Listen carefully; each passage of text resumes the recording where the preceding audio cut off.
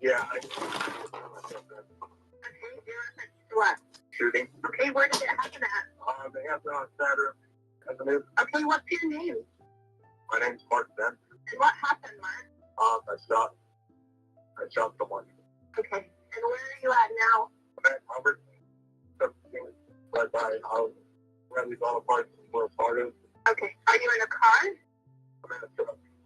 I'll be outside with my hands up. What kind of truck are you in? It's raised for the moment. Okay, do you have the gun with you still, Mark? Yeah, it's inside. It's unloaded. It's in the truck. I'll be outside the truck. I'm pretty sure I'll have my hands up. Okay, hang on just a second for me, okay? Let me talk to my officers. Who is the guy? Do you know him, or? Yeah. Okay, what's his name? Nicholas Bird. We probably don't want to walk on it too much without. We probably want to wait for the dicks. We got suspect on the phone. I got detectives picking out. We think we have a suspect on the phone.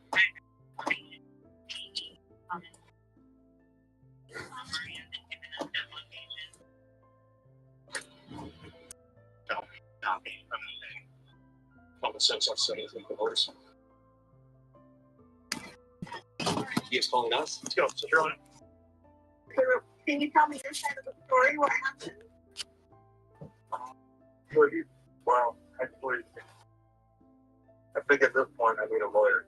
You just want to talk to a lawyer at this point? Yeah, but I'm gonna turn myself in. So. Okay, that's totally fine. I'm just gonna let you know when our officers are getting ready to pull up. Okay? Okay. Albert. Great, Coleman. That's all. CP cooperative. Give him instructions. I'll be wanting him to get on his knees with his hands on top of his head. All right. Hey, thank you. Oh, my card. I haven't even, you know what? No offense, but that's not even my priority right now is your car. So, well, you know, somebody might have just been murdered, so I really don't care about your car. Hi. Sorry. Thanks for coming back. I don't know, like I guess I pressed spacebar on my dang I guess I pressed spacebar and it like died. Because for some reason whenever I press spacebar on Streamlabs, it ends the stream. We are back. We're hopping into Adobe real quick. We're gonna quickly do this. Okay. I guess. I have no clue how to do that, but I don't know. It's not a big deal. All right, so we're gonna go Google Photos. Yeah, I'm outside. Just ignore most of these. And that looks like the same one, right? Yeah. So I can hear you. Okay. I see the police showing up now. Yeah, we're gonna do this. Yeah, I'm waiting on the ground right now.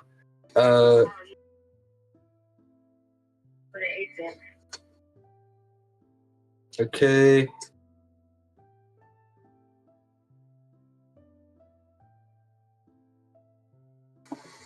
Put your hands out to your side. Boom. Boom. That no more. But do that more. 2-2, we have him prone out. If you're responding, don't come from the west side.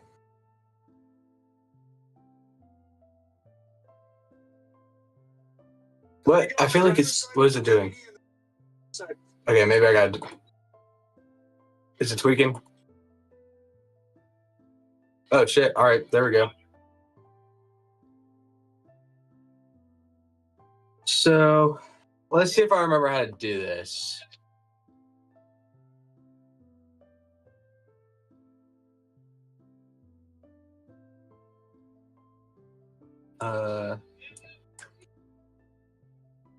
Yeah, this is what I want to do something like this. Oh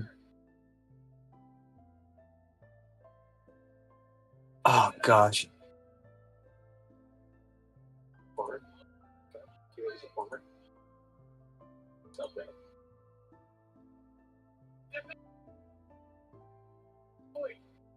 Just have him go straight back. Yeah. Okay, now. You're right. Side steps. Stop. Eric, you want to go help him take him to custody? Okay, boom, and then. Back up. Back up. Back up. Stop. Down on your knees. Hands on top of your head, interlock your fingers. Ready? You want to cuff him? Is anyone else in the vehicle? Go. Where's the gun? It's on the passenger. 2-2, we have one in custody. Is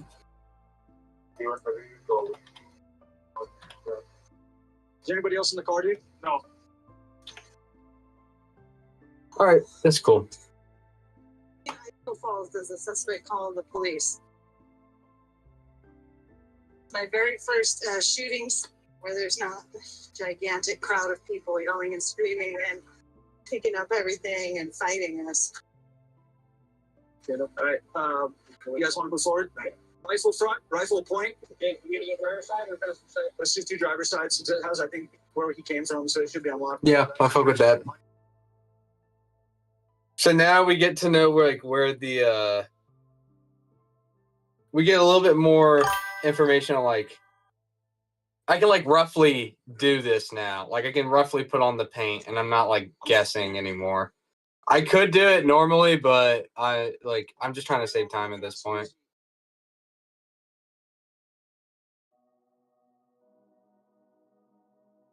Yeah. Ty, you got- That's it. That's really it. See, okay, so look. I guess you can't really see it on the screen. Hold on, we're gonna take pictures. What the? I think we have No! to touch everything. What happened? Oh.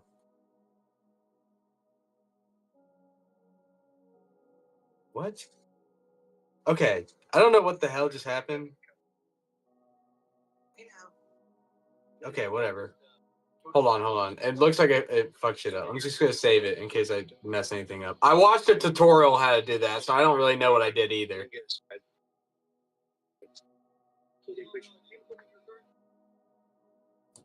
Just show the bottom of matter. So this with him in custody. And actually, you know what I'm gonna do?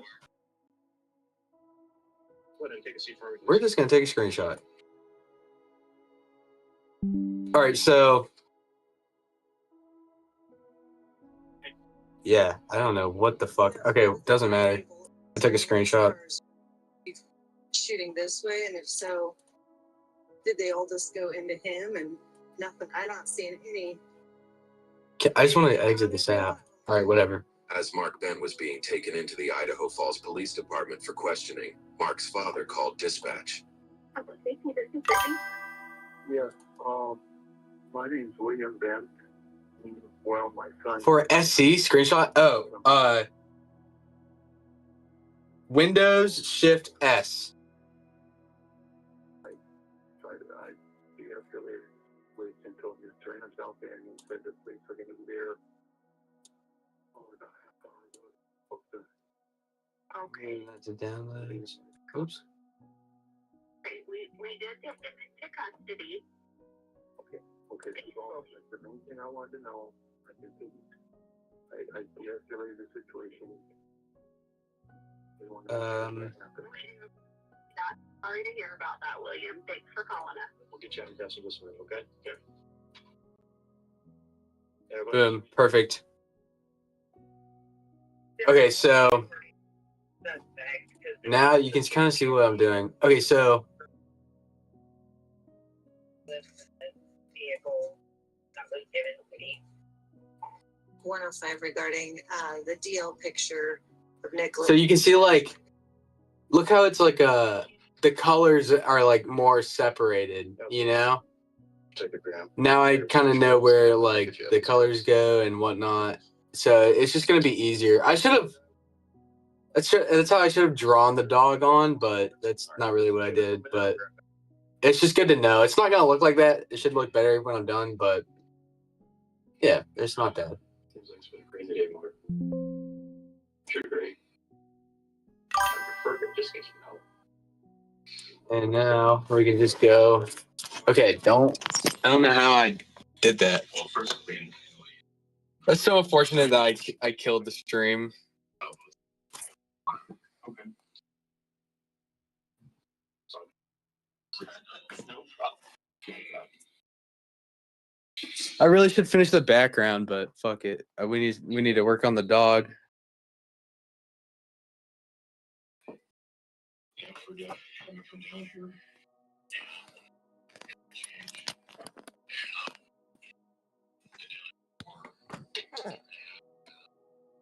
We think it was very for Seattle. I actually like it a lot. I bought a house in Pocatello. Okia. Or yes. I honestly couldn't find a house in Idaho Falls like I. You know, the thing about Pocatello is that I don't like the town, but I like where it's at. Like, because it's like right in that valley, lots of trees, like lots of hillside. So you still work through this? No, I quit there early July. Okay. When did you quit there? I started this year pretty much. I started streaming on the 1 year stream pretty much. Do you have any friends back here or anything like that? I don't have any family here. I just have friends. Who are your family? My parents are in Seattle. Okay. My sister's in my brothers. Well, a lot has gone tonight. You know what I mean? All right. I think it's important. Sometimes why something happened is just as important as what happened, if not more important. It's important that we understand why. Yeah, it's a good thing I started this dog. It looks really hard. And I want to hear your story and why this occurred tonight, because I'm sure there's more to it than just meets the eye. You know what I mean? But I want you to know also that during our conversation, you have rights. You know, and I want you to understand those rights. And so, what I want you to do is just look over this point. Okay, it's just your rights, and understand that at any point during our talk, these are afforded to you. Okay, do you understand that? Okay, do you want me to read them to you? Can you read survey? Okay. Yeah, right. I mean, some Oh shit! say can be used to get. All right, that kind of looks yellowy. Okay. Tell me about today. Just about, I mean, when you woke up today, what was going on today? It's kind of a long story. You know how everything connected to today. And I come back is very even. If it's a week ago, a month ago, a year, wherever you want to start. I think I do need to get an attorney. Yeah. I don't want to say anything without legal advice. The only thing I really want to know is he okay? Is he in the hospital or? So, yes, he's in the hospital right now. I don't know any kind of prognosis at this point in time. Okay. Yep. Yeah, he's good attorney here. Okay. I can respect that. Nicholas Bird died on the operating table from blood loss. An autopsy later identified 14 separate entrance wounds and many other secondary wounds caused by the bullets.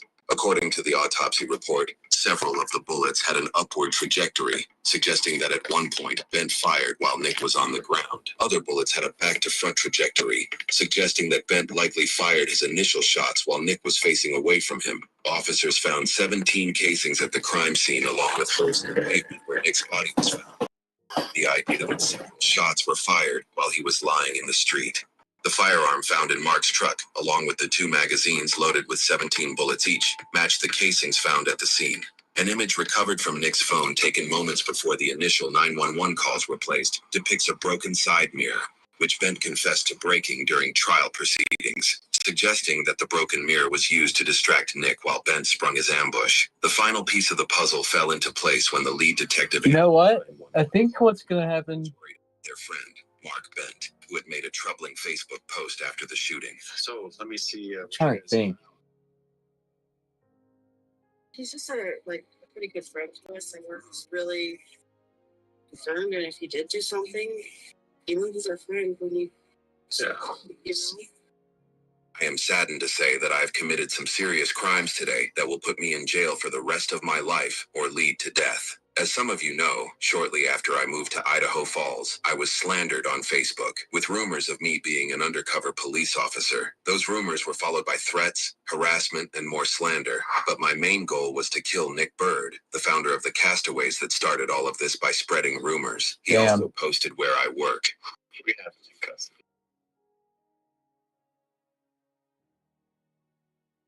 Can you tell us anything about it? Well, did anyone get hurt? Or? Yes. The extent we don't know yet. Everything's still under investigation. All right. I know what to do. You're about to watch me cheat. I just want to leave it here because I want to get a search warrant for his Facebook profile. Because it's kind of weird. Like people, their Facebook profiles are considered somewhat private, but where you discovered evidence, you could show me what you discovered, and then I kind of have like any further digging in. I kind of just will hold off, and then I'll get a search warrant. But yeah, this is going to be way easier if I just do this.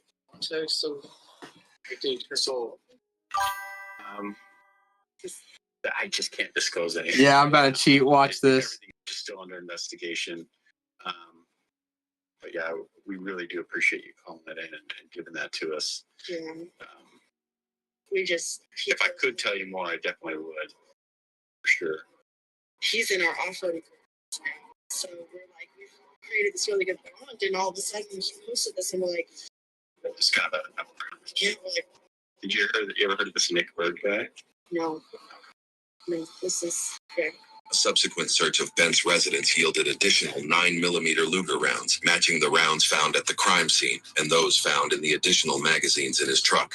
Detectives also found higher capacity. Oh no! Oh no! What am I doing?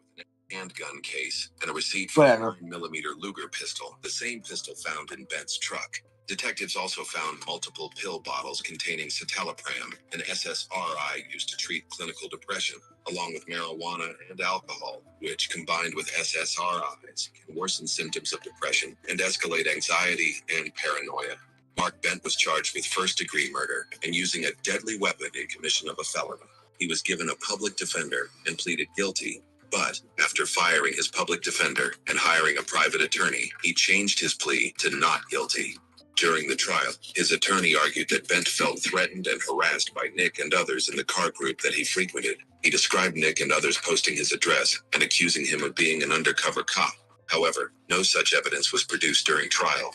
Mark Bent was found guilty of both felonies and given a combined sentence of 45 years to life. Top. He will be 89 years old when he is eligible for parole. You know what's more dangerous than thinking everything is AI? Forgetting that behind every post is a real person who never agreed to become content in the first place. Today, that truth belongs to Nicholas Bird, and nothing about this analysis forgets that. Bullet trajectory isn't guesswork, it's physics, because bullets don't lie. They travel in lines and leave angles. In this case, we got upward paths, back to front wounds, and impacts in the pavement. A little bit tells a story long after this was over. That science matters. Who someone was, how they moved, and if they ever had a chance to respond. I believe when the investigators looked at the angles of Nick's body, they were definitely sounding shots. They were also reading positions. Active front pass means shots from behind, and pavement strikes and bullets kept moving after the body hit the ground. That isn't randomness. That's a timeline written in angles and blood. Investigations don't care about emotions or opinions, and gravity doesn't care about excuses. And bullets never change direction to fit a story, and angles definitely should. Once you understand that, you realize this isn't about guesswork. It's explaining what someone could no longer say. Now, in the end, Mr. Bent made an accusation that was never proven, but the bullets he used testified in ways he never could. Line of the day. It's Kenna, drive this. I know, and I was like ready to, and then they just never shut the doors. And it's like, and then the fire guy got right on shooting lights. No!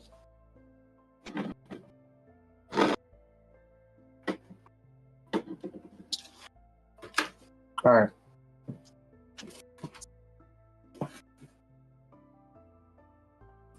I'm not proud of what I'm gonna do, but it's necessary.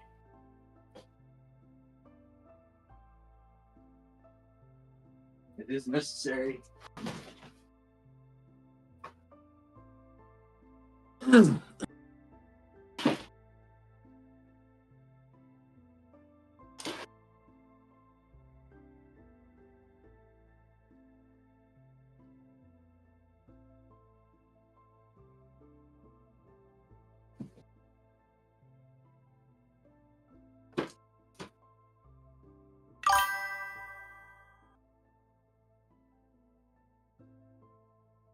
If it works, it works. That's what I'm saying.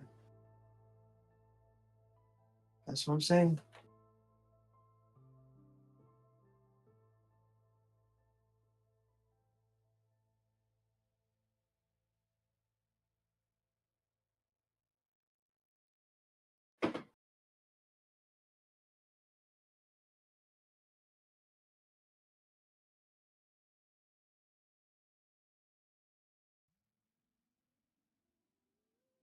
Okay.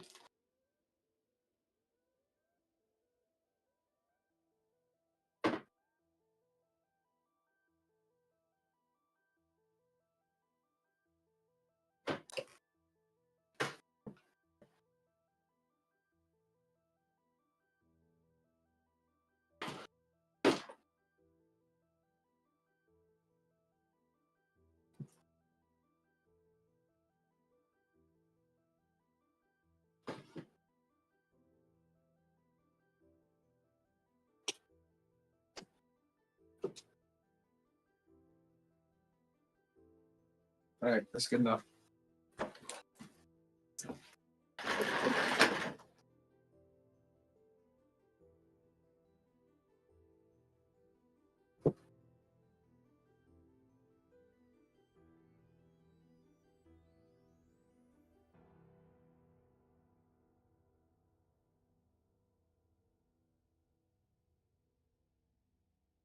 You're probably gonna get the gist of what I'm doing. Okay.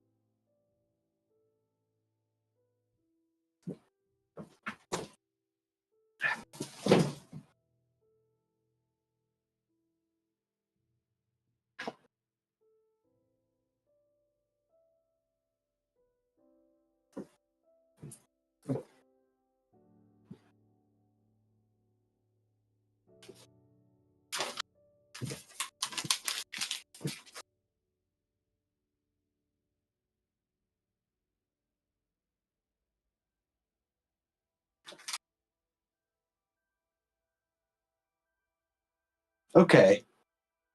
Now all I need is this charged? Lord have mercy. Not charged. Oh, wait.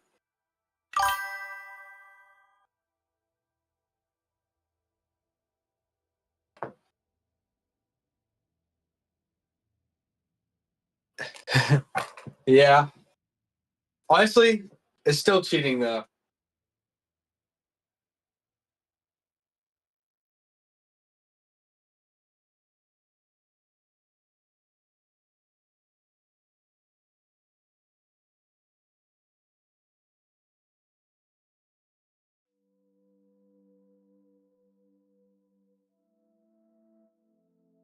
Even this needs to be charged. Oh gosh. I'm gonna have to wait a second before, because I need to plug my phone into the projector so I can trace it. But if my phone dies in the middle of it, then like I'm kind of cooked, just because it's so hard to like line it back up. It's like impossible. You can't line it back up again because of how the projector distorts things. So it's like a one and done type of deal. That's why it's like not cheating that much, because you have to like kind of fix the projector's distortion, but it still is cheating. That's just an excuse. It's just an excuse.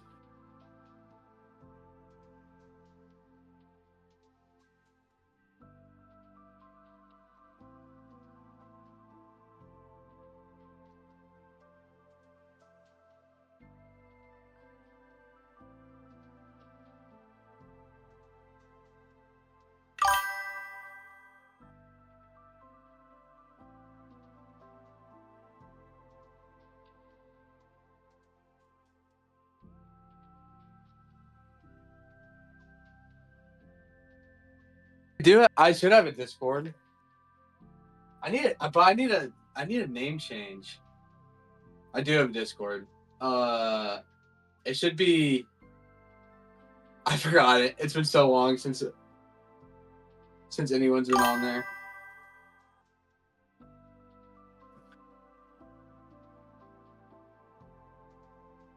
Oh. Wait, I didn't know I could do that. How do you do that? Wait, really? So if you do that, I can do that? How do I set that up? That is so cool. With Nightbot? Okay, I gotta get Nightbot, bro. Do you have to download it, or is it Twitch's thing? Oh, yes. Found a Hershey Kiss in my pocket. Let's go.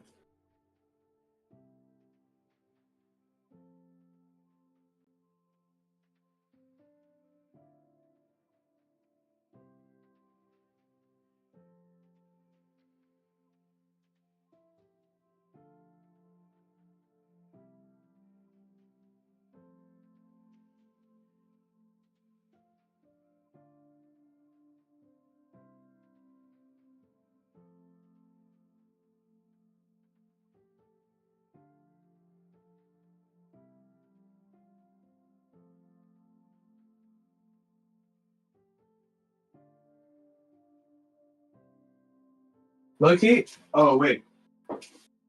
Damn. I'm gonna go to the store. While my phone charges. Obviously bring y'all with me. Or just, this is Marco. Or, is it Marco? It is, no, it's Maurice.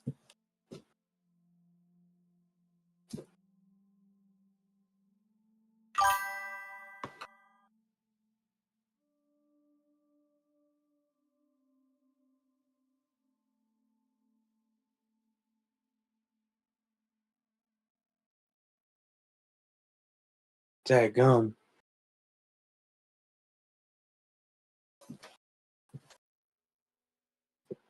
I'm looking for my card. Dadgummit. Dadgummit.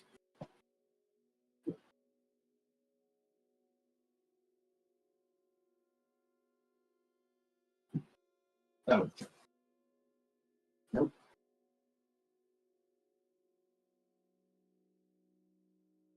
Dude, how cold is it? Let's see. It's probably gonna be freezing. Yep, of course it is.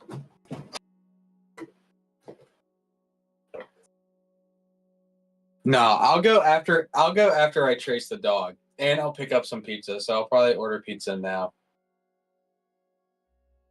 I don't really want pizza. Fuck, where should I go? Cookout. I'm gonna go Cookout. Get some quesadillas.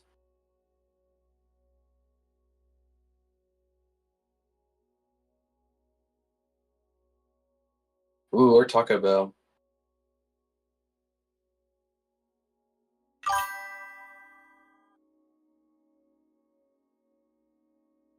All right, Taco Bell or Cookout. I know someone mentioned App State. That's pretty cool. Damn, what videos was he talking about? It was like App State Mysteries.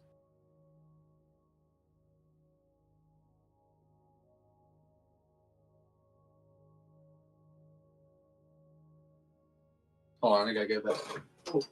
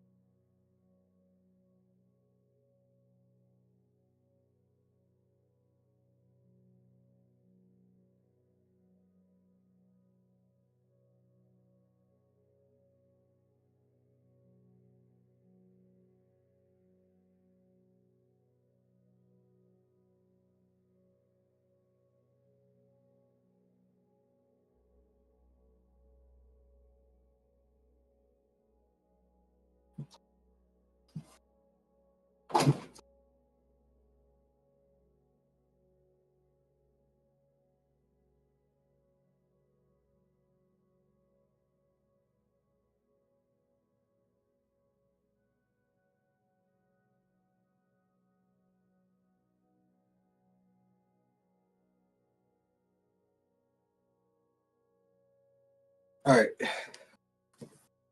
What is this format? Ooh, baby.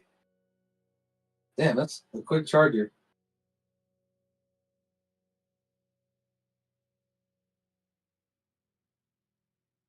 Yeah, fuck it. We're gonna send it. We're just gonna send it. I'll press anything, I swear. I swear it's gonna shut off.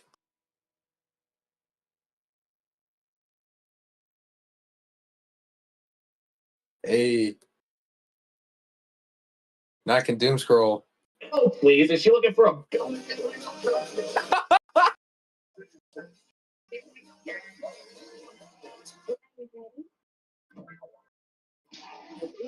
I know what this looks like. But you can't do that. It's Christmas.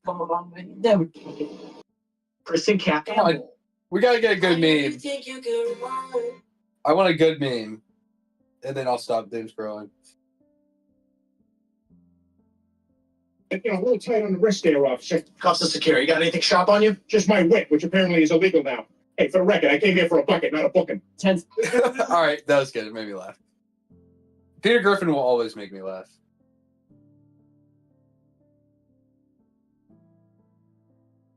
Dude, I did press something. What do you mean? It's still gonna turn off?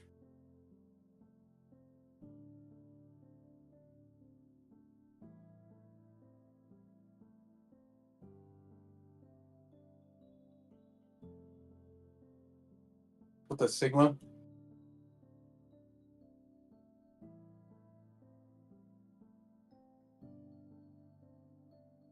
Came here for a bucket, not a booking.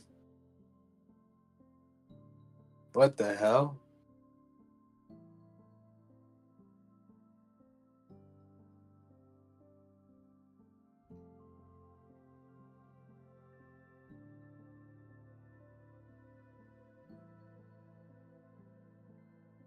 Nope.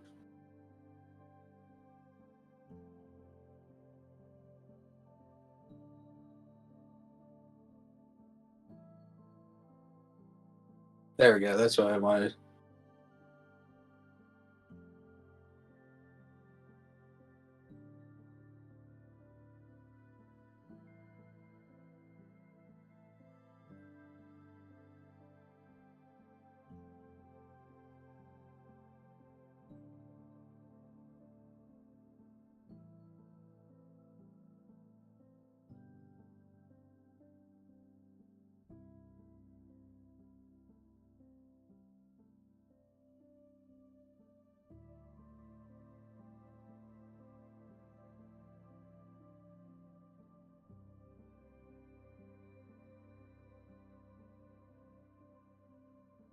Damn, I just realized I laughed at AI fucking.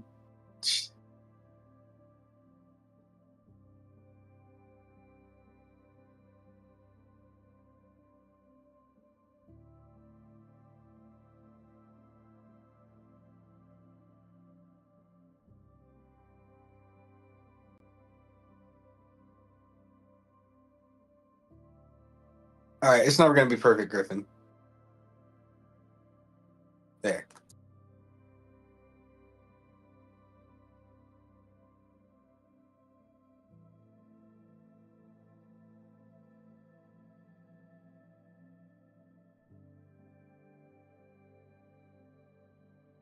Alrighty.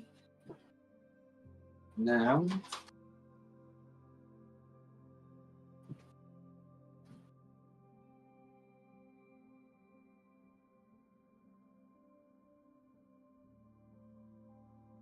Taco Bell sounds nasty. Taco Bell does sound nasty. I think you're right. I think you won me over, actually. Cookout it is.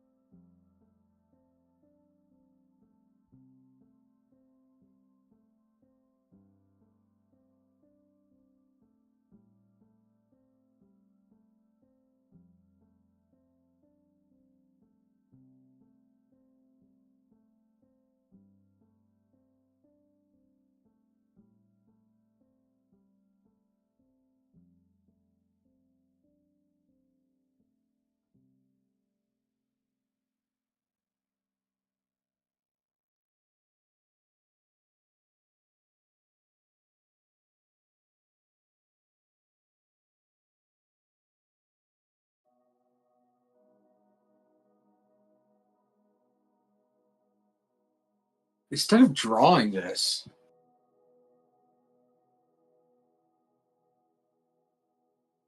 low key, instead of drawing this, I could just paint it on like this.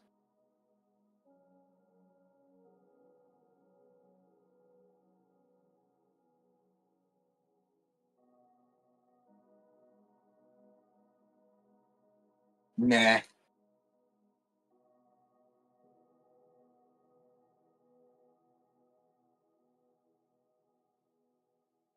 That's cheating to the max.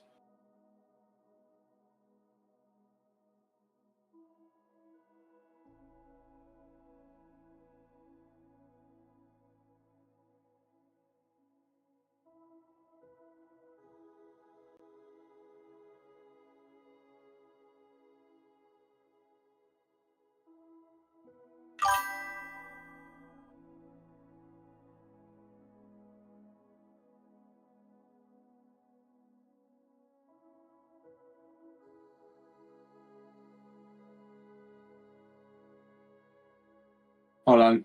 I'll look at it. I'll look at what you say in a second.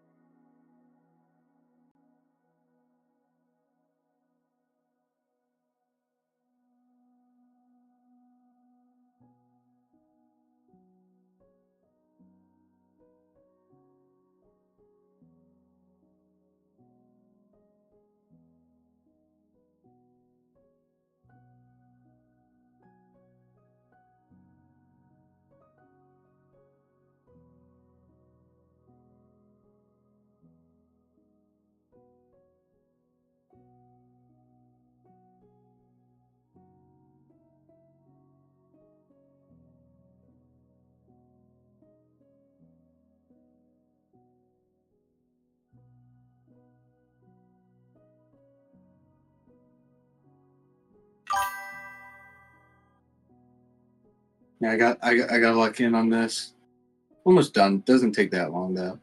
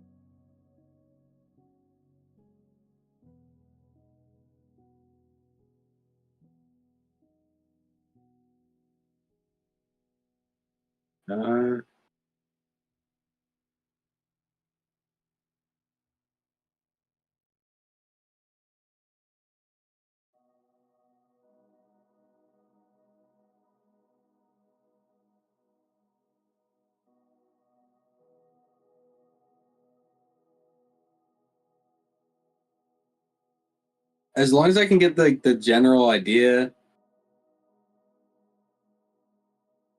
of this.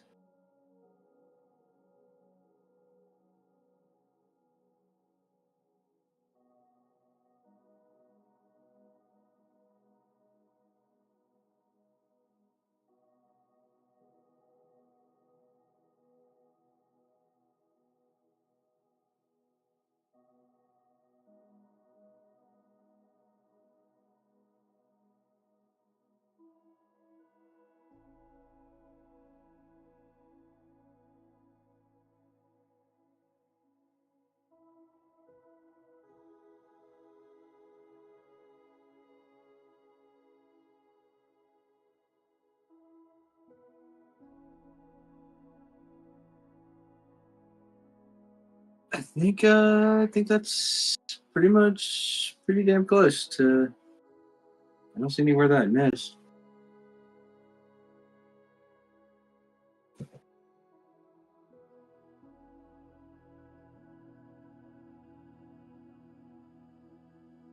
I'm gonna redo the pause,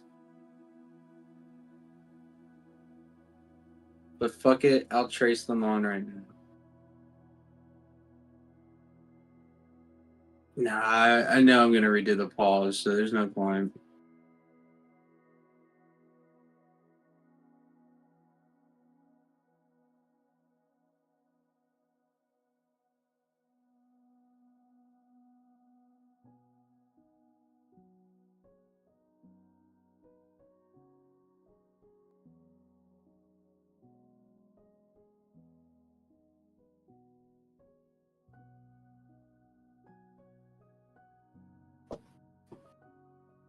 All right, so I know this looks really confusing.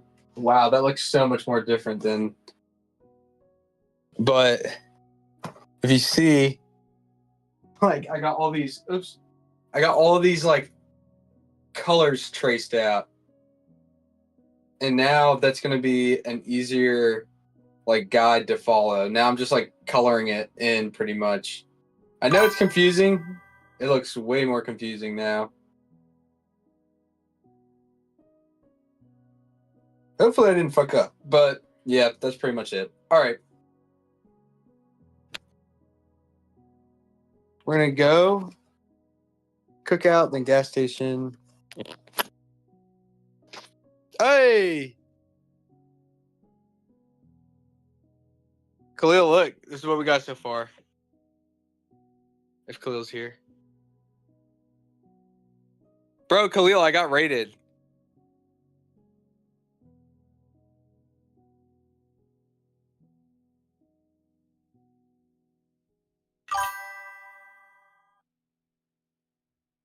I know.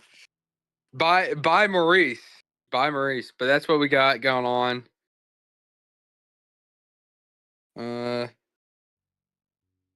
Now. Yeah. Thomas is my my roommate. He's my roommate. But I've also known him for very, very long. I've known him since middle school, man. I've known this dude for so long. Okie dokie. We got everything we need. We got my phone. Just need to tie my shoe. Yeah, we're going on a bike ride.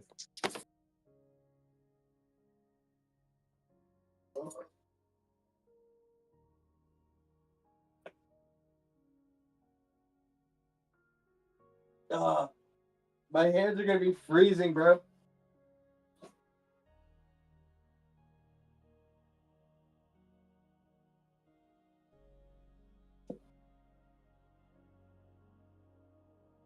Okay.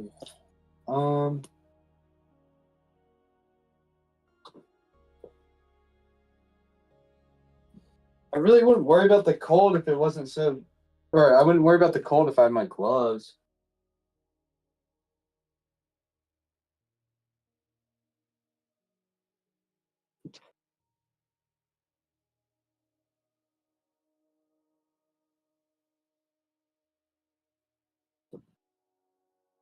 All right, whatever. We'll thug it out.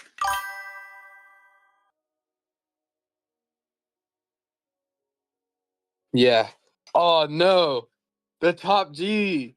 I know you saw the top G lose.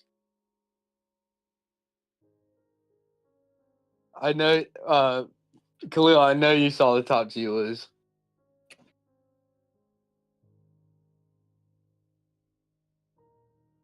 Yes, bro. He lost his boxing match. Isn't that sad? He got beat by bro, I did not expect it. I know, me neither. Me neither. But he boxed he bought KSI's boxing company, and then he challenged the champion. It's okay. He challenged the champion of what's it called? Of the company, and he fucking lost. Which sucks. Sucks for him. Now he's not the top G no more.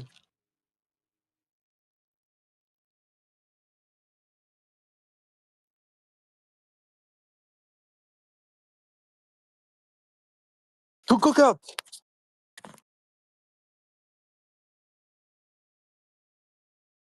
Ugh. Cookout's only like a 3-minute drive, really.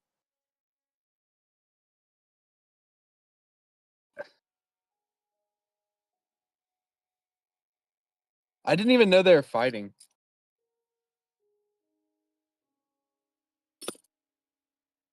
Alrighty.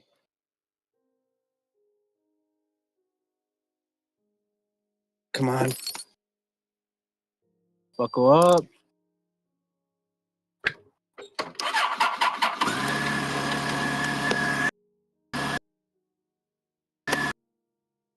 Ready? Woo.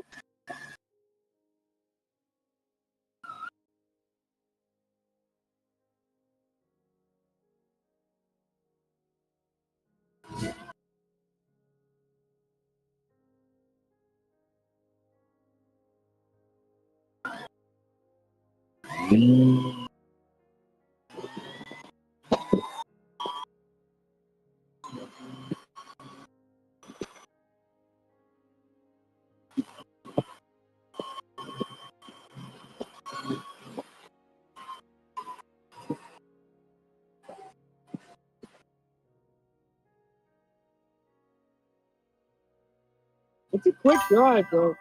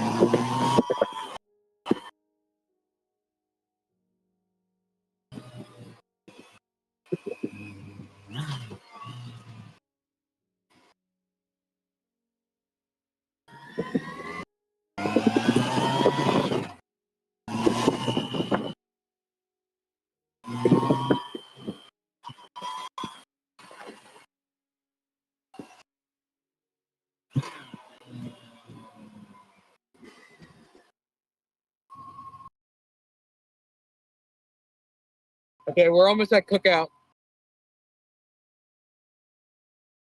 Like, oh.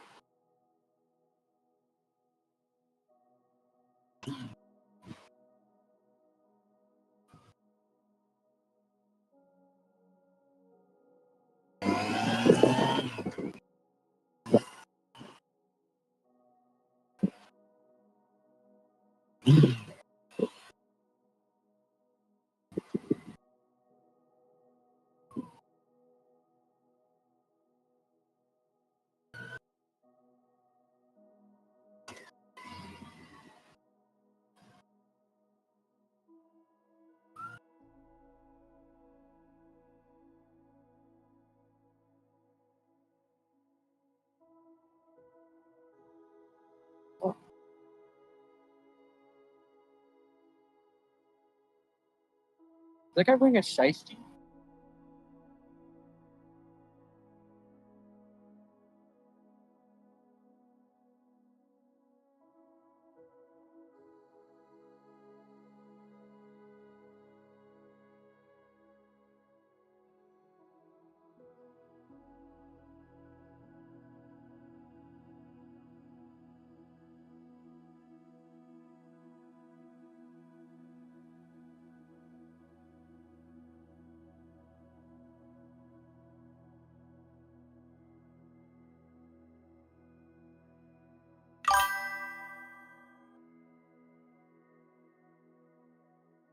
Cold is a mental thing. It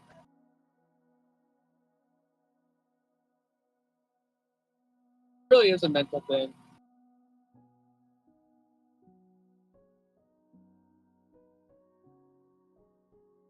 Yeah, this guy doesn't even have a back window. See? Wait, what's the bad news?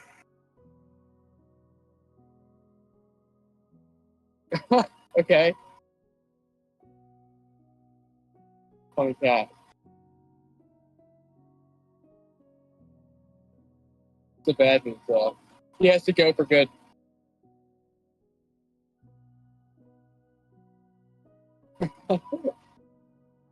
Bro, I feel like I don't know. Bro.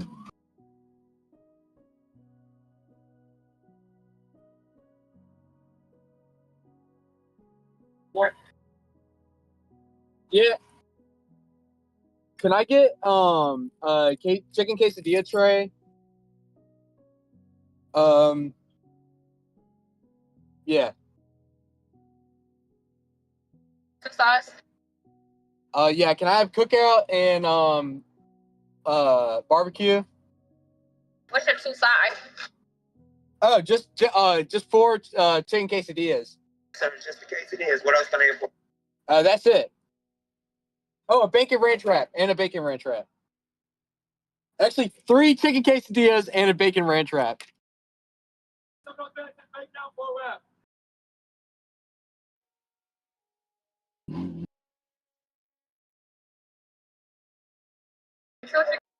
Bacon ranch wrap. What else for you? Can I put one more chicken quesadilla on that tray? Can I put one more chicken quesadilla on that tray? Okay, so it's 3 quesadillas and a bacon wrap, right? Yeah, I must. Yeah. What's the drink, please? No drink. All right. Griffin. Okay, thank you. All right, 855.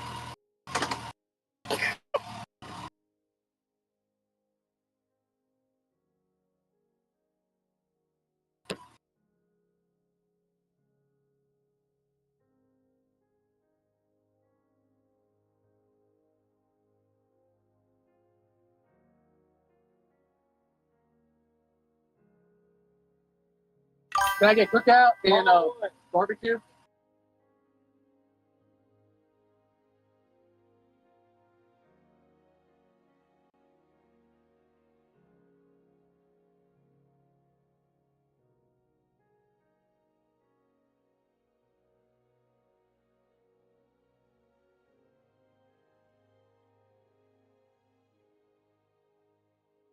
Yeah. Bro, that was the biggest fumble of my life. What the fuck am I doing? Oh my god.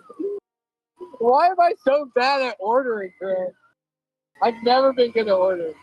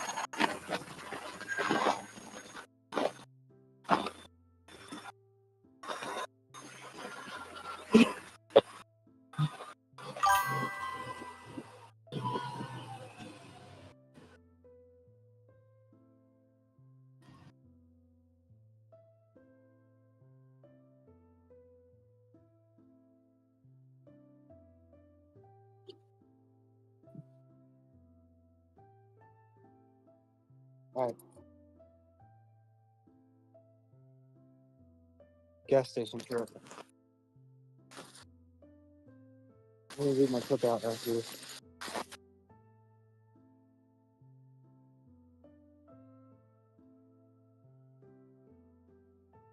Invite this stuff on.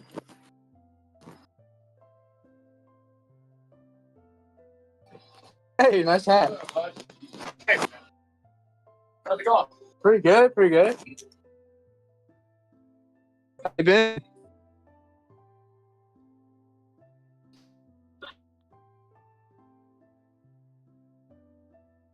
Is this water? Is this water? So what? Is this water? Yeah. Really? For buck. They're a buck? Okay, I'll get one. Yeah. It's metal. Interesting. Yeah, they're refillable. No. Yep. Hell yeah. They are washable, but you'll get rid of it. It'll start fading away and just go back to it. It'll just look like a can. Yeah, I'm sure.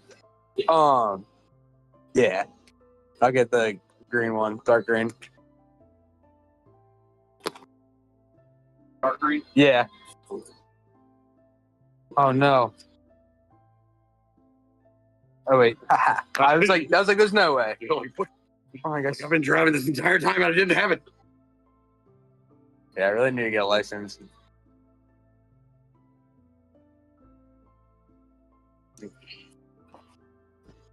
Make sure you put that back in your pocket. Yes. Lose that. He has given us a career full of iconic characters. He will be honored. He's going to receive the SAG-AFTRA Life Achievement Award. 37. Thank you. Thanks for next thing. What? No, it's all good. Yeah, they're switching out the boots. Like, Yeah, why is he? they're like throwing away. This message is for everyone who's doing our system. So we just marked them down to a horrible talk. Instead of 239. They're just like, fuck. Interesting. This is vintage then. Pretty much. Yeah, they're not. They've got the new. I can't remember the character name. SpongeBob? It's SpongeBob. That's not SpongeBob. That's Patrick. Yeah. I think they're doing a Squidward. Water? Yeah. Hey, I mean, if there's anything to sell, it's water. Seriously. Yeah, like, look how many waters there are. Yeah, it's water. Yeah. Hey, I'll buy $1 water, though. Yeah, you buy it, drink it. If you want to reuse it, cool. If not, put it on the shelf with other little collectors. Exactly where he's going. See ya.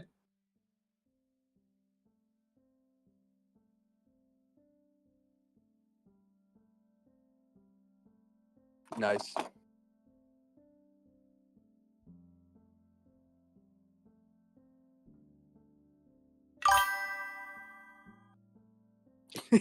Yeah, exactly, bro. Exactly. Exactly, bro. It's just.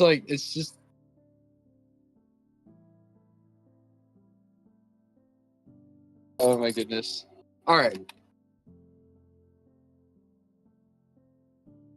Rise and grind, boys. All right, my house is like 2 minutes away. Not even, bro. 30 seconds. Hold on, I'll look at it in a second. Oh, that was worrying.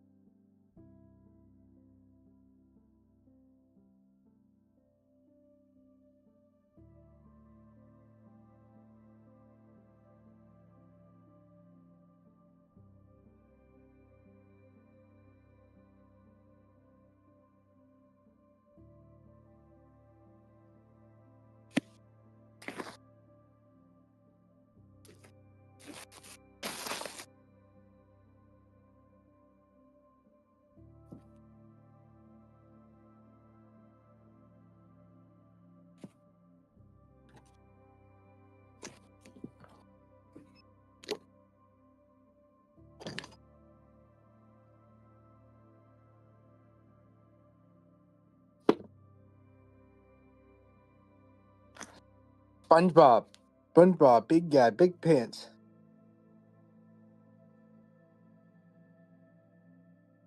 I know. I can talk normally. I can talk normally when it comes to SpongeBob, but I know, dude. I specifically hate how, dude, this is retarded. I'm kind of scared to drink from it. But I couldn't say no to $1. If it was any more than $1, I wouldn't have bought it. But, you know, why the fuck not? Oh, no way! It matches my shoes. No way.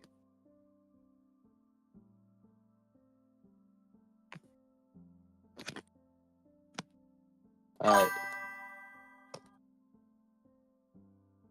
This shit is so broken.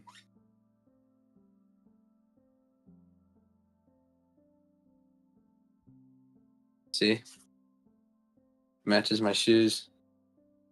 I knew I had some SpongeBob material somewhere.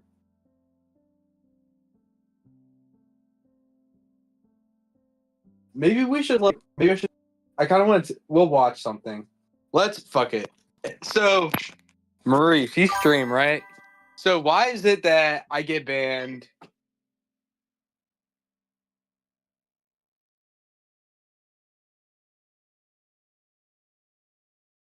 Why are the Patrick Fords? Can I like watch something and it not get like super just whatever called?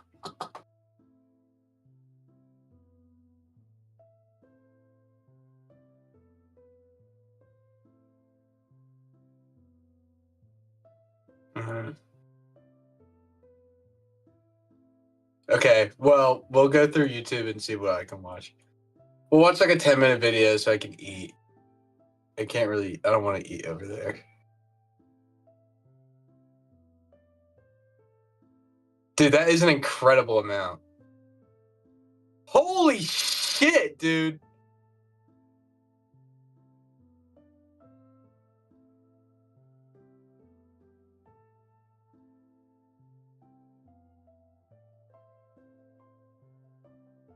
MOT vids?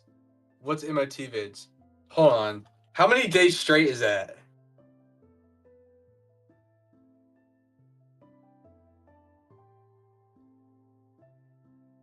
Oh, okay. Yeah, I guess Danny Duncan is what that was my downfall.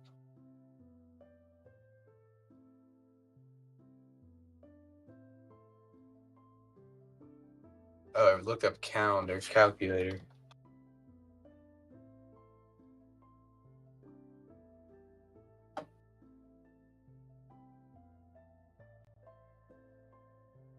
You've watched for almost 8 days straight. That is crazy. Dr. Insanity. All right. I've never heard of him. Oh, Dr. Insanity. Yeah. Nah, we'll save Dr. Insanity. Well, I do. We'll watch him in a second, but he's kind of good for. I thought that was Erica Kirk. We got it. That's. On August 26th, 2025, an officer. Because I just want that on my YouTube history because we're watching that when I'm painting for sure.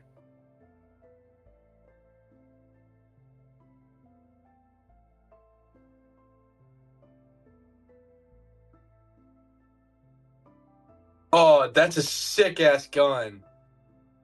That is the coolest gun right there. Nah, we're watching this. Are we rolling? What's going on, guys? Welcome back to an. I don't know. This guy's got 4 million followers. One day.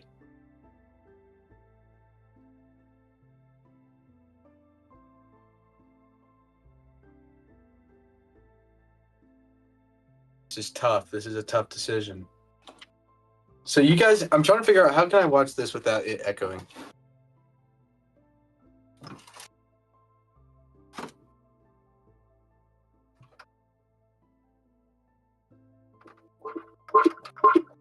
Okay, so it's echoing. Fuck. Another episode of First Impressions, your most favorite and one of my least favorite. I'm sorry. I'm sorry.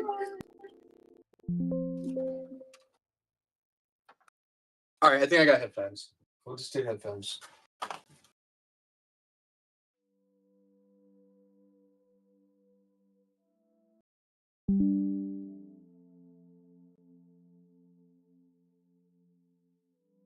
Oh.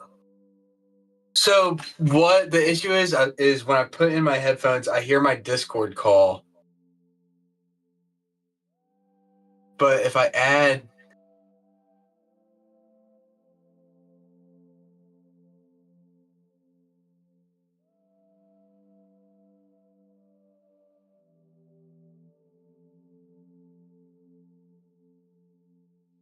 a mic.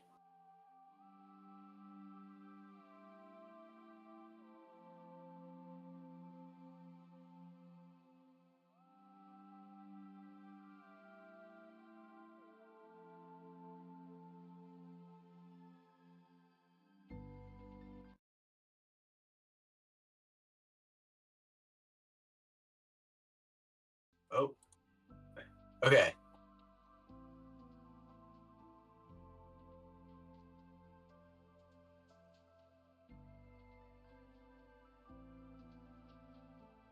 My mic isn't working.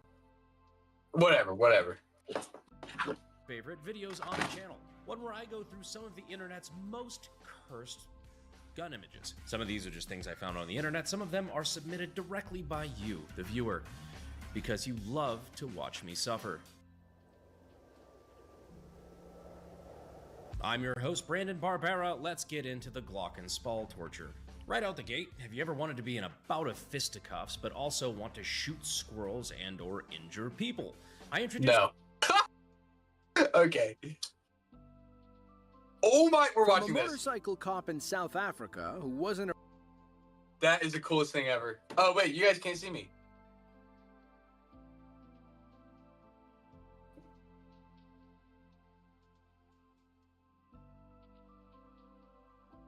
What? Where am I?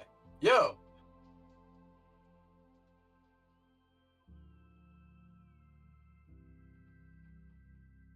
Okay, there I am.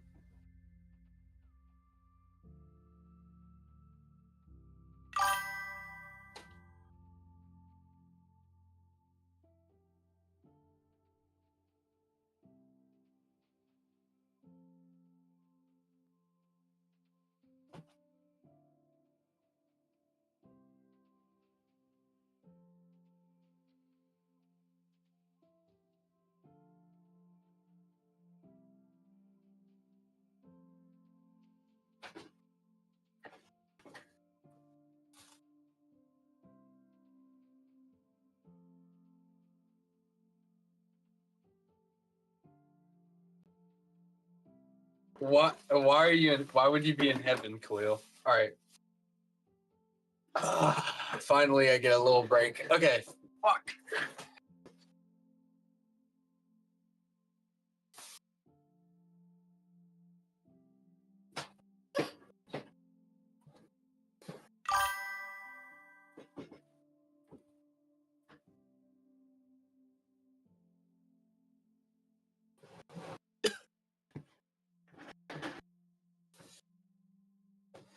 You may be.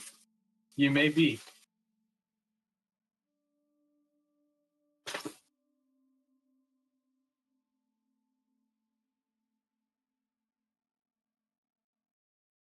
Ow. afraid to shoot from the hip, and a Harley-Davidson in Palm Beach that couldn't escape the highway patrol, to a biker in Arkansas who gave the ASP mixed signals, and so much more. Here are the most unbelievable police motorcycle chases of all time. Hell yeah. I'm gonna shoot you. I'm gonna shoot you.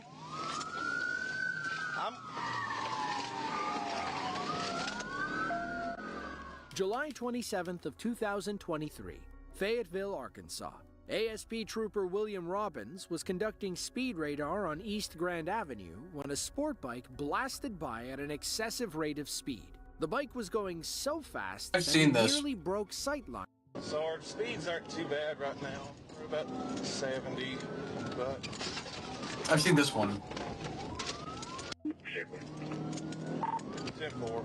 I'm gonna make that call in just a second. Oh my gosh. This guy's an idiot.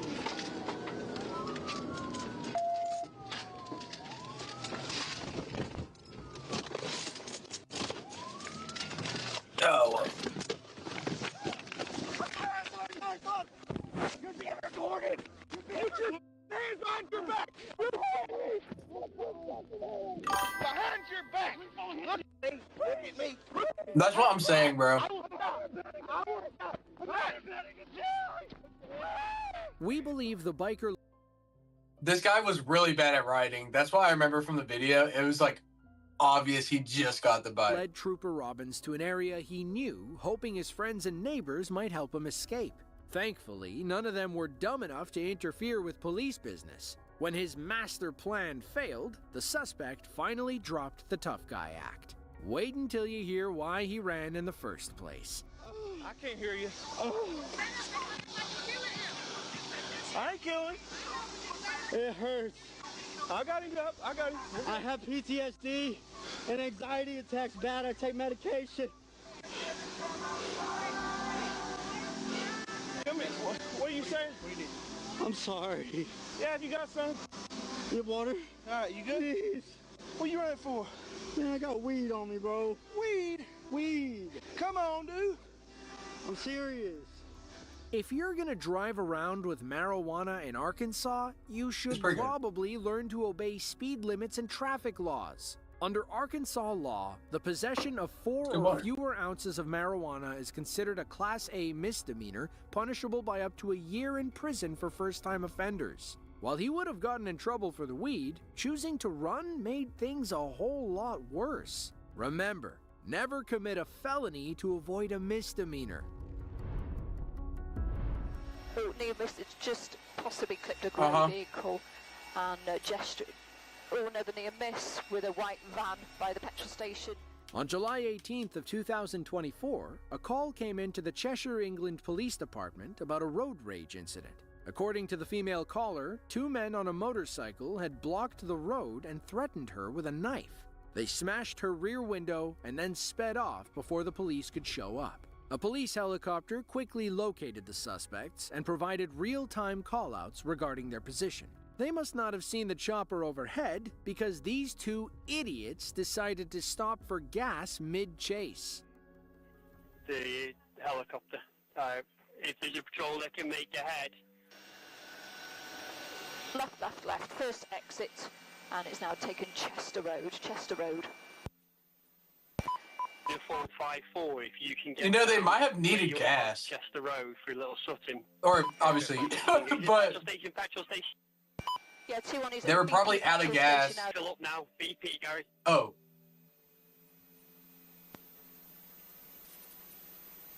Is it the one in the roundabout? Yeah. Yes, Yeah, yes, they're probably the just roundabout. hurrying. Vehicles now moving off out of the petrol. Because you don't want to run out of gas And during a it's going chase. left, So they're just loading up. I don't think that was an idiot continuing move. That was a good move. 7 in time. Rearrives, just looking around. He still heads. They want to outrun the You can cops. see on the downlink. Or the helicopter. In fact, both of them with his hands off the. Oh my gosh. Both of them on the phones. If you're gonna run from the police, the least you can do is put your phone away. After sending a quick text, our biker duo stopped to refuel under a narrow bridge. We're guessing they were in full panic mode as the helicopter locked onto their position. From there, they hopped back on the road and turned onto the wrong side of the highway, where more officers were waiting with stop sticks. Yeah, 2-1, he was fueling on the move under that bridge area. And it's gone through on red. It's going to be a reset. No, stand by. It's going contra. So he's heading to go contra now on the M56, tracking westbound. And it's approaching the on-slip. And it's going up the on-slip now. Taking the on-slip. Like $8 for 4 quesadillas. And 1. 2-1, he's seeing the stingers, he's doing a reset Bacon ranch. now, taking the on-slip, correct side of the carriageway, taking the on-slip back towards M56. So actually it's taken a near miss, it's just possibly clipped a grey vehicle. And Oh my god, they're idiots. another near miss with a white van by the petrol station, and it's now contra on the off-slip onto the bypass road as such, forcing its way through traffic. I don't know whether the stinger was successful. 2 on this vehicle is now up on the pavement due to congestion traffic waiting at the lights.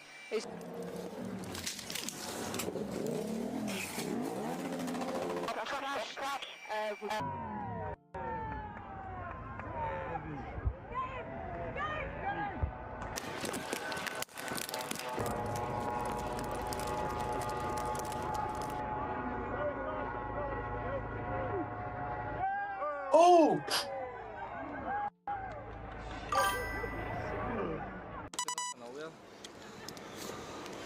I feel like we've met before, haven't we? Where are you from? Second male is heading down towards the canal. Stand by. He is out to the main road now, City Walls Road. He's removed the helmet. Stand by.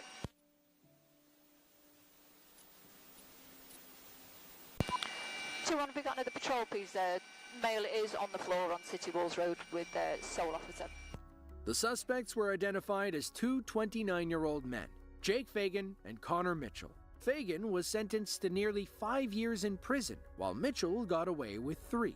Police later recovered a black duffel bag the duo had discarded during the chase. They found cocaine inside, which is considered a Class A drug in the UK.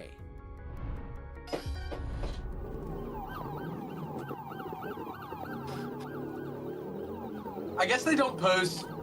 They wouldn't post the videos of motorcycles getting away. 2023, a Florida Highway Patrol officer was stationed on I-95 near Palm Beach when a BOLA was issued for a black Harley-Davidson driving recklessly and without rear tags. Our trooper recognized the Harley as soon as he spotted it. The biker had run from him before, and he wasn't about to let him escape again.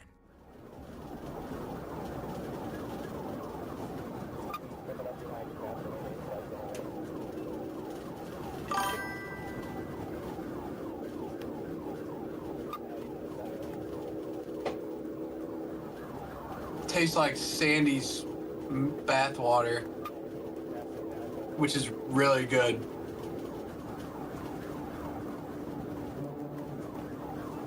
It's fantastic.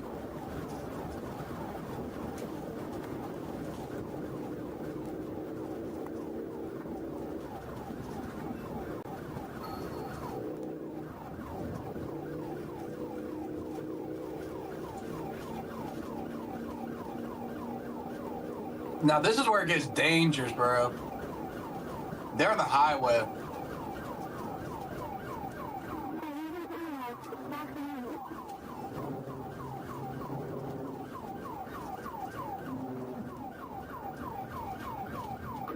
Not going very fast.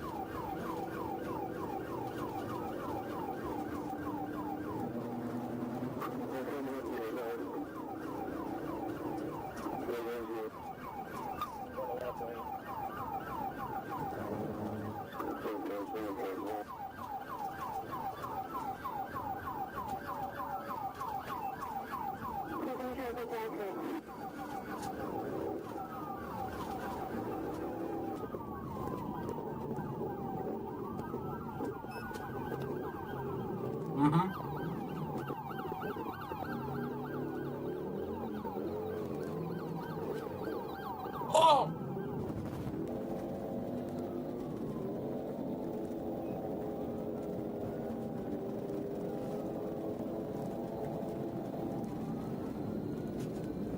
This guy ain't getting away.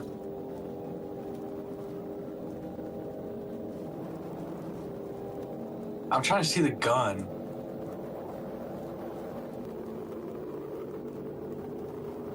Oh, it's next. Let's go.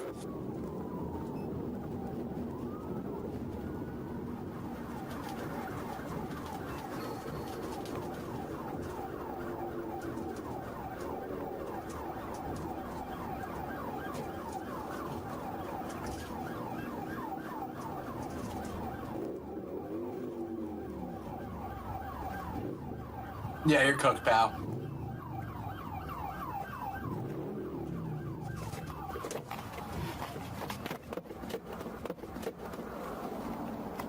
Oh, he's pissed. No, John. According to police, the biker had been cited for reckless driving 4 times in the past month. This arrest made it an even 5. Despite their iconic name and classic look, Harleys are not known for their speed. We're guessing this guy has made plenty of mistakes in his life. Trying to flee the FHP on a Harley was among the worst.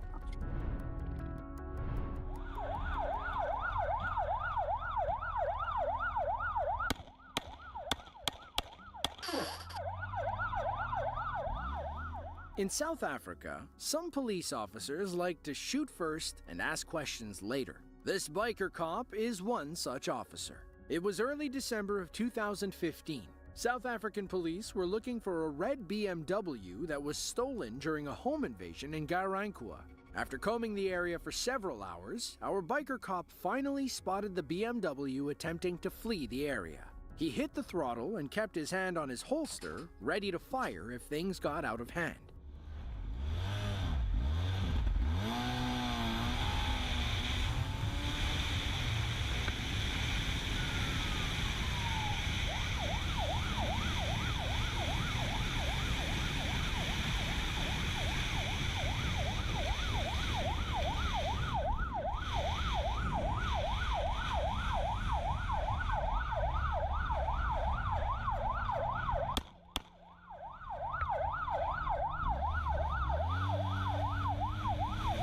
Bro, what?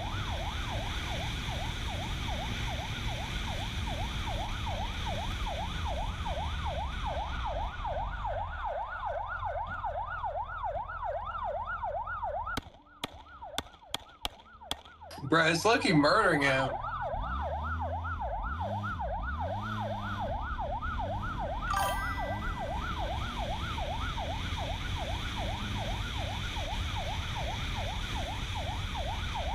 Yeah. I wonder, like, why is he shooting?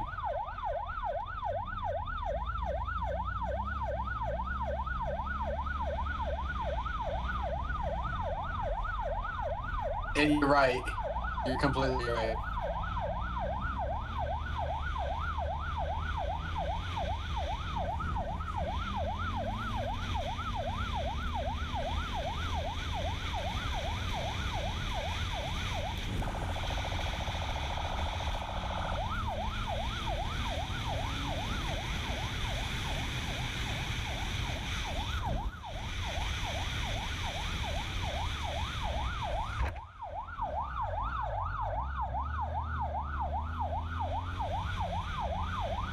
This is the slowest chase ever.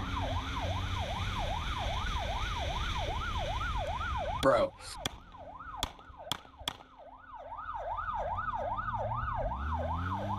That guy's gonna die.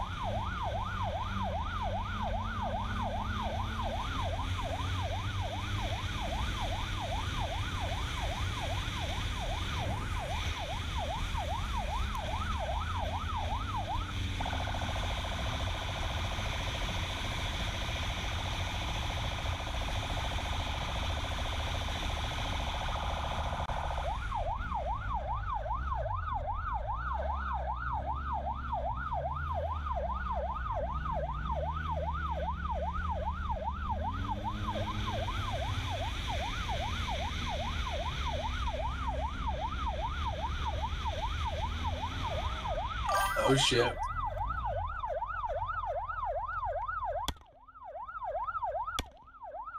Bro. Oh! He's shooting out the tires.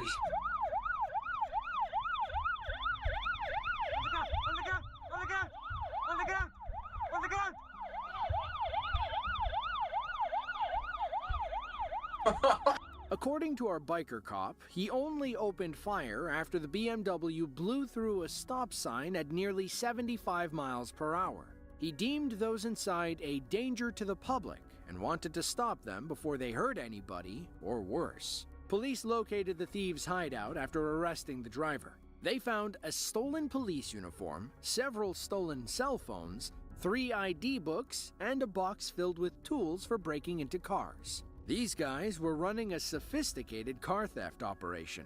Thanks to our trigger-happy biker cop, they won't be stealing any more Beamers anytime soon. 25 right now. It is a North Carolina license plate. 2 as in number, fast, common spelling. 4 as in number, U as in uniform, 2 riders. Some criminals are just begging to be caught. Take this reckless New England Patriots fan, for example. On May 25th of 2024, he and his passenger decided to take the Virginia State Police on a high-speed chase through Long Beach, all while sporting the license plate "Too Fast for You." Our officer first tried stopping the duo for speeding and reckless driving. He should have known they were going to run after getting one look at that cocky tag number. 1668 shows we got a bike taking off from eastbound 264 Newtown. License plate is "Too Fast for You." U is in uniform, U is in North Carolina. There are 2 riders on it. One rider has a white pants. Second rider has a black and red backpack. We are eastbound 264 approaching Wichita. Speeds of 115 on Richmond. February 264 to Wichita.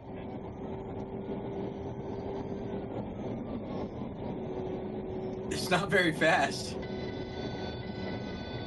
But I guess it has 2 people on it. That's their mistake. We are exiting eastbound 264 Wichita.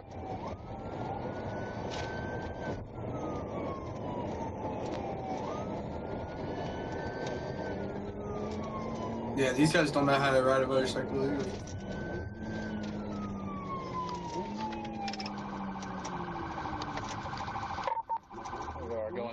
intersection, straight through the intersection, exiting 264. This is the intersection. What are the speeds? 25 right now. It is a North Carolina license plate. 2 as in number, fast, common spelling. 4 is in number, U is in uniform, 2 riders.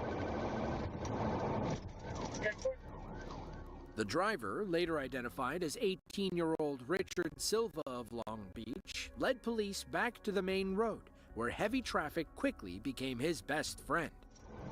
Approaching South Witch Duck. Appears we're going to be making a right onto South Witch Duck. Making right on South Witch Duck.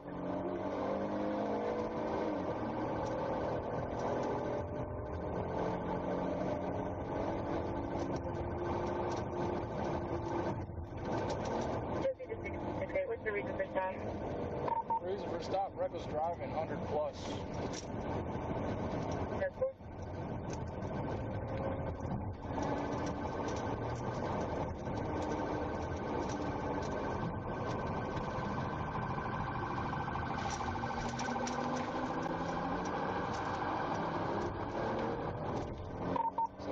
I still got eyes pulling away through the traffic a little bit. We are heading northbound on Witch Duck coming up to Virginia Beach Boulevard. Northbound on Witch Duck heading up to Virginia Beach Boulevard. How's traffic? Moderate traffic. Stand by for direction from Virginia Beach Boulevard. The officer in the top left of your screen eventually caught up and took over the lead position. He and our original officer stayed on the motorcycle's tail until our biker made a fatal mistake that ended the chase. Straight through Independence, still continuing at Virginia Beach Boulevard. Through Independence on Virginia Beach. How's traffic and speed? Moderate traffic speeds right now, about 60.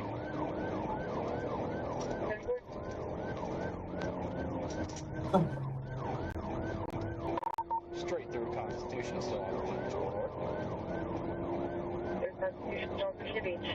I hope he doesn't actually mean fatal. 1826 Chesapeake, mark me on duty, and I am in the lead on this pursuit. It's going to be a white male rider, black helmet, white shirt.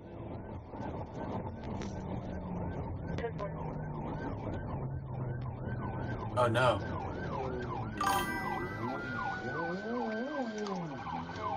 Made a right onto Fur Avenue, attempted to box. Oh shit.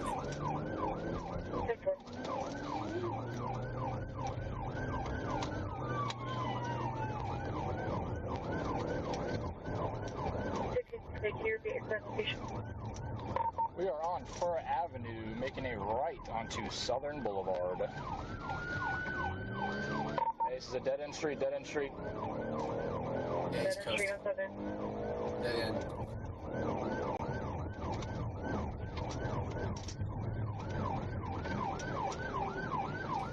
Only stop, gonna stop.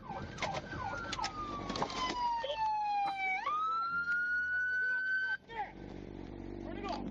Get off the bike! Get off the bike! Get on the ground! Get on the ground! Roll over now. You're gonna roll over.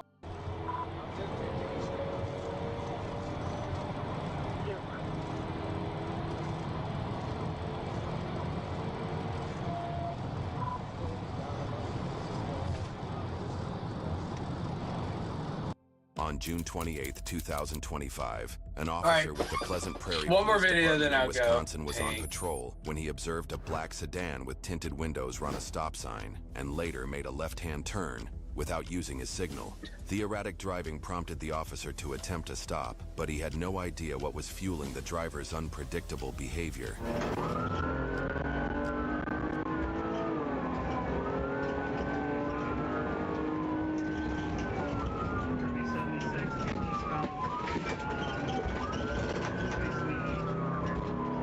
Black sedan, high rate of speed is reason for the stop.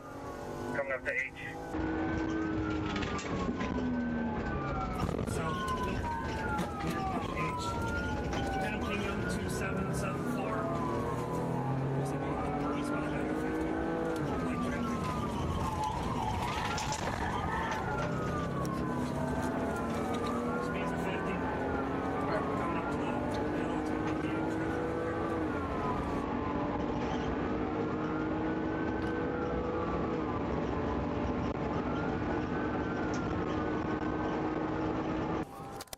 No, I wanted. There's a short suggestion. How Anakin got his. No. Moving to Asia, I Oops. felt ugly. Because people put. You are. I'm just kidding.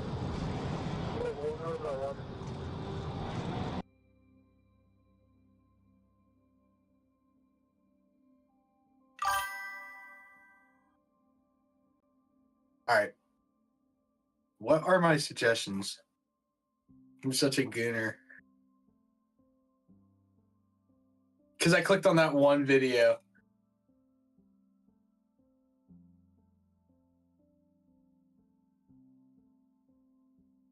All right.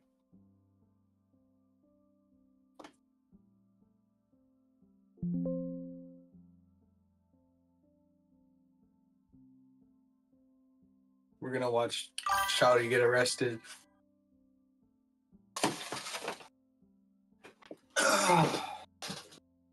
Vaping during.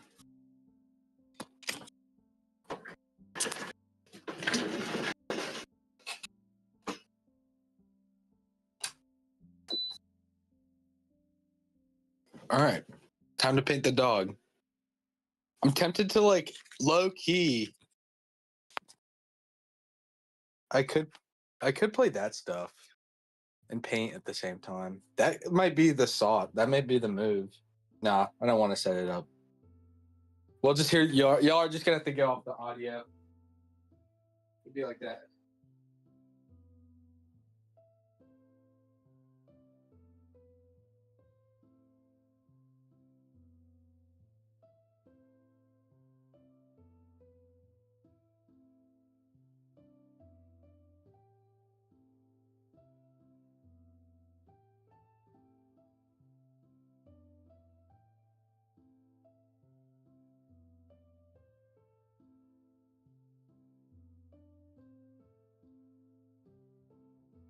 Where's my fucking phone? Okay.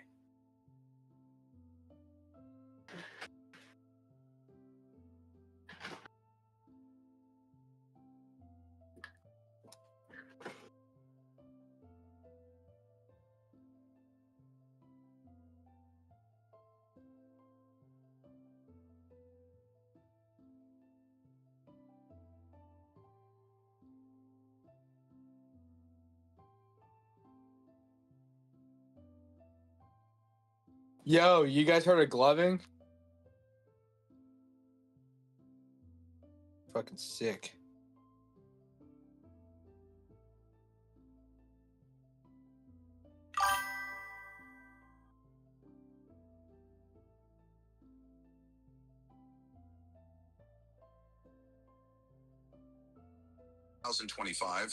An officer with the Orlando Police Department conducted Ah, a traffic stop. it's not sick. It's just a meme. After noticing they had their high beams on. My son from McDonald's. So reason you're driving with your bright lights on? Because I just came all the way from Miami. So you drive with bright lights on, right? All the lights all the time. Yeah. So you know that you actually have to turn those off without anything in traffic the other way. If you don't, you can actually be stopped because it's doing more damage on people's eyes, and then it struggles for me to see and or someone else. Okay. So you got your license, registration, and insurance on you, please. I left my thingy and my pocket. Not supposed to bag up. What is this saying? What is that? I left my ID. An ID, okay, driver's license, yeah. I just left it after. I just left it. My cousin lives right around the corner. That's fine. That's fine. They're right around the Take the car registration. fine. So This is a rental car? here's a rental car.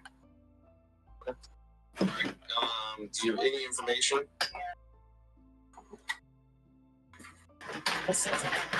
Hi. First thing I'll get it started. My son is late. I'm not trying to do nothing, like, you know, I just got me down for my baby. You in a hurry?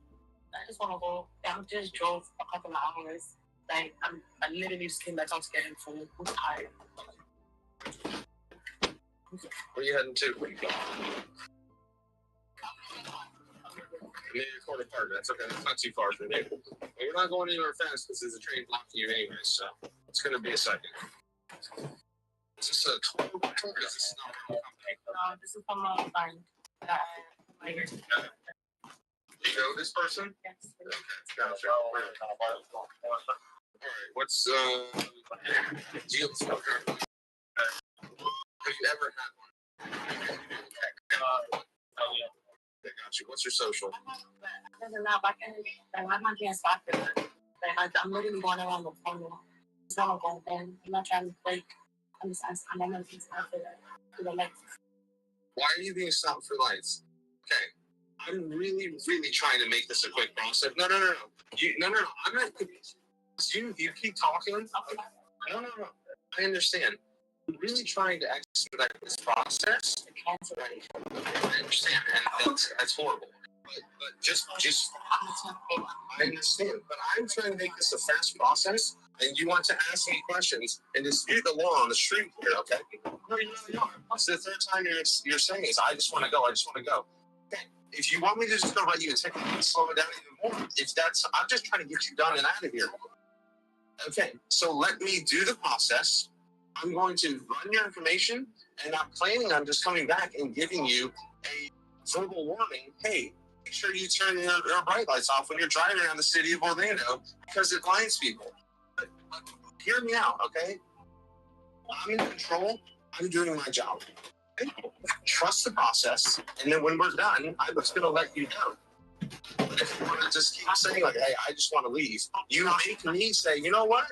Sounds like somebody that doesn't really care about what I'm saying. I'll go write him a ticket. I do care about what you're saying. I just have my baby. So give me a second. Please be nice because I have my baby. And that's correct. I get it. So let's just, at the end of the day, all I got to do is run the information, and I'm out of here, okay? I'm not being mean. You're being ungrateful. No, you're not. Just hang out with her. She's a little bit temperamental.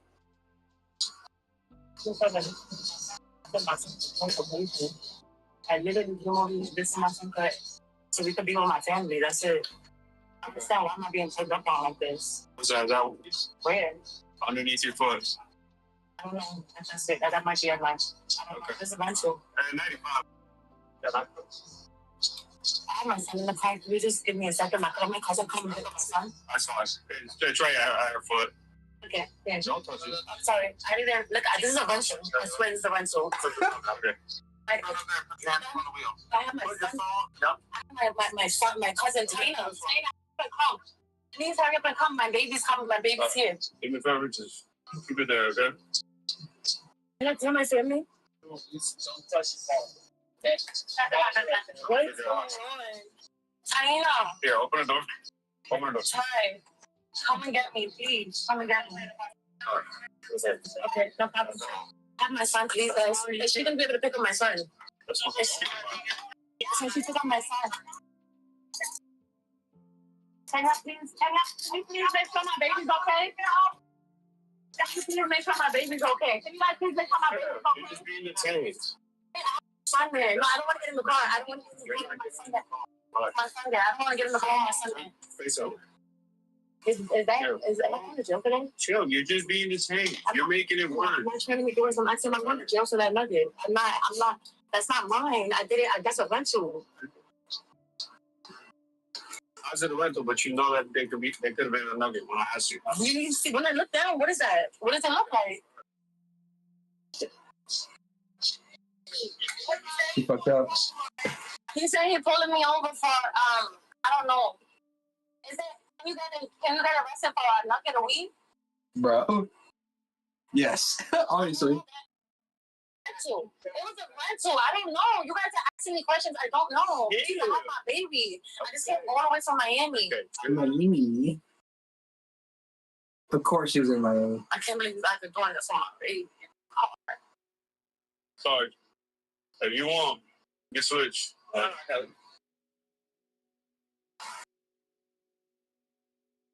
Excuse me, am I going to jail? We're gonna come over here. Can I? I'm not trying to go there. I got shot.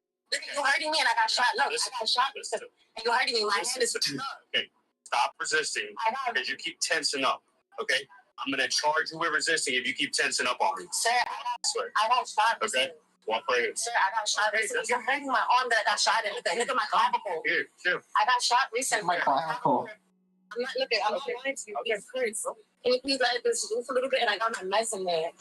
I need my meds. I can't because you guys are about to arrest me. I got my meds. What would they arrest you for? Because they're obviously you guys gonna arrest me for that stupid ass nugget. Okay, you're being detained. I just told you, you're not under arrest. You're not under arrest. You're being detained. Okay, just because you're in handcuffs, that does not mean you're under arrest. You're tripping. I am telling you, okay, this is recording. I am telling you that you're being detained. How are you guys going to come in? Yeah, you got in the car, okay? So that's why I wanted you. Okay, no, that's why you're being detained, okay? That's why we are searching the vehicle.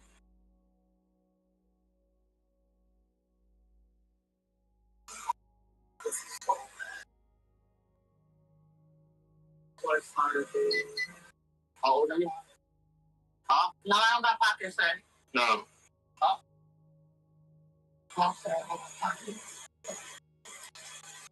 I'm gonna go to the piano. Let the police come. You're not. Come on, baby. Bro's so done. You're not tense up, okay? Hear me out. When an officer's pulling you out, okay? Whatever we do, because you can catch a charge really quick just for tensing up, okay? You gotta understand, I got shot. Like I said, look at my clavicle. I got shot recently. Look. She really wants him to look at his clavicle, bro. Pull my shit down a little bit. Did you see my clavicle? No, I don't. I mean, look at my clavicle. I see right here. Yeah. Yeah, I got shot. Look at my hand. Like I can't open and close my hand. I'm not lying to you. You got shot there? I got shot here and in my chest on my titty, right here, my titty pad. Bro. Recently, a couple months ago, from a girl that was my best friend, and I just can you just put it in the front? This is fucking crazy. I have nerve damage. Look at my hands. They're 3 different sizes. Look. I'm not lying to you. Look at my Just chill. Just keep your hands like that. Turn, because you can turn your hands so they're really loose, okay? Just keep it like I'm not gonna run it on my son. That's everything. Hear me out. Listen, that's a little bit, please. It's all I have. I'm not gonna be alone. Which one? This one, the one that looks blue. That's my right shoulder. That's my cousin. Could you understand my son, please? Chill, chill. Gotcha. Where do you live? Miami. So where were you coming up here? To my house. Where's that at? To Amelia Point. When did you get shot? A couple months ago. Oh, was it at 22? No. I said 9. I want to put it if I got shot in my neck. The door's in place. Yeah, no. What kind of caliber was it? I said 9. That's all I don't know. Because Jenny said my son. Because it was a lot. Don't you see a homeless thing? See this shit? Damn, this was harder than I thought. Okay. Okay, but just need to take it out. We know you'll be good to go. We'll take whatever. We don't really care if there's just no good. All right. Yeah, nothing more. The only thing other than that is my meds from me getting shot. I put in the trauma don't mix. That's it. So, I don't take the whole thing of the Gabapentin because it's a big bottle. So I literally took, look it up. Gabapentin. It's not a actual substance, nothing like that. Nothing crazy. You guys live in Miami currently? What Miami you guys live at? Downtown. No expensive over there? Or? What do you do? I think. Okay. I didn't even know that was in there, sir. I thought I lost it. I didn't even know that was in there. You're getting mad at me. Why would I make you go through trouble? Why would I make you go through trouble? I have no warrant or nothing on my name. Why would I make you go through trouble? You got a license. Why you I didn't even know that. I didn't even know. That's not even I didn't even know that was in there. Why would I make him go through trouble? I couldn't even find it just now when I went to the store to go get Bola. What are you talking about? I couldn't even find it just now. I went to the store. Okay, true. I went to go get tobacco from the store and I had to show him the one on my phone. True. How good deal. There's mad shit all in there. Yeah. You just, hey, listen. When you go, hear me out. When you going from here to up here, it's gonna make us go up here. I need those meds. You cannot take those away from me. That's true. He's probably looking at them. You can't take them. Okay, shut up. Oh my goodness, bro. This girl is crazy. I told you I left the big bottle at home. But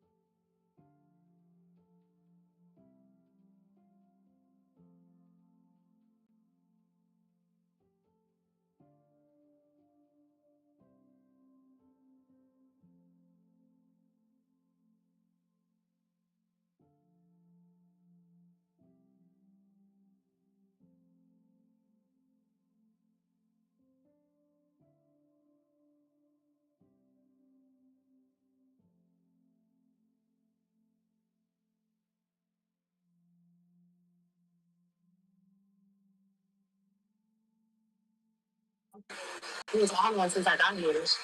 What's your first name? Revelina. What is it? Revelina. Revelina? Revelina. Revelina? Revelina what? She said apparently she got an 85 Sierra, so. Oh. Hey, come back over here. Come back over here. I don't know who you, I don't know who you think you are. I have not dealt with somebody that is like acting this way in a lot of years, ma'am. You are very entitled. You think you're in control. This is a traffic stop. You keep telling me how to do things. And hey, don't touch this. Don't do this. Hey, let me go. Let me go. You need to let me go. Ma'am. Slow down. Okay? I'm serious. Okay? No. But the thing is, you keep telling us what and how this is going to go, and you're dictating everything, okay? And I understand. Listen, I'm just telling you, this is the process. Let it go. Let the process be, okay? That's the process. There are things you can't control here. Just chill. Just be quiet. Just let it play out. You're too stimulated. Are you Spanish? Am I Spanish? Why, do I look Spanish? No? No, my name's Spanish. That's it. That's right. So you understand Spanish at all? Oh, you speak Spanish? Of course. Yeah? What nationality are you? Speak 3 different languages. Really? What language? Arabic and Spanish. Arabic? I'm already smart girl, of course. Yeah. What nationality are you? It's Dominican and Puerto Rican. Moroccan and Puerto Rican? I think you definitely look Moroccan and Puerto Rican. I'm from the Bronx. Very smart girl. That's good. You said Bevelina? Bevelina? Bevelina. You got a nickname? No? Bev. Bev? For sure. You said that's your sister? That's my cousin. Okay. And you haven't done the life that they sit in the hallway? It's good. It's good. Hey. Yes, sir. This is like the third time I'm being nice to you, but you're pushing it. I'm not trying to push it. Me, I'm not. I don't have nothing. Like, no, nothing crazy. I'm not a crazy person. No one said so. No one said I know, I'm just saying, though. Like, I don't have nothing crazy going on. I'm just trying to get my family's house. Like, hey, I'm going to just read you your rights, okay? I'm getting listen. No, doesn't mean you do. I shouldn't. You're being detained because you're being detained for me to speak to you about something. I have to read you this, okay? Just tell me verbally yes or no if you understand, all right? All right. Do you have another license out anywhere else? I used to have one in New York, not no more. In New York? Yeah. How long have you been living in Florida? For like 2 years. So you don't have one out of Florida? I'm back and forth. Like I said, I got shot, so I go to physical therapy in New York. I don't have insurance over here. I have 2 licenses. What medications are you taking for? I'm taking right now because of my breast. I have to hold on because of my tits. I have muscle relaxer because of my face. I have. What's the name? I need names. I see there's Oxy. Yeah. So it's there. That has my name on it. Those Oxys have my name on it. See, the tramadol and the gabapentin. Tramadol is for my arm. That's a nerve. That's for my nerves. And the gabapentin is also for my arm. That's for my nerves. Okay. And when I got shot in my clavicle and in my teeth. I had to bring my phone over and show you. Tramadol. Okay. There's nothing. Is there anything with a name under the tramadol? If you grab my phone, I have pictures on my phone with the prescription. Grab my phone. For tramadol? For tramadol, sir, yes. Okay. Where's your phone? Is it over there? It's on dashboard. Why is there a prescription bottle? For tramadol? Yes. Because that's how I get it from the pharmacist. I swear to God, that's how he gives it to me. That's exactly. Yeah, he gives it to me. It's a full bottle like that with a cotton and stuff like that. He gives me a full bottle like that on my meds. That's how I got my full prescription. I get a full prescription every month. I go to physical therapy. I go to pain management. I have my pain management. Hey, Nate. There's a phone in there. Can you grab it for me? What does it look like? Or an iPhone? Yes, iPhone is on top of the dashboard. Is it in the case? It's on the driver's side. And if anything, can I call my pharmacist to send the thingy over? I wouldn't lie to you. Well, the reason I'm asking is because that bottle is only for pharmacists. That's where I got it from, my pharmacy. Okay, but That's how he gave it to me. So since I'm like a regular pharmacist at a where do my son's life? Where do my son's life? That's my look at him. Okay, hold on. Can you say you're prescribed Tramadol, Oxy, and what else? I was prescribed. I'm not prescribed Oxys. I got Oxys from my team. You got Oxys from when you got your bag? Okay, is that the white ones? No, those are yellow. Those are yellow ones. White ones. The white ones, those are gabapentins. Okay, and what are those for? That's also for my arm. That's gabapentin. Why are you breaking them up? Because they're 600 and I'm small. Okay. I can only take Why 300. are you mixing those with other bottles? Only because I get a really, really big bottle of it, and I didn't want to drive with a really, really big bottle of the gabapentin. I'm going back home. That's why I swear to God. Because they're mixed in between. I know, because literally I just, like I said, I can't be doing that stuff. But I didn't think I was going to get pulled over and in trouble for it. That's my meds. Here's your phone. Tell me where your prescription is at. Can you just, Now, I need to see this prescription for this, Tramadol that you told me. okay. Can I at least call the pharmacist? No, I need to see the. Can I ask him to send this to me, please? Because I thought you said you had. I know, but I'm telling you, can I ask him to send this to me? You said you have. I do have a photo, but can I ask him to send it to Show me? me the photo. I don't think I'm lying. And I just need you to show me. I understand. I'm looking for the prescriptions. I'm not gonna lie. I wouldn't lie to you guys. New York. Have the prescription? New York State. Look, hold on, chat. I'm looking for it. I got shot. It's because I got shot. I'm telling you guys the truth. I wouldn't lie to you guys. Please. Do you have any mental disorders? No, I don't. Have you had any? No, I've never. It's because I got shot, and when I got shot, I got shot in my car. Let me show you the holes. I know. I believe So what happened is it's a nerve med. So they give it to you. It's a nerve medicine. You have anxiety? No, it's for me to getting shot. Look at my arms. You see my arms? Listen. Let me show you something. Look at my arms. Yeah, listen. I have really bad nerve damage, so that's why they give me gabapentin because they can't You need to show me this prescription, please. Because if not, this is your one chance that I'm trying to give you right now. Can I please have him call? Can I please call him to have him send this to me? And it has my name and everything. Okay. Please. I need you. I'm looking for it, but please can I have him call me with the whole thing, please? It's 11:36. It's okay. I know him. Can I please have him call? Can I please call him? Please. I wouldn't lie to you, sir. Please.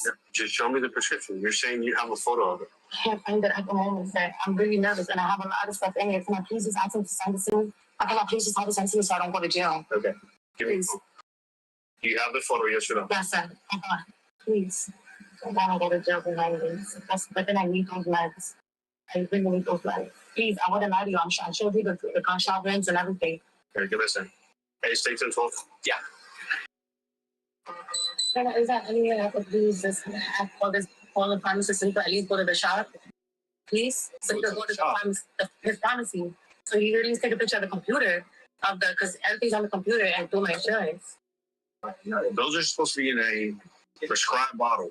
I understand what It's you're a saying. prescribed drug. You understand that? It's a controlled substance. I'm getting them prescribed to me. I'm not, so like you can see, I don't want to go to jail behind this. I understand that, but I'm just trying to you know, I gave you the option to give me I know, I tried to look for it. I tried to look for it and I showed you where I got shot. I believe you got shot. I'm not saying you don't. I believe you're taking oxy. Sir, Okay. can I please? I'm not. I'm just you're just gonna take a pop break. Chill, just chill. Okay. Hey, all right. What's happening? Besides that, is there a reason why there's cannabis inside your cage back then? I didn't know that there was cannabis inside there. I swear to everything I love, I did not know there was cannabis in there. So how would that get there? I did not know there was cannabis inside there. I did not know that there was cannabis inside there. Just Please listen to me. Please listen to me. But you hurting my arm. Please, hold on. Sir. Face the clock. Sir. Remember that thing that I told you? If you start tensing up, I'm gonna talk you into resisting. Is there anything I should stop? No. Please, are you guys going to take my kid? No, we're not. I can't take the car. It's fine. We leave him with your cousin, right? Can I take him? Answer my question. Yes. I'm going to take him the car. Your cousin's here. The car. My cousin's going to take the car? I would assume so. Yeah. I don't know if you're going to take the car too. Okay, you need to take. Sorry. I'm just going to ask you for police question. Please, I have to take my time. Sorry. You're getting my kid. Hey. Hey. Okay, testing 95, please. Let's see new test kit. After the woman failed to provide a prescription for the pills in her possession, they loaded her into the squad car and transported her to the Orange County Jail, where she was booked and charged with operating a vehicle without a license, possession of controlled substance without prescription, possession of a controlled substance, and contributing to the delinquency of a minor for storing her drugs in her child's backpack. The woman is innocent until proven guilty in a court of law, as there has been no disposition at this time. If you enjoy the content we produce, please don't forget to like, comment, and subscribe for more.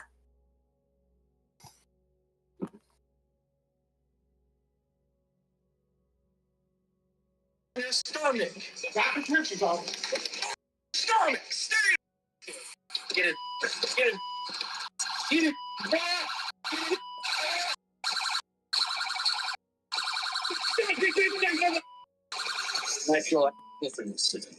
Following disturbing allegations directed at an officer with the East Cleveland Police Department, a sweeping investigation is launched, exposing other officers marred by corruption and misconduct.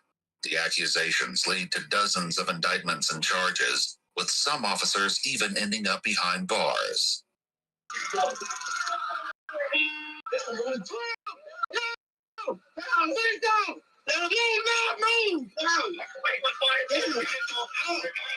One thing about me, I don't like being called a liar. The following is based on official police records, and the footage has never been seen before until now. Please note that all persons charged with a crime are presumed innocent unless and until proven guilty in a court of law. Just after 3 a.m. on March 25th, 2022, Commander Larry McDonald attempted a traffic stop in East Cleveland, which borders the city of Cleveland. The driver refused to slow, and McDonald quickly began a doomed pursuit. I'm being please. I'm trying to catch into a vehicle driving at a high rate of speed. Big plane about 100 miles an hour down in Euclid. So I'm trying to catch up his car now. McDonald eventually caught up with the fleeing vehicle, but what he found was devastating.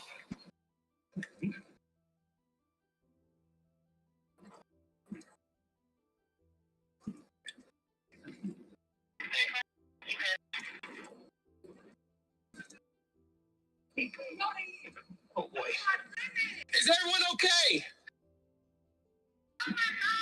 Are you guys okay? It's going to be a signal 20. We're going to need to send Euclid ASAP. Headquarters, I couldn't catch up with this vehicle. Me checking the location. I did find this vehicle in a signal 20. Though he now updates his dispatch about the situation, McDonald didn't initially inform them about his attempted traffic stop.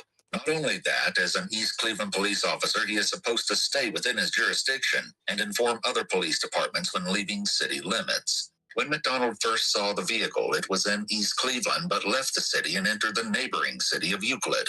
He only just now, after the crash, requests help from Euclid's police. While waiting for more officers to arrive, McDonald approaches the women who witnessed the crash, narrowly escaping danger themselves. What did you see? I just need to know, what did you see? He just went this straight through. I knew it. I didn't get to chase him because he was going that fast. Oh my God.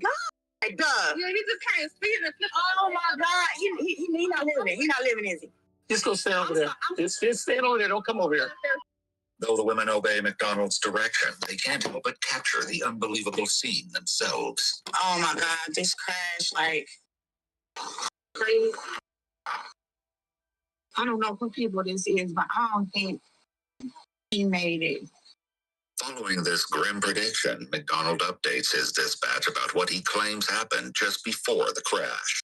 It's unclear if this is actually what started the chase, but McDonald will maintain this story.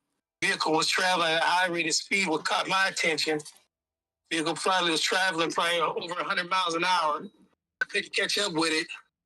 Though he also requests CMS, he still doesn't check on the driver, 20-year-old Darren Brown. In fact, he never does. Soon, officers from both East Cleveland and Euclid begin to arrive. God damn it. Just stay here, make sure nobody gets involved.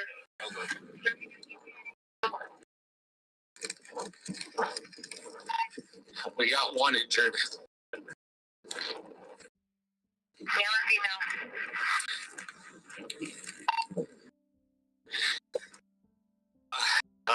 Looks like a male.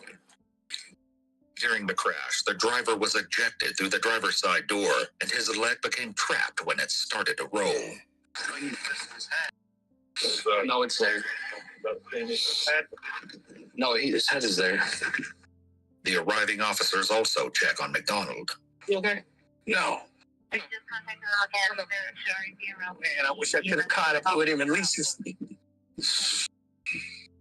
While McDonald appears to struggle to come to terms with what just happened, the footage from the security camera at the J.D. Byrider car lot reveals the full horror of the crash.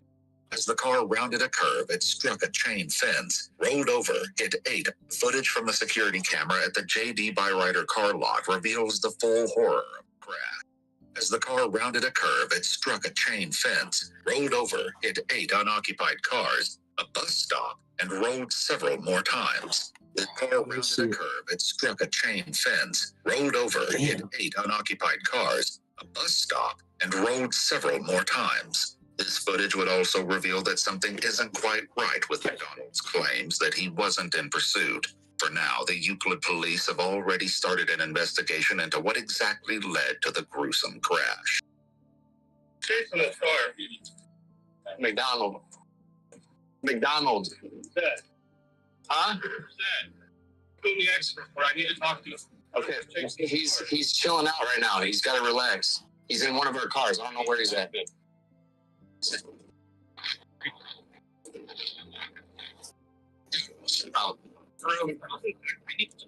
Okay, I got it. McDonald, where you at?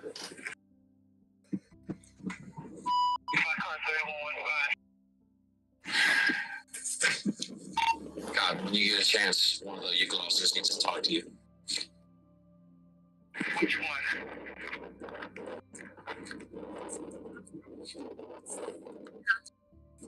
Alright. Sorry. Which Euclid officer? He's right here.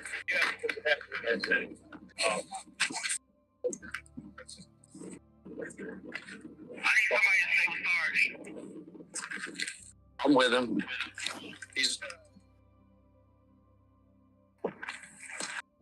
I am. So I'm the accident investigator, so I'm obviously going to put the fatal. I just need to find out exactly like which way he was traveling, what he did. When we was traveling, this would be east. However, he was going so fast, I didn't get him scared. I was monitoring the Destiny Club, so I actually stopped back here. While McDonald attempts to explain, the other East Cleveland officers discuss the event. He bounced off the cars. You see, I know, but there's literally like blood splatter on all sides of the car. I need to McDonald also updates the acting chief of police for East Cleveland, Kenneth Lundy, who soon arrives on the scene. Lundy was appointed after, according to court records, the former East Cleveland Police Chief Scott Gardner pled guilty to a sales tax-related charge. Lundy will face controversies of his own eventually. You got what? He's dead. He's dead. Didn't get chasing. He's too far away. The witnesses, though, disagree. He was right behind him. Right behind him? East Cleveland Police was chasing the car. McDonald, also known by the nickname Pac-Man, had already become infamous in East Cleveland. Like a bad reputation. That's awesome because you gotta keep your eye on because he kind of the cryptic side. He's a scary. Take my camera on. For a minute. All right, going off. McDonald doesn't turn his body cam on again. Still, it was too late. His body cam was equipped not only with GPS, which showed how close he was driving behind Taryn, but also exposed his speed, showing that he got up to 94 miles per hour. His body cam would eventually betray him again in the future. The full footage from the security camera also revealed he was only about 30 seconds behind Taryn. Despite these questions about the role he may have played leading up to the crash, if he escalated it and if he should have contacted his dispatch earlier, or informed Euclid about a speeding car entering their city.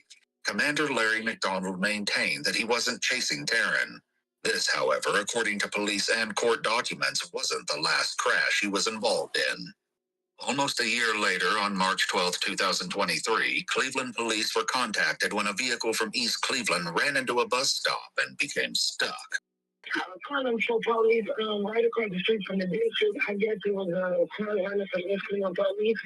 And I guess East Cleveland turned, he almost just hit me, but East Cleveland turned around and went back towards East Cleveland. He trying to reverse out. He trying to get out because he was running from the police. Despite the 911 caller's certainty that the driver was fleeing an East Cleveland police vehicle, when the Cleveland officers arrived, there's no sign of anyone from East Cleveland police, only the driver, and he's telling a very different story about how he crashed.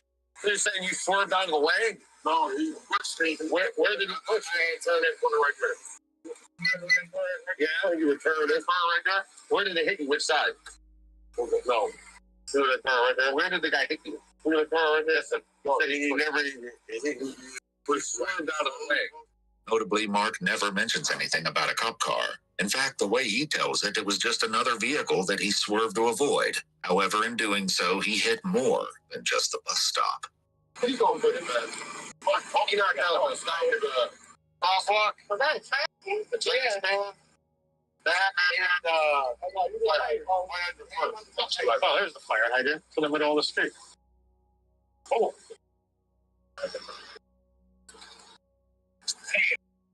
Got all the way over there. Hey, muscles, why don't you get out of the car and get this fire hydrant and drag it up on the sidewalk? While some of the Cleveland officers attempt to understand how exactly the driver, Mark, found himself in such a predicament, others try to verify what exactly the 911 caller may have witnessed. To do this, the Cleveland Dispatch contacts East Cleveland. Hey, were you guys chasing a car?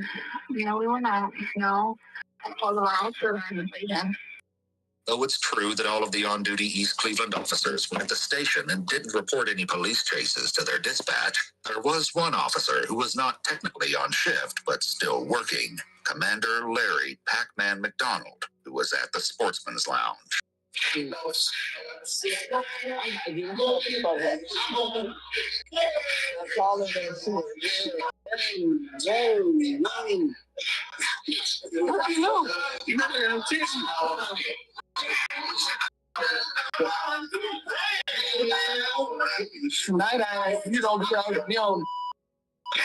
At the same time that the Cleveland officers are dealing with the aftermath of Mark's crash, McDonald is, according to Sergeant Anthony Holmes, checking on the security at the lounge.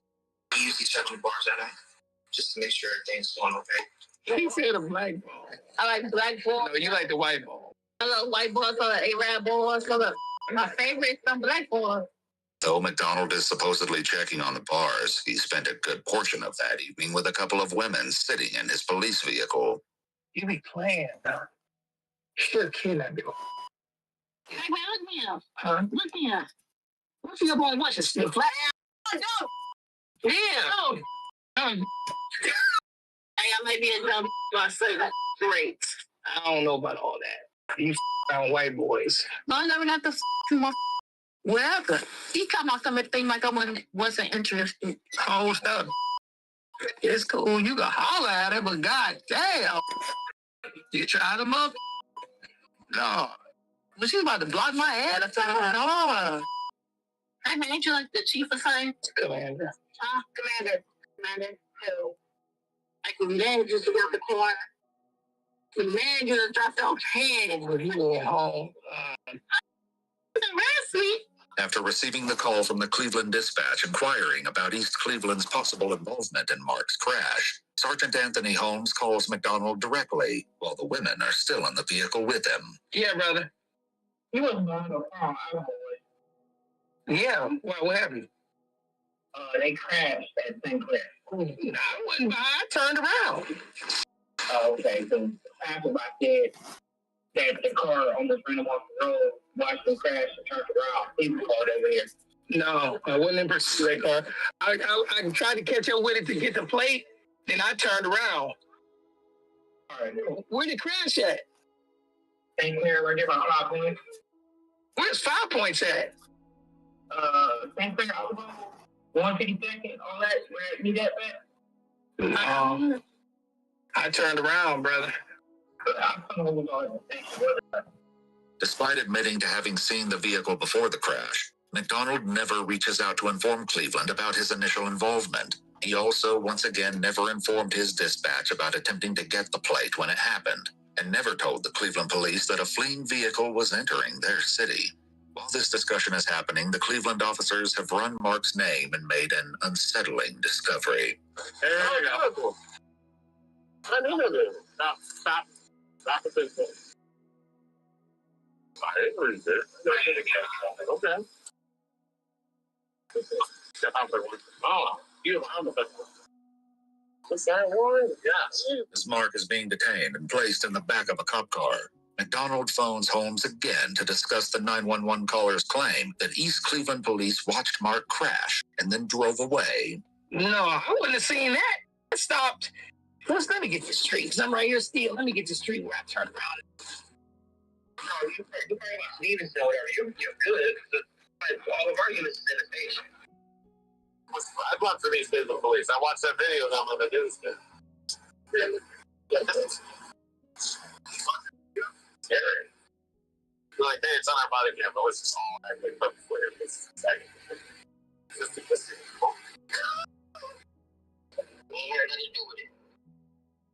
Yeah, because I was trying to get the plate on it.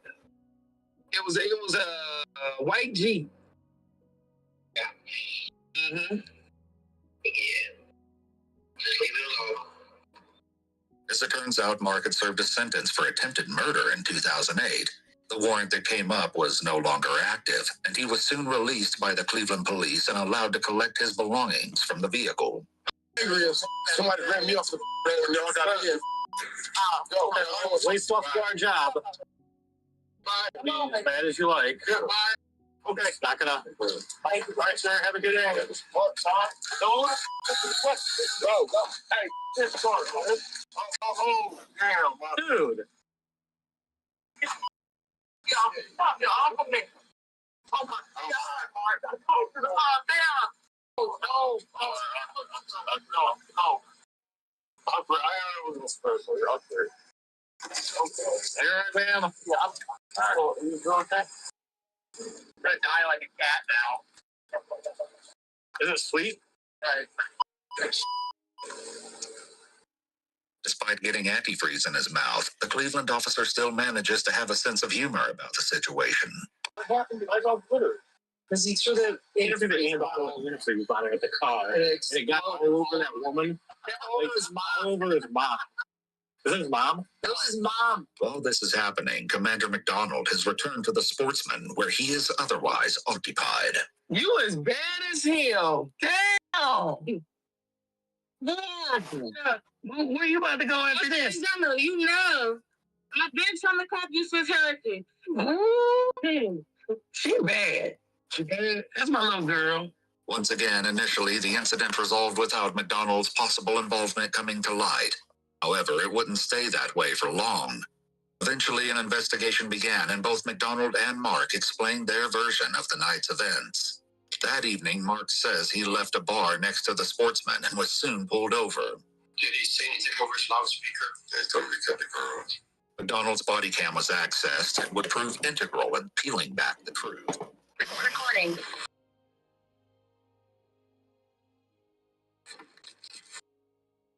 Mark explains that he recognized McDonald from a previous run-in involving his inactive warrant. I didn't know if he was going to plan something on me. I didn't know. Yeah, I was going to try to say I had a gun issue.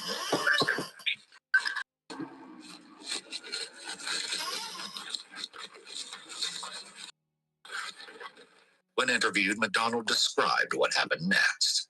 I really want to call this chase because I didn't get to chase the man. His body cam, on the other hand, would disagree.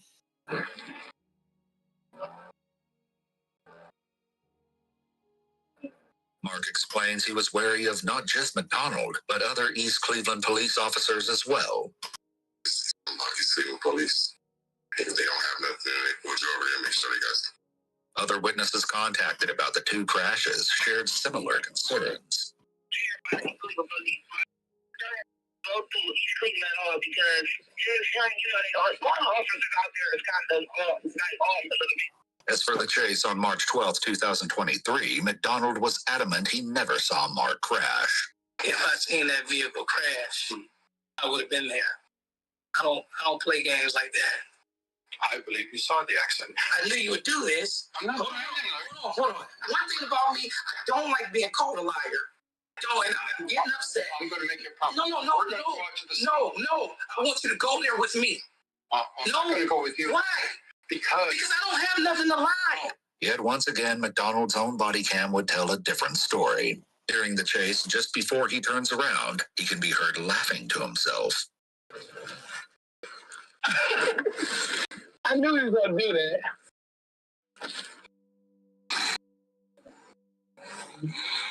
Combined with footage from a poll cam, which showed McDonald's exact location when Mark crashed, it's clear that his story isn't adding up.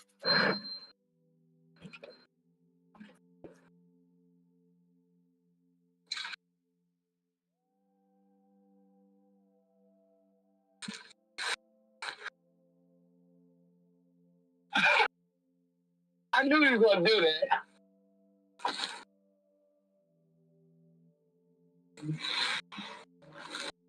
and you clearly see the car.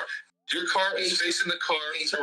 So unless you're going to sit there and testify before a jury that you're blind, maybe that's going to be maybe that's what you're going to tell the jury, is that you're blind and you should be able to drive. McDonald would find himself facing the repercussions of his actions, but he isn't the only one in trouble. Other East Cleveland police officers were facing multiple accusations of crimes committed while in uniform. For one, according to police documents, Sergeant Holmes never informed the Cleveland police that McDonald had been involved in the pursuit, resulting in inaccurate police reports. However, this isn't the only incident Holmes found himself wrapped up in.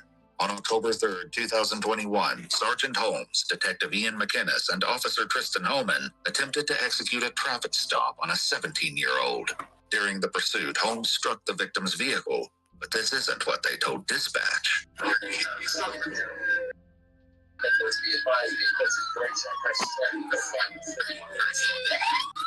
Holmes was confronted about this claim during the FBI and the Cuyahoga County Prosecutor's Office's investigation. In my estimation here, you struck him. Yeah, sure. Okay. I'm trying to be straight with you. I don't strike people on purpose. Like, okay. I believe he was like 10, and cutting in front of him was like, I don't, I understand. So, but that was your driving. I hear you saying, I see the viewpoint, like I did him on purpose. I'm not random, but you're random that, right? My vehicle did, yes. Following this, the driver fled the vehicle, but soon after sat on the sidewalk with his hands up. Sergeant Holmes' body cam captures what happens next.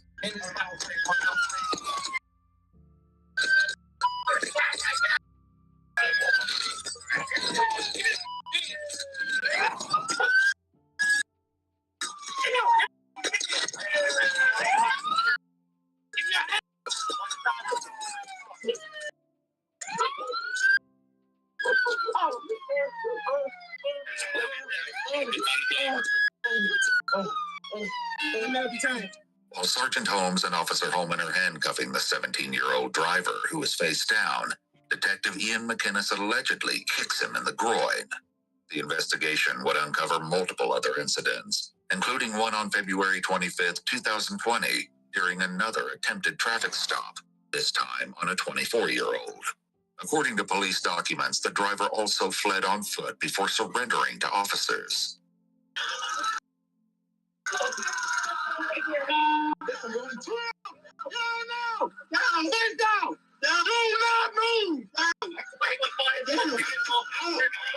While he was on the ground, McInnes kicked the man in the ribs. Another incident involving Detective Ian McInnes occurred on February 14th, 2022. This time, McInnes responded to a call at a restaurant.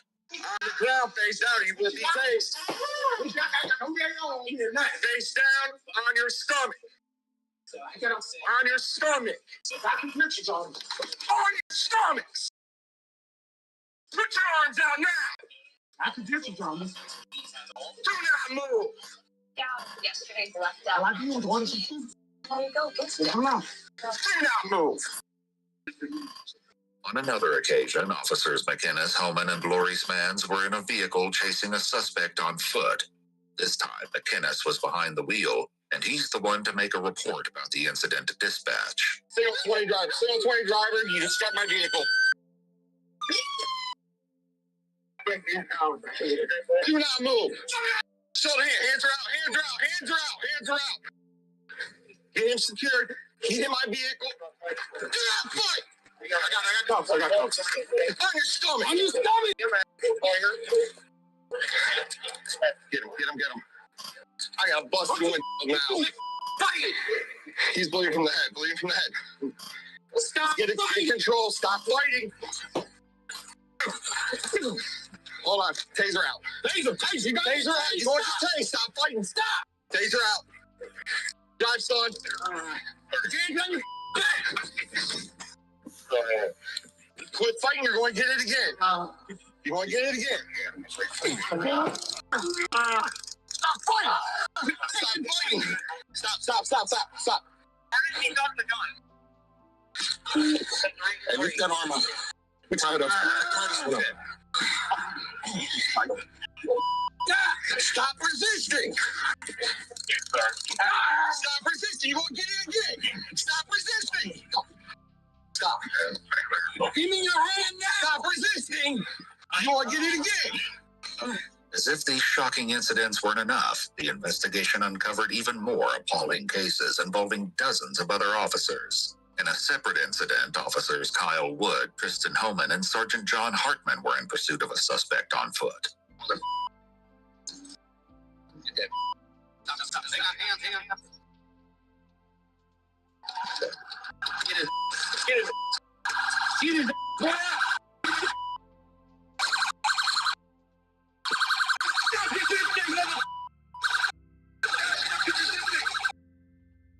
Even when they've secured the suspect, their misconduct continues.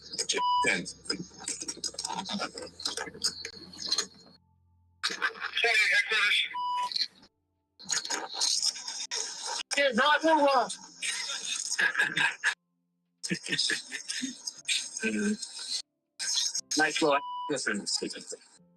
Other footage of a different occasion shows alleged misconduct involving Officer Nicholas Foti. During a separate arrest, it is Sergeant John Hartman who can be seen allegedly striking someone.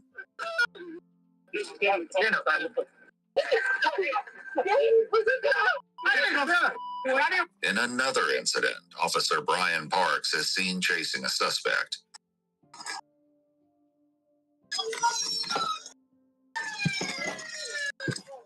Give me your hands!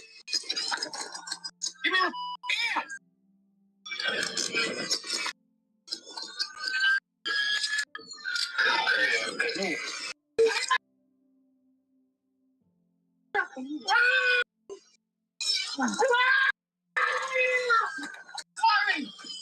I'm telling you, take me, Bumbo!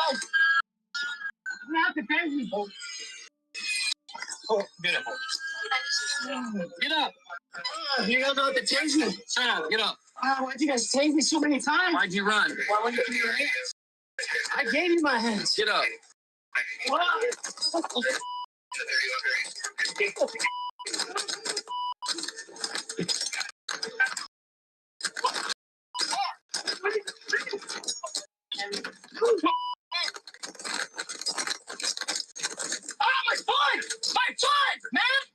During a pursuit, an unnamed officer can be heard screaming profanity.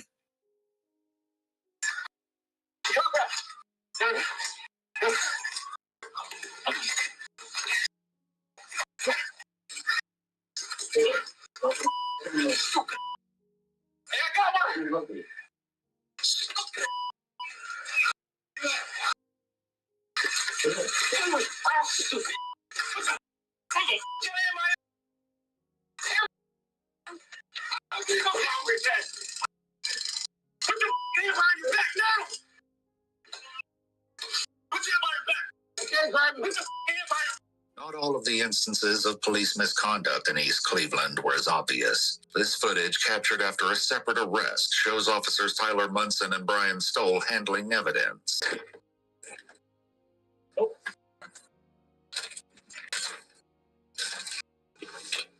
It's nothing. I didn't say anything either. Oh, wait. You left the fun. How is it still turned on? That's impressive. You suppose the battery hasn't exploded yet.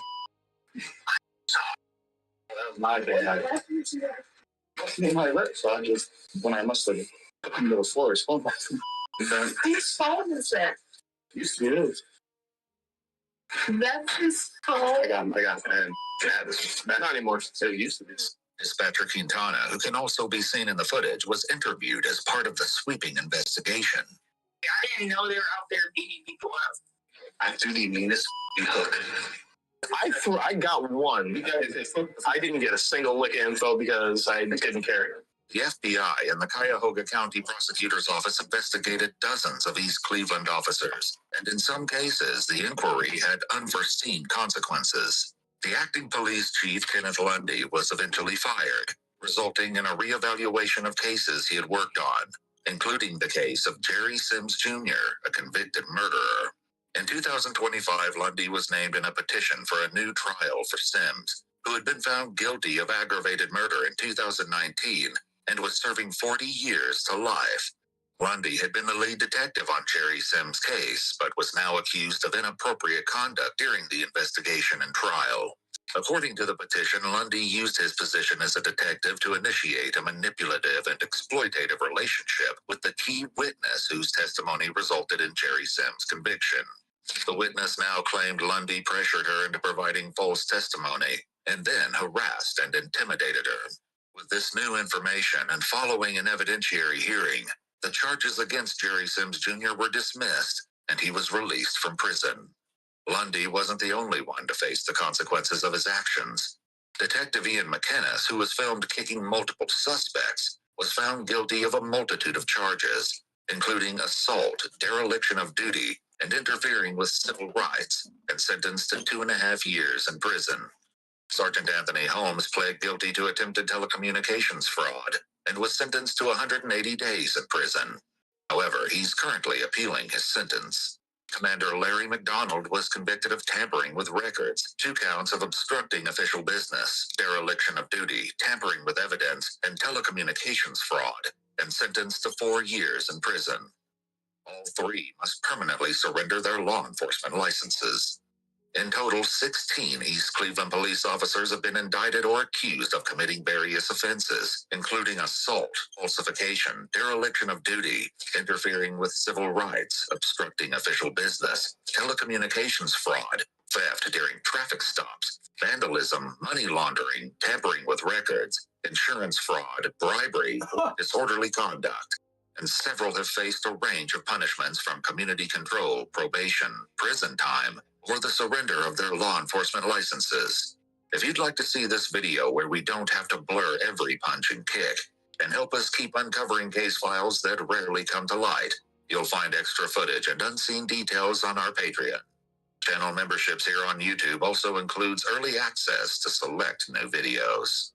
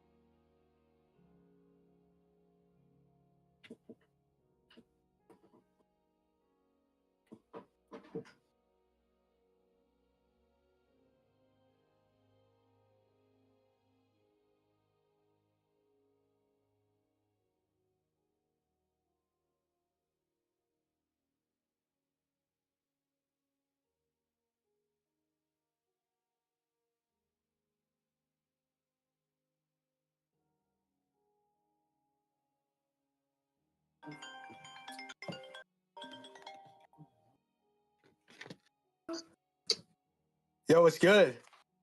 That Minecraft, nigga. Oh, yeah, you want Minecraft? On Minecraft. Somebody on Minecraft game. On my it's open on my computer. It's not I'm not playing it. What up? What you doing? Painting, bro, just doing my thing. Still reading? Yeah, I gotta get back in. I gotta get like not as much, but I gotta get back into it. What Billy been on? Bro, he's been good. He got like some old man disease. What's it called? Like something where you get a rash. Like a bunch of a bunch of old people have gotten it. It's like you get like the people who got chicken pox also get this disease. You got a disease? Dang, that's Nah, but he's fine now. He got medicine, so. But nah, he's been doing good. Okay. What about you? Yeah, I'm smooth, buddy. Nice. What you hear? Huh? I'm checking out. Yeah, I'm doing straight. When is your dad coming back anytime soon? Not to Wilmington, but I'm gonna be in Charlotte tomorrow. Yeah. How long you staying down here? I'm not staying in Charlotte for very long. I'm leaving Tuesday, I think, for Tennessee. I got family down there. I never told you that? Oh, you got that. Your uncle you was talking about? Yeah, I actually don't know what he is. I think he is. Okay then. Well, yeah, man. I was just checking on you, see how you doing. You know, I ain't speak to you in a while since I think about 2-3 weeks ago. Yeah, I hit you up a while back. Yeah, that was very Bad timing or bad.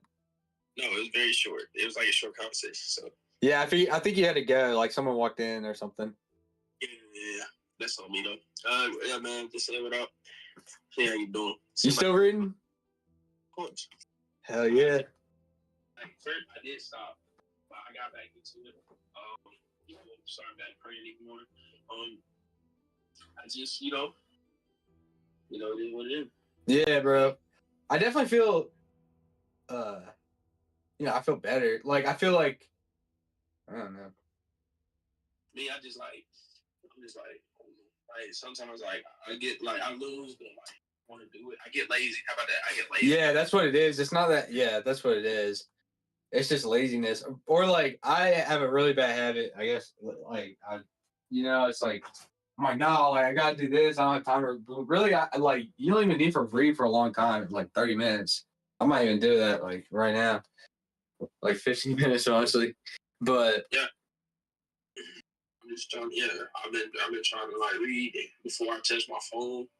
I've been trying to read like in the morning when you get up. I try to read before I touch my phone, read and pray. And then I'll try to read and pray before I go to sleep. Facts. But I mean, I try to read. Oh, I should be able to read. I should read throughout the day, but I don't. That's on me. But don't worry about that. Just get it in. It's like my Siege game is like I'm in a Siege game right now. Rainbow Six. Dude, that game looks fun. I'm not gonna lie.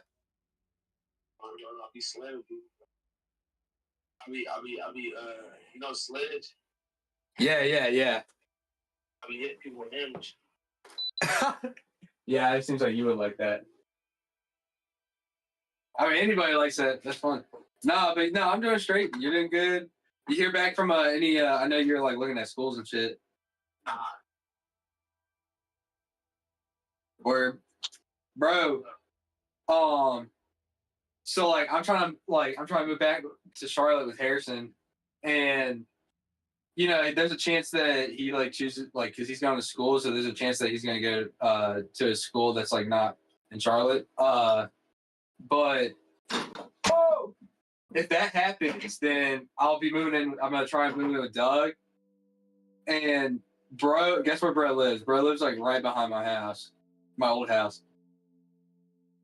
He's like on Rama. Yeah, right now he's like renting with a bunch of friends. So I'll be back. I thought it was funny. I know you're locked in. No, that's great. No, but I gotta get back to work anyway. So No, I appreciate the call, bro.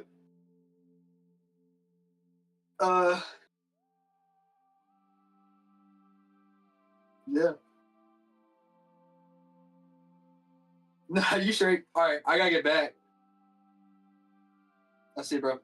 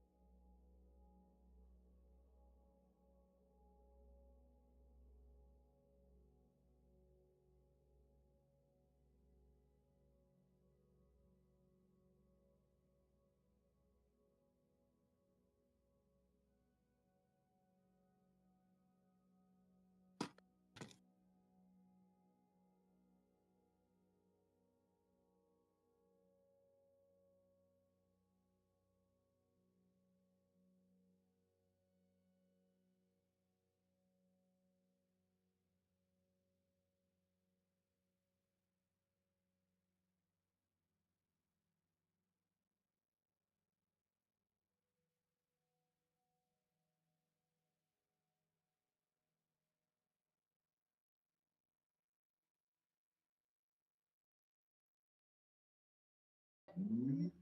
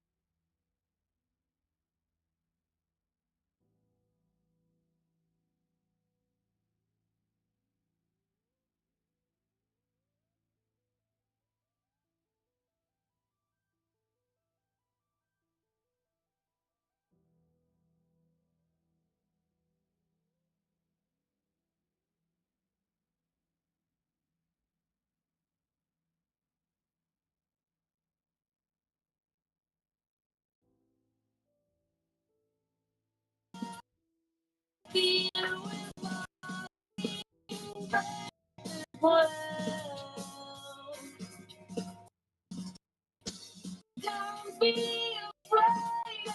I hear every word they say. But even if you don't look at me, sure, but I was there. What they want, and more reason. Don't be alone. I feel we're falling.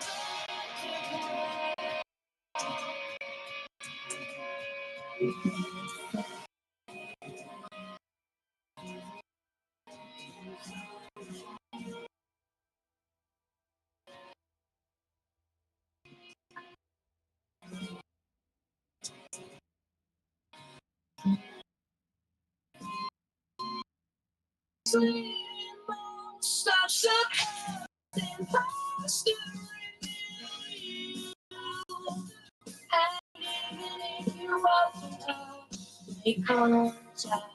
Both hands, make mistakes like that.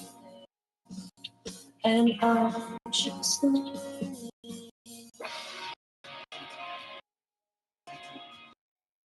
And I'm just learning.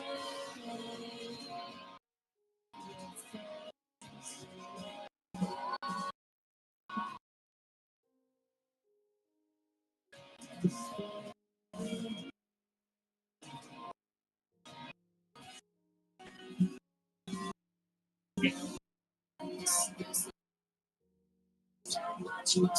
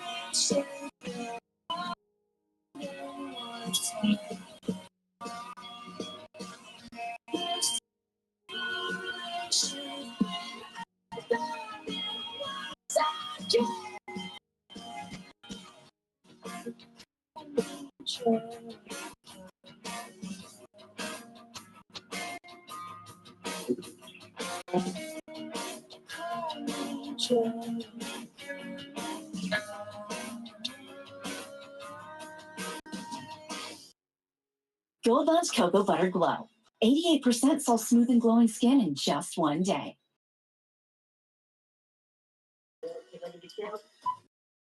So this way, I think it would be more Toby. More dog. And one more. Nice. Should probably try the Ranger and Farm Holiday.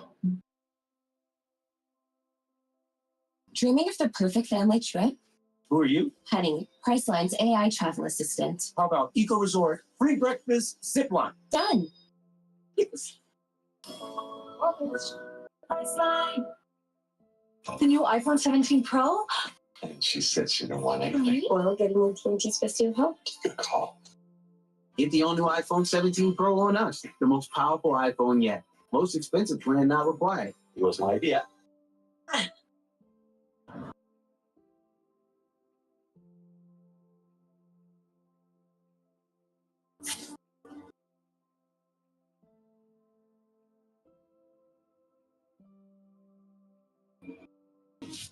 Stop advertising your servers to archaeologists on site surveys. Start marketing to the right people by targeting industries and functions on LinkedIn ads.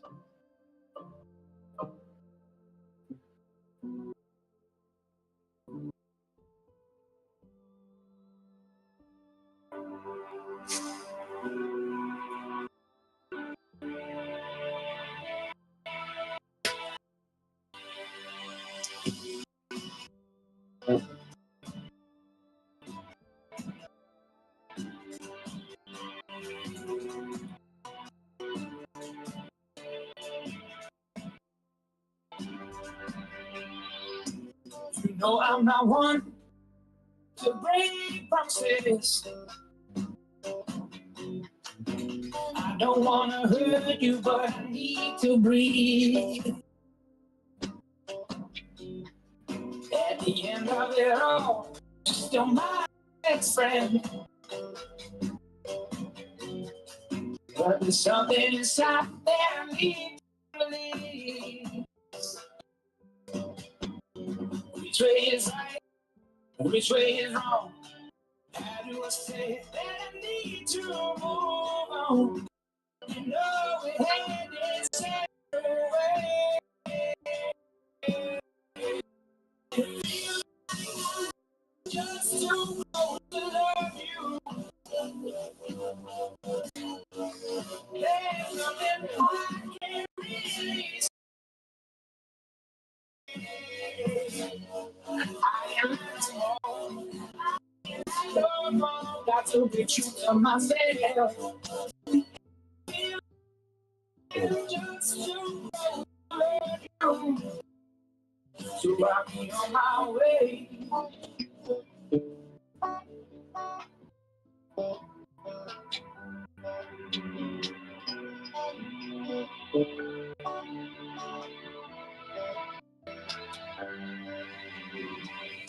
You gave me more than can return.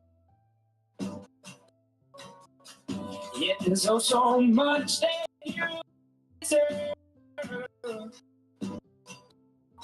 Nothing to say, nothing to do. I'm nothing to give. Sleep without you. You know it ain't away. And it feels like I am just too close to love you.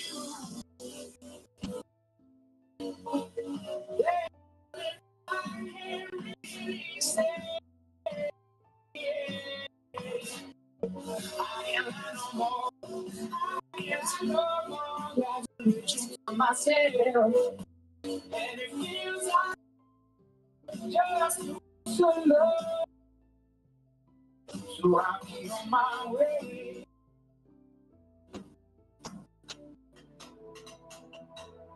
So I'll be on my way.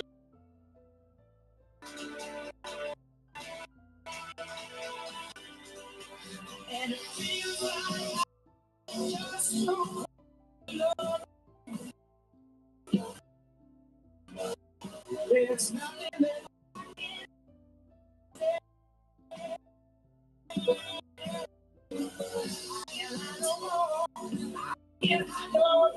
I will be true to myself. Feels like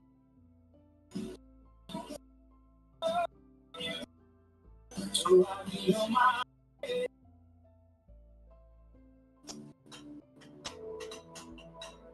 So I'll be on my way.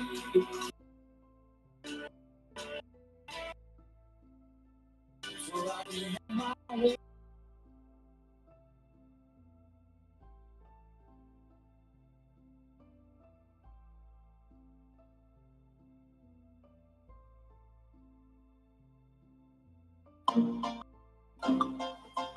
In my bag, all in my bag now.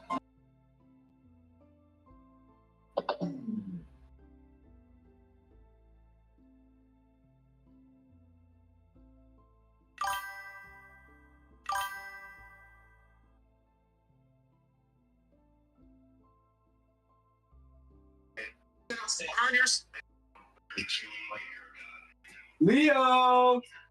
Following is based on official police records, and the footage has never been That's seen. what we got going on. In the early morning hours of August 29th, 2023, a chilling call comes into dispatchers at the Powell Police Department, and it's from Chance himself. 911, what's the address of your emergency?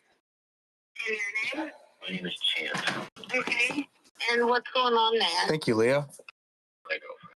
Oh, this guy just murdered his girlfriend. Do you want police to come to you? Can they come to you? I would like to turn myself in because I'm very mentally unstable, and I'm worried that I'm going to commit a cop if the cops come and pick me up.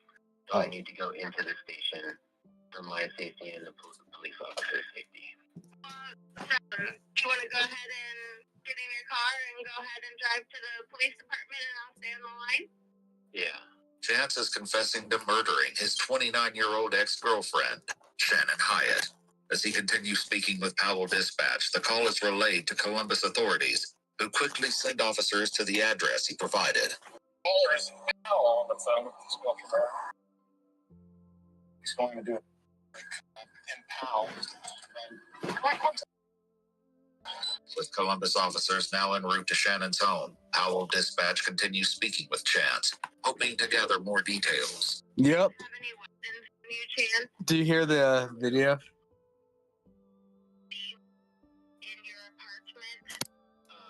I want you to leave that in your apartment, okay? I don't want you to take any weapons with you. Okay. What is the murder weapon? It's a knife. Oh. You put it somewhere where there's a child in the home and I don't want him to see it. Yeah, I was with my mother, and she's standing right now.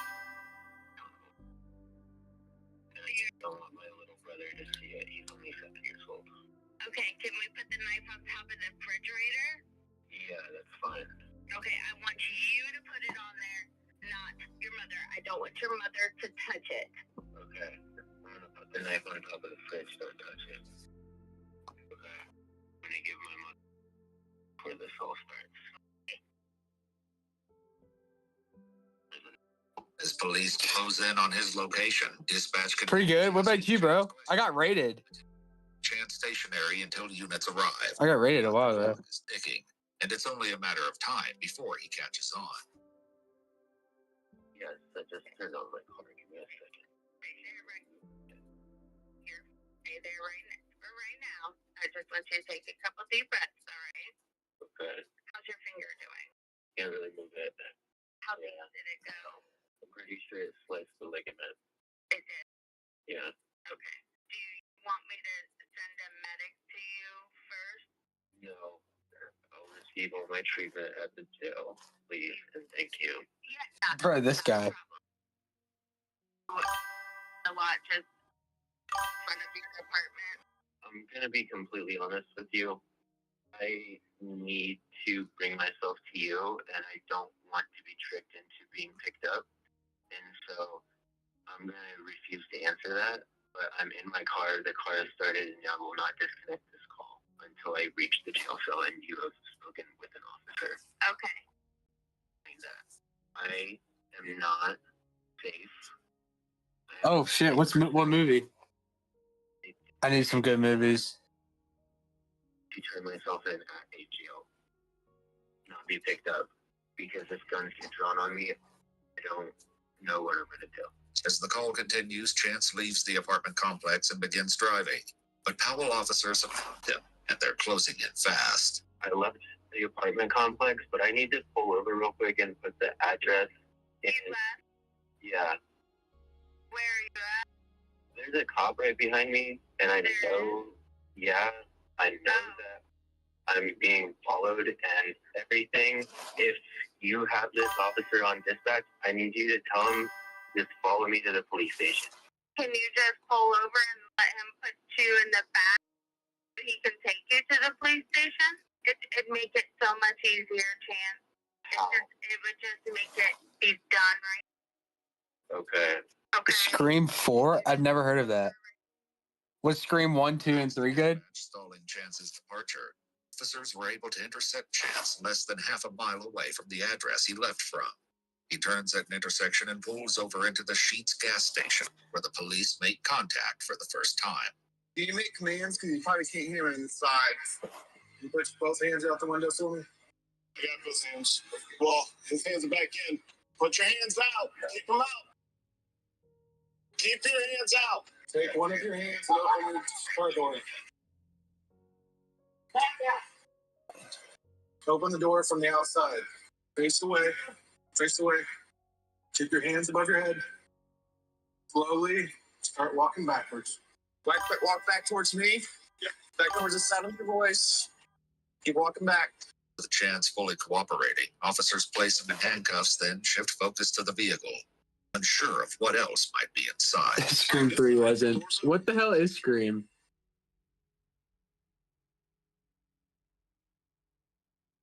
Get close. Yeah. What on it looks like it. Yeah, hang on, you bud. Nope. And then they'll send you out to the spam. 25 bucks more. Like blood on it. Are you injured at all, Chance, besides your finger? Scratch on the lower hand, but you're underneath the laceration. When did that happen? During the attack. Okay. And you put that bandage on yourself? Yeah, it's just a napkin and some medical tape. Officers place Chance in the back of a vehicle. Yeah, I've never heard of it. Blood-stained socks underneath. But hey, I mean, dude, making it 4 movies, they do have to be good.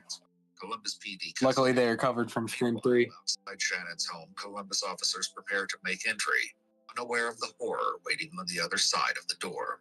Kick the door and go to the door. She's dead. She's right here. We got her. Clear the house. Let's go. That's 11 and clear in the house. We got one down on the floor. She gets shot or she gets seen? Everything has by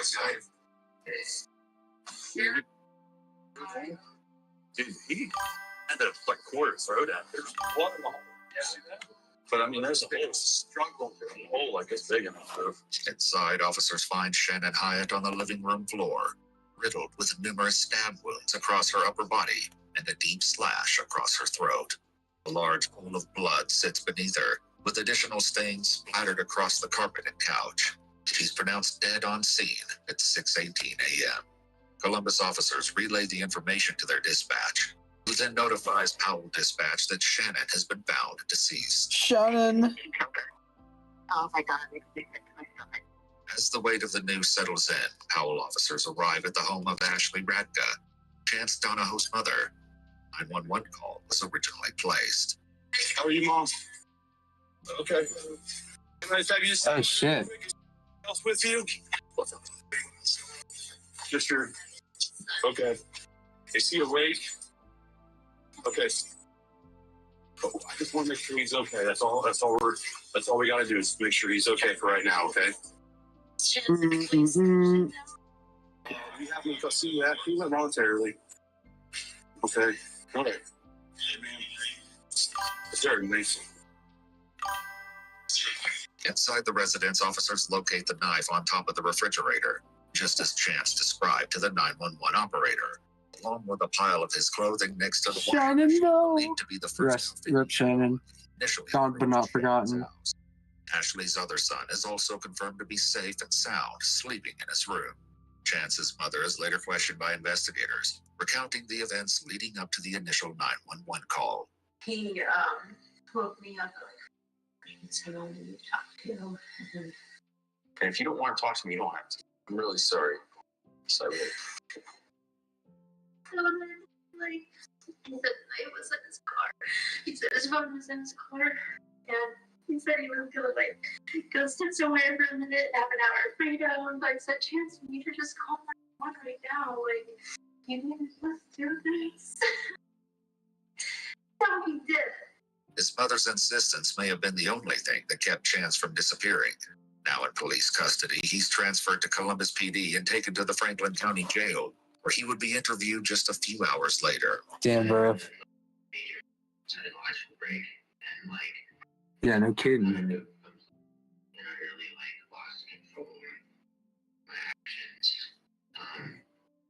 Which I know is not the case, and I need to pay for my mistakes. Basically, me and Shannon are going through a really bad breakup right now. Because I am unable to be honest and unable to not steal and unable to not take advantage of people that are around me. Took advantage of her a lot.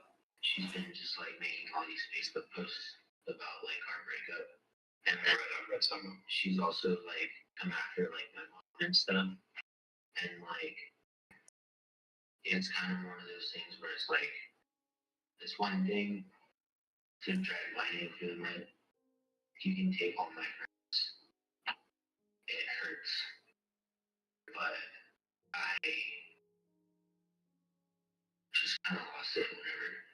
That would be frustrating in our home, right? Saying things like me and my mother's relationship is extremely inappropriate, implying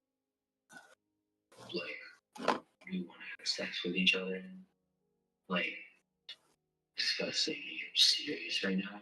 That is you all. Are you kidding me? What you have the audacity to say to start publicly saying that the reason I date older women is because I have an Oedipus complex. You're only 3. Oh yes, thank you. Good reminder. Good reminder. Ta-ta, Leo. Obviously, there's not a reason ever murder someone, but this girl has been messing with them pretty significantly since they've split up, and they've only been split up for a week. But she was a problem, and I anticipated it getting worse before it got better with her stalking him, and she no longer had control of him. And I think that was making her crazy because she had a lot of control of him before. We were unable to locate the specific statements both Chance and his mother claimed Shannon posted online. However, we were able to locate one post made just 5 days before her death, shared in a Columbus-based Facebook group called Are We Dating the Same Guy?, where Shannon publicly warned others about Chance, stating that he stole my prescription medication and money out of my bank accounts, and also claimed that the money was used on powdered drugs. Back in the interrogation room, Chance begins responding to the claims made about him. Did you feel betrayed? In that moment, I mean, like, I felt betrayed the whole breakup. Sure, she's been just, like, telling me everybody, everything. Which, I mean, I'm not gonna lie. I would do the same thing if somebody did that I did to her. But, like, she told me that, like, she wasn't gonna tell anybody about the theft and stuff. Because I paid her back the money that I took. And the only reason I took the money is because she took my debit cards because she didn't trust me with finances. And I'm not trying to sit here and like say all of my actions have a rational and logical explanation. Because like I don't want to be this way. I don't want to lie. I mean I don't know how to stop. I don't want to steal, but I don't know how to stop. She thought that the stealing had everything to do with the addiction to ketamine, when in reality, I go through bouts of unemployment because of the nature of my work. And so I run out of money, and then Shannon gets, or would get, like, really, like, mean and say really nasty things and all that. And so in my mind, just take this money, give it right back to her as your money so that she shuts up and everything can be like happy and peaceful, and then just replace the money before she finds out that it was taken. But for Chance, the theft and online posts weren't the only triggers. There was something else. She had started sleeping with Matthew, who she had like just recently started being friends with and told me not to worry about. Matthew is somebody that she was having some form of romantic relationship. Like I didn't have a reaction to it, honestly. I was just happy that I had what. I'm just happy, like I'm still happy. Like I don't know, I'm not like happy about it. It's a horrible thing, but at the end of the day,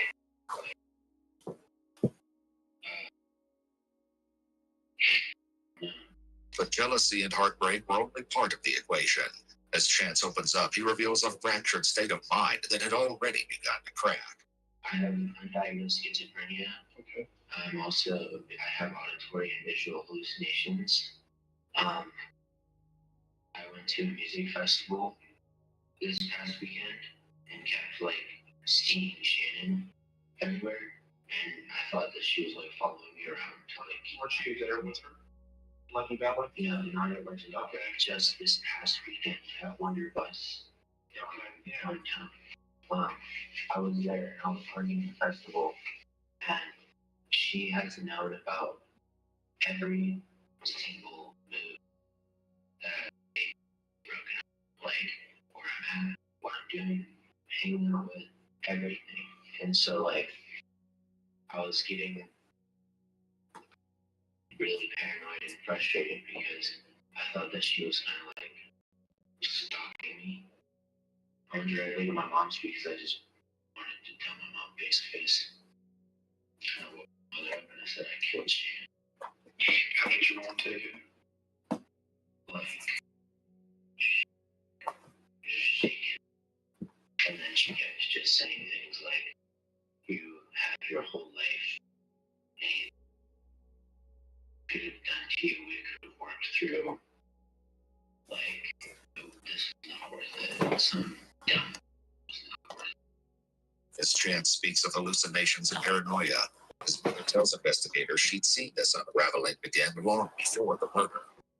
He didn't do any meditation for the last couple of weeks. He was diagnosed bipolar disease for 1 thing. He said he hasn't had his medication.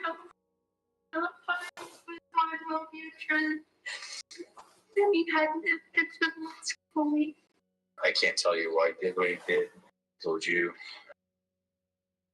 Places and all kinds of stuff like that. And told him like his son so much. I love my son so much. And can't believe this was happening. I'm really sorry. So sad about her family too. And even though she was like doing whatever she could to mess with them so much, like she didn't deserve that. I just can't control your kids. You know? I mean, he's an adult. He made decisions. That's not on you. It's on him. You know, at some point you gotta let him be an adult. I have, and I've done that. I've played that card. I've done every single thing. I've tried to do it all. He's been in and out of counseling since he was like 4 or 5 years old. What his mother could only fear, Chance now begins to admit in chilling detail. I'm just gonna try because I just didn't really know what to do. When was this? This was at about like 11 o'clock. Last night. Yeah. Okay. I was just driving between like 11 and like midnight. And just kind of like drumming around. This is confirmed by Shannon's front porch camera as it captures Chance's car driving past around 11:11 p.m. And I thought to myself, I should check myself in the mental hospital. Because I'm not that safe. I actually just like drove by your house before I like went back to my mom's house and changed into clothing. And I saw a van and I saw a person that looked like Matthew Lee. I just kind of didn't think of anything about it because I didn't know what kind of vehicle he drove. So when you drive, I just drove by because at first, like, all I wanted to do was just like talk and talk. But like, I know like this doesn't make any logical sense because knocking and getting the police called on you and getting a trespassing charge is far less severe than getting a murder charge. But I just like I got to spend time with Vessel that was to absorb her spirit. What? And get something back. We had some video, like from the neighbors, like cameras or video systems. It looks like you had walked up to the house, maybe with like a t-shirt on initially. Does that ring a bell? Yeah. Around 11:57 p.m., a neighbor living next door to Shannon's home catches a glimpse of Chance walking through her yard and across the driveway, unknowingly capturing a critical moment just before the murder takes place. That was the time that I like drove past. It's almost like saw the van, was trying to like work up the nerve to like go up to the door. Didn't really know what to do, so I guess I don't know why, but I was just like, why don't you just like kind of just like see if she's even like here. And so I peered into the garage window to see if her car was there, and then I tried to see if I could see what room she was in without her seeing me on her cameras and stuff.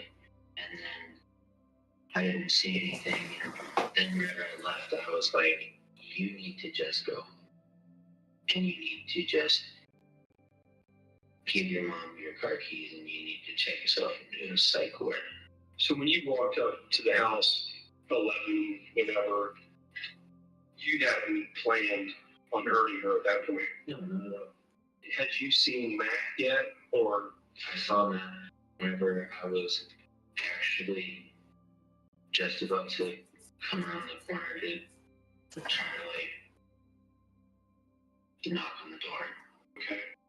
Did he see you? No, he had his back to me and he was coming out of the door, and then I got spooked and ran off. I like this weird thing. I was just like, well, if you want Shannon back and you can't get her back, you can like take her life force, and then you'll be together forever. And so like, holy shit. I went home and I changed my clothes and I'm all black, and I grabbed a knife. I went over to her house and I see on her doorbell ring camera at some point throughout her investigation. To the doorknob, she screamed, "I will call the cops." And I slammed my shoulder into the door 2 times. After the first time, she said, "Are you kidding me?" Because I think that she thought I was just being obnoxious and pounding the door or something. Or honestly, I don't even know if she knew it was me until I got into the house. I had a bandage on. So I was trying.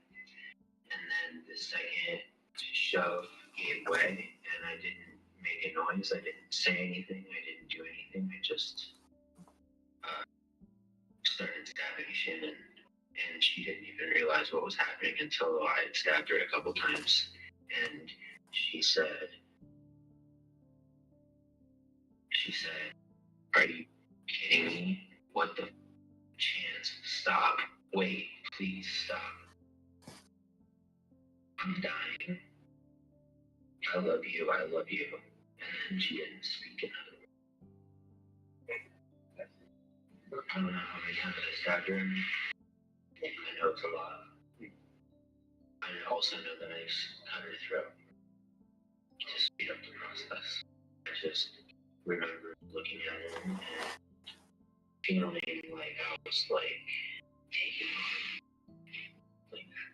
on her spirit, I guess. Holy shit. Less alone than I fell since her breakup. Shannon Hyatt suffered more than 30 stab wounds across her upper body, along with a deep slash to her throat. She had multiple defensive injuries, evidence that she fought to survive. But the horror didn't end there. For nearly 3 hours after her death, Chance remained inside the home, doing things so unsettling, even investigators struggled to make sense of it. Well, I took her house keys and her phone after I killed her. Okay. I don't really know why. I don't have her password or anything, and she has the thumbprint, so you can't get into it. But I took the keys. I screwed a piece of plywood to the front doors to keep it. Why did you shut the front door like that? To be completely honest with you, so I just didn't get out. Yeah, that's good. I mean, it sounds ridiculous, but that's supposed to be against you. That always a concern of mine. And I'm not gonna lie to you, there is a part of me that's very upset knowing that they slept together, because the first thing that Shannon said whenever she got out of our relationship was, "I need to be single for a while, figure out man." Right. And then I saw something that she wrote down saying, "I feel like I'm really falling into the same patterns with Chance with Matt, and I don't know how I feel about it." Where did you write that down? Is there another one? Okay. How did you get your phone? I used his phone after I killed her. Full psycho stalker mode, dude. You might be completely blatantly honest with you. That's why we're here. In the aftermath of the murder, Shannon's back porch camera captures chilling footage. At 2:04 a.m., just 6 minutes after her screams are heard, Chance's shadow appears in the window, and for a brief moment, a blood-covered hand is visible. His shadow returns multiple times throughout the early morning hours, a silent presence inside the home, long after Shannon's final breath. The body at that point, because the door is busted and her feet are about a foot maybe away from the door. Okay. And if I want to do any kind of going in and out of the front door, there's just a dead body right in blatant view. So I rotated her 180 degrees. Went outside, smoked a couple cigarettes. When you say I went outside, did you go out front? Okay. Did you have sex with Shannon? Mm-hmm. Afterward? Mm-hmm. At that point, was she dead? Yeah. Did you feel aroused looking at her? No. No. I like her deadness, but I was still very sexually attracted to Shannon. She was beautiful. So how long do you think that lasted? Oh, 5 or 10 minutes. Okay, did you wear a condom or? It was another just acceptance of guilt. Yeah. Do you remember where you ejaculated? Was it inside of her? Or? Damn. How long do you think she had been dead at that point? From here, Chance lays bare a disturbing justification, one rooted in a delusional sense of power and a belief that Shannon was something to possess or consume. You mentioned earlier that if you took her life force, that you would feel closer to her. What does that mean exactly, like, as far as? Well, it's kind of like Native American belief of like having love, like absorbing the soul whenever you kill an animal. Okay. I don't know, like you're absorbing it and like, I don't know. Oftentimes, whenever I'm experiencing episodes of psychosis, think that I'm a god. Okay. And will view people as like just kind of things. I've never been violent to this extreme before. Definitely just like, well, if I'm God and I take away your free will and I release your spirit, take your spirit back. Okay. I mean, I still feel like that. So, are you, like, as we speak right now, how are you feeling about, like, our interactions? Do you feeling like you're a god right now? I mean, And we're like objects in front of you? I mean, you're not necessarily objects, you are people of authority, and I am paying the price for, like, human laws and stuff like that, because I am in a human vessel, but, like, yeah, like, I'm definitely, like, a god, and, like, it's happened. What's the tattoo stand for? ACO symbol represents the sound frequency been recorded and picked up throughout the entirety of the unexplored universe. It's often referred to as the God frequency. This is kind of a religious representation kind of thing. Next, Chance is asked to confront the weight of his actions. Do you feel bad or yes? I feel guilty for taking Shannon away from the people that love her. And a lot of people are going to miss her. I do feel guilty about that. Processing emotion is something that I've always really struggled with. Ever since I was a kid. Like, I'm more of an analyze emotion rather than, like, feel emotion. I'm losing everybody that has ever cared about me to this relationship. And I felt really wrong. I wanted Shannon back. And now I have her back. But I also wanted to take something away from her. But I had absolutely nothing to take away. And accept your life. And so I did it. Over and over and over again. She couldn't speak and was making weird raspy sounds, and I slid her throat up. As the interview nears its end, Chance offers his final thoughts of justice, remorse, and the pain he's caused Shannon's family. Appreciate you sharing with me what happened.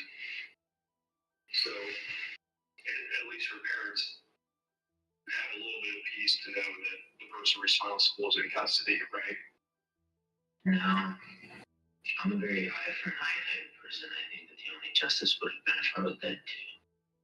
With all due respect, I'm a dope, but I'm not somebody that runs away from it. In your experience, do the parents of the victims even probably hear anything? It's all going to be there. The trial, everything else, they're going to know. I think they would You all know what happened. I should tell him that. Shit, that deserved to be a victim.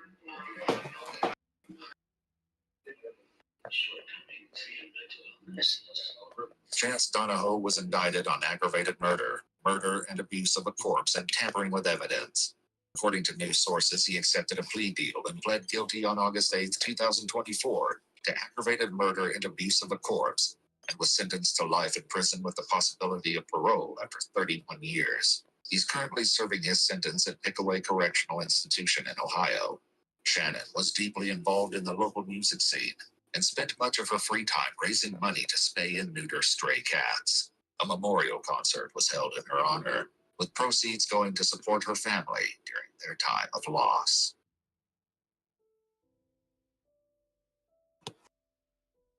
Yeah, easy. Yeah, you stand this straight, stand line the back. Hold on, let's take this off if it's impossible. When a substitute teacher shows up drunk at an elementary school, the officers are ready to let him off for a quick intervention. I would like to turn myself in because I'm very mentally unstable. Okay. Is it going? Hey, everybody. Just figured I'd send a quick check. This is Paul Ferguson. Tragically, his brother Timothy passed away just prior to this live stream. For those of you who aren't aware, my little brother has passed away, and it's a lot to deal with, but we're fine. Such devastating news. Viewers quickly showed him support during this terrible time, but unbeknownst to Paul's fans, this would be his last live stream ever. As it turns out, Paul himself was behind the death of his younger brother.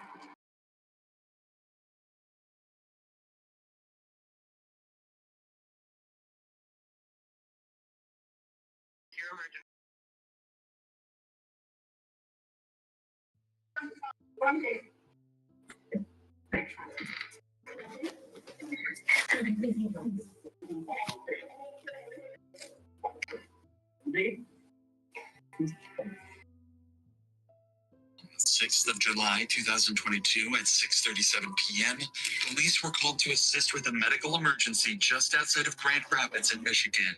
The caller, Shonda Vander Ark, mother of Paul and Timothy, had told paramedics that Timothy wasn't breathing. Just 7 minutes after arriving on the scene, Timothy was pronounced dead. Officers had never seen anything like it. Timothy was malnourished, bruised, and hypothermic. There were bones protruding from his skin. Despite being 5'8", he weighed just 69 pounds. Most concerning was where they actually found Timothy. He was lying in a small closet that reeked of urine and feces. Inside was a blue tarp and an Amazon box. And just outside were a pair of shots. There were also multiple cameras around the room and an alarm on the door he was found in. Undoubtedly, something was incredibly wrong, but police hadn't even scratched the surface of just how horrible this case would turn out to be. So, to maybe shed a little light on what just happened here, Officer Sean Stefanich decides to talk to his seemingly grieving mother, Shonda. Oh, ma'am. I'm Officer Stefanich. Right now, we got some people coming over to talk to you, okay? She's been wearing really loose clothes the last couple of weeks. He's really skinny. He's really skinny, and I noticed till this morning because he wouldn't, I asked him if he's okay, and he would not answer me. He's 15, he's been... He has autism? Yeah. Like a high functioning? Yeah. I had no clue how bad he was. Oh my God. He did this back in my husband's stroke was January 3rd. Mm-hmm. So he did this in, I don't know, second week of January for almost 3 weeks. And then he ate something last night. I can't remember what it was. I'm sorry. It's okay. This is where police realized that Shonda's emotions might all be an act. And as they would uncover more evidence in the house and talk to her son Paul, these claims would slowly fall apart. So as the officer listens to her side of the story, he'll be looking for anything to latch onto that they can use against them later to determine the truth. I had no idea. I would have taken a piano or something. Like, so the last time you saw was 5:30 this morning. Did he say anything? 5:30? Yeah. You sure it wasn't earlier? I mean, it's possible. I thought it was 5:30, but since we late, I heard it thunk, and I came down, and he's kind of laying on his side, kind of like, what the heck? And I picked, I reached out. I'm sorry. That's all right. Oh my God. Timothy was pronounced dead at 6:44 a.m. that morning, just an hour after Shonda claimed she last talked to him. The reason the officer seemed suspicious is because the first responders noticed that rigor mortis had already started setting in, tightening his facial muscles. This usually starts anywhere from 2 to 4 hours after death, not the barely 1 hour that Shonda is claiming here. But the real question is how Shonda never noticed just how skinny and emaciated Timothy really was. This sort of malnourishment doesn't just happen overnight, so the officer asked her to explain herself. Asked him to eat last night because his face started looking a little. I'm like, okay, and he wouldn't show. I'm like, let me see. Put your shirt up. And he wouldn't hold his shirt up. He wouldn't do anything. Did he get real skinny last time too? Yeah. I know it's because my 7-year-old walked in on him accidentally when he was in the shower downstairs. And then my 7-year-old comes up and he's like, Mama, Timothy's really skinny. I was like, oh. Was that this time or last time? That was last. I told him he was either going to start eating multiple times a day or I was taking him to the hospital and he didn't want to go to the hospital. So So he ended up eating on his own. And then, so this last, is it because your husband wasn't home? He hasn't been home since January 3rd. He actually mentioned he was hungry the day his dad and stepmom called to tell us they were divorced and moving to Florida last week. Shonda is essentially saying that Timothy wasn't eating because of a, quote, hunger strike, campaigning against family problems. Back in January, Adam Vander Ark, Shonda's husband, had a stroke and had to move out due to issues accessing their home. This caused Timothy to stop eating for 3 weeks, and he only started again after threats of being taken to the hospital. For the last 2 weeks, he had stopped eating again, allegedly this time due to his biological father divorcing his wife and moving away to Florida. Each of these events did indeed happen, but as it would turn out, they had nothing to do with Timothy's hunger at all. I tried to check him in the last few days, and he just wouldn't let me anywhere near him. He just went, yes, massive. What was the last time you ate, you think? Last night, he ate. Oh my God, I should have made him eat. Oh, I feel like such a failure. You see, there's food in the house. I could have done something. And they really hide that from you like that. It would turn out Timothy wasn't hiding anything from her. Police had to get to the bottom of what exactly she knew. So after this initial questioning phase ended, police handed over the case to detectives, who obtained a search warrant and began to collect evidence throughout the house.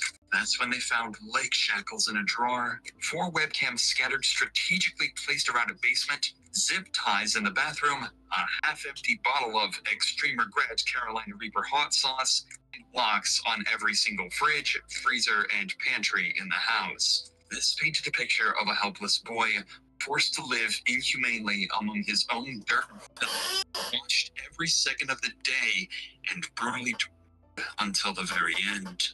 The next day, an autopsy was conducted on Timothy's body, finding even more strange and worrying things. He had extremely sunken eyes, slightly blue-tinted skin, and there were many signs of dehydration as well. His cause of death was determined to be dehydration and extreme emaciation due to starvation, with hypothermia playing a role too.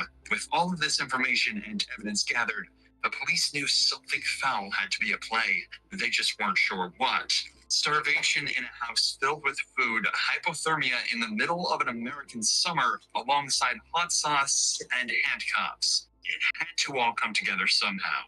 So the day after Timothy's death at 3:57 p.m., they bring in Paul, Shonda's 20-year-old son, for interrogation to try and uncover what all this could possibly mean, to how exactly he was involved. What Paul doesn't know is that they've already collected a mountain of evidence. Detective Ryan Peask is going to use a 5-step program to slowly extract the truth from Paul, starting by getting on his good side and ending by tearing into him and making him feel so guilty he'll have no choice but to confess to everything. I don't know anything specific about the case yet. I've seen you say. I can have some ways before we talk about that sort of thing. But I didn't want you to know about this that phones, okay? There's a lot of evidence in the phones, and I believe you're kind of aware of the communication between yourself and your mother. Yes. Next time we went to the hospital, certainly those are very serious things that you guys are talking about. As mentioned, police have spent the last 24 hours combing over text messages, camera recordings, crime scene images, and much more to try and get a good picture of what had happened. So, as the case is with many younger suspects, Detective Peace will start calmly, trying to put Paul at ease and get on his good side, before slowly breaking him down and exposing the truth. I know that we talked yesterday, and I know that not everything that we talked about was the truth yesterday. That's okay. You don't have to feel bad. You don't have to feel guilty about not telling the truth to me. And not trying to see the truth all over your head, but it just deserves that. I mean, there's something about this. That probably don't work. Lots of restrictions raised me because we had noticed his name. We wanted to get that back on. We didn't want any of that. We wanted to injury or other guy. I love him so much. Yeah, I can tell that. I can tell that. And we wanted this better. He's the guy in the past. So we started the restriction on that. We can get enough where it would be safe and we could continue to have where we wouldn't have to worry. We made sure that it was still something that gave him enough. There was some rights or errands. Like I said last week, Throughout the thousands of texts detectives have between Paul and Shonda, there's a huge amount of talk about food restrictions. It doesn't take much to realize that this was why Timothy was thin as he was. Peace will focus more on this later. More interesting, though, is how Paul justified this. We wanted as we made sure that it was still something that gave him enough. Always get everything. These aren't Paul's own thoughts. This is just what he's been told by his mother since they started. Over the course of several months, he's internalized it, and now seems to fully believe that what he's been doing to Timothy is for his own good. What were they guys for, like, in the first place? We came through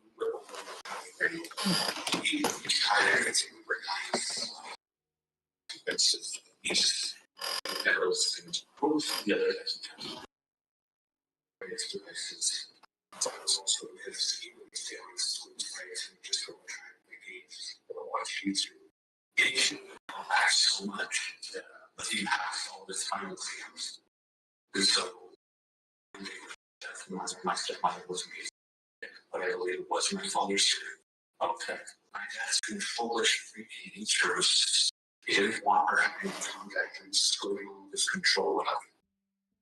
No, the only consequence that Paul mentions here is the fact that they take away his phone occasionally, something fairly innocuous. It's also worth mentioning just how quickly he tries to put Timothy and his father down in exactly the same way his mother was known to do. But as Paul continues talking, it becomes clear exactly how much of a problem this has actually become. He might have actually been strongly manipulated by her to do all of this. It's the same thing where emotional relief. I was so terrified of him that I didn't ever want to release any of the negative emotions I ever had. I wanted to say no, but I was so terrified that I just couldn't. Here, I hear the scream, and I do it in the right ways. I never do anything. She keeps undone. She'll forgive you. She's a blessing. Face blessing. Of course. Before having her third son, Gabriel, Shonda had a procedure to restore her fertility. To her, having Gabriel was a miracle because she didn't know if this would work. That's likely why no evidence was ever found of her harming Gabriel, because he was by far and away her favorite child. That does, however, provide a harrowing reason for why she might have abused Timothy so much. He was her problem child, and she didn't like the fact he had so many mental health conditions, so she wanted to take her anger out on and deal with the problem directly. Their attitude, their when attitude was unnecessary. Like, she would have me out of crisis if he was $50 when it was wrong. devices. Okay. What happened? Not very much of that. She didn't even give me a phone. My sister, my stepsister had 12 before I did. So now you're in work. You just yesterday off, paying bills. Yeah, and I'm like, my father, she doesn't force me to give her half of my paycheck. I was working for a minimum wage. She said, oh, I think my mother, she doesn't want to call in because the one thing that she and I also know is that he's going to everything else is playing. Listen to how he's talking about his father. He's only able to say negative things about him and brings these points up even while unprompted. He clearly has a strong dislike of his father and talks about him like a divorced partner. Take a guess where that stemmed from. It's clear his mother has been feeding him lies and negativity about his father, and there's no clearer example of this than what he says next. I moved here to Michigan, I think, 30th of it. Because for the time after I moved out of my parents' house, I stayed with my uncle. And both had actually been tricked by Nobody was tricked. Shonda simply was a bad person. The police report contains countless witness testimonies from family, friends, and teachers who knew something was wrong and believed Shonda to be a bad parent. This wasn't an uncommon opinion. One of Timothy's teachers even told the cops that all the teachers knew he wasn't cared for at home and that he lived through hell most of his life. But to save face, Shonda would make up lies to tell Paul that made her seem perfect and kept his respect, at the cost of making his father seem downright evil. That's what makes this case so controversial. Paul was almost certainly not in control for the majority of this, and he was definitely manipulated by his mother to some extent. But still went through with everything, and that's what a jury would end up focusing on. I saw your phone when you had sent a couple pictures to you. Yes. You said about skin, but yeah, I was very concerned. And just, yeah, do you think that made really the time to take me to that tour? Yeah, honestly, that probably could have moved you. At least some picture of his life. Basically gone, right? And so you have to look for things something wrong. Yeah. So the thing is, yesterday, I think the day before, he could walk. He might be a little support every so often, like he puts him against the wall or grab the rail with his ears. But after a second, if he let it go, it would be fine. It was never anything major. What did it was really calm. Like he was had a conversation over his trials. Last time he actually was 3 days ago, but Holy shit. the day after that, the day before yesterday. He talked a small amount in the morning, but then it's just sort of speaking for all these moments. It must take an astonishing amount of delusion to believe that not being able to walk or speak isn't anything major. But in reality, that's not what they thought. They thought he was faking it entirely. In fact, on the day before Timothy died, Shonda told Paul to wait pizza rolls just in front of him and take them back if he tries to eat them. All just seems as though they were messing with him to satisfy their selfish desires.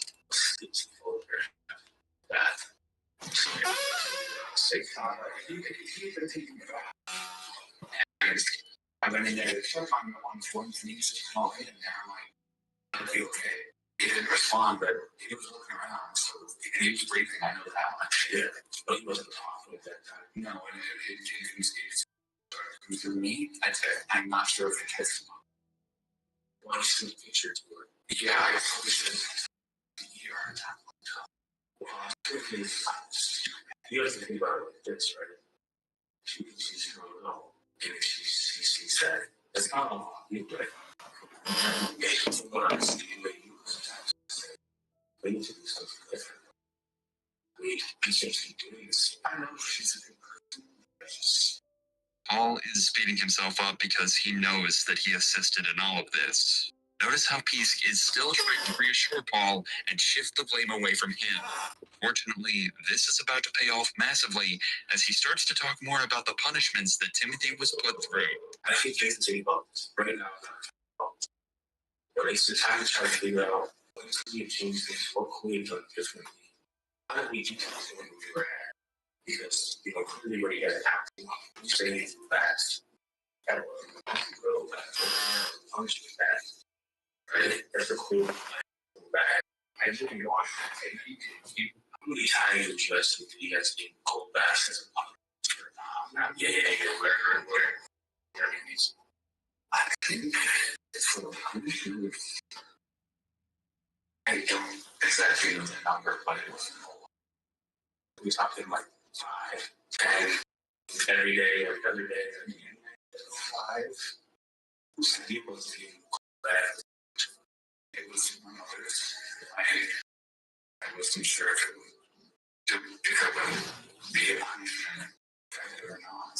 Pisk actually knows exactly how often these baths occurred, because Paul and Shonda documented every single instance of this over text, and Timothy was subjected to them constantly. Even worse, they would last up to 9 hours at a time. Remember, Timothy weighed only 69 pounds. He barely had a drop of body fat on him, meaning that he would have felt the effects of the cold considerably more than the average person. This is why the autopsy turned up the evidence of hypothermia and ruled it as one of his main causes of death. The first time, well, I would know not exactly. Cold back. Convinced that he not only peed, also pooped. Rather than having a mouth that wasn't too happy with his attitude. I mean, we talked about that as a question in the house. Well, the messages. Yeah. Dude, where do you sleep most in that closet? Pisk mentions Timothy didn't sleep in a bed. He slept in a small, cramped closet that he couldn't even stand up in. And the punishment that Paul mentioned, well, that would have actually happened either way. Inside the basement where Timothy slept were multiple cameras, an alarm on the door. If he'd have gone to the bathroom instead, then he would have been punished for leaving his room. Timothy was completely trapped. We wanted to be always fine with this. So you guys sat in there's an alarm on the door. Is that what's that for? When you were trying to sleep, because it was also one in the garage. That was also because, there's some food in there that you were trying to sleep. Just that he was hungry at some point for those. So we Again, Pisk is being extremely nice and agreeing directly with what is said, trying to make him feel like what he's saying is still fine, so he incriminates himself even further. Salt bread. Carrot bread. Wheat or two. What was he having for that? We do ramen sandwiches. And I think at some point we actually give him like a meal. But I wasn't getting there. Something. Paul has no idea what to say. He's starting to realize just how cruel everything he did was, and the gravity of the situation has just hit him. He starved his little brother to death, and he can't even think of a reason why. Regardless of the circumstances or how much influence his mother had over him, he still did all of these horrifying things. And there's still even more to come. I know that scene says, I should get his bread. Was it always on bread? Not always now. But today is still hard to do anything for him. There would be times where it would do something for me because I actually put my hand in there. It was. But those times that. My clear thinking to put a hostile on it, I did. California Reapers, 2,000 school, or 2 million school. What does that mean? It's the hostile state. It's a in there, it's basically that's behind very. Elijah's extreme regret hot sauce is reviewed as not being something you mess around with. It measures out to 800,000 Scoville heat units, just shy of what a fresh ghost pepper would be. Paul and Shonda would routinely feed this to Timothy as a punishment, as well as putting it on the only real food he would get in a day. Pisk also made sure to ask Paul what Scoville units were to make sure he knew exactly how bad what he was doing was. He confirmed that this was very, very hot, to the point of being painful. Yet, he still went through with what he did for weeks. So, how long did you guys have to take the hospital? Almost 2 months. Okay. And was that all we got pregnant, or was that other stuff too? I think we put it in some rice. But after that, I don't think we did that. What was right? Because you're the pregnant. It was strict. Honestly, I don't think it was that useful because, like I said, he had no feelings. If you could have been a hole in it at one point, he didn't feel it. Yeah. That really the only things he had. He was basically other things. I mean, for things, there's a manic month right now. Did you find anything during these 4 weeks? Wait, less responsive for it. What changed you looked into doing that? There would be times where it would take them a moment to respond. At first, I thought it was just him acting, but then I was getting concerned. I think a week or so, maybe. The world thing, basically, responsibility. So, yeah. So, hot sauce. But if you ever lost, it's your own sin box, it's everything else. Throughout this interrogation, Paul has been consistently using his mother as a scapegoat for everything he's done, that he was just following her orders. At the same time, it's obvious that he knows his brother was suffering through all of this. Many people are familiar with the Stanford prison experiment. 24 male college students were split into either guards and prisoners. And for 2 weeks, they were supposed to simulate a prison. However, after just 6 days, the experiment had to be terminated due to extreme behavior. The guards quickly adapted to their position of power, and due to their role being enforced and validated by the event conductors, they began to abuse the prisoners to the point of emotional distress. That is to say, Paul was given the opportunity to be in control and he took full advantage of it, using his position. At the same time, though, Paul is an adult, and at any point, he could have decided to stop or alert somebody about all of this. But he never did. Fisk is also starting to realize this, so from here on out, he's going to slowly put on the pressure that'll eventually break Paul and make him fully realize the gravity of what he's done. So, yes, she was lying about some stuff, right? I know that she's a good person. I'm not telling that. But you also know this. I don't know. Some talking stuff, right? About Jesus. But the fact of the matter, she asked me, she said in the text message, she said, look, make sure the camera's in here and showered her down so I can see him. Didn't she ask you that the day before he passed away? Yeah. I know this matters for punishment. What did she say? She said, what if he comes back? I said, she doesn't want to appear like a bad person. She doesn't want to be the bad guy in that street. Never want him to be healthy. I know that for a fact. I should at least put my foot down on something. It's not that I'm afraid of her. I can't fear her because she doesn't. She's not tied to us. I don't know if that's also what so I love Jesus. That if he still has this fear, and then he thought she would succeed, she's nothing like that. I know she always said, you shouldn't be using that. Right? She was better than that. The pressure is already starting to cause Paul to resort to cathartic statements for him. Notice how as soon as Fisk says she was lying, he praises her and makes excuses for her, and then immediately puts his dad down, saying that she's nothing like him. He's scared, and he's trying to throw himself back into a world where he feels safe and comfortable. That's not the world he lives in. Fisk is about to expose that once and for all.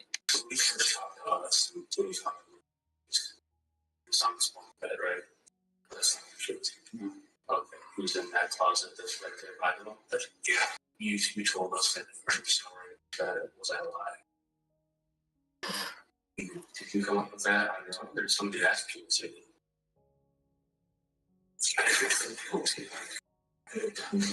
think you think that Moses was best for him. That's what you think you're talking about. And I know she wants what's best for him. So that's what we asked you to say to me. Came up with that. Pisk notices him start to shut down under the pressure, so eases off just a little, trying to reassure him again that he's not in any trouble and that this isn't his fault. Pisk is almost there. He just needs to get a little more information out of him for the confession. It can't risk Paul shutting down now. What really happened in the morning is obviously what's us. What really. I woke up and I had it in my shoes. Basically, I would play out like that. The whole morning thing was fact. It was the closet. We had to get him out of the closet. You need that. Getting diaper was next. He had a shirt. I think we had pants or sweatpants. Maybe some. Well, he there. You know, sorry. Okay, you see what I'm saying? Yeah. So do you know if you're coming out?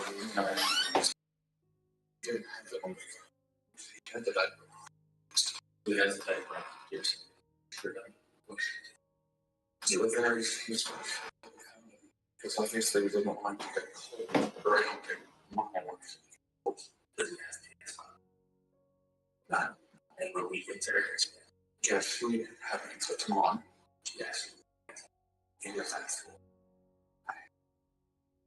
Pisk is asking some very specific questions about when Timothy was found. What Paul doesn't know is that the cops have an audio recording from one of their cameras from the exact moment they found Timothy dead.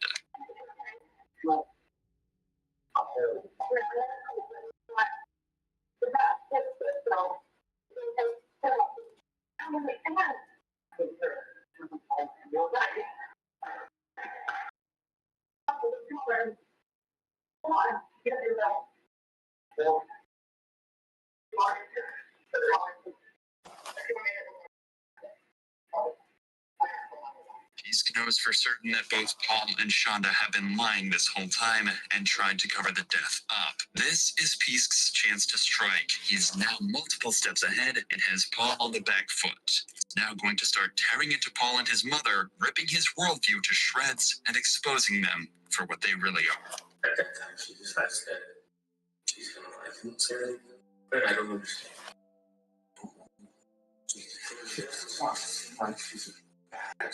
They never like the words.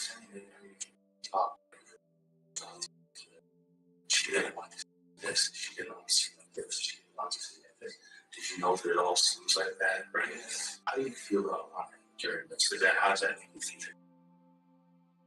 I know she doesn't want to be bad guy. She never wanted this. We loved him so much. I don't think it's about love. I think it's about we take for you. No, just look at how uncomfortable Paul is now. He can't sit still. He's covering his face and body as often as he can, and he's almost always hunched over. He's really starting to panic now. Pisk has barely even started ripping into him.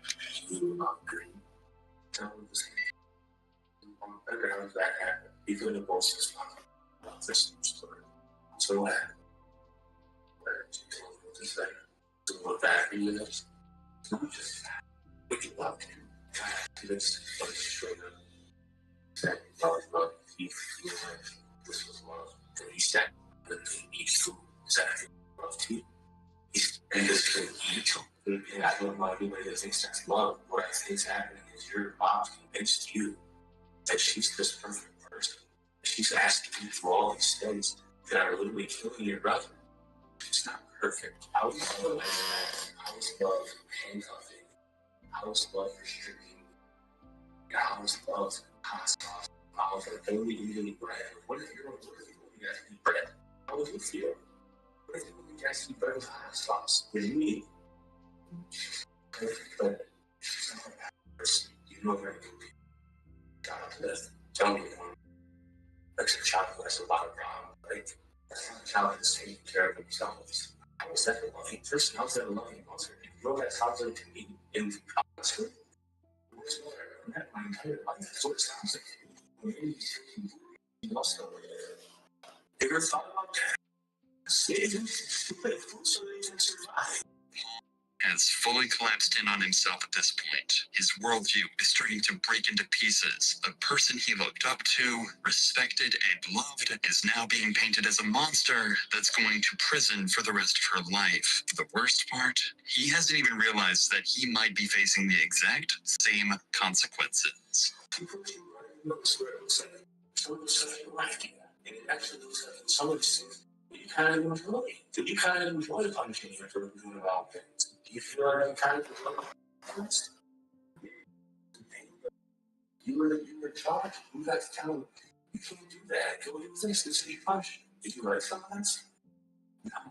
You guys are laughing and joking about it sometimes. Smiley faces. There's no way that you can look at yourself and think that's okay. Why couldn't it be a piece of chicken that's cooked? Why couldn't it be that? Why does it have to be bread with hot?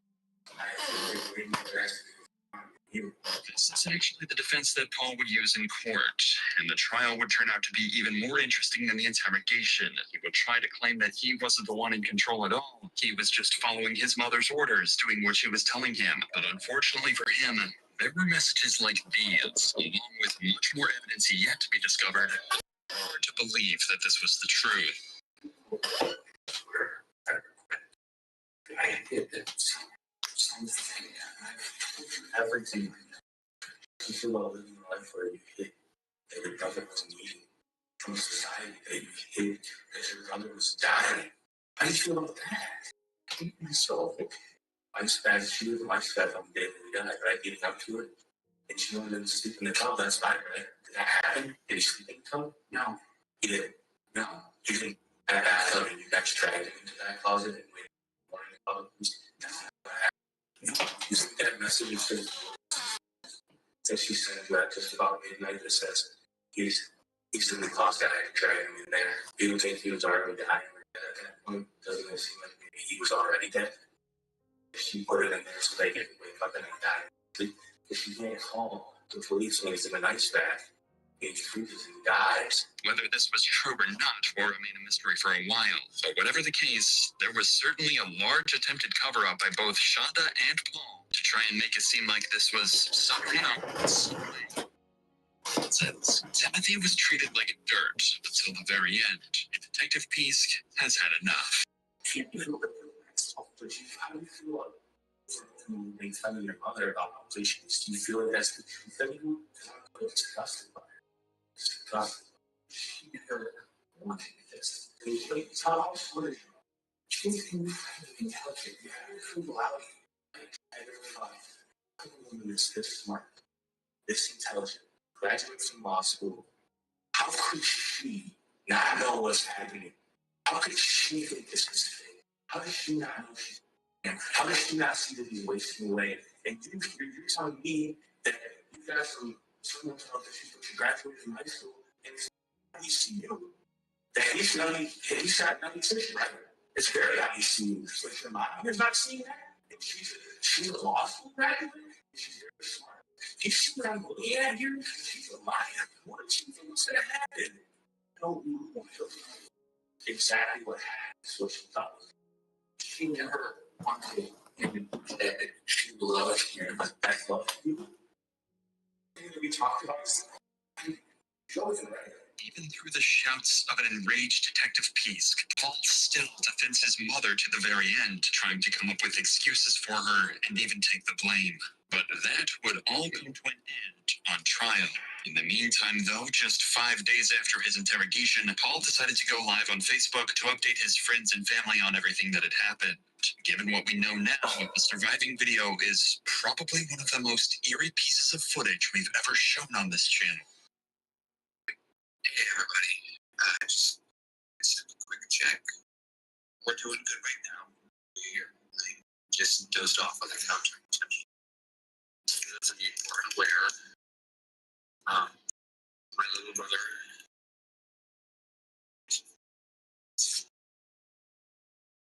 but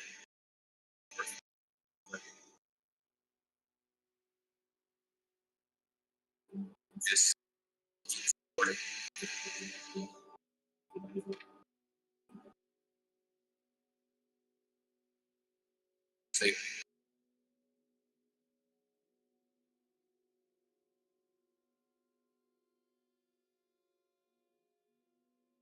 would of course be his mother that faced the majority of the heat for Timothy's murder, so Paul decided that he would testify against his mother in an attempt to get a lighter sentence for himself. If during the course of this trial, we'd get even more information about other punishments and torture that Timothy was put through. Were there any restrictions on his movement inside the closet, or was it he could move around however he wanted inside the closet? There were restrictions. What were the restrictions on his movement? Hands on his head, normally. Hands on his head, is that the idiot? Yes. Is that some form of discipline for him? Yes. On his knees and against a corner of the wall. I'm going to say hands on head. I'm going to demonstrate just put my hands just over my head like this. Is that what he was required to do? Yes. He was required to be on his knees as well? Yes, sir. Was he monitored to make sure that he was doing those things? Yes, sir. For how long would he have to do these things? Several hours. Timothy, serving with essentially zero muscle on his frame, was forced to sit in a dark closet with his hands on his head for hours at a time. Most people's arms would start to ache after just 5 minutes, but on top of watching him as he was like this, listen to how they made sure that he never slipped up. Did you utilize some type of alarm or alarms on his body to alert you if he was moving? The vibration detector, yes. Was there more than one that he was required to wear at times? At times, yes. Where were those devices located on his body? They were normally tied to the bed. His belt. Was there something placed on his wrist as well? Handcuffs. And that zip ties. Zip cuffs. And those were designed to restrict what? Movement. Of course, if he was to move or set those alarms off, he'd be punished again, likely with hot sauce or another ice bath. Trials like this always give a horrifying amount of insight into cases like this. As Paul was made to testify against his mother, he consistently spilled more and more details about exactly how he and his mother ended up killing Timothy, such as some of the ways they made sure he was never able to eat. There were some text messages. Do you recall a text message you changed with your mother and sort of wrapping further so you've alerted her to the fact that he's eaten some part of burger? Yes. What was it? What kind of burger is it that he ate? Just the crust. What was your mother's response when you told her that he had eaten the crust of that burger? Make him throw it up. Did you try to do that? I tried it first, yes. How did you try to do that? Putting a finger into his mouth as instructed to the back of his throat to induce vomiting. So I gave you instruction to put your finger in the back of his throat. Shall I do? Was there ever any other time when she instructed you to make Timothy throw up? Yes. At one point, she had me heat up a pizza roll to see if he would be responsive to enticement. Did you actually do that? Yes. I held it close, and when he responded, as per instruction, I was to pull it away from him. So we didn't get to eat the pizza roll. Paul is making an extreme effort to consistently say he was instructed to do everything. He's trying to throw as much blame off himself as possible, almost to the point where he's painting himself as a robot that simply followed what Shonda told him to do. The thing is, in a second interview conducted a week after the first, Paul was a lot more transparent. He admitted that he liked the praise from Shonda, that he liked having power and control over Timothy, that he felt good while doing it, and that he did everything willingly. Lastly, he said he felt that he was as much a murderer as his mother. All of that made it incredibly difficult to believe Paul when he stated that everything was just done as per his mother's orders. At the end of the day, Paul's motives and precise involvement in Timothy's death will never be known. He did contribute to his. In fact, he carried out and enforced the majority of punishments that caused his death. But whether he actually wanted to do any of this is a different story. The general consensus is that he was manipulated by his mother. She made him feel that what he was doing was the right thing, and it was all just to help him. That explains why Paul was parroting so many strange statements, held such hatred for his father, and started all of this. A jury would conclude that over time, it seems as though he grew to enjoy what he did and abuse his power, just as the guards did in the Stanford prison experiment. That's the perspective a jury ended up taking. Before his sentencing, Paul was evaluated by multiple doctors and experts in different fields and was found not to have any intellectual issues nor mental disorders. Paul was of sound mind, and it was determined he had mental and physical control over everything he did. So with that in mind, it was time for his sentencing, but not before the judge was given the opportunity to finally speak his mind and tell Paul exactly how he feels about him. Mr. Ferguson is trying to shift from him to his mother. Say this, she has been a careful, manipulated story, Mr. Ferguson. Very beginning of this thing. he's going to put the blame on his mom. In my opinion, Paul Ferguson was predisposed to abuse his brother independent of his mother's present active influence in his life. I think he's one step away from becoming a psychopath like his mother. And the court is concerned that he represents a danger to the public. Mr. Ferguson, I think you are in your environment, but I don't believe you that you're sorry. I don't think you have empathy. I don't think you have any emotion whatsoever. And that's what scares the court. Believe me, I have tried to sit here, try to think, well, maybe Mr. Ferguson's not as bad as mine. I think you're just as bad, if not worse. Shonda Vander Ark was charged with first-degree murder and first-degree child abuse and was sentenced to life in prison without the possibility of parole, plus 50 years for the child abuse charge. Her son, Paul Ferguson, was charged with first-degree child abuse, resulting in the death of his younger brother, Timothy Ferguson. This was his sentence and his reaction. You intentionally and systematically tortured the child. Based on all that, sentence of the court, you served 30 years to 100 years in the Department of Corrections.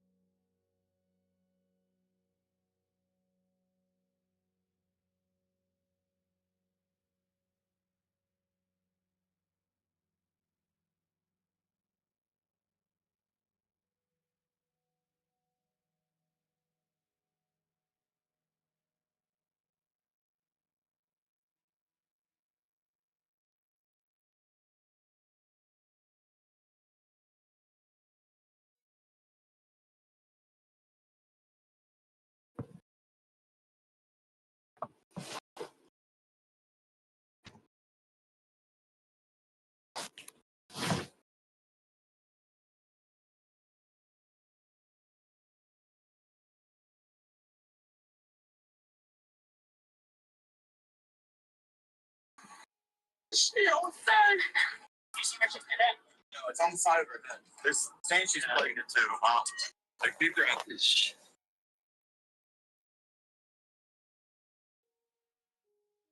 This woman was just informed that her daughter, Tiara Harris, was shot in a gang-related incident and is in critical condition. They just shoot it. And the blood just started dripping from the head, like, someone ambulance. Like, I think. Her boyfriend rushed her to the hospital, but sadly, it was already too late.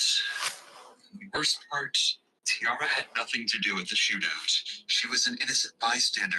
A simple mix-up left an innocent, pregnant mother of 2 dead, her children now motherless, and her family absolutely heartbroken.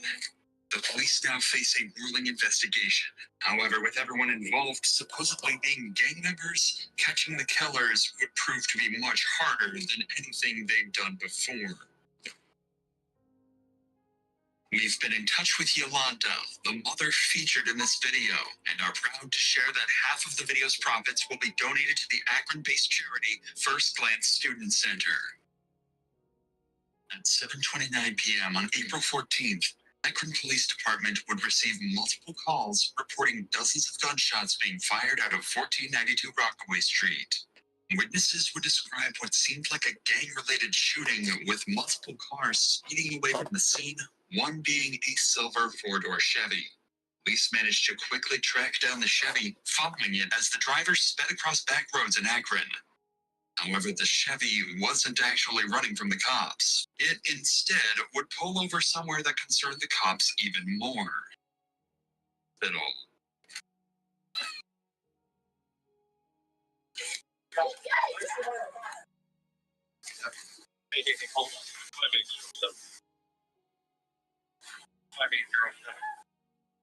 Go ahead and shut the car off. Shut the car off. Shut the car off here. Go ahead and put your hands on top of your head, all right? Nope. Hands on top of your head. You step out. Step out.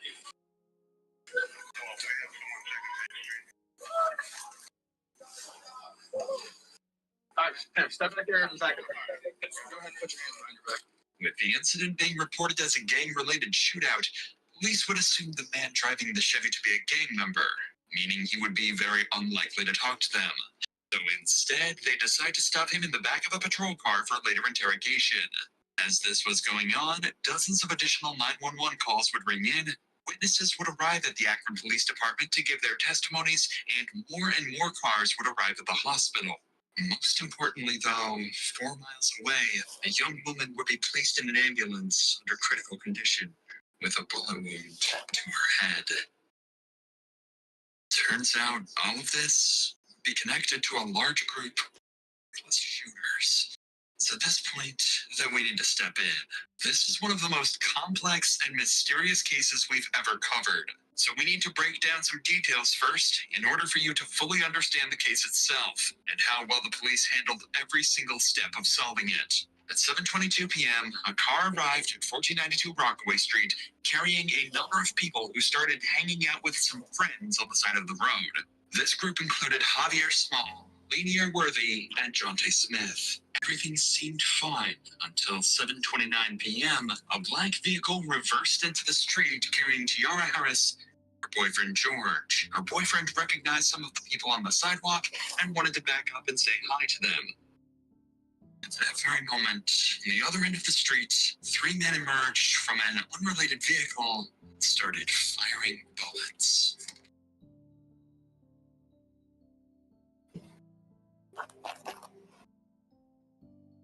These men were Zaire Saunders, 17-year-old Anthony Whitaker, and Darion Rackley, all affiliated with the gang BBM, a notoriously violent gang active in Akron at the time. There was also the driver of the car, Jeremiah Williams. Their shots scattered the group on the sidewalk, with everyone running for cover. The panic, Jonte and Javier drew their guns and began to shoot back. The bullets went back and forth, and everyone went into a panic as they realized their lives were at risk and a bullet could strike them at any moment. Seconds later, the dust settled, and the BBM members Zaire, Antonil, and Darion fled the scene.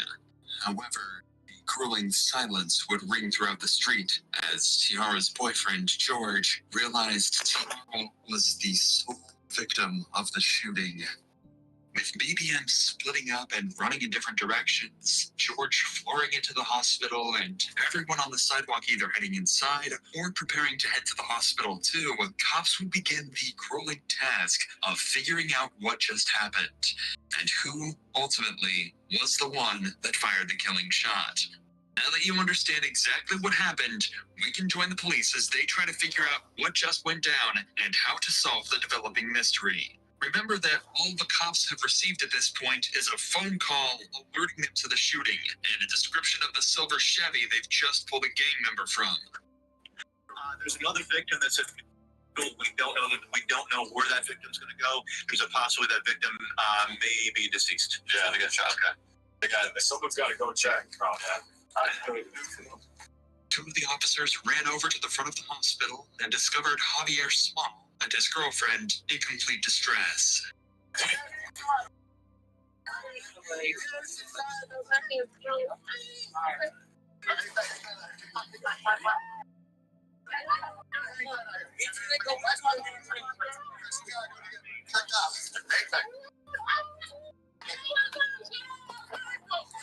As it turns out, another girl was also hit in the shooting, that being this man's girlfriend. Luckily, she was only shot in the leg, but he was still extremely distraught and horrified about the whole incident.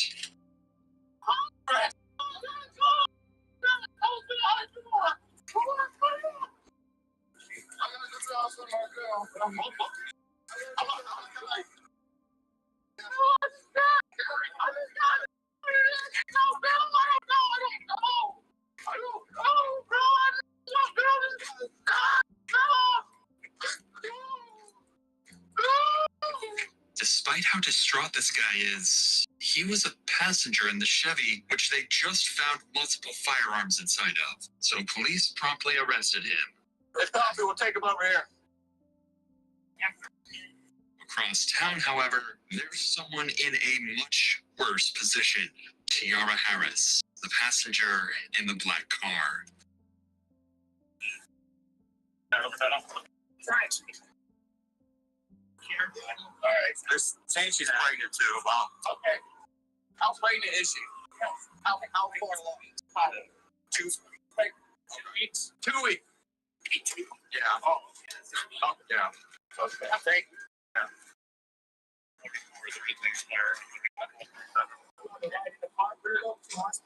Not right now. Sorry, man. Young thing got shot. I mean, she got shot. Bro, just in the car, just driving down the street. And Kenworth driving from up there, and they just were shooting. None of the glass broke, but she wasn't like moving or talking. So I just brought her, and the blood just started dripping from her head. Like, bro, we see in the hospital, she seen me getting shot up. So the ambulance, like, I can't even talk right now, bro. Tiara was immediately rushed to the local hospital, and her boyfriend George was brought in for questioning. He wasn't a lead suspect, but police did find it odd that he just happened to arrive at the site of a violent shooting right as it all went down. He would claim to be innocent and actually provide a detailed description of everything that went down that night. You turn off here. So no, I did, and I came this way, and I said, "What y'all got? Like, what y'all got going on over here?" Like, makes me say, right? As soon as I said that, somebody from down here, I could just shoot up there, and that just kept shooting. So I know. So you're right there, and then you heard how many shots did you hear? I can't even. Yes. So you were facing this way? No. Back. Yeah, anyway, same. I'm down taking this way. This we rock with. Okay. Oh, so so the back of your car was facing that way? No, yeah, and I'm like, it's all up. Like, what y'all got going on? And I look up just like that. Like out the window? Like, as soon as I even, like, it should have been me, like, you feel me? Because I'm the one that looked straight out the window, like, y'all all right? Y'all good? Type thing. The cops asked him why he was even there in the first place, to which he just said he knew a couple of people on the street and that he had absolutely no involvement in the shooting. He's claiming that when he peeked out the window, his friends mistook him for the shooter and began to fire bullet after bullet directly at his vehicle. According to him, it wasn't an accident, but a misunderstanding, making the whole situation even more tragic. With George's statement, they were a little clearer on the whole situation, but they'd made no progress into actually solving the case or tracking down the real perpetrators. That was until they returned to the scene and spoke to a number of witnesses who had watched the entire event take place. It was two African Americans. So they're running young kids. They come from back there across this backyard next door and out the driveway. He had a face mask on and no beer. And the other one had some automatic rifle. And they were almost to the point of the house running this way, and they both jumped the fence. Like when Kenny jumped the Marine hoodie jumped the fence, he dropped the rifle in the driveway. I was just out back, got some stuff, and all I heard was just a barrage of bullets, fully auto. It wasn't 3-round burst, 4-round. It was fully auto, not fast. Oh yeah, loud. And then I saw two guys. I was out back. I could see in the backyard. So that's a silhouette of two guys running up towards that street, returning single shots as they were running away. There's casings up here. Yeah. Okay. How many do you hear? Do you think? I think it was like 30. Where all these cones are at? Probably there. Where's over there? Right there, the house right there. I heard a lot of gunfire, but when I went out, when I first heard it, I thought it was a backfire because I saw this car sitting over here with all the cones on. It had his lights on. Mm-hmm. So I thought he was working on a car and it backfired real bad. Then I saw them loading people into cars to take them to the hospital, and I knew when, because this has happened so many times before. I don't know what we're supposed to do. We can't go outside. Nothing. Even with all this new information, though, the cops are only slightly closer to figuring out what happened. They were now at least able to confirm that one group of shooters rolled up and started the exchange before another responded, causing a huge exchange of bullets throughout the neighborhood. They still had two major questions. Who were the shooters, and how was Tiara involved? Well, the cops had just spotted another witness that might be able to answer their questions. A woman who was actually on the street the moment the bullets started flying. You don't live here?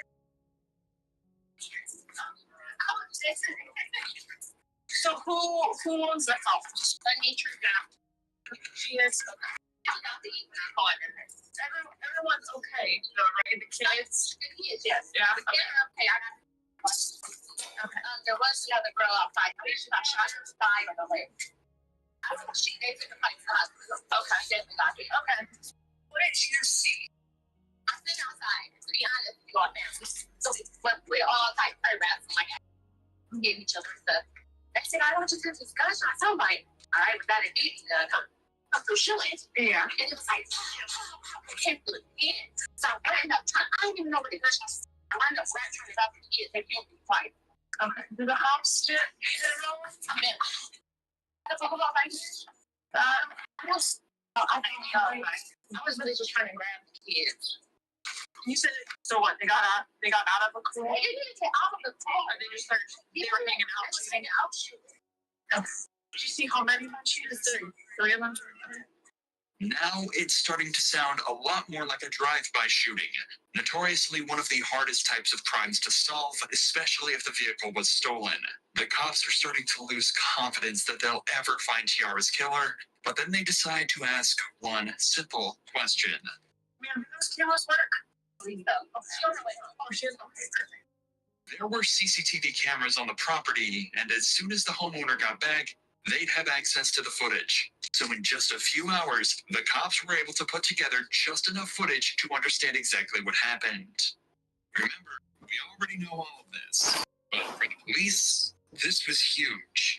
Now they had a detailed timeline of the entire incident, including at what time it went down, how many people were involved, and which vehicles the suspects used. This would be very useful in the coming interrogations in terms of verifying their suspects' claims and pressuring them to confess. Police finally had a solid piece of evidence, and right as their case had started to build some substance, their biggest lead yet step out right in front of them. I have video comparing the That's not the same one. Just that her like Yeah. Not only had they seen the entire thing go down, but as soon as they heard gunshots, they started recording.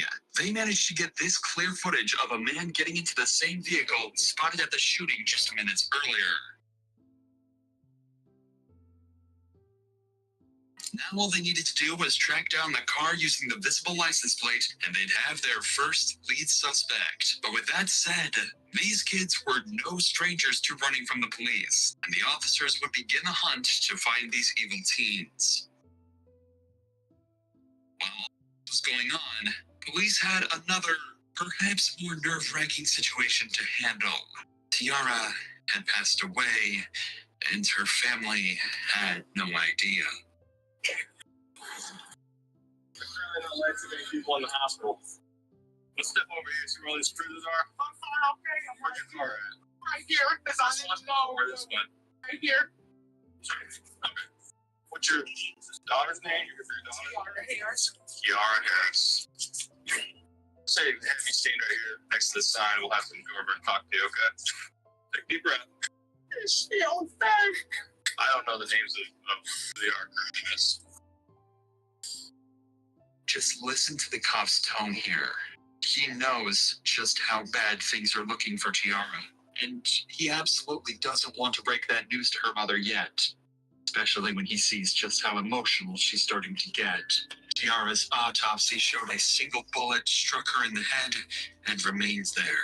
While tragic, this information would allow police to identify the exact bullet type and then gun used to shoot Tiara.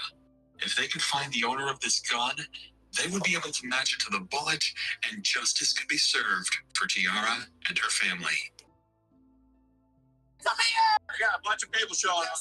Son, nephew. Okay, well, listen, they can't go in. It's going to be you. Wait, let's go in the car. Go in the car. It's so wait outside. Go in the car. The entire family is in distress, with her mom shaking and doing everything she can to stay strong in front of her kids. It's truly a nightmare situation, and it only got worse from there. At around 8:30 p.m.,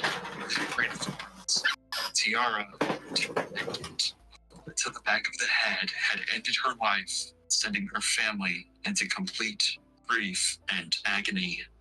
Now, police knew that they absolutely had to catch the people that did this to Tiara or risk letting down her entire family. At this point, police had 6 different suspects on the run, all tied to the shooting, and they would eventually manage to track down and get interrogations with all of them. Their start came in the form of a Facebook post by someone named Jeremiah Williams, described as a member of the BBM gang. Apparently, the post consisted of him bragging about being at the shooting and escaping without getting caught. By using his Facebook profile, they'd find his address and pick him up for interrogation. With Jeremiah also being a supposed gang member, he too would prove to be extremely difficult to break. However, by using expert methods, police would actually get him to break completely, to the point where he actually started to cry.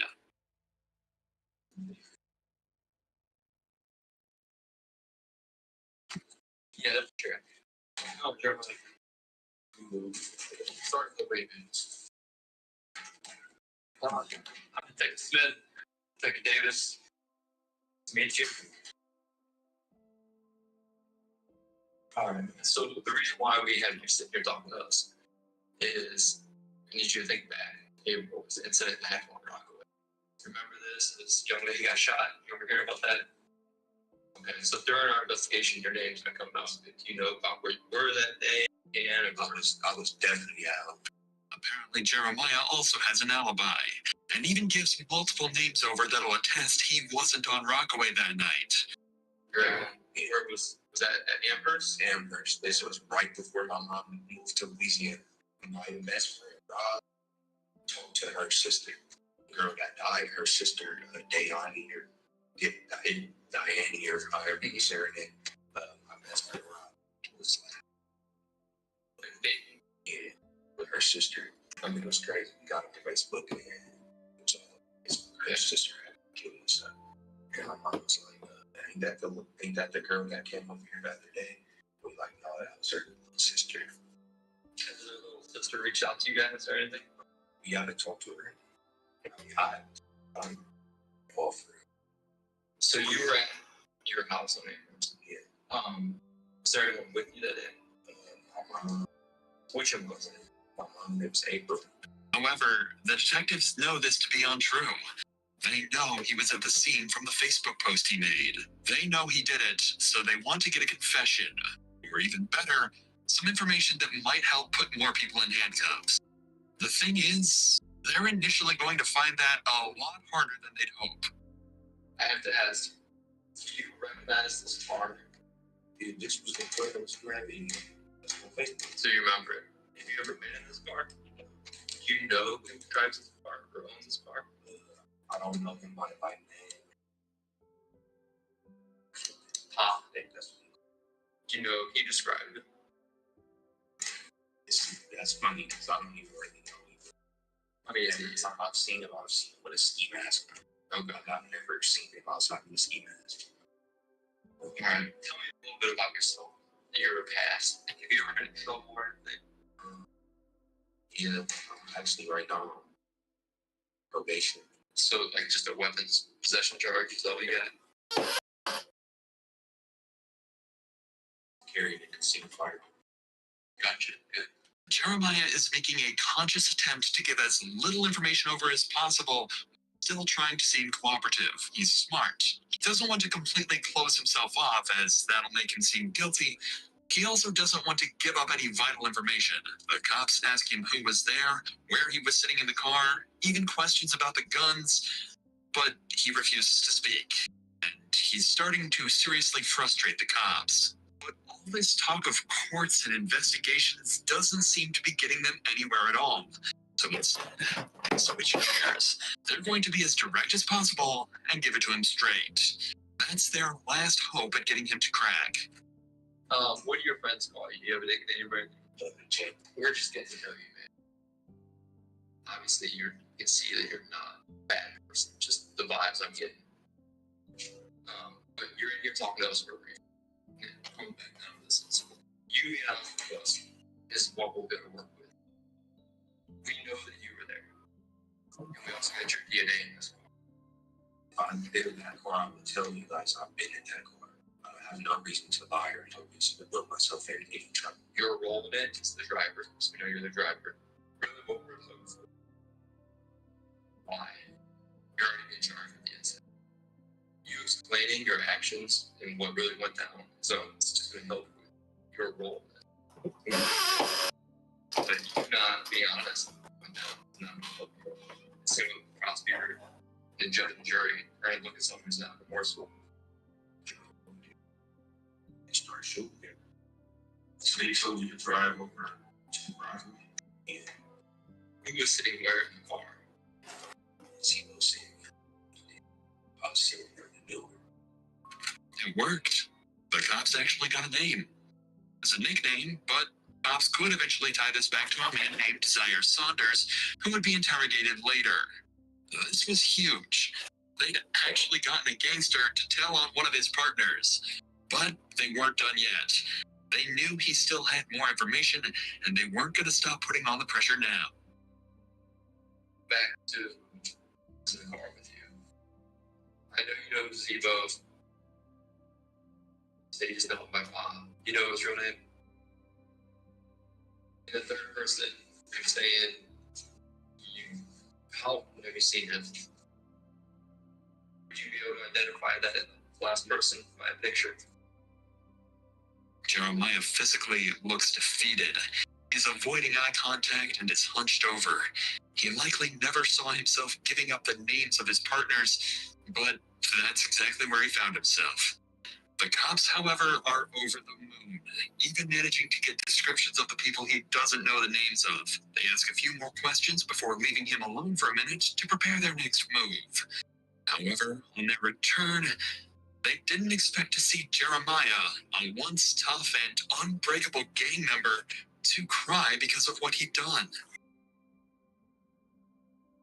Say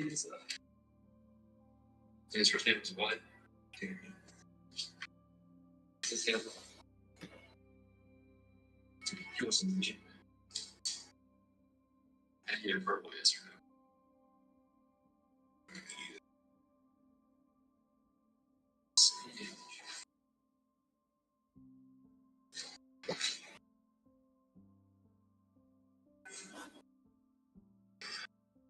If this is the first time you've seen a gang member cry, you're certainly not alone. It actually happened again in the detective's very next interrogation. While these cops were busy talking to Jeremiah, a breakthrough had been made outside of the interrogation room. Remember this footage recorded by a civilian witness earlier? Well, after 5 days of investigation, they actually managed to track the car down, enabling them to take in another suspect, Antonil Whitaker. Police would quickly realize that Antonil might be even more important than Jeremiah as a suspect. He's a supposed member of the BBM gang, and believed to be one of the suspects that initiated the shootout. The thing is, he's just 17 years old. Since there's still some information even Jeremiah couldn't give them, they figured they might be able to scare him into giving up everything he knows. And their first idea is an unconventional, but possibly extremely effective method: a call home to mom.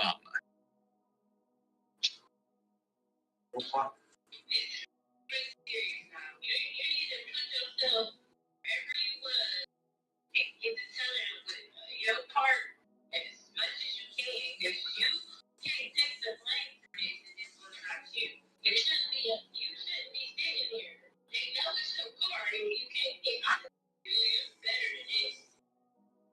Antonil doesn't even seem to feel like following his mother's advice. Despite the fact that they know it was his car, he's claiming that someone else was actually driving it that day.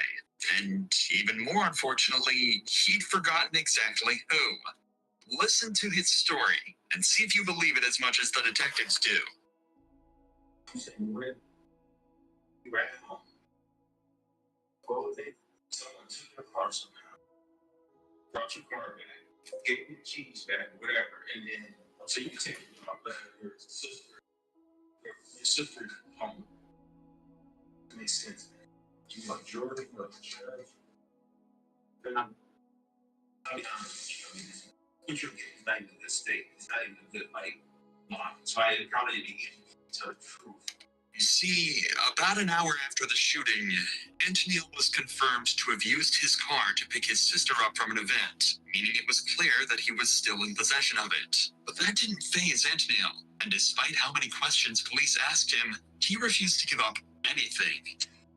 How does it work? You actually have this maybe, but it's kind of accurate. We're going to compare your DNA to the DNA on the showcase, so we can see, is there any reason your DNA is going to be up there? Because if there is, you have to explain that. You said no, or I don't know. And the car would do it all. You're saying your DNA is not going to showcase. Okay. And you're saying you want to drive. Did you drive your car? Now it looks like it's on you. They're trying to force a confession out of him by telling him that if he'd been in physical contact with any of the evidence tied to the murder, they would find out and he would get sentenced. And they're not lying either. When you touch anything at all, you leave behind skin cells, sweat, small hairs, or even oils that can quickly be traced back to you. Meaning if Antonil had touched the car, the bullets when loading his gun, or anything else related to the murder, police would find out. However, as of now, detectives haven't had the time to run these tests to confirm if his DNA was present, meaning they couldn't pressure him to a confession, and they'd have to wait until later. So in the meantime, they move their attention to the next suspect. Remember the man Jeremiah gave up to the cops back in his interrogation? That was Zaire Saunders. Once they had his name, they tracked him down and arrested him. And he would prove to be even more helpful than Antonil and Jeremiah combined. Yeah. Sure. No. We don't think that she was the one meant to get hurt. And I'm based on what we're seeing. But unfortunately, she did. Obviously, her family's hurt. So we go, when we do that search warrant, we get your phone. Yes. Okay. and we downloaded your locations. You on rock. Nope. What happened there? I shot a pistol. You shot a pistol? Yes. This seems like a breakthrough. He's just admitted to being a part of the shooting, and it seems that all the detectives' work has just paid off. They're not quite there yet. Of the 3 shooters, 2 did indeed use pistols, but one of them was actually wielding the extremely dangerous automatic rifle that can be seen clear as day in this footage here. Instead of jumping this fence after the shooting, the man with the rifle fled directly down Broadway Street, and that's the direction Zaire's phone shows him running. The good news is, that clears Zaire of being the man that killed Tiara. After all, she was killed with a very specific pistol round. But that does put him directly in the spotlight of being the man with the most dangerous weapon, and one that is directly lying to the cops right now. They're not about to let him get away with that. That video, you're on camera, shooting a rifle. Is it a pistol else? I mean, it ain't just... Something modified, I think. Yeah, so it's very. That single piece of information resulted in Zaire actually getting the highest sentence out of anybody involved in the case. Just the use of such a dangerous firearm actually increased his prison time by somewhere between 10 and 15 years. But he still doesn't know that yet. He's still under the guise that if he helps the detectives out, he might get a better deal. So not only did he tell them where to find the rifle he used, he also gave up one of the most vital pieces of information that cops had received in the entire case.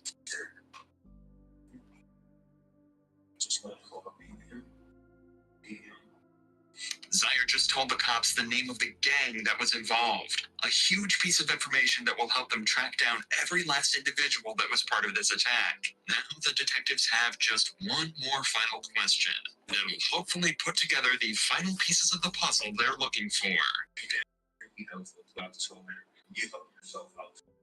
You gotta ask. So I did it wasn't. For sure. They just were wrong. So we'll just say we all speculates. But you got different deals. You could do like that's what they is. Well, they ain't say right in there. They said on Facebook. But it was like, I knew it so long, but they just didn't say like something about it so long. He just gave up the group chat where all of these shootings supposedly happened. With this, police had to cross-reference the names in the group chat with the supposed shooters on the CCTV and the names that had been mentioned in previous interrogations, giving them enough evidence to sentence all 6 of the shooters. Unfortunately, this wasn't the resolution they'd hoped for. After examining all the weapons confiscated, it would turn out that none of them were a match to the bullet found in Tiara's head, meaning they still couldn't tie any specific person to the actual murder.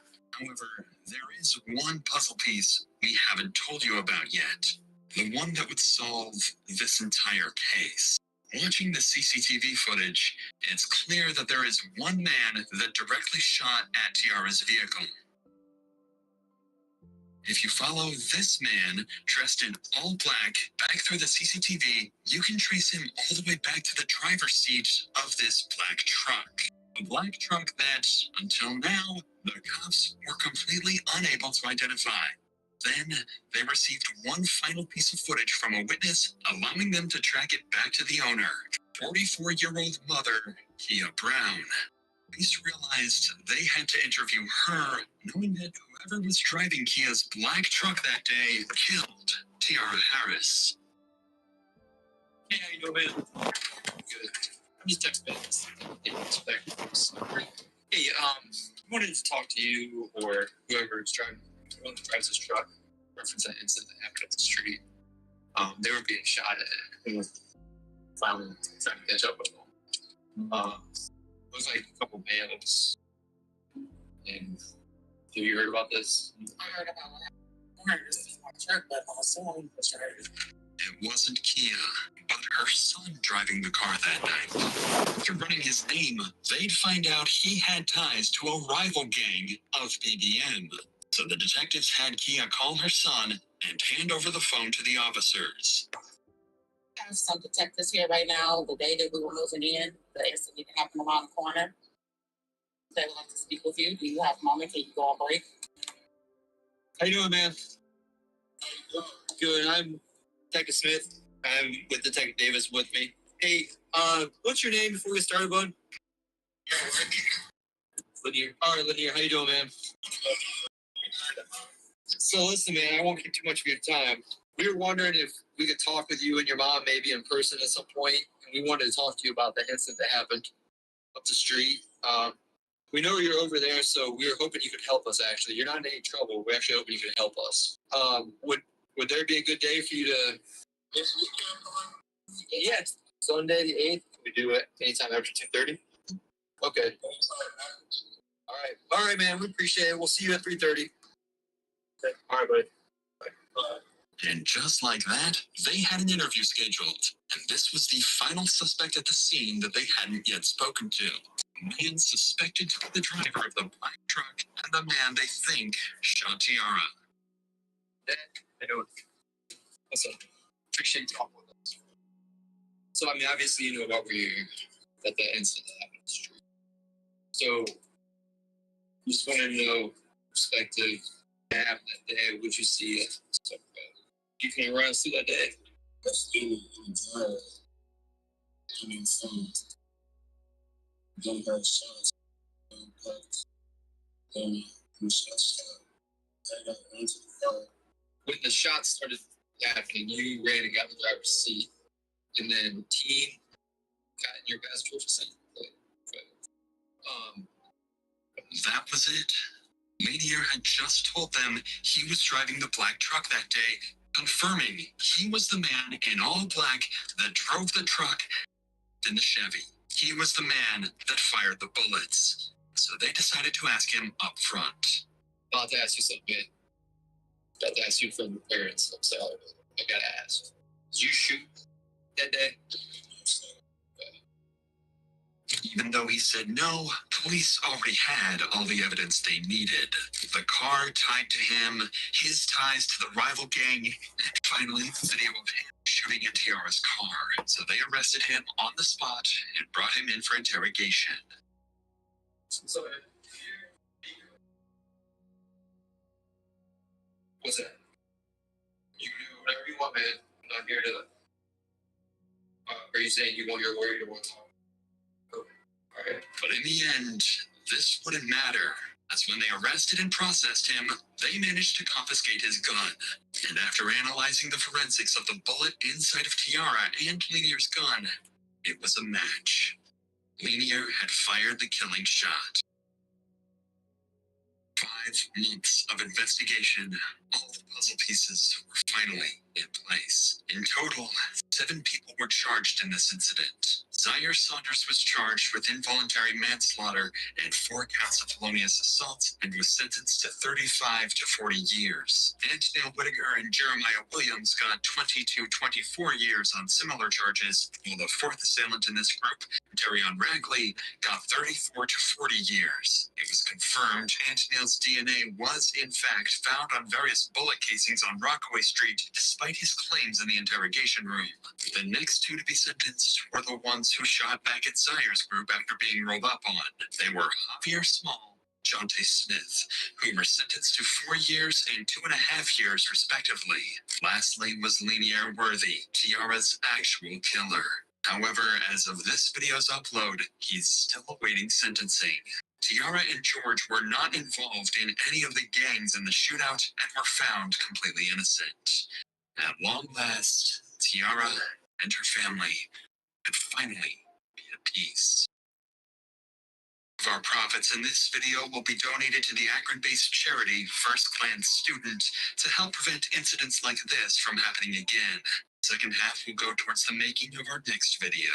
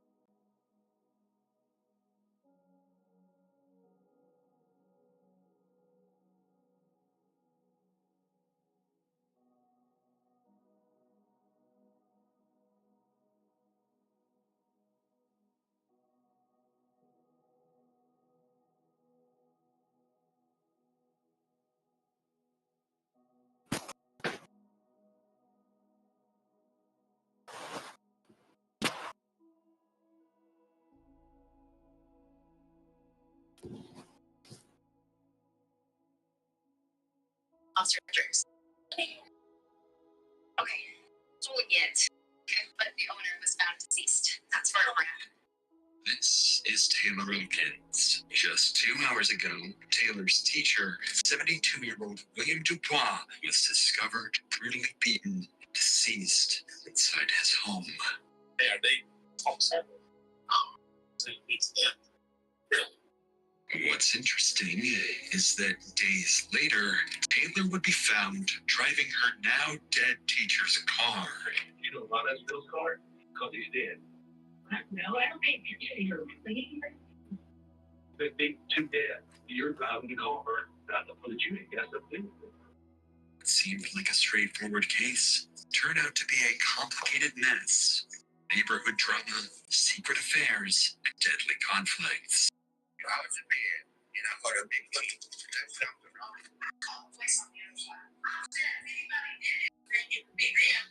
Could be a bird. Could be somebody that he wronged and they're coming back. You're going to come heartless murderer. This is not going to go away. This is not going to quit. You're going to keep that your little nightmares that you have about for the rest of your life.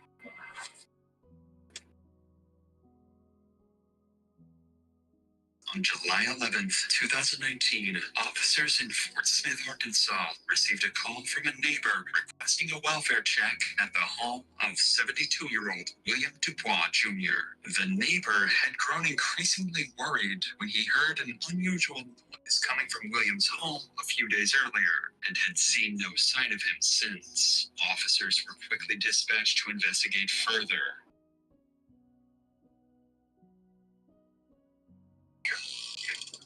This is Denton Stringer, the neighbor who called 911 to request a welfare check. He would soon prove to be more involved in this case than just being a neighbor. He's not answered. I'll tell you that my friend doesn't have some wrong. Does he have a car? Yeah, that's horrible.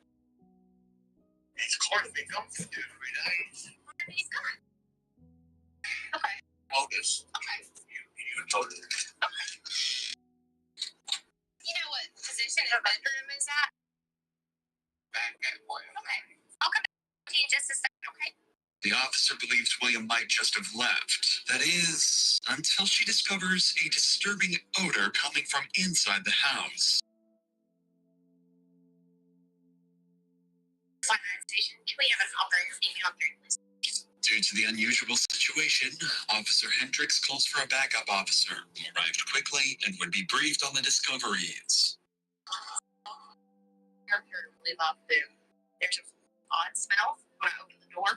No flies appear. You're around the corner. You only get it every now and then. My team around the corner, that's when I really... Yeah, he's getting it everything. Yeah, right here. I know that smell.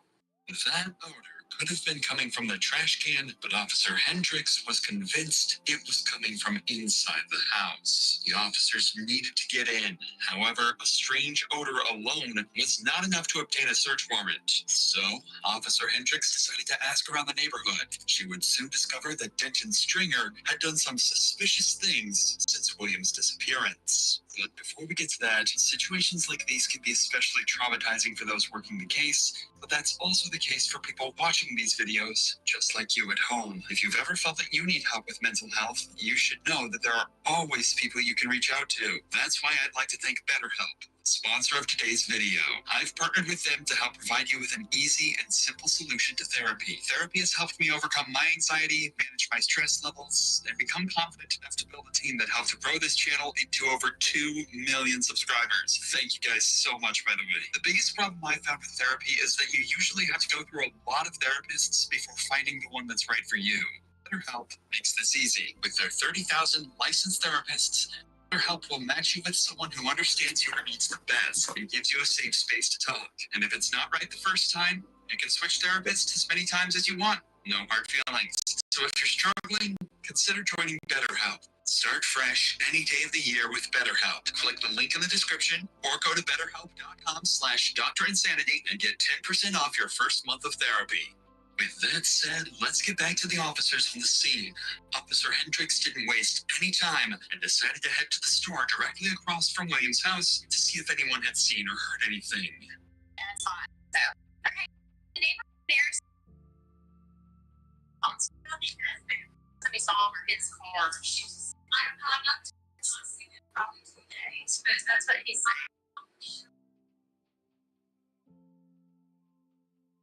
We had some problems. Bill's also been really great, so you should watch our place. Okay. Yeah, and the neighbor, there's this. And listen, I call the place on the other side because we're out there fighting next week for kids. So on his side, yes. So I'm saying if anybody did it, it would be them. I mean, you didn't say that, but because it's just they come over here and these journalists come feel like this checker is like. Yeah, that's what he said. He said his daughter knows his. Hey, there's junior high. So these people over here are saying that the guy next door is like always has a drama going on. They're him and whoever are always fighting. Not him and Bill, but him and someone else. I mean, worst case scenario, somebody's, done something bad and took his car.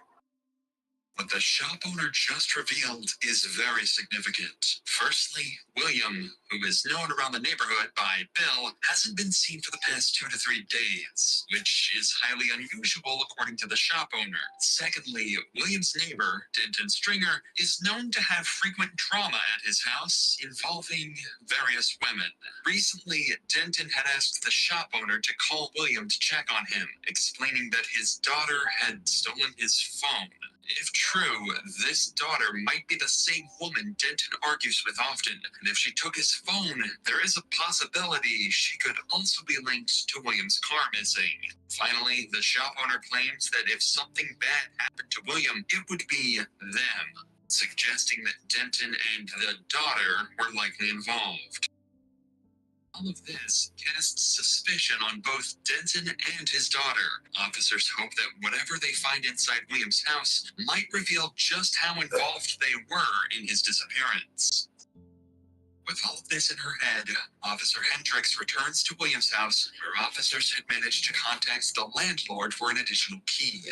Nothing could have prepared them for the horrifying scene they would discover inside.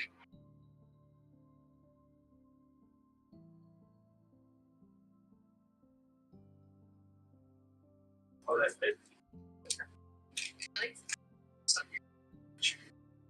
Know what it is. And there's no TV in the living room. As officers enter the house, they find William's lifeless body in the bathroom. It soon becomes clear that this was no natural passing. Is that splatter on the door frame? Is that splatter on the door frame? Yes, sir. Okay. There's stuff in there. Oh, wow. Maybe his door was unlocked. There's no phone there. What the officers had discovered was nothing short of horrific, but the attacker had left a lot of clues, meaning police could piece together a story. For starters, the body had a strong, rotten smell, indicating that William had likely been dead for over 24 hours. Throughout the house, shelves and drawers had been left open, with numerous valuables missing. This initially led investigators to believe it was a robbery. However, this is where they discovered something very curious. The front door had been locked from the outside, and there were no signs of forced entry. Officers realized that a scenario like this couldn't be possible unless William's attacker somehow had a key to his house. In other words, whoever did this to William must have a closer connection to him than a random burglar. This made the shop owner's earlier comments even more interesting to police. They had mentioned that if anything happened to William, it would probably be Denton and his so-called daughter, both of whom were close enough to William to have been given a spare key. So with no better leads, Denton quickly became the main focus of the investigation, and police began to wonder if he was simply a concerned neighbor or if he knew far more about William's death than he was letting on. I didn't even notice his TV's missing too. TV's missing. No wallet, no phone. No more century. We need to talk to this guy. He just got. Oh, I told Jeff. Yeah, I talked with them over there. They said he comes over a lot. Talks. They said if anything ever happened to him, it would be because of somebody. You notice that there's some red fuzz all over the place. I'm not sure what that. I don't like it for fuzz of baby, bro. But there's fuzz like a kitchen. There's fuzz on the outside here. All the doors in his bedroom are open. Keys, wallet, phone, stuff that normally would be laying out. It's a red Ford Focus. We had staff and everything. The party just sent out. Bolo did not release any information. They said just stop this vehicle and outside our car. To find answers, the cops needed to locate that red Ford Focus, which was now on the radar of the entire Fort Smith Police Department. Whoever had possession of Williams' vehicle could undoubtedly help solve this case. The officers had no idea where to start looking, till Williams' son arrived at the scene, providing them with a major breakthrough. That's his son. That's his son. Tim Ford. Black box in the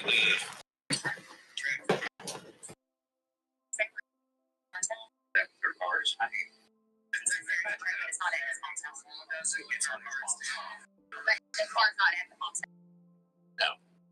According to the son, William had a GPS tracking device installed in his car, and the car is actually owned by William's wife, Susan, who has access to a mobile app that could track his location. The cops now know this tracking device is their only key to crack the case wide open and catch the killer. So with this in mind, officers would quickly redirect their attention to Susan's home. But unfortunately, they'd also have the difficult task of informing Susan that her husband passed away.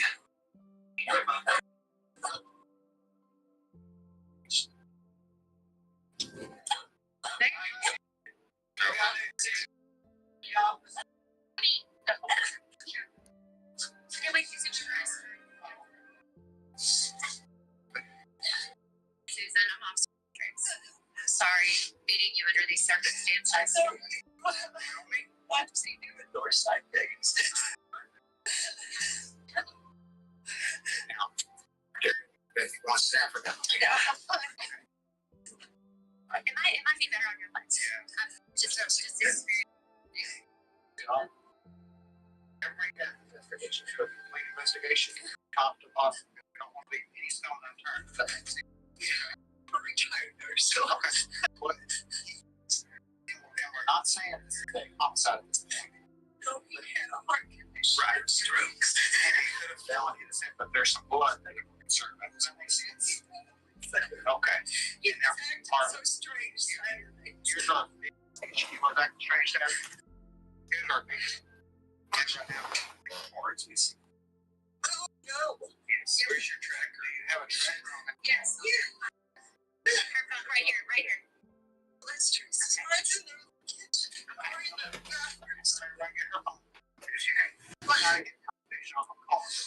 It's gonna be tremendous.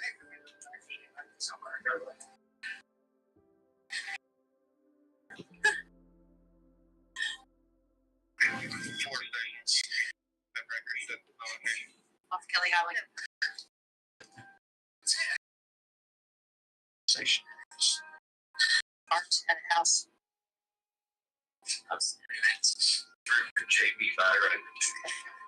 The car is like JB. It's for JB Byron. What? Thanks to Susan, the cops now know where the missing vehicle is. Without wasting any time, officers quickly leave Susan's house and head towards the location of the car. But they have no idea who has it, or what kind of danger they could be facing when they find it. After all, this is the stolen car of a murdered man.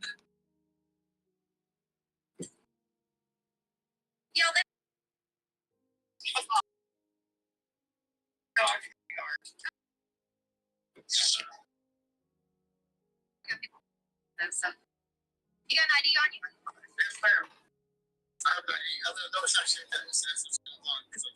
Pull it out. Okay, let's go inside. Go get your wallet. You can go. You do whatever you gotta do. Oh, hang tight. We're gonna be parked there for a second. Go where? Go inside. I mean, she can. Hang tight for me right here. We're gonna all go over here. Let's all go over here. What's going on? I don't know. Let's go over here. What have we done something wrong? Yeah. Something's going on. Go over there and we'll explain it to you. It seems there's someone in this house who wants to avoid the cops. And these officers know they could be walking into an ambush, so everybody behind that door is a person of interest. Okay, so basically, they came out the back. They tried to go out the back. They said they were going outside. Oh, somebody just shut the front door on me, so. What's my place, Marvin? Hey, come out with your hands up. I know you're here. Come out. Or to the police department. Go ahead, hold your hand. No, I'm very great. Hey, come out. Come out. That's okay. Hey, just come out. House. Go out there. Explain that. We're going to explain that. Who else is in here? Come on. Just walk out to that side of the house. Who else is in here? Is anybody else in here? Just walk out here. Here. Right. Thank you. No. Taylor. No. That's Taylor. Oh, who else is in here? Go ahead. No. Go ahead and sit down. Where's the police? It's your last out freely. Come out with your hands up. Your hands in the air where I can see them. Get your hands in the air where I can see them. Good. Keep walking. Keep walking. Watch for me. Okay. Randall, go ahead. To your right on the side of the house, okay? Who else here? Be real with me. Officers would go on to conduct a room-by-room sweep of the house and confirm it was empty before returning outside to face a different challenge. A handful of detained suspects with potential ties to Williams' missing car. Among the small group, officers noted a mix of faces, some nervous, some indifferent, but it wasn't immediately clear who knew what until the question of the red car came up. Just were inside the house.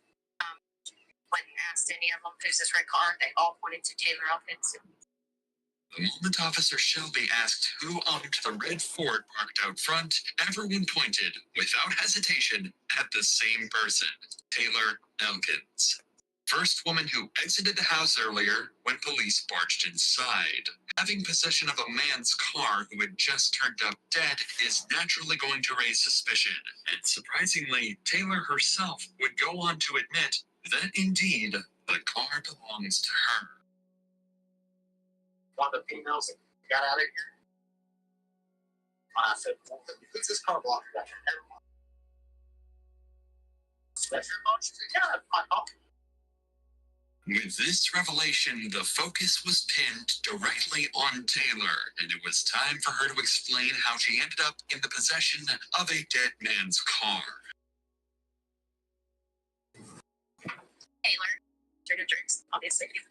Did he read you your Miranda rights? He did. Like your rights, your right to an attorney, everything like that. Okay, where'd you get the car? I already told him. He told me. Boardwalk, it's just like a friend. That's it. It's so bad. White or black? I think he thought it was stolen. No, I didn't say it was stolen. I was saying that. Okay, I really don't know how you got it though. Okay. So I do. You got your phone on you? Where's your phone at in there? Come on, everybody got a phone. Shit, no, shit, I'm going to arrest her. Thank you. I know my daughter shot.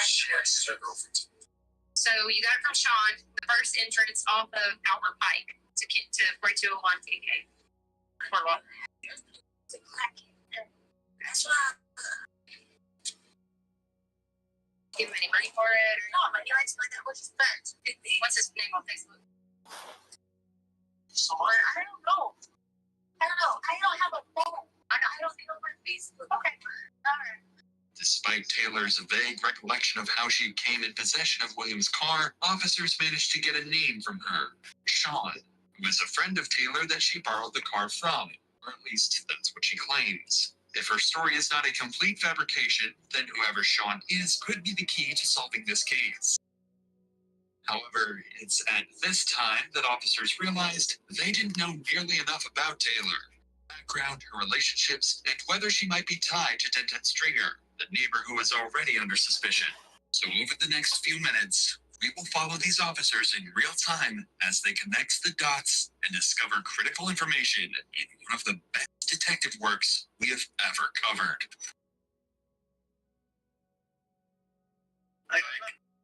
Weeks ago, Elkins. Jail shot. Yeah. It's like this to a baby daddy or something like that. She's got 2 kids. Yes. Hey, check out. Come here. That's Taylor's grandparents' house. That's what I said. Because the address was familiar. And then when I heard she was coming out here, it's like, I know this chick. Yeah, they. I'm sorry. Oh, so you beat that. Really? Where's she at? Yeah, where she's at. Hey, you know, it's her grandparents' house. South Greenwood address? It's her grandparents' house. Hers? Yeah, I swear.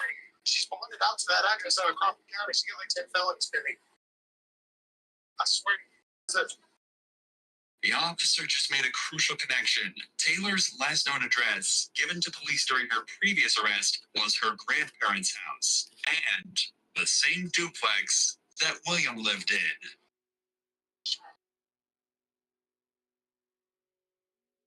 I said, I think that's it. 1800 stuff. Hey, sorry.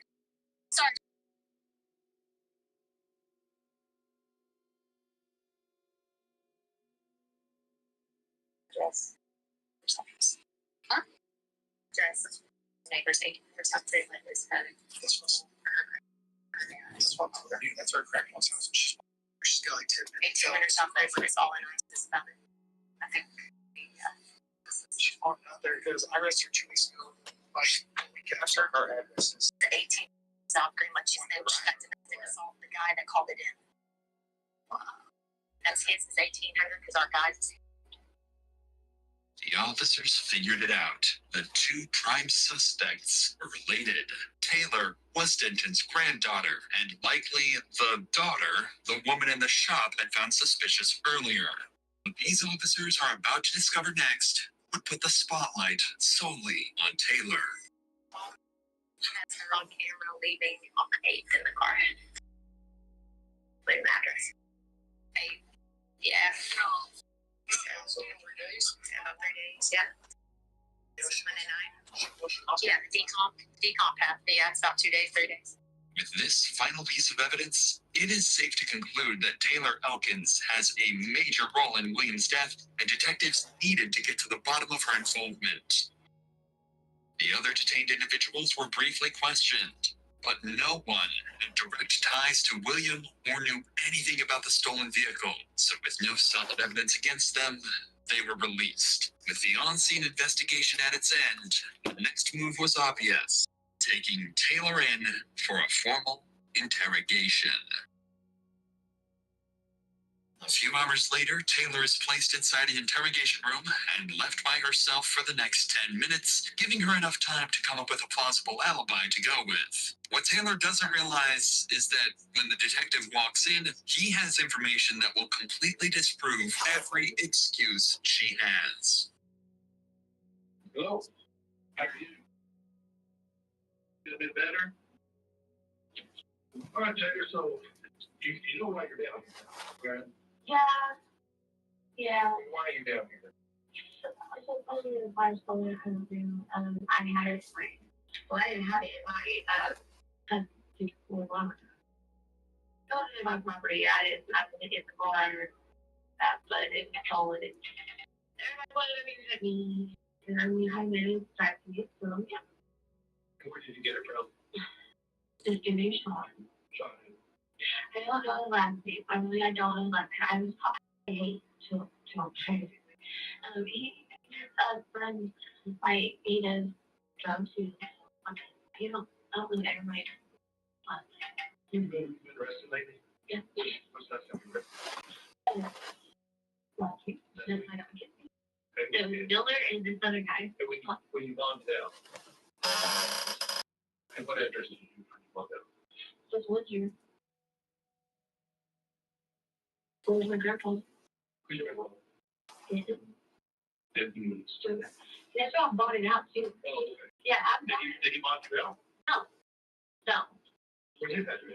1800. 1800 what? After Who's last time prior to that you were with? 2 days ago. And what were you doing with him? My grandpa. I haven't bought it out until. Yeah. In just a few minutes, this detective was able to make Taylor confirm most of the evidence connecting her to the crime.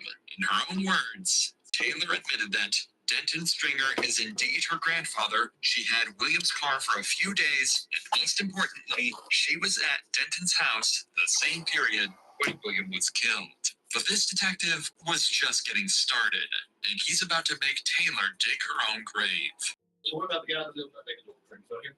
Yeah. Okay. He's ringing below. His mom. But I don't know. I don't know that name. Yeah. How old is he? Oh, He got that cheap deal. I don't know if he works in there. So which car are you going to run in? Whose car is it? I don't know. Never seen that car before? I've seen it. Where? There. Where? Oh, Where, Taylor? perfect.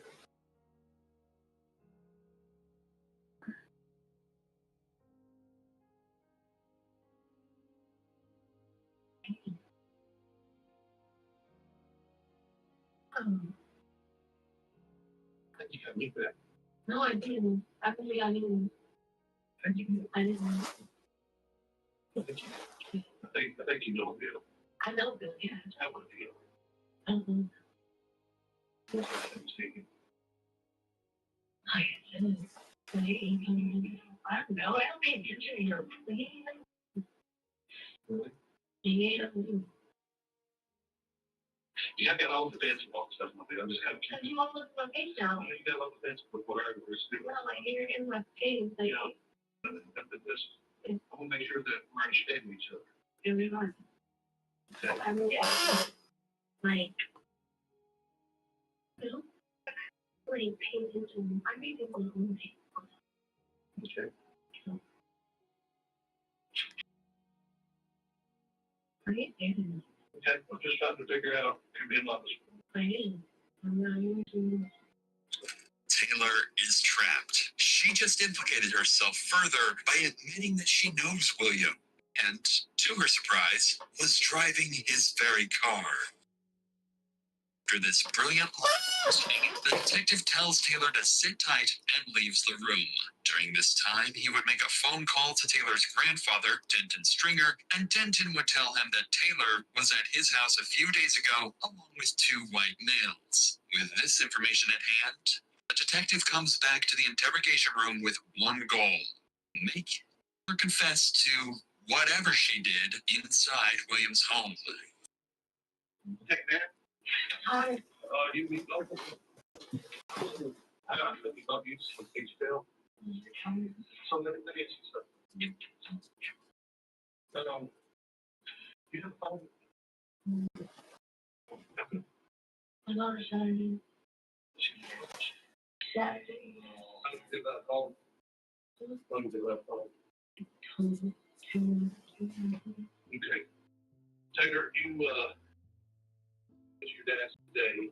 Were you there earlier this week, back Monday or Tuesday? Let me rephrase that. You were there earlier this week, and you had 2 white males, and it was also like a. Because I've already talked to you, Grandpa. Okay, and right there beside your grandpa, there's a school. That school's got a video, it shows you show up with 2 white males. I'm just kind of curious, who are those 2 white males?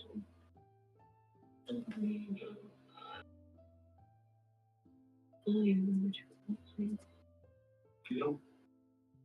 So, you don't think that's Bill's car? I mean, it is fucking amazing. Even when directly confronted with undeniable facts, Taylor continues to play dumb, even making a mockery of the entire situation. So, in order to make it clear to Taylor that this is a serious situation, the detective would reveal the true reason she's in the interrogation room. Because she is a murder suspect. You know why that's Bill's car? Because he's dead. They beat him to death. And you're driving the car from a man who's been beaten to death. I don't know that you ain't got something to do with it. You want to play tough girl with me, and then they tell you this is not going to work out for you, girl. He was beaten to death. You think I'm lying? You think, why the hell do you think I'm here? Do you know why I'm here? Do you know what my title is? Huh? I mean, it's got real. You talk about looking at girls, they're looking for a lifetime. You do it, Dave. You know what? You're knee deep in this shit right now. Let's start coming clean. I told you before. I'm just letting you know. Here's where we're at, Taylor. I'm gonna be honest with you. This is gonna be really good for Taylor.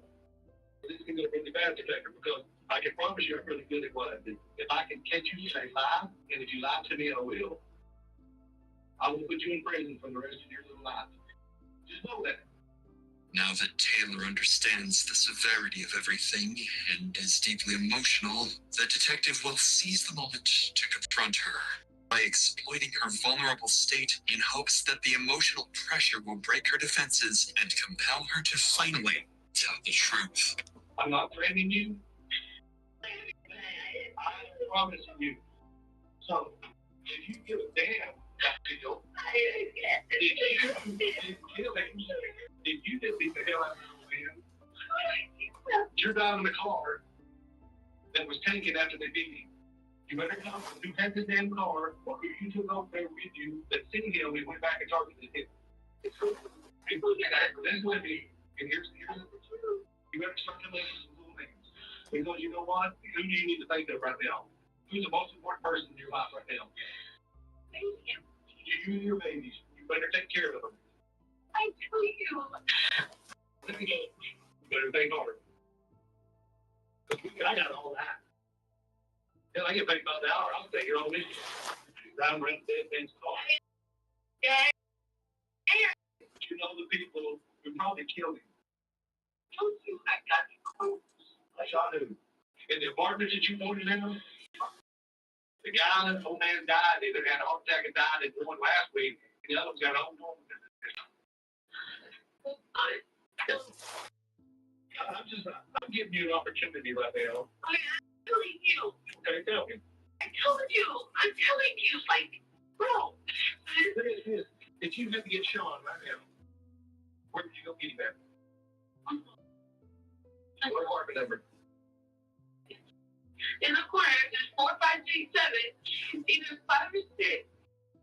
Now it seems like Taylor has a story to prove her alibi. Taylor claims that William's car belongs to a man named Sean, who she borrowed the car from recently. If what she's saying is true, then Sean could very well be the perpetrator of this evil crime. However, Taylor would also proceed to point more accusations towards Sean, telling the detective that he assaulted her, ruined her life, and took her kids away. This means that Taylor was likely involved in a relationship with Sean for a good amount of time. What's strange about this entire story is that every time the detective asks Taylor for personal information about this Sean guy, she dodges the questions, refuses to give any information away.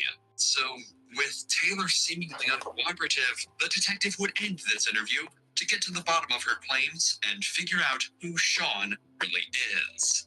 And what they discovered would put Taylor in an even worse situation.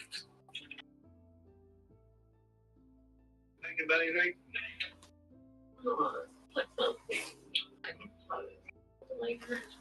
Have a little issue.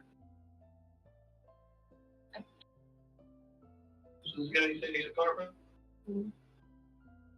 Pretty sure? Oh, he's in jail. He's been in jail since June 6th. You think I made this up? No. So if he's in jail, I have to give you a card.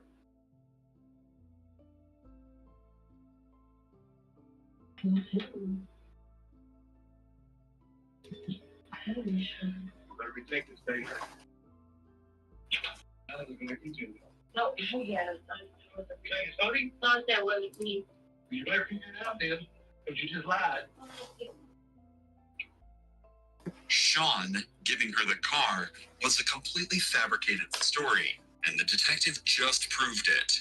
So, with this major lie exposed, Taylor is taken away to sleep in jail while detectives work on finding more incriminating evidence against her. The next day, Taylor is brought back into the interrogation room in an orange jumpsuit. This time, the detective has prepared undeniable evidence to thoroughly debunk her entire alibi and to make her confess.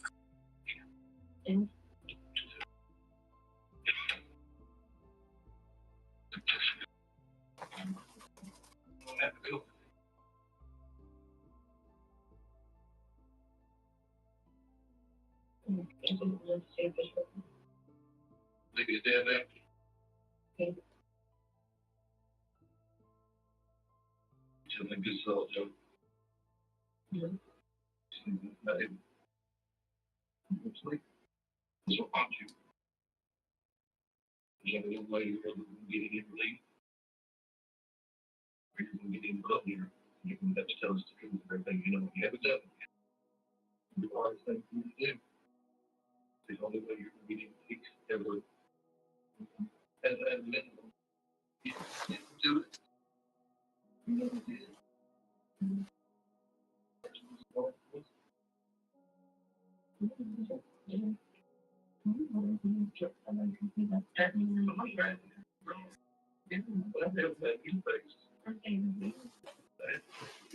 How many people want to fix that for me? I'm sorry? I don't believe liars. Okay? You're a damn liar. You got to get to the opinion. You need helping us. You didn't hear about the old man who's been beat to death and shot. You need to be helping us. You don't think he shot?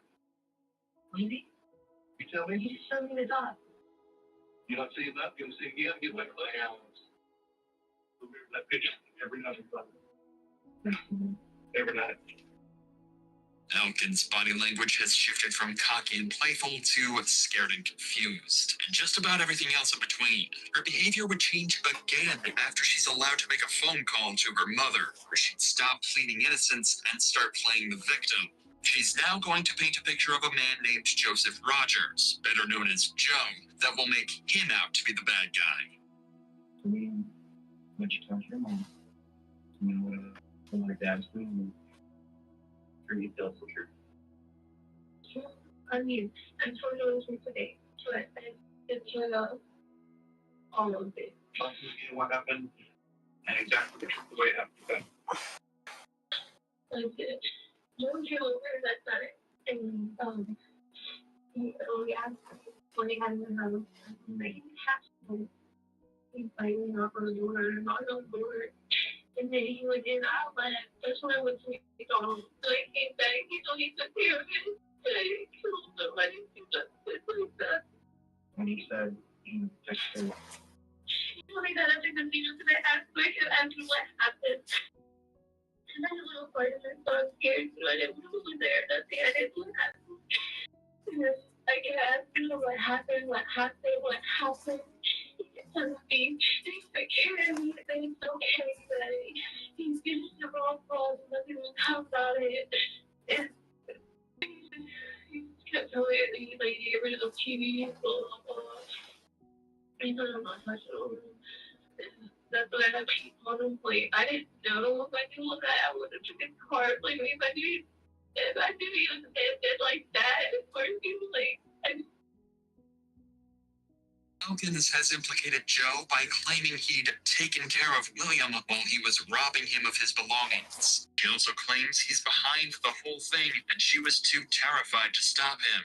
If this wasn't the third story she came up with, the detectives may have believed her. But what Elkins doesn't realize is that the detectives have potential evidence that will place her at the scene of the crime and prove she's been lying all along. And one thing that is concerning is we will have the hair. And we have detectives down there, and if he's autopsy, who states that the hair is the same color as yours. She doesn't have any hair. So where does that come from? Did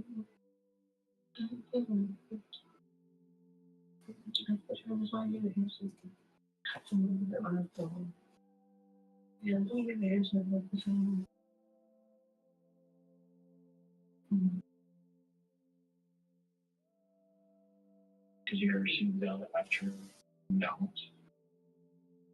If that lock of hair they found on William's body belongs to Elkins, then her stories will mean nothing, as the physical evidence will do the talking for her.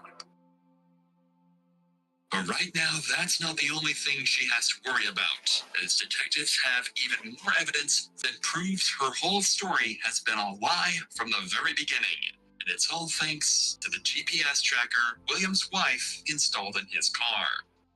GPS tracker would also help detectives to map everywhere she had been from the very moment she stepped in the car, and then use the CCTV to determine who was inside the vehicle. I'm sorry. Good job with the mouth and let me show you the picture. Okay. So he was in the car with you. And you in the car. Did you want to kill him? When you left the house. And you went to the casino. Did you want to kill him? You're your opportunity. We got the evidence. There's a tracker on the car. We take it straight from when you left there. You go to Cavanaugh, you go to the casino. So you need to get this just real for you real quick. So you need to think about this. Because we're going to take this to the prosecutor to get a warrant for murder. So you better start thinking if you want to take the rap or you want to be honest. Because we're running out of time. No, you ain't. No, you ain't. I just showed you. I'm not here. I didn't say you want. I didn't say you want. But I think you know.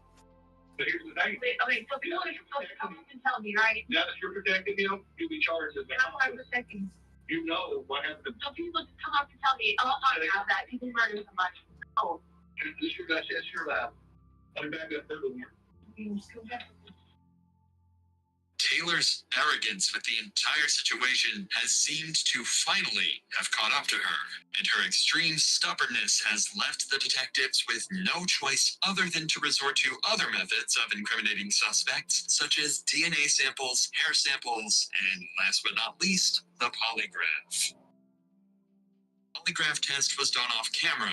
However, the polygraph examiner would have some harsh words for Taylor after the test had concluded.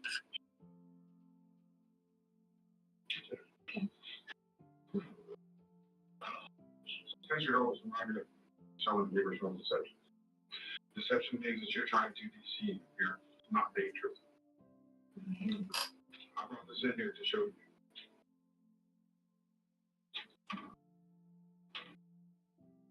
You see that question that says R5? And the big spike on it? That's where you were telling us a lie. You were lying to me when I asked you in the test were you present when he was attacked. When I asked you, did you kill him? Your reading is stronger than that. I was short for everybody. I'm not saying that. Well, I really don't give a shit if you're in it or not. All right? I'm not a rude person. Yes, you are. You're a rude, cold, heartless murderer. That's what you are. If you look at you, you have no good history yourself. So you kill me, old man. I know. Yeah, you're capable of it. You're right in the middle of all of it. And why you don't think you think you're so tough? You ain't tough as nothing. You make up everything that points finger at everybody else. 100%. This is not going to go away. This is not going to quit. You're going to keep having your little nightmares that you have, and I hope you do for the rest of your fucking life. Taylor would never formally confess during the rest of the interrogation, continuing to point fingers, blame others, sometimes being completely imaginary people, and playing the victim. William Dubois Jr. had suffered from 27 impact injuries and met a terrifying end the day of his death. The hair sample found in William's hand was eventually matched to the hair of Taylor's, adding one final cherry on top to help convict her. Detectives ultimately believed Elkins was responsible, Although she didn't confess to the cops, she allegedly made a confession during her incarceration. She also told another inmate that she went to William's house to borrow some money and had become angry when he didn't have any. So out of both frustration and pure evil, she grabbed a hammer and beat the life out of William without any remorse.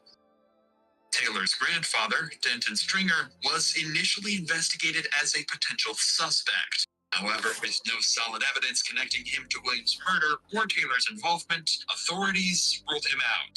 As for Joseph Rogers and Sean, they were both cleared of any involvement in William's death. The two had nothing to do with the crime whatsoever, and were simply scapegoats for Taylor to point fingers at. As for Taylor, she was charged with first-degree murder on October 9th, 2019, and in January 2020, she accepted a plea deal that meant she'd avoid a life sentence. Instead, she was sentenced to over 40 years in prison.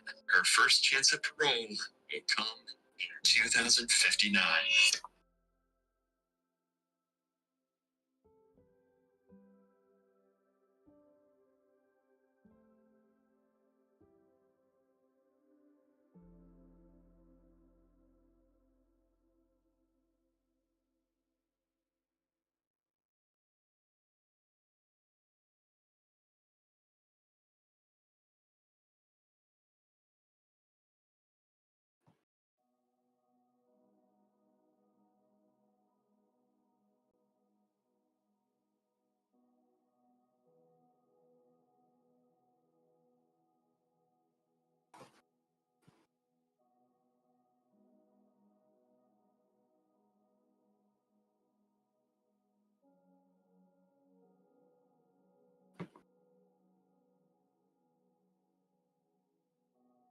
What's trying to accuse me of something?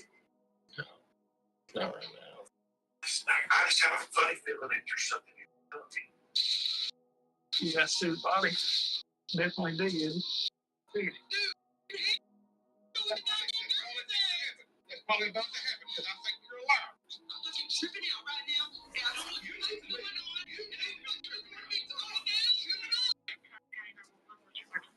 I have a home invasion. My niece is tied up. I am at the verge of untying my niece at this particular moment because she's tied up. She is tied up and gagged. Oh, yes, I'm here. On February 20th, 2015, the Titus County Sheriff's Office received this frantic 911 call. A woman named Ginger Kesterson had made this 911 call after she was told to check on her niece. As she reached the house, she found her niece, Samantha, in a horrific condition. I am untying her and I can't use the truck. Okay, is there anybody else there? Is anybody else here? Where are the kids? We have 5 small infants, ranging from 7 to 1. 7 to 1 years old? Yes, ma'am. Sometimes is she able to speak? Yes. Hello? Hi, Samantha. I know you're upset. But I'm going to ask you a couple questions. Do you need to get that? What do you need to be I hit you in the face. Yeah, I understand. I'm tied up and because he doesn't take my husband and when my husband takes me, they hit me in the face. Like, back hands like me. And so he looked at me and he said, I thought that would get your attention. And I want you to get this woman. Do you want us to kill her? And he said, no. And they said to tell us the truth. And he said, I don't know anything. I'm sorry. Can you tell me how many there were? The 3 days that she was on with her.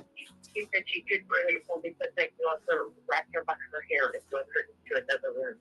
They wrapped her by her hair and got her. Yes, ma'am. That's what they called her.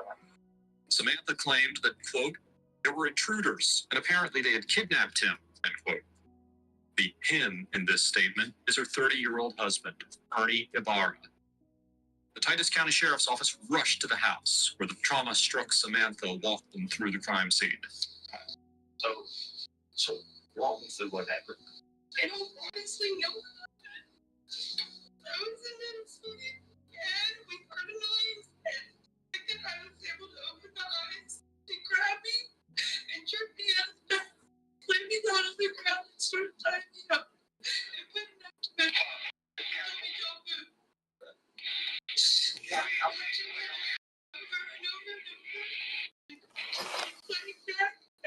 was letting him do it.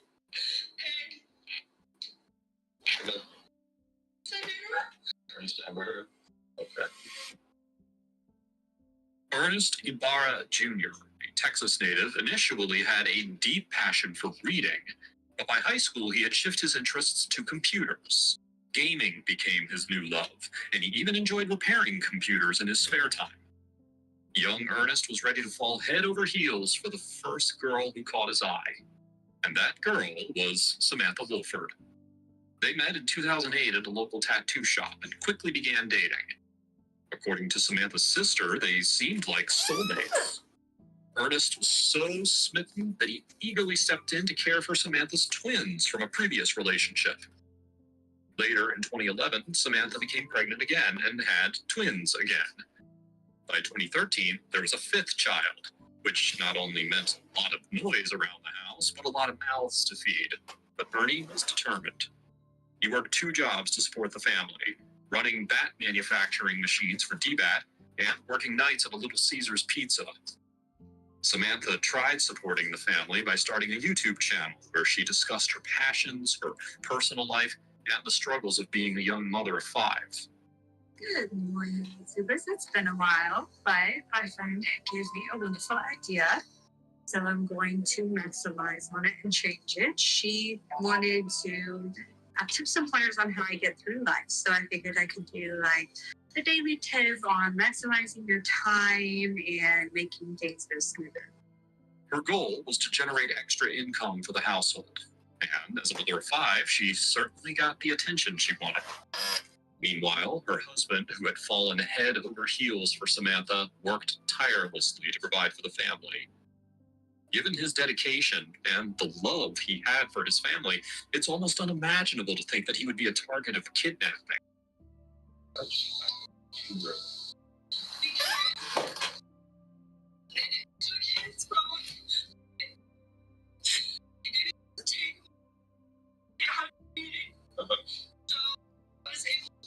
he's got his phone. No, they have his phone. Okay, that's what I'm talking about. What's his phone number? You don't know her? You got a story at home? Yes. Hey, It's a Jewish number. I gave it to my phone. I need that number. That number.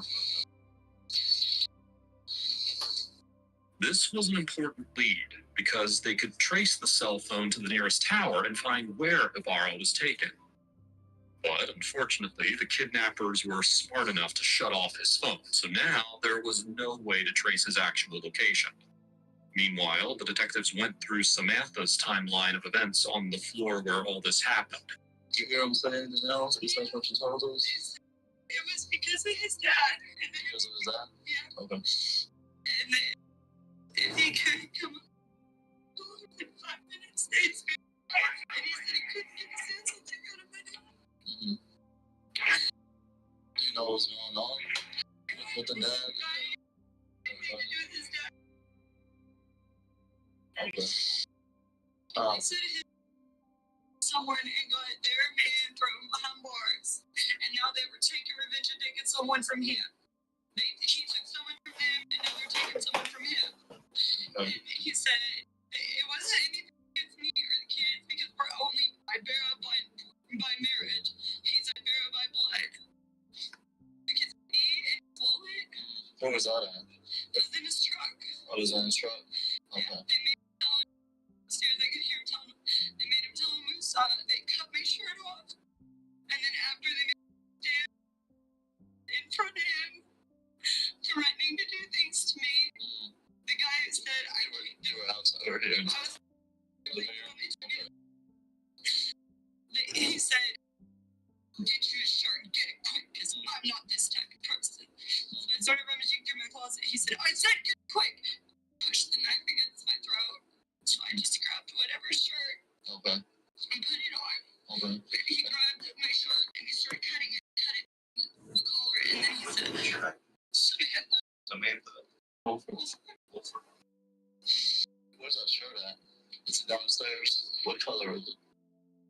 Gray sweater. Okay. Okay. So he said they started cutting the sweater. And they got tired of it and just yanked it off my head. Okay. Okay. Should be cut across here somewhere. Okay. They said they had a knife. Yeah, it's my throat. Okay. Did it seem like a large knife or? Okay.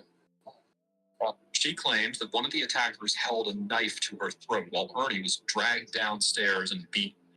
Then, Ernie was kidnapped while she was taken upstairs and bound and gagged. After the intruders left, she wiggled over to her phone and dialed her mother's number with her nose. Now, all of this makes sense on paper, but after going over the crime scene 4 times, the investigator started to realize that something doesn't add up. Samantha claimed that the intruders tied her up and gagged her. But when questioned about how she was able to call her mother while bound, she said that she could only dial with her face. However, when asked, well, how did you dial your mother with your face?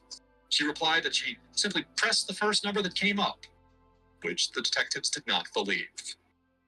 At the time, the detectives tried getting access to her cell phone records to see if that was the case, but she refused.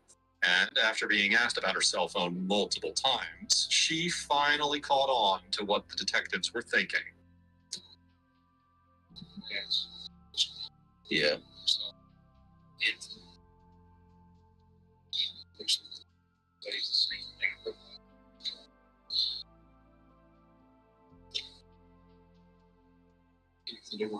Please, sir.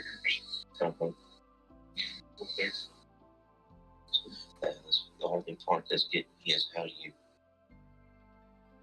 They would have to either be familiar with the place to be able to do all that and know where they were asleep. Yeah, I think so. It's trying to accuse me of something. No, we're just trying to get all the details of everything that happened. You're saying it's all, or somebody saying something about money or something like that.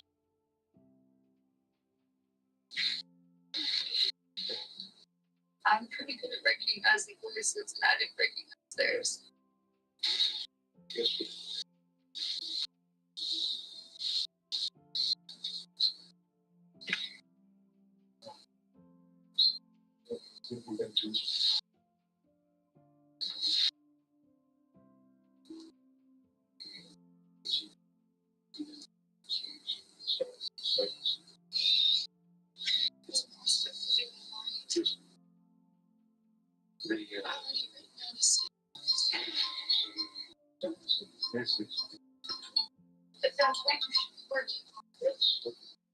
No,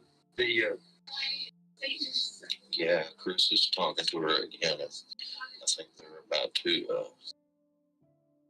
get the mom to take the kids, have her come up here go up to the office. This was a targeted home invasion. And judging by Samantha's story, it is possible that she knows more than she lets on. After giving a witness statement and talking about the story multiple times, the investigators have no choice but to bring her in for questioning to see if that is the story she sticks to. At the same time, she is frustrated, thinking that the detectives are looking into her when the real kidnappers are still on the loose and her husband is missing.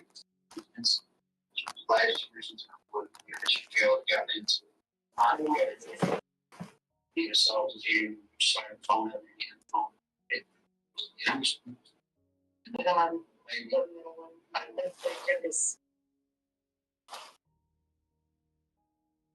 It was the brother to be trained. I keep on saying this because it's the issue.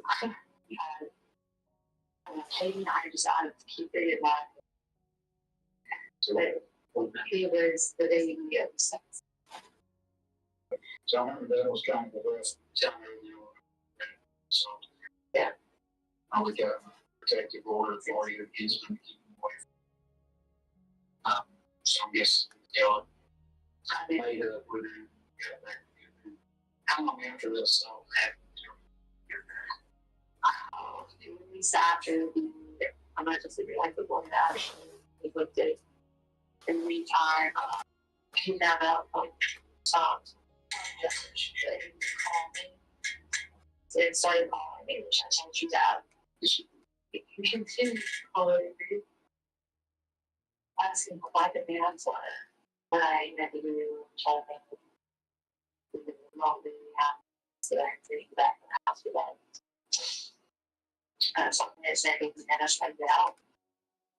It will be off with your internet courses, it will be a lot of certificates and both up to the judge. Put on Skype and things and nothing and person actually see him. It was kind of bad a thing now. Don't go out. Maybe so I kind of like the day. Something like this. 2 weeks or something. Just kind of want to feel out do that thing. And we get out. Other than just kind of maybe working too long, stressful. He wants to come in, right at me, and pick at me. Just typical, nothing. Sir, anything else?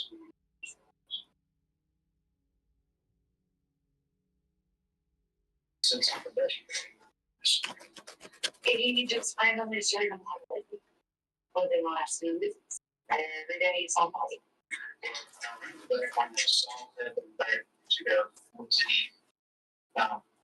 can I remember surgery where he'd been at a party or a bash? yeah, it's not like that. Right. I mean, it's back in 2014, he'd been at a bash party. Out in South House. Yeah. Was cheating. Cheating, yes. That's what that argument started. And put this off. I can find it again.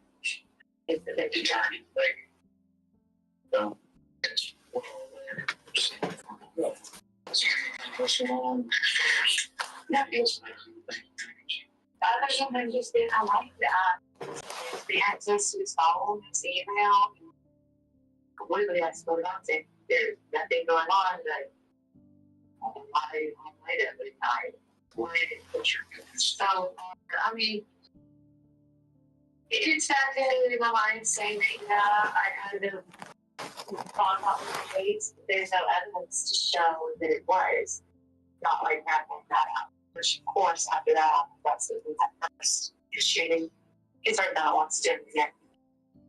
But this time I feel like there's something that he hasn't been telling me. I don't know what. So now the grief-struck Samantha, who's only a few hours removed from such a traumatic experience, is calling out her husband's late-hour absent nights and the one time he cheated. She also brings up an incident from August of 2014 where she had filed an assault report against Ernie. But at this point, the detectives need to know anything and everything that could help them point towards a possible kidnapper. Quick reminder, by the way, if you like what you're watching, please make sure to subscribe to my channel. It means a lot to me. Now, back to the video. Close friends at first training.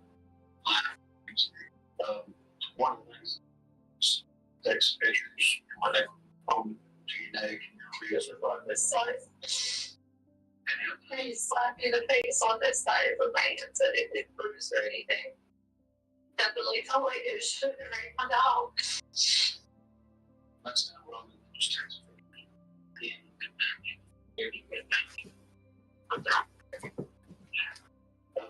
one of the other things here the video version also is I need to just check your information.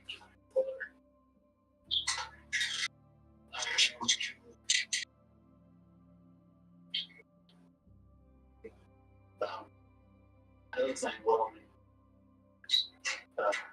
since it was a hand, well, now, so she is, just a gunshot risk. Just check your hands. I've never held one in my life, so. What I'll need to do is, Yes. Whatever it takes to get the fear on that over here. what I think you is that you have no involvement No. Two more of us. Yeah. You got a hand, punch and kick, stand, shout. I'm not outside. Watch me here, because they're out there now. You're basically searching your house and talking about whatever piece of this evidence we can find. Anything that will help the fire there. Well, that's why I want to make sure, because we're going to be checking your phone record, your family's phone records. Is there anybody in your family else?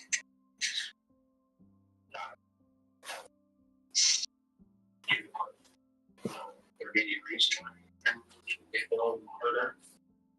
Let's have probably looked in the past, but as far as taking it to the point of kidnapping him, no. What about you know where it's falls? I would know what it is very well. So you go where you know what about you? And go around. No. They've had a little problem, but nothing that would go to this level. No. Not really find any evidence. No. What about yes. Involved no knowledge, that's yes. And clothing that you had on there, which was test to make sure that there's no blood on there. Like come back. What we found on her clothing is not first day. She's no, it should be fine. should be here. I was right there, no, I didn't have no nose in there. And I'm punching in the face with a gun. And I'm sure he says, well, they'll be able to tell, but like blood's on you. Came in sideways, upside down, I'll shoot. Whatever, like if you two are right up here, like in here, you're supposed to get their punching, hitting where the blood comes in. So when we tell the lab what just happens, they extend your nose, look for the blood, gunshot wounds, we anything, hair, styles, whatever, they do, they'll be able to tell us. This is what we found, you know, based on The only type of DNA from him that should be able to be found in our clothing. what about the blood, how we look close, punch it. Yes. Maybe some blood. Or any, you know, inspect for splatter or anything like that. When they jerk me away from it and cut my clothes off, I never touched it yet. So there may be, but is it because I laid my hands on him? No, I never touched my on that. And I'm watching this guy punching the face of the guy over and over. Everything. Horrible. Now this is stairs and falling. Didn't make you feel glad? No. No. Told me that you felt good about the importance. At some point in time, everybody losing their temper, but have I ever acted out and hurt anybody? No. You can look at my record on that. I have one count of criminal mischief. That was because I lost my keys to somebody else's my car, and they didn't have a license. And when they cut your shirt off, how brown? Yes. So they jerked it out and started slashing at it with this apparently dull box cutter, and it worked off of my head side. She wasn't good. No, they started cutting it. They were going to cut it down for the class, and the blade wasn't working, so it said, and I ripped it off of my head. But as far as tonight, you had nothing. No. No. Awesome. Yes. So, but in fact, I need to know the truth. Did you have anything? No. No. Dead. He's dead. That's what I'm done. You never said he was dead. No. He's alive. I hope so. Do you have anything? No. Nothing different. If God forbid he is free. No.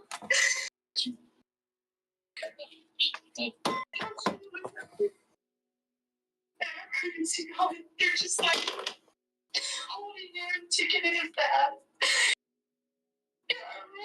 Really not. But Say I.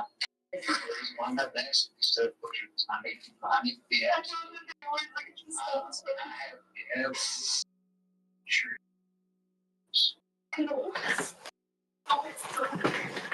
Detective knows that her side of the story doesn't make sense against the evidence collected from the house, yet she is sticking to the story.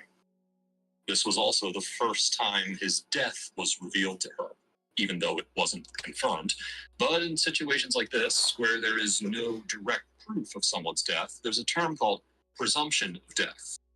So for now, it's her story against the evidence, which is why the detective calls in a senior sheriff, someone who's been to the crime scene, been shown all the evidence, and is now given the daunting task of making her tell all that she knows. But before we continue, let me thank the sponsor of today's video, June's Journey. Imagine stepping into the dazzling world of the 1920s, surrounded by glamour while solving intriguing mysteries. That's exactly what you get in June's Journey. You follow June Parker as she tries to crack the case of her sister's murder while uncovering her family's secrets. Every scene draws you in deeper, and trust me, twists will keep you hooked. The thing I love about it, it's super relaxing, but it also makes you think. You're hunting down hidden objects in these beautifully designed scenes, and it feels so rewarding when you finally piece everything together. It's not just a game, it's like a little escape to another time. And when you want to take a break from the mystery, you can even decorate and customize your own mansion and garden. But what's cool is you can play June's Journey however you like. Go solo and enjoy the story at your own pace, or join a club and compete with others in special events to earn rewards. The best part? June's Journey is free to download, and you can play it on your phone, whether you're on iOS or Android, or even on your PC through Facebook Games. So wherever you are, you can dive right into June's world. If you're ready to test your detective skills, download June's Journey using the link in the description, or just scan the QR code on screen. And this is why it's very important. Because I will tell you what, everything's about the same. It's just I don't think you are this point. I think you got dead. Because the simple kid thing, why is the his blood? I'll speak up. Can't never say home you're supposed to do. I can't make you trouble. And his pickup means what? Yeah, somebody switched parents made somebody use your truck. Take him somewhere. He was assaulted at y'all's house. I told him that they got into his truck because they wanted his ID. It's because they said they needed to verify 100% they had the right person, is what they said. I don't know if they wanted people to get him wrong. They sent somebody out to check to get his wallet to check his ID. Okay, yeah, because you know what we think? We don't think you're going to be far. Everything on his phone, because whoever did this didn't have the mind to take his phone. It's too late now. A couple of them got the court. So we got things to work on that. We've also got the silver dogs and everything on. I think we're going to find him. I think he's hurt. I really do. And this is not that ready. Well, I don't know. And this is what's going to look so bad is from your story, and this is why you don't have to be a suspect, and I still don't think you did. I don't think you're strong enough to do it. I think you're scared. I don't have a boyfriend. You got one of them? I didn't have a boyfriend. Okay. I don't know what the deal is, but Sam, you got the kids in the same room, just the small layout of your house, place that they took. It's just not making sense. Sam, that's honesty is always the best policy. Don't you get your makeup so smart because you're scared. Because if you know something that you're going to tell us, and I think there's more things you tell us. I'm not saying you're a complete liar and fabricating the whole thing. I'm not saying you did. That's why I'm saying you get a chance to tell us right now, be the hero of this. Things there's more. Done this a long time. I'm reading your body language. We're going to piece this thing together. This is Sam. Well, thank you. I'll help it if you can. I just think there's still something that you probably don't show. And that does not make you guilty. That does not make you, if he's dead, that does not make you a murderer. But you gotta understand, you've got children. And I don't want to see all of a sudden we find, let's say that he's dead. Let's hope he's alive. And then all of a sudden you find out your story that you do some of these issues are what? Guess what? It's gonna be at least 20 years before you ever touch your kid. They'll have grandchildren. You'll have grandchildren to touch it. They'll let you do what you don't charge. They don't touch your kid on risk. Well, that's the thing. You don't have to kill him. I don't think you did. I'm telling you right now. I know, Sam. I believe you. Here's my problem. Your story's not mentioned. I think you could be the hero of this on this day and quit. If anything I can do, if I can find the vehicle with you and go to where it's not free, I will go and I will help everyone I can. Now, we have also does use a juvenile area and I'm going to find you. I will help any way I can. I know. Juvenile areas. If it's an area, no, but I constantly have. I can't do that though, because then, if you were there, then you could kind of crime scene. You see what I'm saying? I'm just telling you, it's an area that I possibly know, but I might have some idea. And this is why I'm not here trying to stress you out, get you best so you do stuff like that. I don't want you to do that. I'm trying to do something condition. It's insane. That's the only thing right now. I'm just thinking there's probably something here because this is a look at right here. This stuff at the house, this the blood in his truck. I just have a funny feeling that there's something you can tell me that you could tell me, and your friend's gonna make you guilty. It's not. At least you did. And I think you did. I said, talk to me now. Is it that you're scared? You're not telling me there's something. I'm scared that y'all are going to try and find me guilty for this. Oh, you know what? But you know what? Here, I'll just say, Sam. I want to prove the innocent. I want to prove the guilty. The evidence is what proves my body. And that's all I'm worried about. If you are telling us the truth, then you have nothing to worry about. Now the dynamic of the interrogation has changed. It's no longer her story against the evidence. It's her story which she's scared to tell because she fears that it will make her look guilty.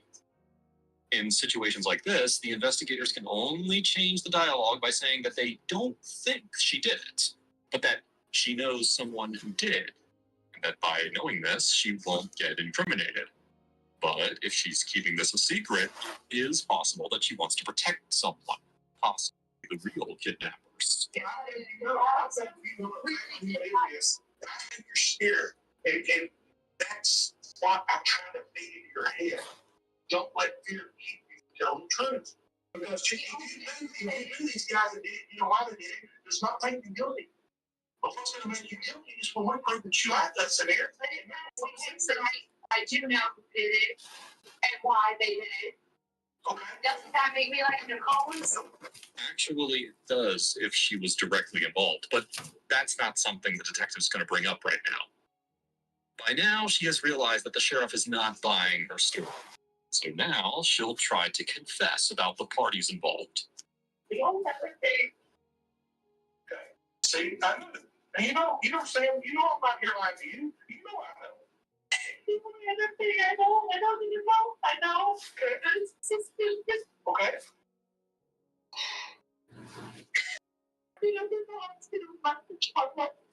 Okay. She's got a guy there that's critical and cannot go through that I said it in there because they have a lot of friends around me. I love being a father figure. Okay. And the only other thing I know is venting and fighting down with my friend. Like I just told you, I have a problem talking to my friends about our problem. I don't have any of them. So when I do get with one of my friends, I won't do it well. Okay, any problems we might have had. Honestly, like it hasn't been any. We had our house and I had to see chocolate a long time. Because it's cool with it. And she's got this guy in her and he's talking about how you should treat a woman that way and how you don't do those things to a person. He's going to know the situation and take it seriously. You see, Sam, you know who did this. But that does not make I don't have any proof that he did. I just have what he said. Who is this guy? His name is John. John.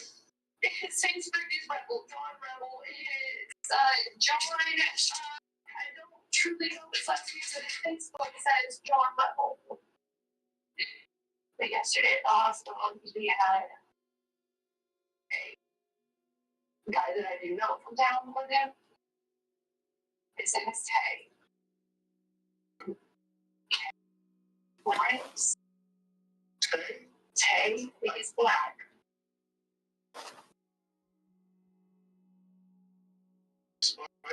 Yes. What's he from? I didn't say yes, he had him in the hospital with him. I cannot guarantee that these are white people. But you know, Sam, you know this guy did it. You know he did it, and here's the thing. But why? It's got serious psychological issues. Why? What did you say? What did you say when you said you don't like that problem? I just laughed at him. I thought he was joking. So now all of a sudden, why are you right now? Because you know that it's him. Why do you know it's him?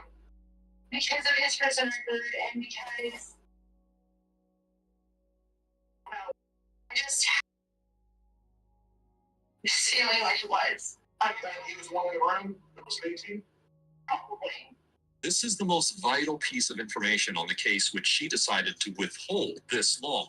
And the only reason why is that she feared for her and her children's safety. Now, of course, all this information needs to be checked afterwards. But now, as she continues to talk about John Rebel and Tay Grimes, she starts convincing herself and the sheriff that it was them who she saw that night. Yes. There's another guy, I don't know his name. Pretty much wants to know if it's going to fly. Yes, in the house, there was 3 people. So yesterday, if you look at the cameras, there was 3 people. Sanford was the key person who was tied directly to the other 2 possible suspects. Jose was his brother-in-law, and Octavius Grimes was his friend. Sanford also had an extensive criminal record, which is why the investigators decided to track him down immediately. According to Samantha, his girlfriend was still in the hospital, and John was still in the maternity ward. Police arrived at the ward to find both John and Jose there, so they were both under arrest. Obviously, the 2 were interrogated in separate rooms so that they had no idea if the other person requested a lawyer, refused to speak, or even dropped the bomb on the entire investigation. Which makes these next few minutes more interesting. No, exactly what you know what happened with Smith's house. That's what we're talking to you about, okay? I want to she made your ass, you'll have to make it all through. That's that. Hope you signs it. Just think there's some things you want to tell him. Your side of the story. He says, Smith. And I'll be honest with you, she's one thing. She said, he's with me. It's walking and she's like, I don't know if she's like this much. Like shift time job, you know, she's lying. So I think what I'm gonna do, when you get up to tell me what's going on here, because I know you're not gonna be here, boy. Not for a fact you ain't. But at least that's what we're fixing to prove. With evidence from the other car, him. So, okay. Now, you want to talk next a little bit about this? Yeah. Okay. Well, let me tell you what they're saying, Kirby. Because I think you'll be honest, because I'm very big. He's dead. But now, according to Samantha, he was just a bystander. Why? Jojo thinks that Greta would not put evidence. Evidence outside. We've got enough to definitely prove. I've always seen something on him. I can prove that what she's doing, she's out there, it's huge. and said, well, hey, John Rebel was just a bystander.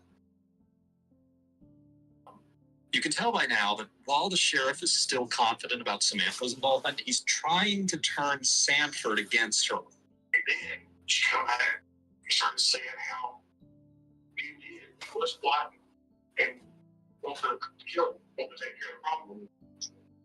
You know, like that. Well, I think, personally, I think what I think, but you tell me, because we've got everything we need. We've got y'all, we've got everything I need. We're wrapping this up. Now, all I need is see what I was going to charge you with. If it's going to be for murder, or if you're going to cooperate, we'll find out possibly, because I can't make no promises. So then if you tell me what happened. Okay, this all started. And so they said, yeah, we talked to her about her all over her.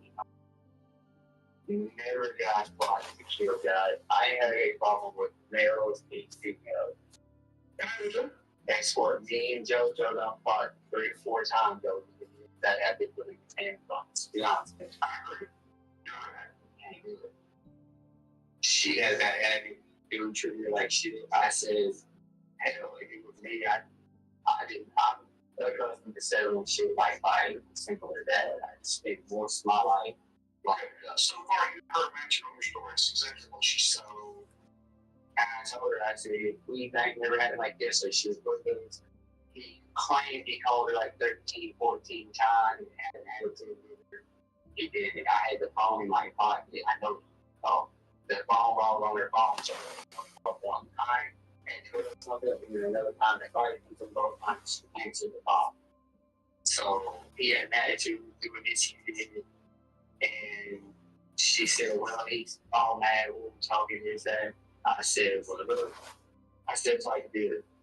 I just met you. I don't know too much about you. But you're my ex, one of my ex's best friends. I'm my really, she's just a real close friend, like a little sister. She didn't have nobody to help her. Her mom was never dead. And that's not the only thing she did. So I told her, I said, look, yeah, I ain't even gonna lie. I should be more over Bruce because by this time she had offered me to be able to take Charlotte home.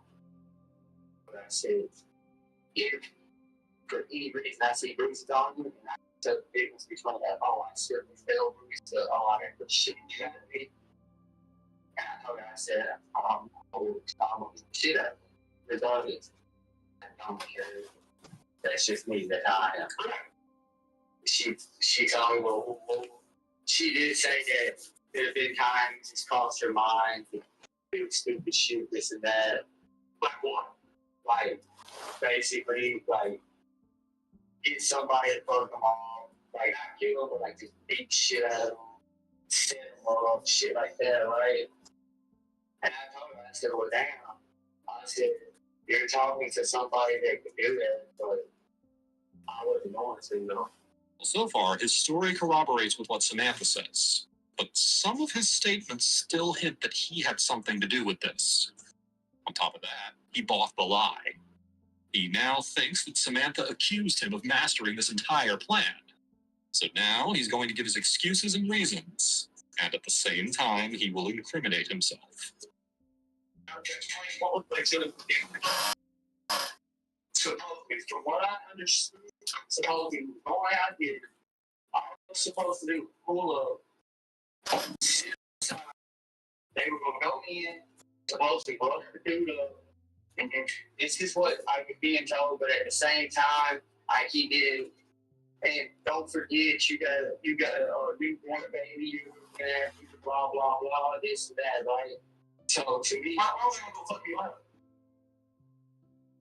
Apparently, to be honest with you, apparently, from my understanding, JoJo was pissed off because Tay were outside at the hospital earlier that day, and she was telling us how her husband treated her and some other stuff in her past about being raped and stuff like that, right? And of course, that makes me take off and stuff. Then when we got back to the house, Tay told JoJo because JoJo first time he been hanging the day before. Fucking they knew Tay told, and I guess JoJo just because he does be like quite easily. He don't have his blood on him. I don't know. He walk up. We will take you there in a minute. You want to go with us for but first, let's finish the story. They go in. I'm the only person that knows the way out. So JoJo had to be like, "Where's Sleeping?" Man, I don't know. That's where I get caught in the ear. Man, look, just walk up, stop and fall in the upstairs. Like, kids are up there too, though. Because the kids' room is upstairs also. They go up, I have to go up in the maid. JoJo, me, and the last two go up. Then JoJo sits there. He doesn't even hell to do. Honestly, me personally, I do not believe Samantha really had a hand in it. I think that he just kind of got too control. Okay, so JoJo, Okay, that's not you now. I don't think let me tell you what she said. I mean, she definitely had victims there. She did JoJo. She said it was heavy. She did not know it was okay. That's what she said. She said she does not know, but she definitely knew she was joking. And then on that too, they obviously also upstairs. He got drugged downstairs. Got put next to the door. The other dude was upstairs. Brought her down. Well, no, they brought her down first. So we got brought her down first. Then JoJo baby come down. Came down and he come down. The whole time he's got the gun, but didn't care. They come down.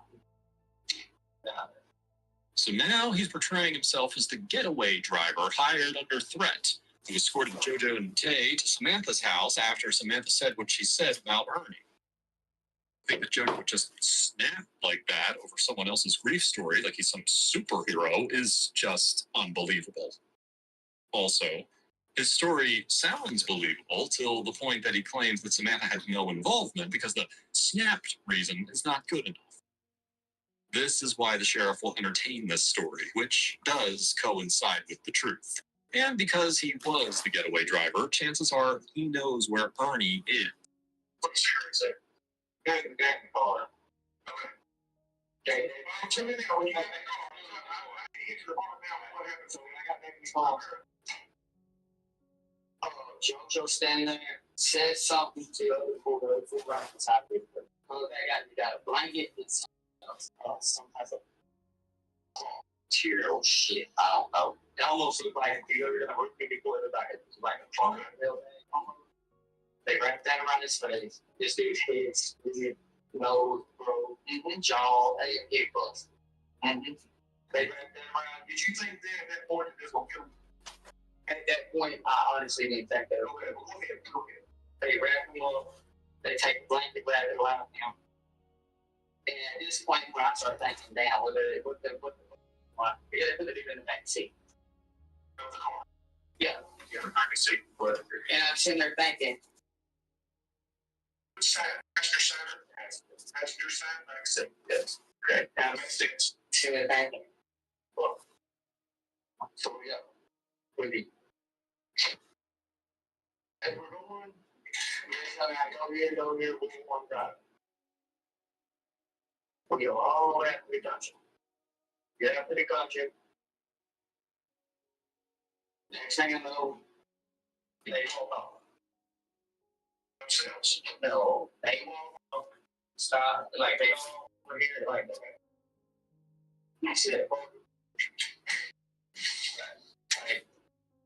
It's in the woody area, the creek bed here, we're parked here. They walk off around this way. Stop. And you can see them through the trees, you can't really see them. JoJo come back around, tell me, hey, me a cigarette and ball. Take it out, wall. I mean, what's up? We go over here, we go, and all of a sudden they start putting off straight thorn action, nothing but thorn. Go back in there. Judge said, "Not stay there." They come off and move the deeper. A few minutes later, here they were coming back out. Man, what's up? They're like, shit. Go start the vehicle. Go start the vehicle, he goes to the key. So I told him at the vehicle, in my mind, God says, this is my neck of the woods now. So you know where you're at? Yeah. My neck. We're going to go out there, me and you. We're going back out there. Because everything you're saying so far is matching what I understand. This is my neck. So I'm thinking, man, you go get the key. It's standing there. My TNT bottle to show all that I missed. So I'm about to go down here and get a safe house in part and call some of my old connections and be like, hey, really, I got some shit for help. What happened? You sure what happened? Before I got any further, the other big part saying I'll start to look at a little safe out in the vehicle too. Before I make the vehicle, all I hear, Joe did it. And then what happened? You know that sound like hard I hear because my dad's 21 years of age. I know what it got sound like. When in the vehicle, I started and Joe called out. He's got a blanket, the bandana wrapped around the dude's face, it's totally cloth material, a belt, he's got all this shit. He puts it in the back seat, he just hands out the tell. I had not been by my stuff. Let's go. It's like, you see, I didn't even have a chance to hang out here. John, did you guys I kind of told you to, they're kind of on this. So fast here.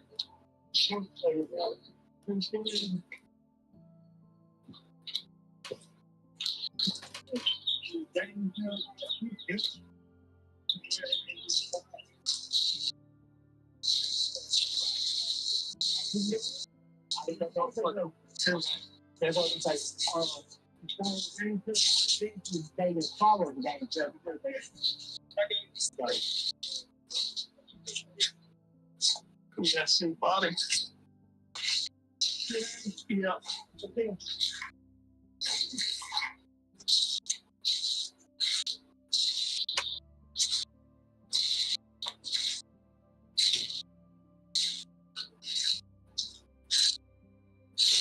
Definitely did.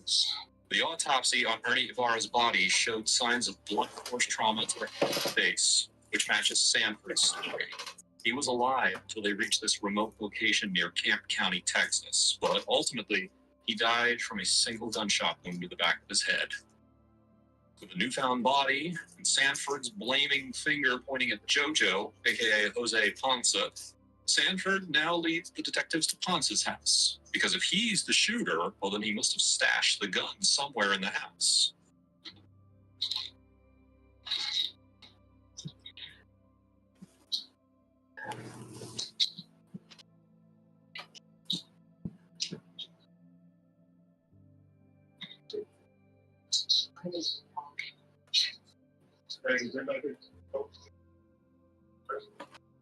Now, Steve is like,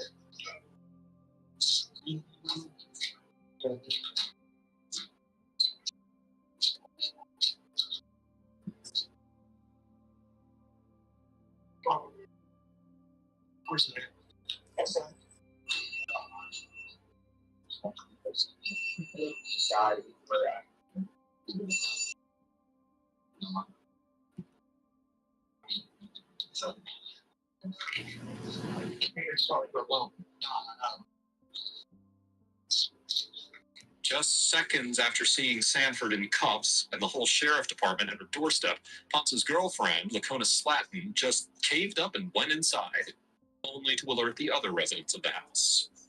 She has the legal right not to speak to the officers and can refuse to have her house searched, but that would only make her look more guilty. Plus, the officers have more than enough to get a search warrant. For now, though, that won't be necessary. Yeah, most is right now. Yeah. She's all.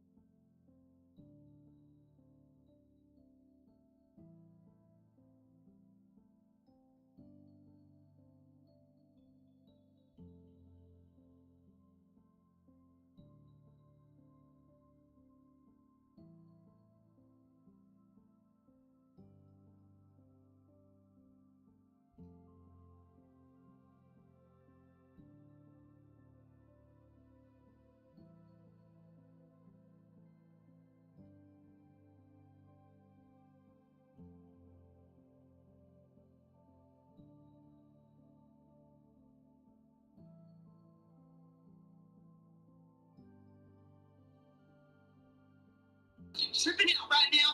I don't know what's going on. I want you to trip.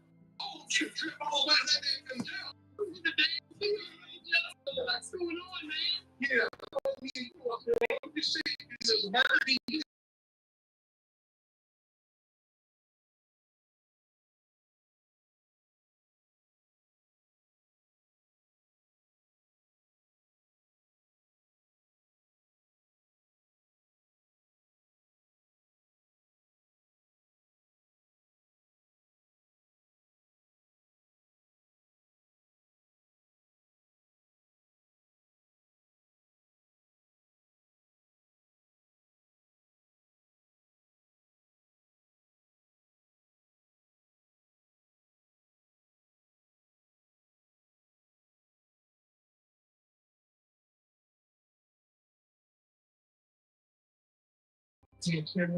Yes, I don't think about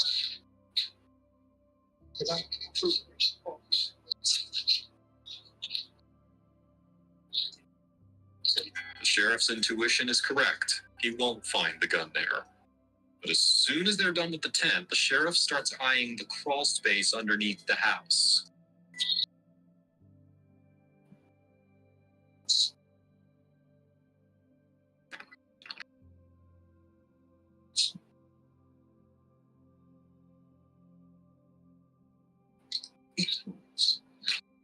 There he is right there. But yeah, I'm saying you're done for beginning.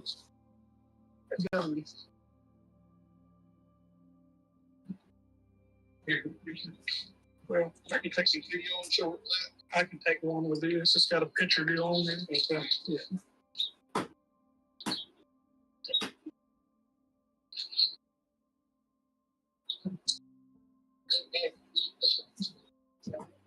Yeah, it was, I think that's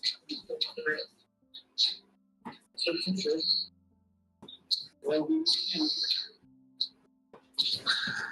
his name.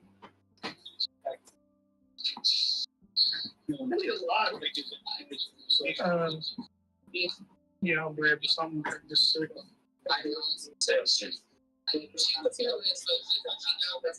Oh, hey, Peter, Peter had this good. Why the hell would I tell you to go look in the tent? It wasn't in the tent. Well, I don't know what the probably was the truth. Man, I'm telling you, all I know is the guy told me that they were suspects. The first thing that broke in my hand was that fucking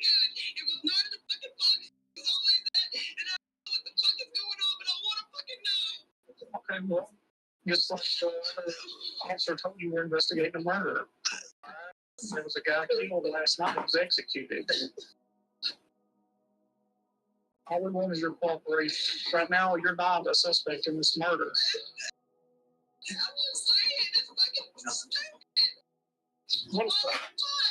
What a stupid. From this point on, just remember that the gun was found under the house, and the fact that this was something Sanford didn't know.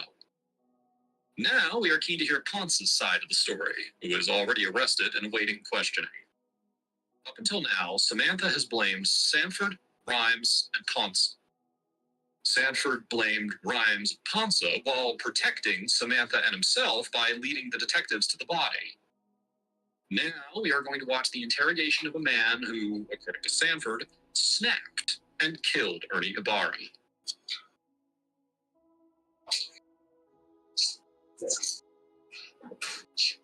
Without me talking, you don't want to talk a little bit. I never said that. No, I'm just saying about street control. We don't talk about this. Just locking this down, and everybody pretty much won't figure you. Just like that. That's what I told you. I figured they would. Okay. Now, even though it's only been less than 30 seconds in the interrogation, we can tell that he's got someone to blame too. But in reality, he's about to drop the bomb on this entire investigation. So the case up there. Look at the show house. Did you live in it? The witness statements are to a T. The errors that are collected. So, I know you cousin, John, I know what you did. And old cousin, I didn't smart to put this whole line forward down. So, no. So let's talk about it. So what is that? Never mind. Why don't you tell me about what happened last time? They've done everybody know what figured you'd been one of them. That's what I'm saying. Other than I did. Who Jonathan. Is the girl how do you prove that? Prove it? How can you prove it? Dude, look at walking. I am serious now. What is that doing? Get your hand out. It's not yelling at 10. I understand that. I understand that. A lot. Okay. So why don't you ever found that gun in my team? I thought you did. Where do you think I found it? I know exactly where you found it, but you're going to spot the job with him. Jonathan did that? Seriously? Yes. Well, where did you put it? I'm not going to lie. Fix it in the back of the house, behind the house. Is it? And you saw it? Yes. Okay. Hey, let's go through this. What I need to do, I've got Samantha's version. Samantha is the ringleader. Samantha is the one that can prove this. You don't believe me? As God is my witness, all you have to do, you can take you and 15 officers. I don't care. Take me in front of my wife. And my wife will tell you a piece of what she overheard. Well, now, actually kind of hurt. And my wife will tell you she's the one who orchestrated it. This was music to the sheriff's ear, but what he needed now was the facts of the case. Facts that only Ponce can spill. What do you mean? 7 or 8 minutes last time. They still back up. This time they I know. That's so funny. That's so funny. The guy I'm giving it to, I hope. That's so funny. The guy that I'm paying for, I'm wondering, like, I know that's the first thing he's gonna notice.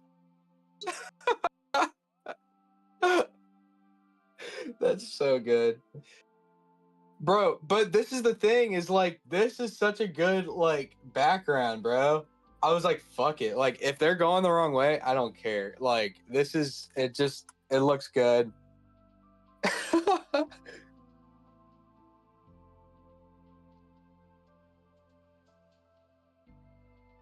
That's so good. I love that you noticed that. Bro, I just couldn't find a good like background. I know. That's so good. Bro, well maybe like maybe the dog doesn't know that, bro. The dog does not know that. So give him a break, all right? Give him a break.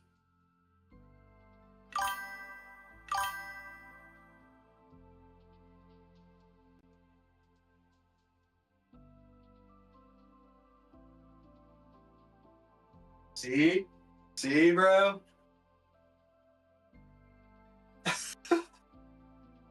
I was like, that's so funny, bro. I love it. I love it. Do you think this is accurate? There's gonna be like a...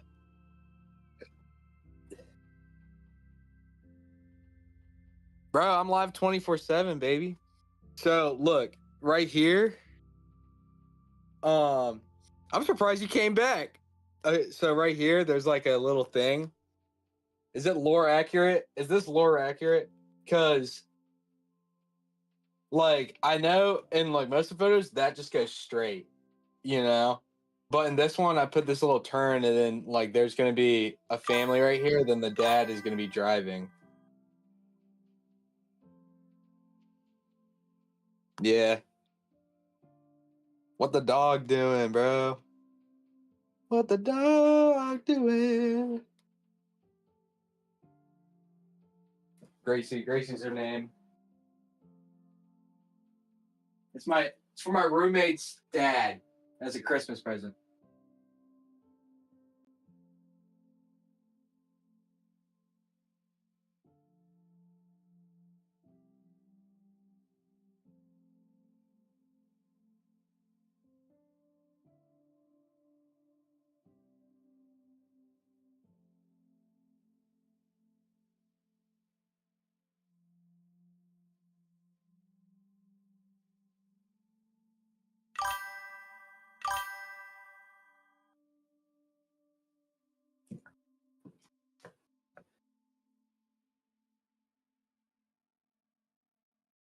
Okay, all right.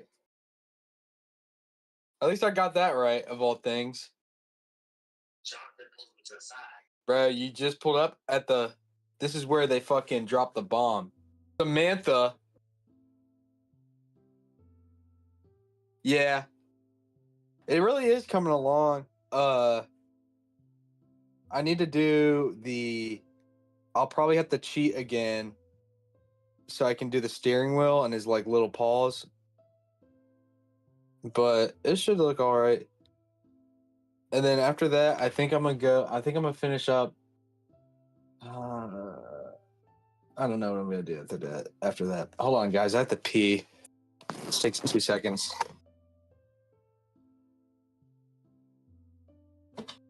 Oh, but you guys joined, right? This is a 2-hour video I've been watching.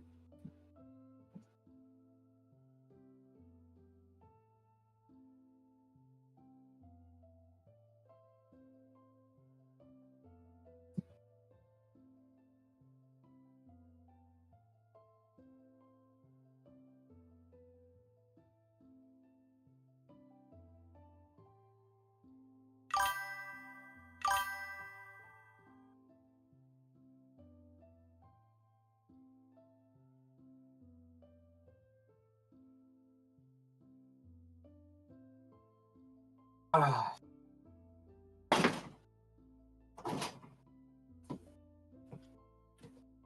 Oh shit, my thing keeps on falling.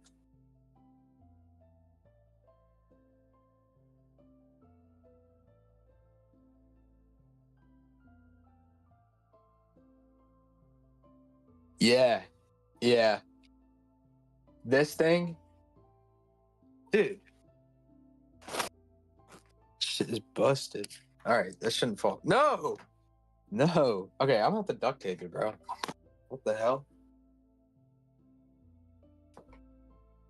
Sorry. Hold on. I gotta duct tape my tripod. Bruh, where's the tape? Duct tape is probably one of the greatest inventions in the world, bro.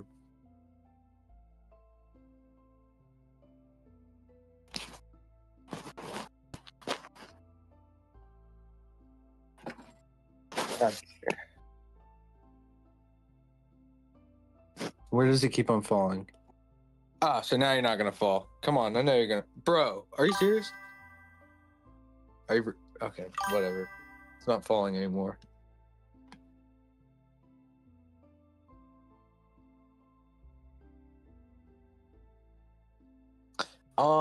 I don't know. I don't know where the. Can you tell it's supposed to be McLaren?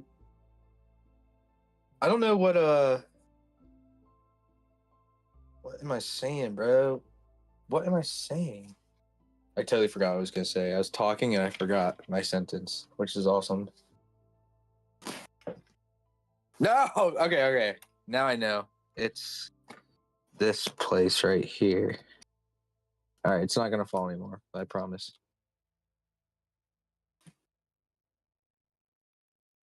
Boom.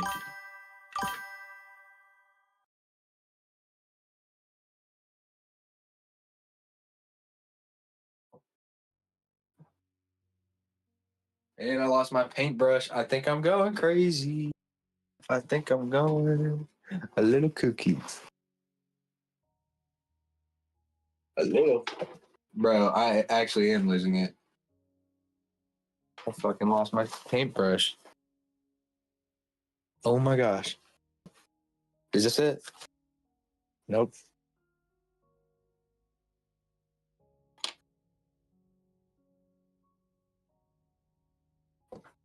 Holy crap.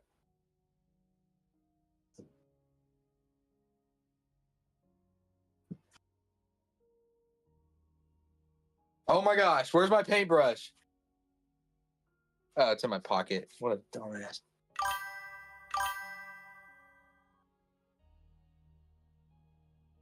Yeah, I thought so for a second.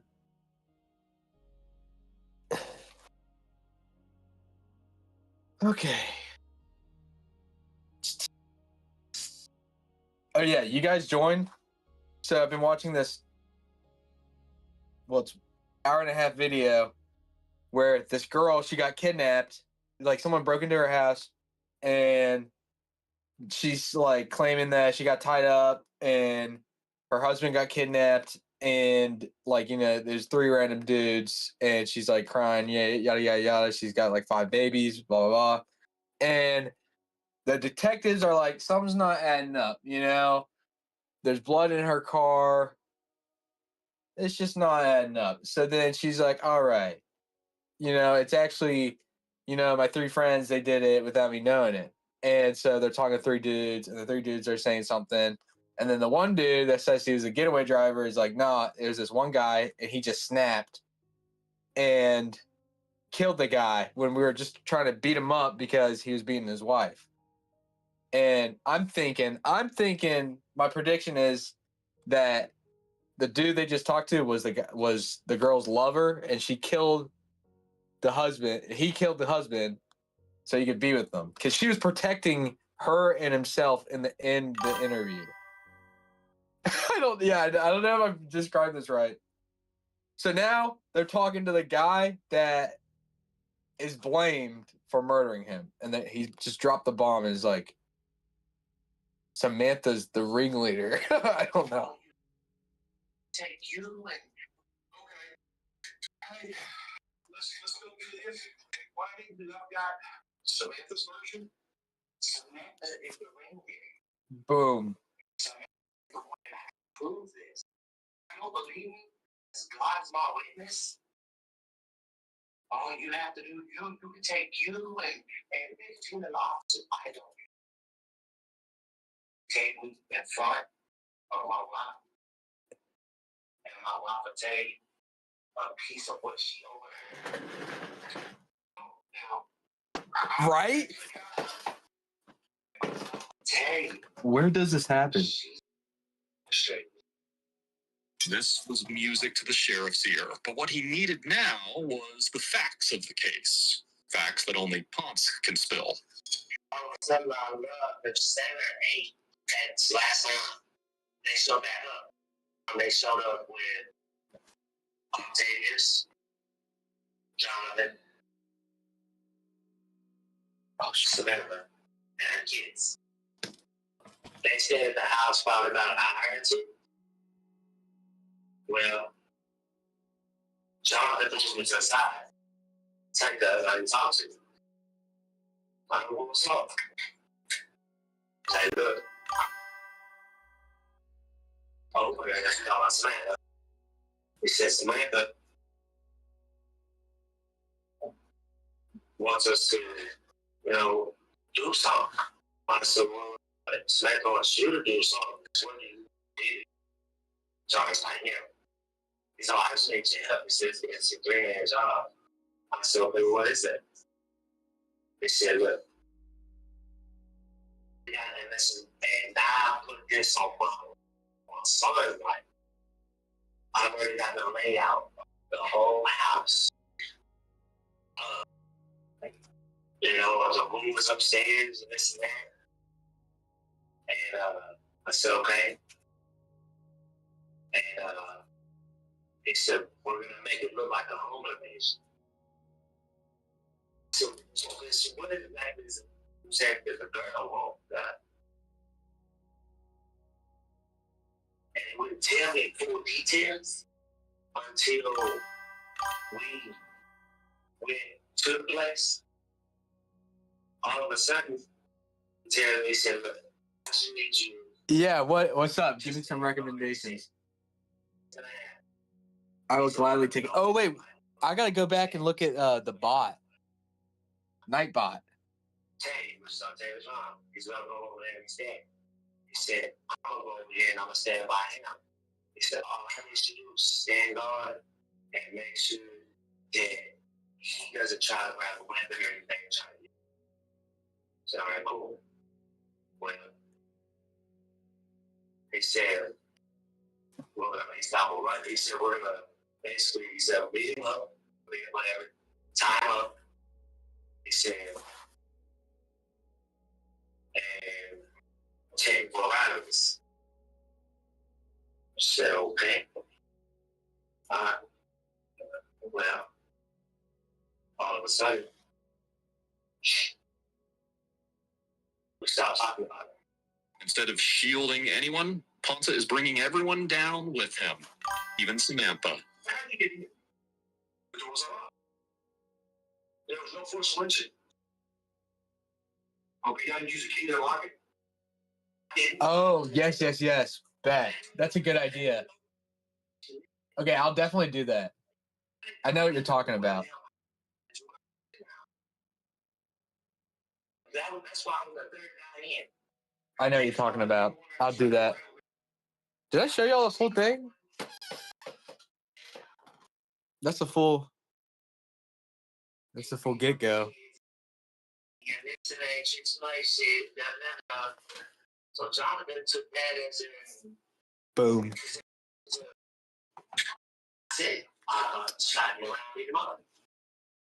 And since we've already seen Samantha's interrogation and how she claimed to only know Sanford, well, this means that Ponce is telling the truth. Not only is he telling the truth, he's backing it with facts that only the real killers would know. What happened when he got into the door? He said, and he reached down. I don't know if he had a key or not. I know. I don't know if he had a key or not. All I know is the front door. So I guess I'll just bring it in. Tay walks in behind him. Something was wrong. I walked in behind him. I had my flashlight looking. I'll bring this out so it looks like he's hugging it more. Facts. That is so facts. So I was like, okay. Yeah, I'll do that. We take the left. Yeah, I'll do that. Those are good recommendations.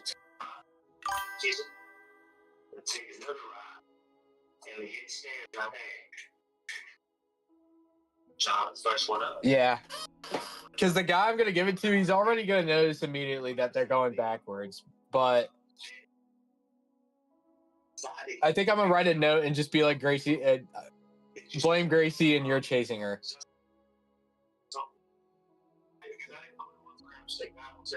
Chasing down Johnson. That should have been found right down the floor. They wouldn't use anything. It sat right on the floor. It was not there to begin with. It was downstairs on the stairs. Sean walks upstairs, the little spiral staircase. He goes up.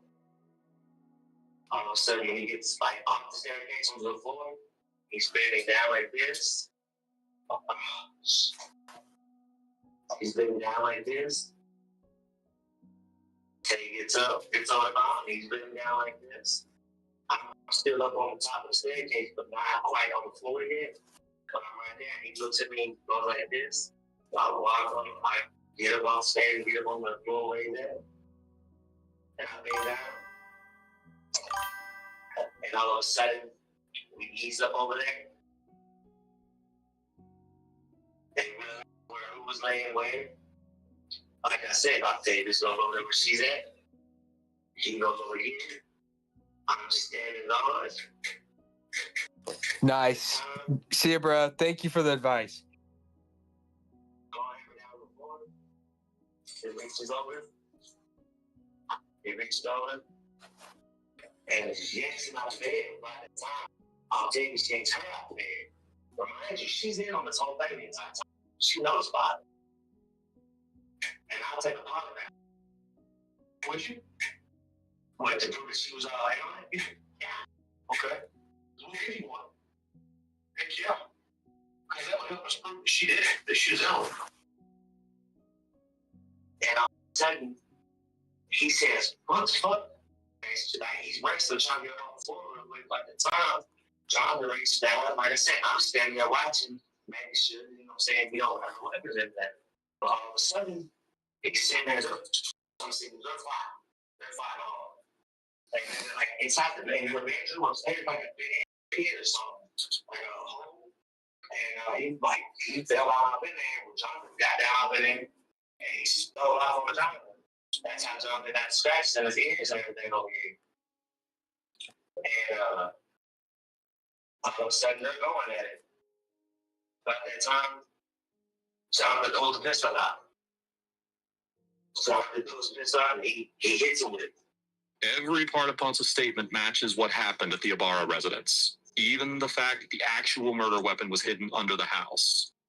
Interestingly, he was the only one who knew and is claiming that Sanford hid it there. Jose, no, this is Jose. I'll tell you something. I actually don't believe people become. So Jonathan is the man. Yes, sir. Jonathan is really putting, he split this whole thing off. He said that you're the one that's beating him. He said you're the one that shot, and said that you're the one that wants you to wonder. And you said something about his dad. Well, like maybe his daddy got that no deal. That wasn't bad. I don't even know his dad. I specifically told him when she told me who her husband was right there in our Texas house. When she told me his name, I told him. I don't even know who they are. I don't even know him. I don't even know his dad. Never met the kid before my life. Just like that. I met her one time when I was yesterday. Right there in the hospital parking lot. And I seen her again last night at Al Davis' house. And why, just flat out, why again do you think this happened? Because according to her, according to what I was being told, because she was tired of being down. No, it's the villain's crime. Okay. See, like, do you think I'd get banned if I, like, put this up in the corner? He sent some stuff here. Probably because I didn't pause. I wouldn't pause it. He said. So Add him to the list. What you mean? The Epstein list? No, I'm just kidding. After abandoning their initial plan to plant illicit drugs in Ibarra's truck, Jonathan Sanford, Jose Ponza, and Octavius Lamar Rhymes quickly came up with another plan. They would kidnap and murder Ibarra instead. Within hours, they had kidnapped him from his Titus County home, took him to the woods, and shot him. And the entire thing was planned by the vengeful mother of 5. Damn. Samantha Wolford was charged with aggravated kidnapping and murder as a party to the offense and sentenced to 50 years in prison for the aggravated kidnapping and 99 years in prison for the murder. Jonathan Sanford and Jose Antonio Ponza were also charged with aggravated kidnapping. And after pleading guilty in April of 2016, they were each sentenced to 50 years in prison. Lastly, Octavius Lamar Rhymes was found guilty of murder and received a combined 93-year prison sentence for his involvement. He's cooked. Once again, a big thank you to today's sponsor, June's Journey. Make sure to check out their game. Bro did not. He did the ad, and you can just tell he's never touched that game ever. My video on the ex-wife who actually got away with murder. Yep. I need you to sit down. I am fine. The boys are fine. That's right. If I get some, my really better than ask. See, that was some of this lady. What she looking so much? She like, oh, that's that lady. Explain. Danny has been. What's she doing? He's even out of town tomorrow. Let's gotta get that tomorrow. Danny has been shot. And I don't think he's gonna make it. Danny's fucking dead. Police station, and I'm trying to help them figure out who may have done this. This is Wendy See, Adelson yeah. being interrogated by the police regarding the violent murder of her ex-husband, Dan. Yeah, I don't think so. Wendy, You don't even need to look at these though. but as the detectives uncover the truth about what happened, they will begin to realize that the burglary gone wrong was actually a perfectly planned hit job. Dan Markel was a successful attorney from Toronto, Canada. Before entering teaching, Markel had a resume that sparkled with prestige, from studying at the University of Jerusalem and getting a law degree from Harvard, to clerking for Judge Michael Daly Hawkins and defending white-collar crimes at a top-notch law firm in Washington, D.C. His academic prowess led him to Florida State University College of Law in 2005, where he became a treasured faculty member, authoring various books on criminal law, and was honored with tenure in 2010. But behind the accolades and legal jargon, Markel was a family man at heart. He met Wendy Adelson on an online dating service called JDate and married her in 2006. The couple had 2 sons, and they resided peacefully in their Trescott Drive residence in Tallahassee, while the two worked full-time at the university. Around 2009, Dan authored a paper titled Privilege or Punish: Criminal Justice and the Challenge of Family Ties. Now, of course, this is just our perception, but if he made a paper like this, chances are he was having some challenges with family ties. Later, it was found to be true. In 2012, the couple separated, and in 2013, they divorced. You can just imagine how messy the divorce settlement would be, especially when both of them studied law. In September of 2012, before the divorce, Dan returned home after a work trip, only to find his furniture gone, the kids gone, and of course, Wendy gone. They only left behind a small mattress on the floor, on which were the divorce papers. After this stunt, Markel fought for custody, and he later described his own divorce as, and I'm quoting here, Pearl Harbor-style separation, and Sagoff-like sacking of the marital home. Now, in the academic community, that is a serious burn. Wendy would later go on to change the children's maiden name from Markel to Adelson, and she even changed her son's name, which was a name of Markel's relatives. In short, she wanted to have nothing to do with Markel. On July 18th, 2014, paper, Mr. James Geiger heard the distinct sound of gunfire from Markel's residence and decided to investigate. I can't tell exactly what happened. We heard hooked in, the garage door was up. I thought the gentleman was backing out, and I went back, to my house, but he never backed out. And I came back over, and his driver's side window is shattered. He's patted and can't answer. It's inside. I don't know if somebody tried to shoot him or if he shot himself or what. I don't know. He didn't send an ambulance in a hurry. He's still alive. It's moving. What's going on with him? I don't know. The driver's side window is all bashed in, and he's got blood all over his head. He's not responding to me. And you need to hurry. Responding to that call was Sergeant David Sims, who described the scene as a homicide. When I arrived, I parked on the street, and the neighbor, Mr. Geiger, pointed out the house. I walked up the driveway. The garage door was up. There was a vehicle parked in the driveway, running. As I approached the vehicle, I noticed glass on the ground outside the driver's side, and I checked the door locks, and the car was locked, but it was running. There was a person inside the car, kind of slumped over, maybe a little to the right. As I approached in the picture there, the vehicle door is open, but it was closed and locked. When I arrived, and the glass in the driver's door was partially broken out, and there appeared to be a small half circle in that glass as if a projectile had entered or exited through that window. I did notice that in his left hand he had a cell phone, and in his right hand he had like a business card. And he also, there was eyeglasses. Half was laying in his lap, and the other half was laying on the floor of the car. Now, at that point, Markel was not dead. He was just shot. You remember how the neighbor pleaded in the 911 call that they had to hurry, right? Well, they didn't. According to the Associated Press, the emergency medical response was delayed because a dispatcher erroneously classified the call as less serious than it was. Early the next day, Markel was declared officially dead. When the investigators drew out a list of suspects, they started to dig deep into his personal life and realized that it wasn't a bed of roses. At the time, Wendy only knew that there was a shooting in that apartment from her realtor, who was informed of the shooting. Even so, as a possible suspect, she was interrogated just hours after the incident. This is my voicemail. What'd you hear? It's from my security, who is my real estate agent, or who I had gone with to find a house. She just said she was driving around town. She heard there was a shooting on Trescott. Yeah, that's what this is about. I'm sorry you had to hear it that way. I'm sorry. I didn't know if I should. It's all right. Just leave it there. Is it still on? It's right there. All right. There was a shooting at your home, or your ex-husband's home, at 2116 Trescott.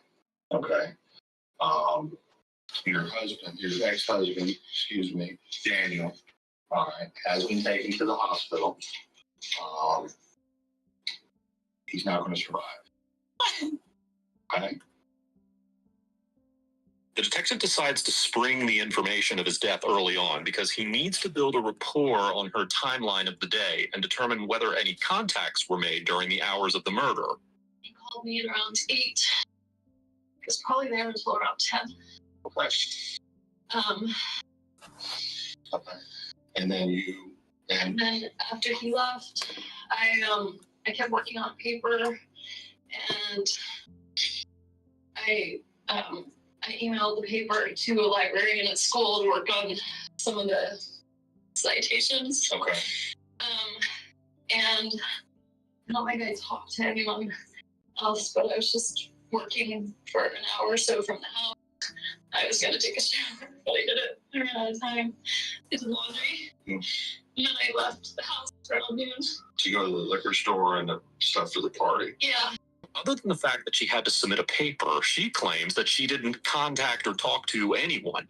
But of course, her statement seems shaky, which is why it's necessary to look at her recent contacts for the facts. At this point, the detective can't access her phone, and anything she shares is on her own will. But as soon as she recollects her own dialed... I don't understand. This is a lawyer and she's talking. You never talk to a cop. You just you ask for a fucking lawyer. Like, she should know this. For an hour or so from there until around 10. Oops. I went way too fast. And don't think I talked to anyone else, but I was just working for an hour or so from the house. I was gonna take a shower, but I didn't. I ran out of time. I did laundry. And I left the house around noon. To go to the liquor store and stuff for the party. That's what I say. Maybe she does. Maybe she thinks otherwise. She didn't contact or talk to anyone. But of course, her statement seems shaky. Lawyer needs a Which is lawyer. why it's necessary to look at her recent contacts for the facts. At this point, the detective can't access her phone, and anything she shares is on her own will. But as soon as she recollects her own dialed numbers, she gives out a reaction which is just too hard to conceal. I called, but I think we could see what time I called him. I thought it was more of like, let's see, recent calls. I called him. Well, that's him calling it at 9:02. I called him at 11:42. Did you get that? Let's watch it again. He left me a message. I called him at 11:42. That startle reaction as she was going through her contacts can have a lot of reasons, but our hunch is that she saw a contact who would quite possibly be a suspect. And after realizing that this call history can get submitted into evidence, she gave that feared reaction. It wasn't even a crying reaction, as she's not. But deep down, she's worried that this contact would have something to do with Markel's murder. Okay, you went down which road you said? I went down Trescott. I saw AKA this she's over there, cooked. and I thought it was blocked, so I just turned around and drove to, I went down the rest of Centerville, went up Benton across, went to ABC Liquors, bought the bourbon. I'm a little confused. You're up on Centerville Road. What's your purpose of driving down Trescott? It's usually the shortcut to get to Monroe. To get to Monroe? I usually take it as a cut through to get to Thomasville or Monroe. Okay, all right. So you. I know I said Monroe. Same thing, Mosaic, Monroe, Thomasville. Okay, so when you come down into town on Centerville, I almost always cut through Trescott. Trescott, and just drive by your old house. Well, I do it as a way of like coming to terms with the divorce. But yeah, sometimes I drive there. If I'm too sad, I drive around. As genuine of a reason this might be, it doesn't sound like something Wendy would do. As someone whose divorce was related to Pearl Harbor, it's questionable what she was coming to terms with. She even got their kids' names changed just to remove the presence of Dan Markel from their life. And here she is talking about coming to terms. In fact, to show you how much she despised him, let's take you a bit further into the interrogation and show you something which will surely have you thinking the same. So Wednesday night, That's the last time, I didn't tell you this, but I thought about it in the bathroom. I didn't have an interaction with him, but that's the last time I saw him was Wednesday. I picked up the kids and I was going to take them to Whole Foods. And I saw Danny working on his computer in the window of the Whole Foods. And I took him to Burger Fi instead. Oh. Because he and I were, divorced. Right. And interactions with him were hard. It was my one day with the kids. And I thought, well, if we go inside, it's going to be like all of us together. And I wanted time. That's fine. So I took them, but that's the last time I saw him. She was so desperate to avoid her ex that she switched restaurants. Well, this makes sense to hear, but at the same time, she drives by her old house to come to terms with the divorce? That doesn't make sense. Her reason to swing by the house may be something more sinister than she lets on. I have a lot of friends. I know. You know what? We had two of them there for our last minute lunch date, right? Well, I mean, you went up there, you're sitting with them, you have friends. I do. What I meant by it is that Danny didn't treat me very well. And I'm so scared that maybe someone did this. Not because they hate Danny, but because they thought this was good somehow. Are you saying that you think maybe one of your friends would have done something like this? Yes. I don't know. That's why you're here. And that's why we're talking.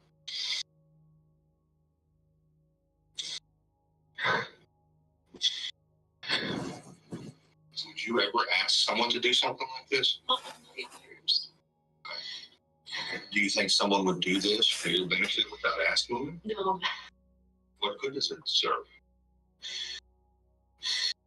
I made my brother, the one whose name's Charlie, the one I'm really close to, he makes a lot of jokes in that taste, and it was a joke he made. He bought the TV for me this morning that got broken, and I was talking to him about whether it made sense to pay to fix it or whether I should get a new one, and it was always his joke that he knew Danny treated me badly, and it was always his joke. He said, I looked into hiring a hitman, and it was cheaper to get you this TV, so instead I got you this TV. He would never. He's my big brother, and he's been taking care of me since I was little, but he would never. And I told that to the repair guy this morning. Right. It's okay. He said he asked me how much it cost, and I said I didn't know because it was a gift, because my brother said cheaper than a hitman. It was my divorce present. Okay. It's such a horrible thing to say. I'm so sorry. It's okay. But even my family, I felt like I had been mistreated, would never do something. Never. This line is the first window into how disturbing this case really is. In other words, she's saying that someone didn't like how their relationship was. So someone ended it not as a revenge motive, but for Adelson's benefit.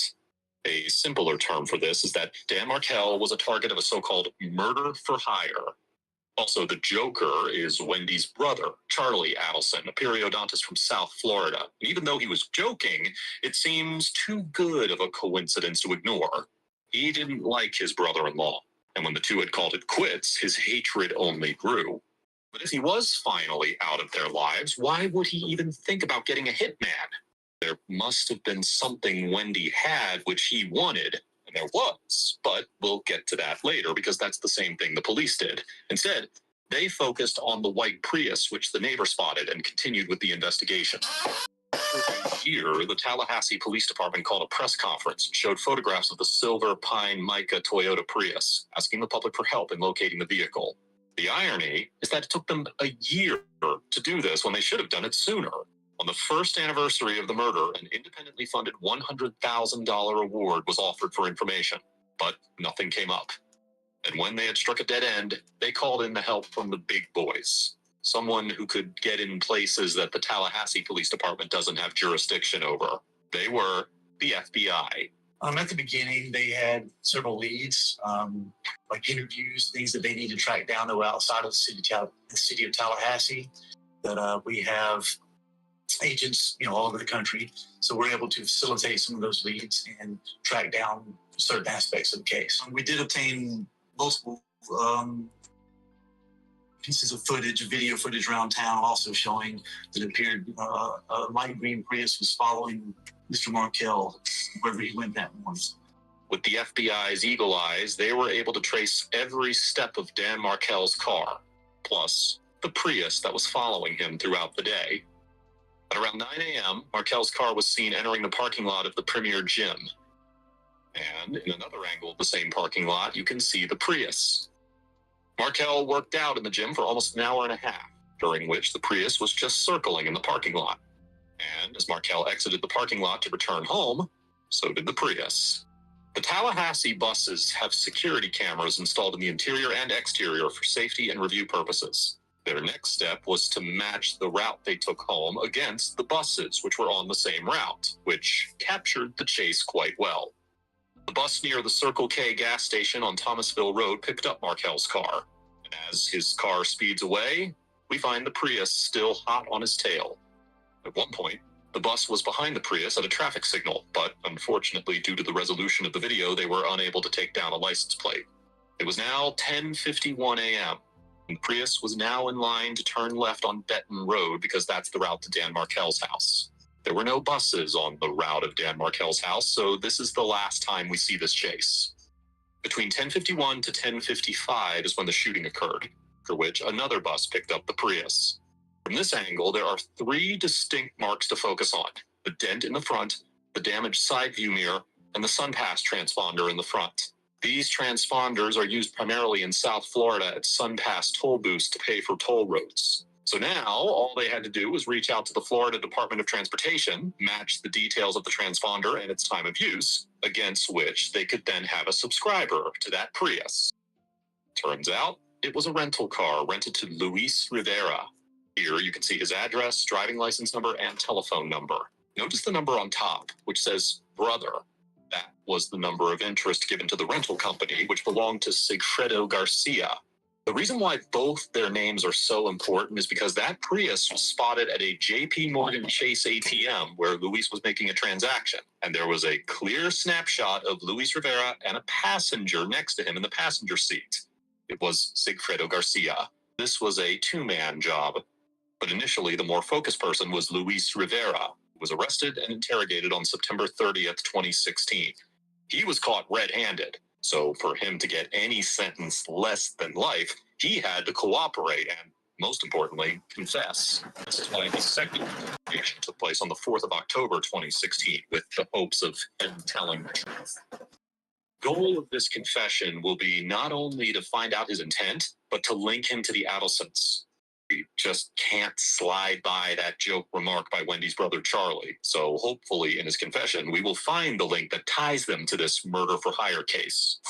Did you ever meet or know or hear of Daniel Martel before this occurred? No. No, speak up now. Hey, have I heard about him? Did you ever hear of him? No, not at all. Never heard of him? Never knew anything about him? No, sir. No one's ever mentioned that name before.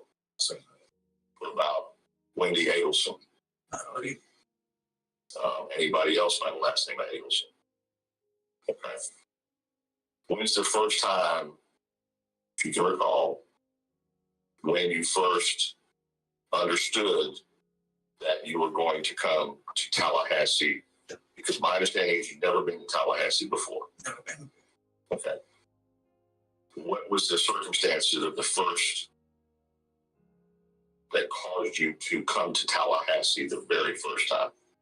I thought the first time I was coming up here, I thought we were going to come here and rob somebody. You know? So when I get in my car, that's when Garcia told me, what are we coming up here for? Coming here to kill somebody. So before you got in the car, you had a conversation with Sigfredo Garcia, Tudo, at your house? And he says he wants you to go with him to Tallahassee. Yeah. To do a drug robbery. My understanding when he was talking to me, first I thought it was going to be like a robbery. Just a robbery. I thought it was going to be a simple robbery. And that's really, I said, we kept going on talking about it. That's when he told me, listen, I got to come up here for a job. I'm finna get hired. We get hired. I like to kill somebody. And you already left, or is that before you? No, I was still in my house. Then I rented a car. We got in the car and he told me, we're going to come out here. I'm going to kill this guy. You're going to get paid this much, $35,000. So I looked at my house. You know, it's a little bit of money. But all right, whatever, let's try it. We driving. He showed me a picture of Markel. That's the first time I seen a picture of him and I heard about his name. He told me his name. This is the guy who was serious. Markel. I don't need the name. Forget about the name because I'm not going to remember his fucking name. Just show me the picture. Yeah, I just seen the picture and I looked at it. I drove up here. Come up here the first night. We went to the hotel. I hate to interrupt you, but I do. I want to make sure we're talking about the first trip. The first trip. And you rented the car? No, the car was not under my name. Okay. Is it a rental car? Or it was a rental car. Rental car. Who rented the car? It was Garcia. He came with the car. He came with the car? He came with the car. To your place? He came also to my homegirl's house. Who's that? Rochelle. He picked me up and I left. You know, he's like, yo, what's up? So he called you and said, he already told me the story. He rented a car and came and picked me up that same day. Okay. He's like, yo, I'm on my way. He picked me up, I got my car, I left, went to my house, changed up, got a car, and we drove. It was like a Wednesday night. See, it was Wednesday. You knew that the purpose of him renting the car was to drive to Tallahassee with it? Yes, sir. So he already told you, I'm going to rent a car. He shows up and says, I've rented a car. No, he said, I got to rent a car. He already rented a car. He said, I'm going to go in the car, I'll get that in. So you knew that the story, the first version, is that you're coming up here to rob somebody because you're going to go rent a car. Yeah. But it changed to murder before or after he rented the car. Oh, before he went to the car. Remember, we was at the house speaking about it. I just gotta be down. I gotta get it off. No, okay, but I don't want you to get confused and tell me back and forth. Exactly. I'm not trying to. So I'm going to be straight up. It sounds like Garcia was the man hired for the job, with Rivera tagging along. He even used Rivera's details in the rental information form just to avoid getting traced. But he didn't know that Rivera would rat them out. And he showed you a picture of Markel and said y'all were gonna go kill him. Mm-hmm. Now, were you the one that he was intending to go do the murder, or why were you even involved? Because he told me he trusts me. So I trust you, and you're the only one I trust. But were you the one he was hiring to do the murder? Because I don't understand why you need two people to commit a murder. They were hiring him. Okay. They were hiring him. They were hiring him. He said he's going to pay me to go with him because he want to go by himself. Got in the car and he drove off the passenger side. I was running my bluff. When we drove, I was drinking the whole night, going down. So when we got to Tallahassee, then we needed to make the hotel. I woke up around 7 in the morning. I think it was 7 o'clock the next morning. But when we got there by that time, we stayed for a little bit, check out was at 11. We leave. Went by Markel's house. Went around him. Went straight to his house. I parked by the park like I said, West Hotel. I parked there for a little bit to see if he was going to come out. When he came, I seen the car. I'm going to scope the car. That's that guy right there. I see my white man in the car. He's like, yeah, that's him. He's following. So he followed his mother was to school. He got the key off. Boom. I lost him. I guess he was going to the gym that morning. Like, back up a little more with the further.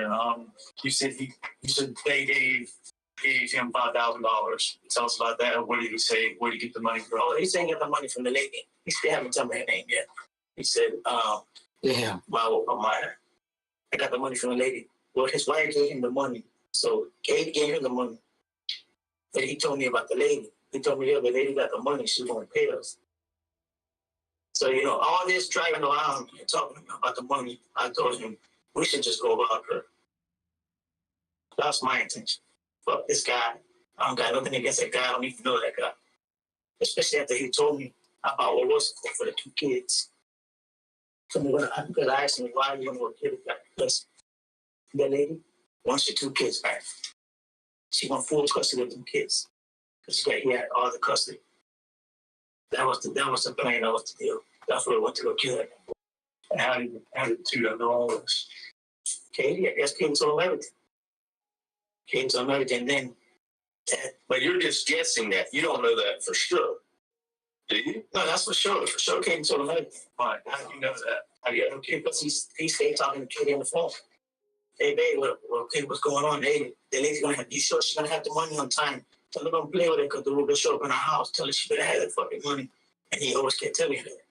Because when you went on this trip, were you with Tudor the whole time? Did y'all separate? Y'all in the same car? Y'all stay in the same hotel room? Never separated. Stay in the same hotel. You always with. Yeah. So when he talked to Katie, you began talking to Katie, of course, and you knew it was Katie. Like this, right? Did you know it was? Did you know it was Katie because of what he was saying, or could you actually hear her voice? Katie, I can hear her voice. You had heard it before. Yeah, Katie's full name is Catherine Magbanua, whose baby daddy is Sigfredo Garcia. Katie was also the intermediary between the actual hirer. And while she didn't tell them the person's name, she did say that she wanted him killed because of a custody dispute between her 2 kids. Remember that time when Wendy left with the kids, leaving Markel with a mattress and divorce papers? Well, turns out they planned to move in with her parents, Harvey and Donna Adelson's home in Coral Springs. Markel protested, and Wendy returned to Leon County with the children until legal agreements could be heard. On June 20th, 2013, a Leon County Circuit Judge formally denied Wendy's motion for relocation with the children, and the divorce was resolved without trial by a marital settlement agreement. After that, there were emails from Wendy's parents who wanted her to coerce Markel into allowing the relocation. They openly abused him in the emails to the point that Markel filed a counter motion by asking the court to prohibit Donna from having unsupervised time with her grandchildren and impose limitations to prevent the children from being subjected to disparaging comments about their father. Perhaps this was the reason, after all, preventing Markel from getting in the way of her kids having visits to her side of the family. We've already established that her brother Charlie did not like Markel, so it makes even more sense for them to silence him in such a ruthless way. He talked to her once, you know, she told him, don't be calling me so much. She says, call me when you finish. She thought it was going to happen that same night that we went up there. For sure. I didn't let that shit happen. I ain't doing shit. I was still, you know, like, I can't, my mind was like, for some kids that we're going to kill this man for my fucking kids. Are you serious? Why can't she just get full custody? Lewis, when you hired Garcia to do the job, and Garcia paid me. I know, but were you just a ride along, or were you actually going to be the trigger man? I don't know why it saves you so much money for a ride. I was just a ride along. He goes, call me, and then as we're going, at one point, he telling me, you know, you should go and kill him. So, Lewis, if the truth is that you were hired, I told him, okay, change it. Okay. I told him the story. He asked me, you know what? You should go in and kill him. You should go in the house. I'm not going to play. You know, why would he want you to go in and kill him?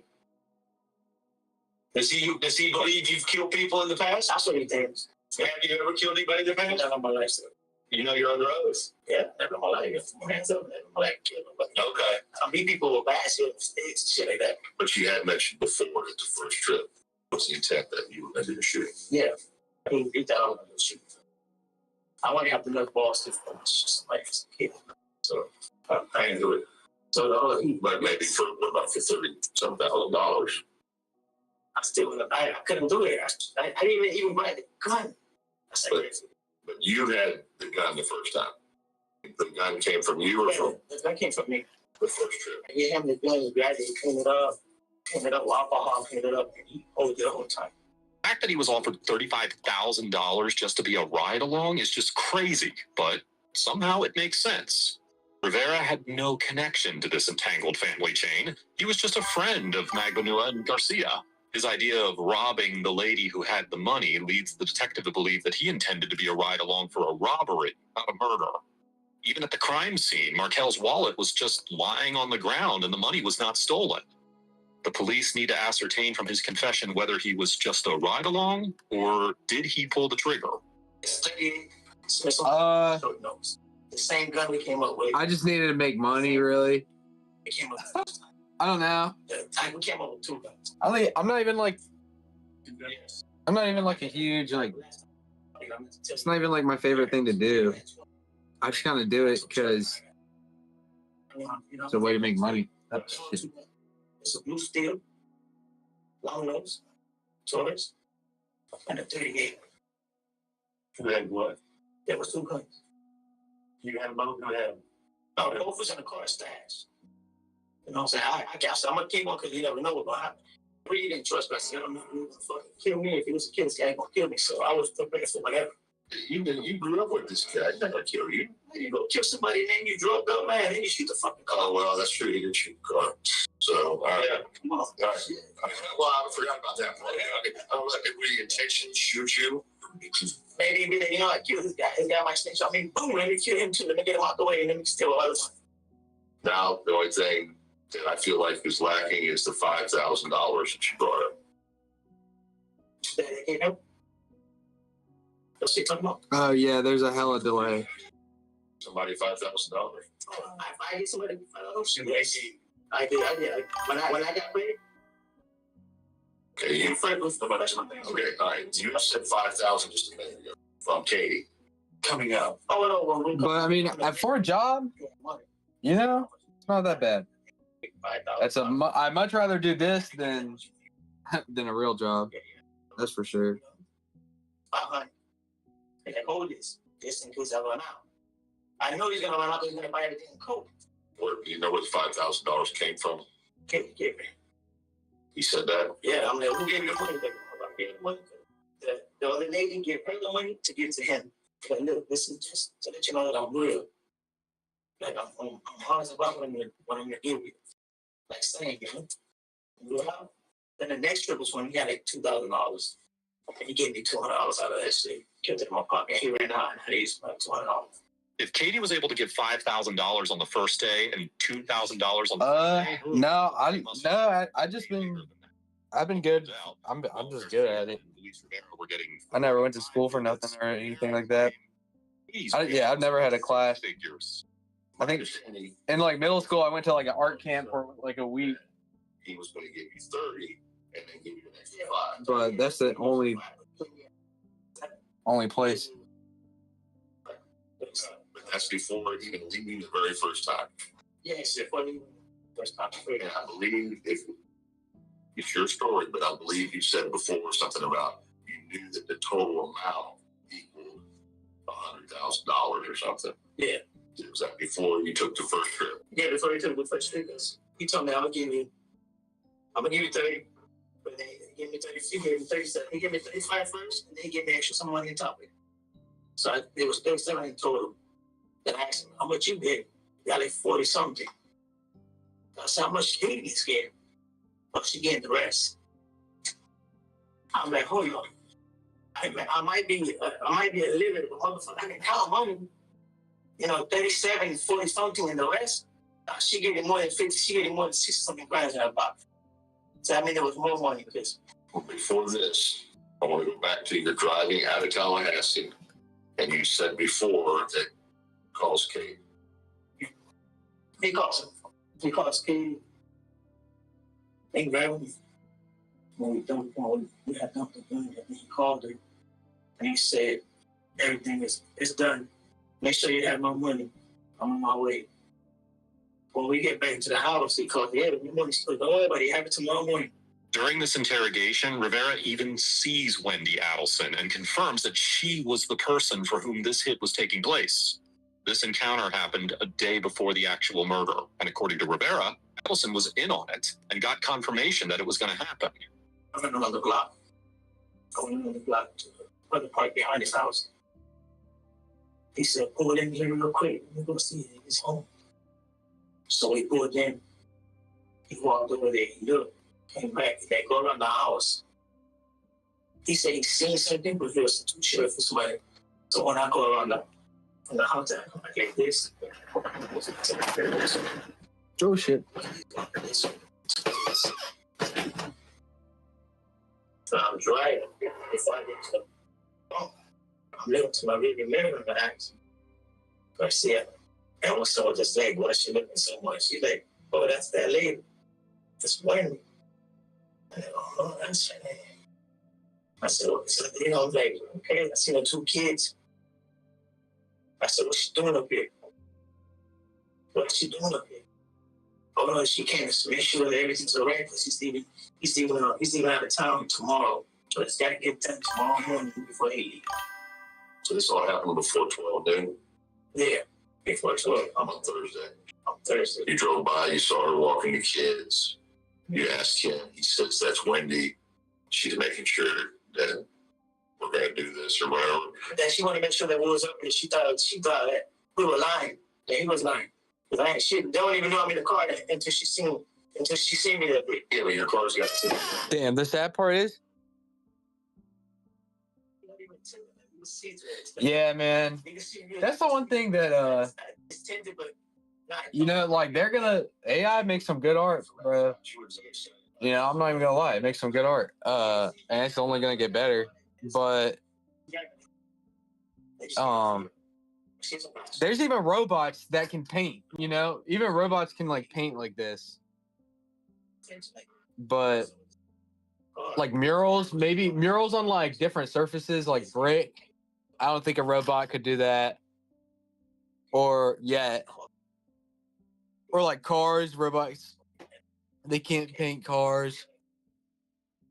And I mean also like, it's like this is for like a family. So this is my roommate's dog, and this is the guy. So he's an F1 fan. This is the family dog. The dad's gonna be sitting in the F1 car, and then the rest of the family is gonna be like right over here. And then this is his favorite track. I guess AI could pretty much do that, but it's like, yeah, I guess AI could do that. I don't know, man. I think painting is kind of stupid. because I'm just like looking in reality, like I had like kind of a weird thought. Like in reality, I've just been looking at this like dog or like whatever. I've just been staring at this thing for hours.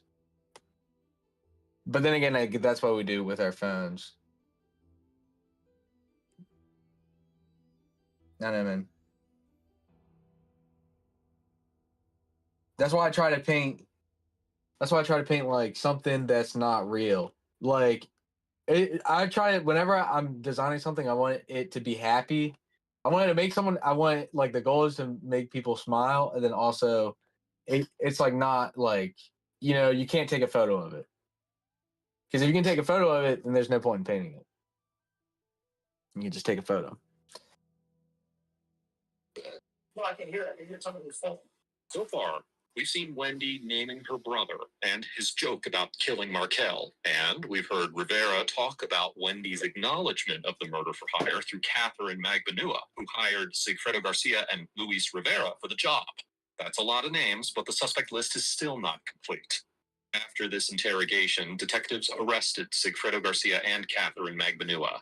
Rivera had already pled guilty in 2016 and was sentenced to more than 12.5 years imprisonment at the Coleman Federal Prison in Central Florida. By October of 2019, Magbanua and Garcia's trials took place together, in which Garcia was found guilty of first-degree murder, for which he received a life sentence, and conspiracy, for which he received 30 years. However, the jury was unable to reach a verdict on Magbanua, which means that she remained in jail pending retrial.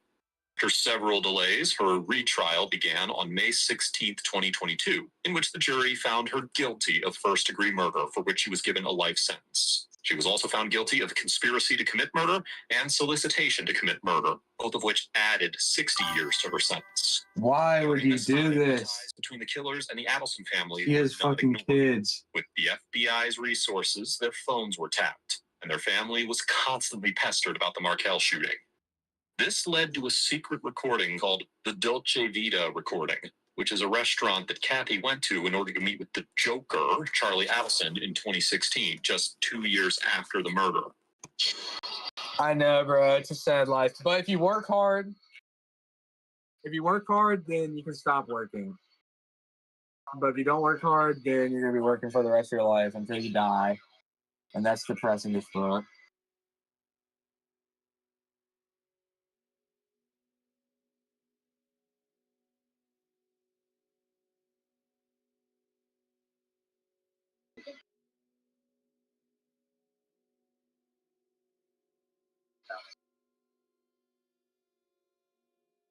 My point is, how do you get people to talk? And then you get all the cockroaches going out. Smoke in the house. Running, everyone's talking. Throw smoke grenade. What do you think? That's what he was. It's very smart. That's me, my mom. Without me, oh my God. This recording was from back in April of 2016, so Catherine wasn't a person of interest yet. This recording was intentionally aimed at Charlie Adelson to see if there are any ties to him with the case. And this recording was the proof. The reason for this meeting at the restaurant was that Garcia was arrested, and the two worried that they would be hearing from the cops soon. I know, dude. It was just done to get their story straight.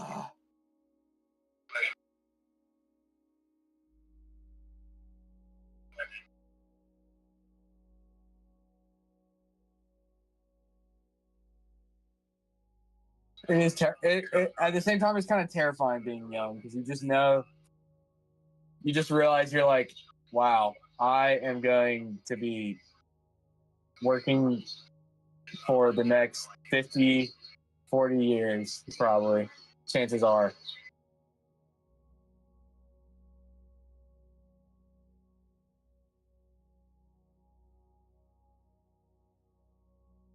And it's just a part of life.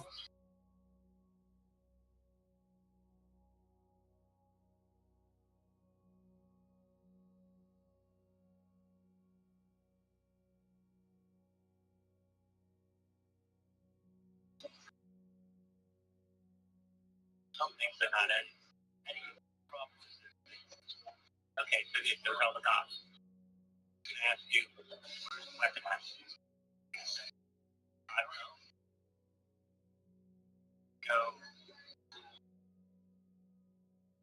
Yeah, this guy's cooked. They got him good. I'm just saying cooked. Like,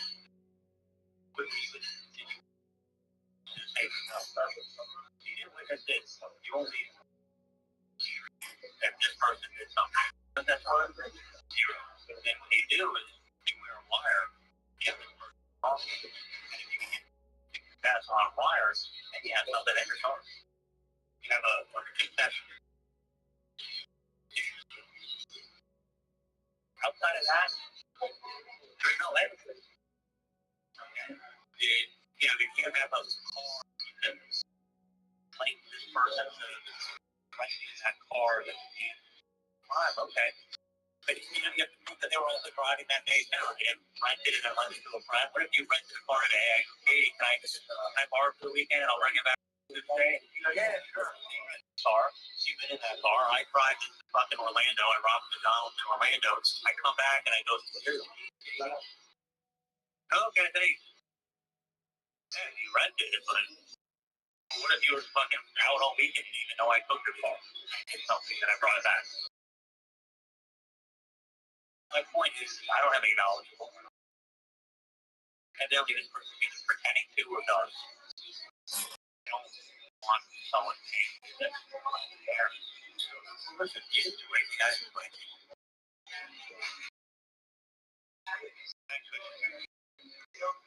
And I don't have time to talk about it. I'm not going to say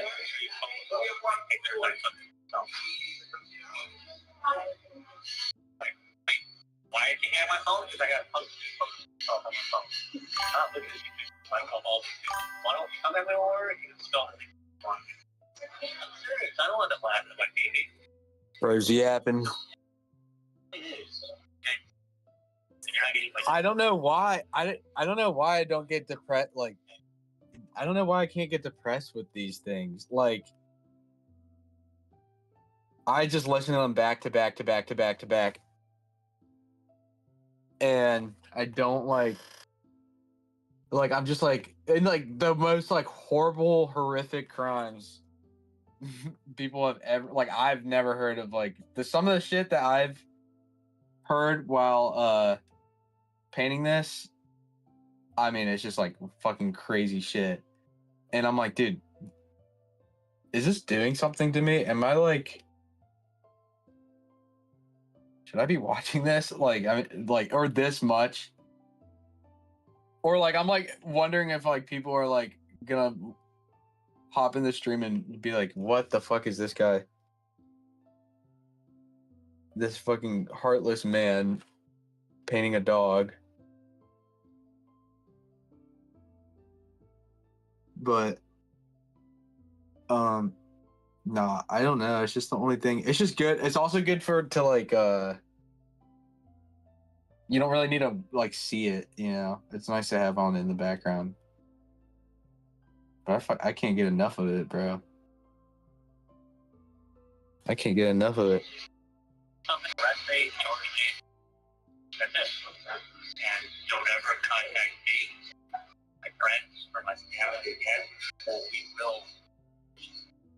From the murder in 2014 to McManua's incarceration in 2022, the Adelsons denied any involvement, as they were supposed to. But in the 2019 trial, Charlie Adelson was named as the person who paid McManua $100,000. She denied involvement too, and claimed that the case led her to... Yeah, I've always wondered that. Like the people, sometimes they cooperate, but yeah.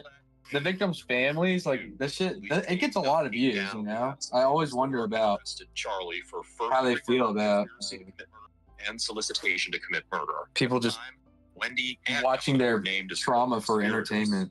But before they could take Charlie to court and have his expensive lawyers fight the case, the Leon County State Attorney's Office had a trick up his sleeve.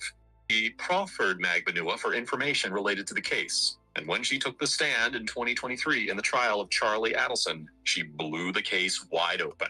I believe that the truth needed to come out now so that the family can get some type of closure. The truth needed to come out last year or the year before or the year before that. I was trying to defend myself. You were trying to get off. Yes, ma'am.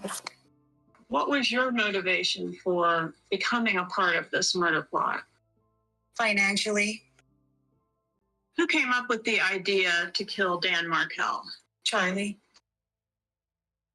So Sigfredo Garcia didn't come up Yeah, with that's the idea? true. No, ma'am, he did They're really well made. Luis Rivera didn't come up with the idea? No, ma'am, he did not. When did the defendant first bring this idea up to you? My first recollection was around Halloween of 2013. Around Halloween or on actual? On Halloween, yes, ma'am. All right. What's your recollection of how that came up? We were at a Halloween party in Lincoln Road, and right before we were about to go, he got in the car with me and he asked me a question. What was the question? Do you know anybody that can harm someone? And did you know anybody that can harm someone? Yes, ma'am, I did. Who was that? Sigfredo. Even the calls with Sigfredo and Adelson were coded, which the investigators cross-examined, and they were able to get a complete translation of what Magbanua was saying in her cryptic calls. All right. First one we have is $65.70. And again, during the previous call chat, but when you were talking to Sigfredo Garcia about $65.70, were you referring to the undercover phone number? Yes, ma'am, it was. And then when you're talking to Charlie about an agent, were you talking about It's crazy that there's actually hitmen. talking about the undercover agent that approached his mother? Yes, ma'am, it was. And the CD, was that reference to a recording that the Adelsons made of their contact with the undercover? A recording of their contact with him? Yes. That they were being recorded? No, that they called the undercover. Yes, ma'am. Recorded. Yes, ma'am. Did you ever actually hear that recording? No, ma'am, not until my trial. Hello? Hello? You got Hello? You got Who's this? Who's this? Someone will call my family and try to figure out who this is. Good. What, man? Somebody Sandy called? Yeah, that's me, man. What's going on? What's going on? And my brother Tato. Okay, my brother Tato has not been taken care of. His family's not been taken care of. This why you told me? I gave the number to a lady. No, Tato. You know Tato? No. You know Katie? They've been taken care of since the family problem been taken care of up north. I don't know. I lost. I'm going away, my friend. Because let me tell you something. I was a guy with Tato, and he told me the whole story. He told me nobody was taking care of him. Nobody was taking care of his family. The family was taking care of Katie and Tuco, and nothing's been taken care of Tato. So we know what's going on. These people are going back, okay? I said, man, you know exactly what I'm saying. You know this lady. I don't know your relationship with this lady, but we know what is going on. I think that way. Take care of Tato just like you take care of Katie and Tuco, man. The client, there's a lot of discussion about this client or this tenant. You need to find out if this is going to be a good tenant or a bad tenant. Yes, was the tenant this person, if it really was a blackmailer, this dog that's somehow affiliated with Rivera? Yes, ma'am. The paperwork, what was that? That was the paper that was handed to his mom by the undercover. On the Dolce restaurant meeting, we see Charlie Adelson pull out a piece of paper. Was that the actual piece of paper that was handed to his mother? I believe so. I just never saw it. He never showed it to me. Okay. Did he give you a phone number off of that? He did. That was that phone number that we just can't seem to get right. The 6570. Okay. On top of all this, she named another Adelson who facilitated the operations, particularly the payments to Catherine Magbanua. That person is Donna Adelson. Charlie and Wendy's mother. In the trial, Magbanua released the checks she got after the murder. And after the investigation unveiled her bank statement, they were able to trace every penny that was transferred to her account. The payments were made from the Adelson Institute business account, an account which was primarily run by Donna. Nearly 9 years after the murder, Charlie Adelson was finally convicted and sentenced to life in prison. And with the mother's involvement confirmed, the search warrant came through for Donna Adelson. And as the police set out to arrest her on the 13th of November, 2023, she was caught in the nick of time.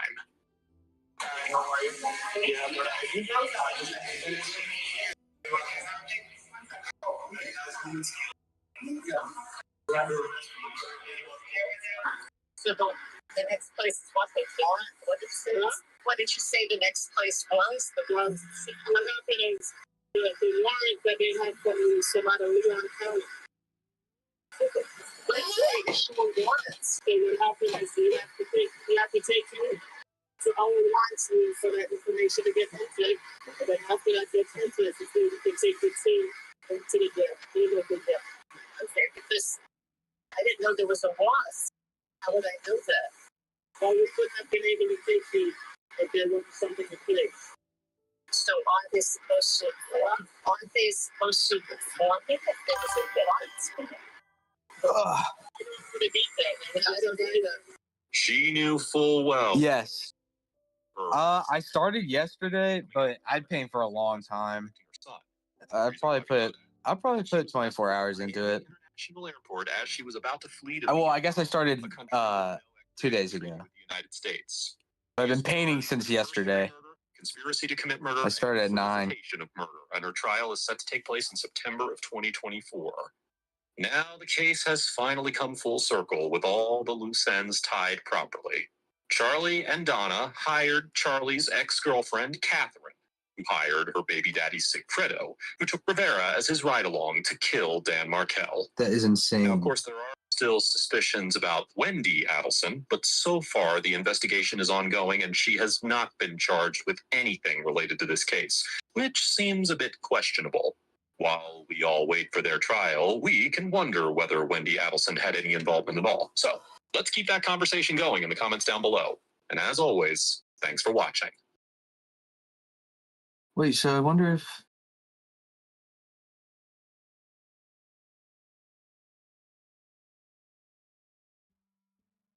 I don't know. I got lost.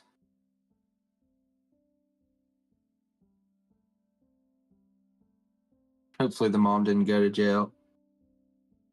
Or hopefully she didn't, want to kill the guy.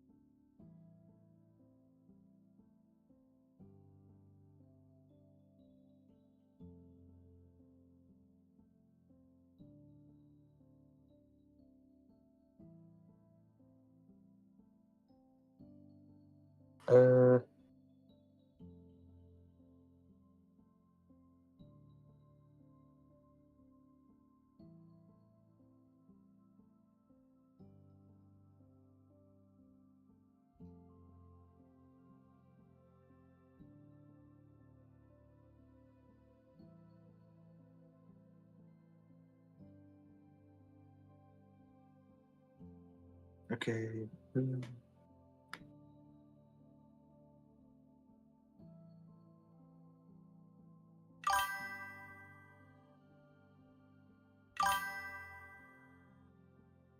Yes, I think so. Honestly, yes. I did mention that to my roommate. I was like, this is probably my favorite thing that I've done this year. Because usually I'm doing dumb shit with burgers or whatever, but this one is fun. And it's turning out all right, to be honest. All right, I'm gonna depress you more. Let's see. Well, I'll find a light one.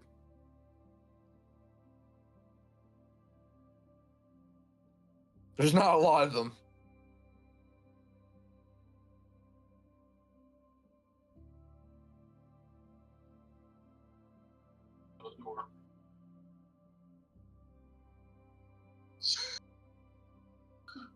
I need you to be strong.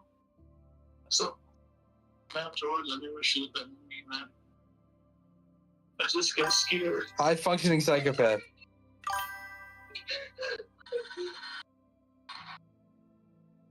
This is David and Cherry Kinney. All right. I had no clue how bad it was. Oh my God. This is 43-year-old Shanda Vander Ark. The courtroom clips you're witnessing went viral, and though you've probably seen them, no one has ever seen the shocking exclusive footage we obtained that reveals the full story behind the unpredictable case. This one's got 18 million views. Burgers are cool, but when you paint them 12,000 times. Tell me how to do my job. If I watch Forensic Files, That would be me. If I ever got interrogated, I'd be like, dude, you know how many of these things that I've watched? I watched so many of these that I know to call a fucking lawyer.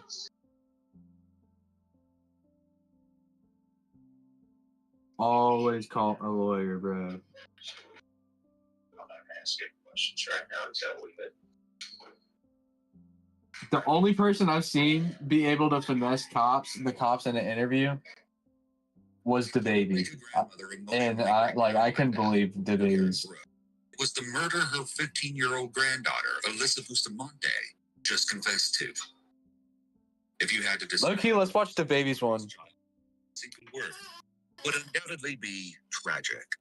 According to case documents, Alyssa confided in a mental health professional that she had been subjected to severe mistreatment at a young age. The resulting trauma led to...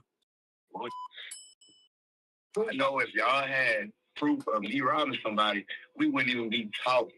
Y'all would have cut. The baby's claim of self-defense when he shot and killed Jalen Craig. This is 13 minutes long. I know if y'all had proof of me robbing somebody, we wouldn't even be talking. Y'all would have cut me. I would be charged. That's what I know, bro. In January of 2020, the baby, aka Jonathan Kirk, was supposed to be playing a show at a nightclub in Miami. When the owner paid him only $20 out of the $30,000 he owed him, things got out of hand fast. The victim alleged that Kirk punched him in the face multiple times before he was attacked by more of Kirk's crew. He was beaten up and knocked to the ground before being robbed for his phone, his credit card, and $80 cash. The only footage of the event was this piece of obscured CCTV. Wait, what are you talking about? Seen in a Are you talking about like crime views? hotel a few hours later, only to be met by both of the victims and a team of police waiting to arrest him. He was escorted to the police station and told he was only there as part of an investigation. Hey, we just got to do our investigation and that's it. But as it would turn out, the investigation wouldn't be that simple.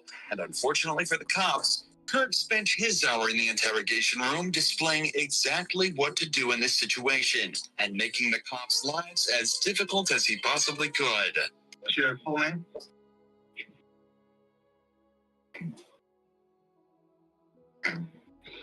Which one I got for you?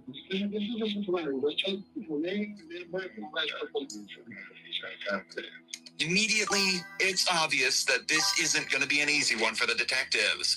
Kirk starts off by refusing to answer any of the officer's questions, even just regarding his own name.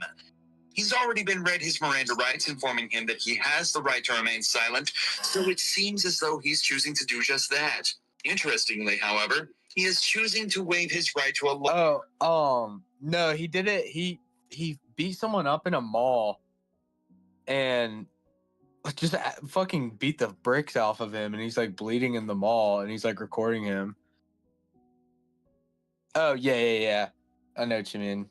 I thought that's what. Yeah, I could use context clues. The best course of action, if you're ever put in this scenario, is to stay silent and ask for a lawyer. This time, Kirk is confident that he'll be able to wriggle out of this himself, as long as he chooses his words carefully. And the hotel, Southwest First Avenue. And you were there, right? And then you had an altercation with somebody? No. You did. Did you have a decision with somebody? No. You did. So somebody didn't bring you $20,000 in front of the hotel and you issued? No. Somebody bring $20,000 that wasn't theirs and not to them, and told them it was for an event of theirs on the 31st. And lied to them, that person, once he realized they was doing bad business, said nah and left for his $20,000. Okay, so you didn't count and got my contact information to do business right away. That's what happened. So around what time was this, sir? I don't know, whatever time they told us. Whatever time the camera showed me not robbing no damn body. Goddamn. Kirk is claiming that he had nothing to do with anything that happened outside. His story is somewhat unclear, but he's essentially saying that his manager was talking with an event promoter about playing at a nightclub called Cafe Iguana Pines. But it turns out the money that they were offering was stolen, and the promoter was acting strange during the deal. So instead of taking it and going through with it anyway, he told them to get their act together and left without an argument. This, of course, does not explain the altercation outside that was clearly caught on camera, but with the footage unclear and no witnesses nearby to identify the assailants, as long as Kirk sticks to his story, theoretically, things should be perfectly fine. Common sense. You know, maybe he can be down here, but a promoter booked me at that hotel. I didn't pay to be at the hotel. I was paid for it. You let me run my room, you would have saw close to $250,000 cash immediately. I don't have to take nothing from nobody. I mean, I should have everybody's out there right now. Since I remained there, like, I'm not sure about it. Was there an argument? No, it was an argument. I didn't argue with the soul. The voice was never ran. Yeah, he was like, I mean, what you talking about? What? Good at what? Sorry. He's definitely good at talking, bro. He talks his way out of the whole thing.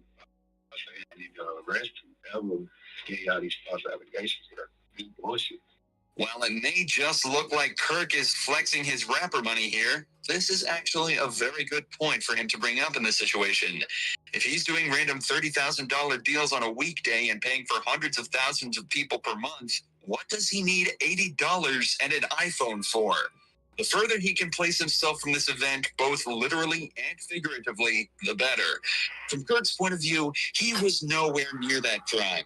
He had no reason to commit that crime, and he has sound and reasonable explanation for his whereabouts at the time. However, from the detective's side, a crime was committed, and Kirk's vehicle was right there as it happened. So they need to try and extract the information needed to piece his day together to come up with a story that Kirk cannot argue with. That forces him into a confession. But I encountered you in the hotel. You came back to the concierge of the counter. Where were you coming from at that point? I'm fine. Whatever the hell I went to eat, I went to get you. Where is that? You don't know? No. How'd you get that? In the car. What kind of car? Oh yeah. He's smooth. Uber? What kind of car? Small car, SUV, truck, what? I don't know. Talk about what matters. Talk about what y'all need to get here about this stuff. But I'm driving in the car when I went to go eat. What time I went there on that night to do with that. I ain't robbed the damn store. Ain't nobody around me. Ain't nobody robbing nobody. So while we here, we take the word out of robbery. Y'all are robbery detectives. This is robbery. You know, that's the second word he said. The second word he said when he came in here, robbery. Come on, bro. Okay, he told me he asked a question to me about a robbery when I walked in my hotel. Robbery.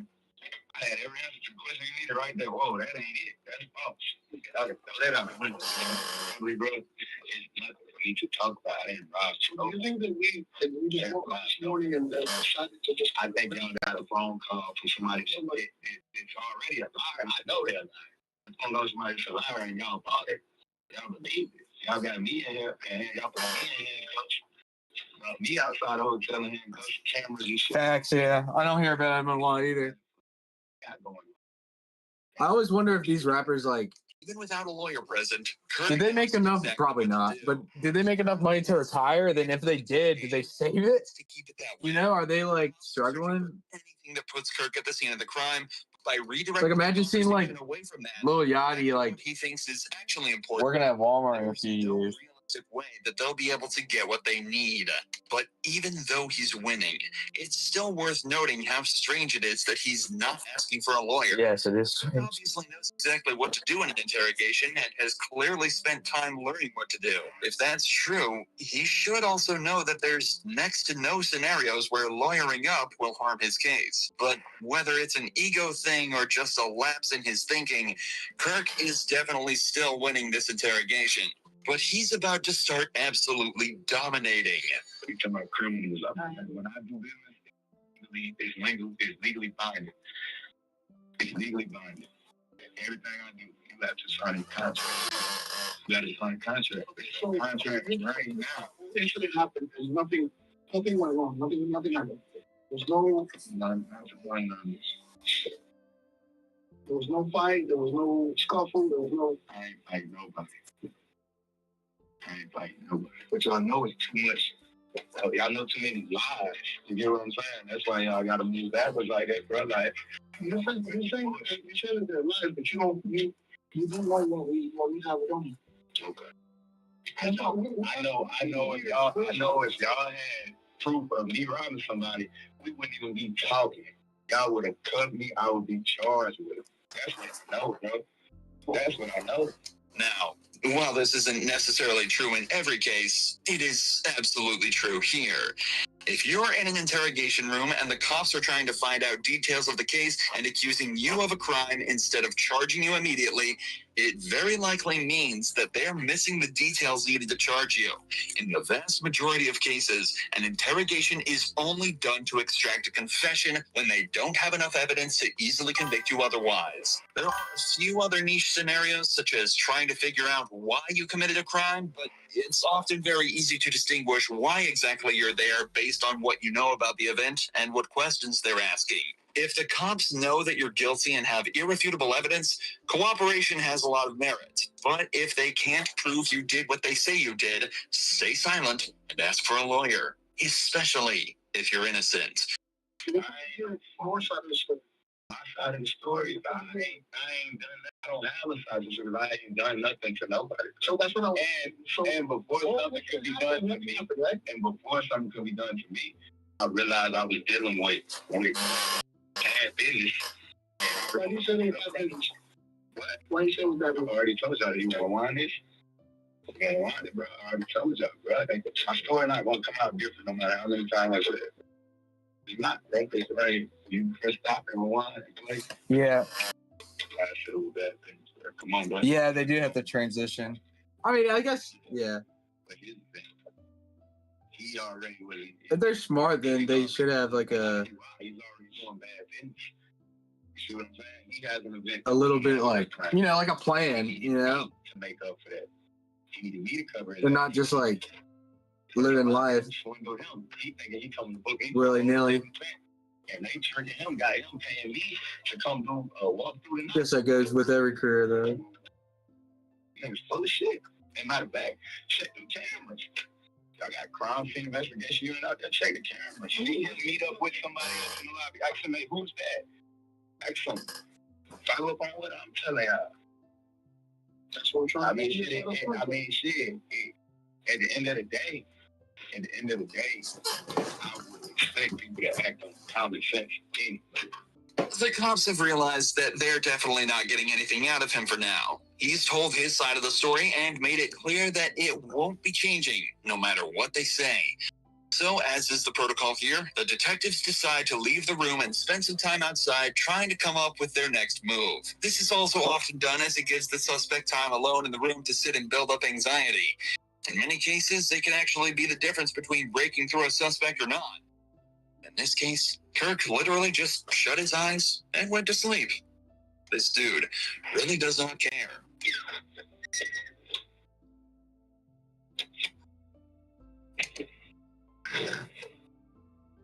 However, it seems as though the detectives couldn't come up with their next step and decided that nothing was going to make this guy budge.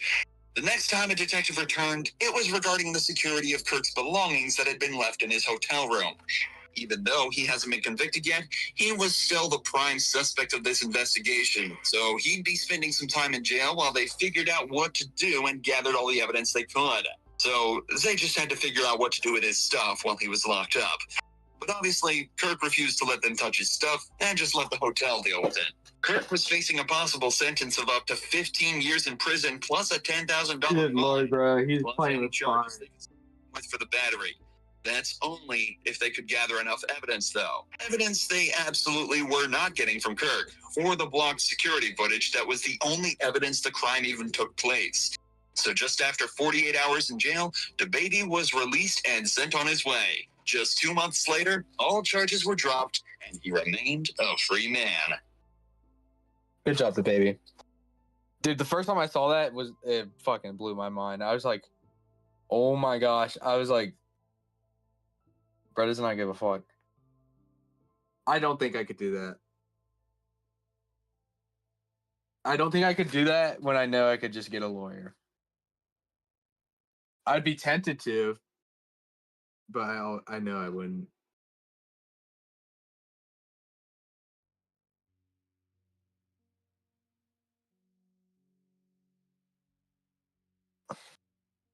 All right, that's good.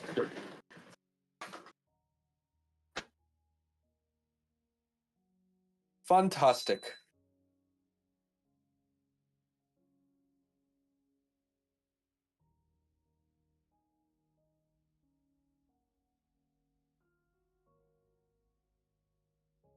I am gonna add the eyebrows, and that's really it.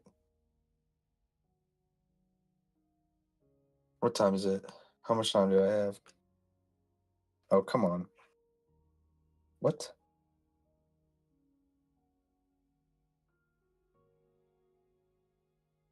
$8:16. All right. So I leave in 8 hours. So I guess we'll do.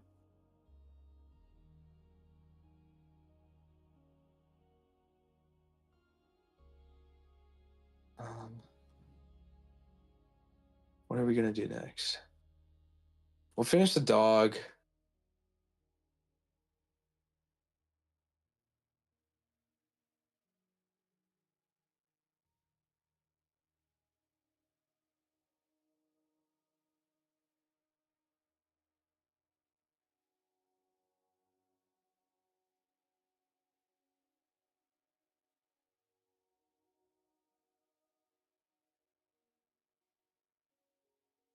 Dog was banging, bro. I fuck with the dog. I fuck with that dog. Let me pet the dog.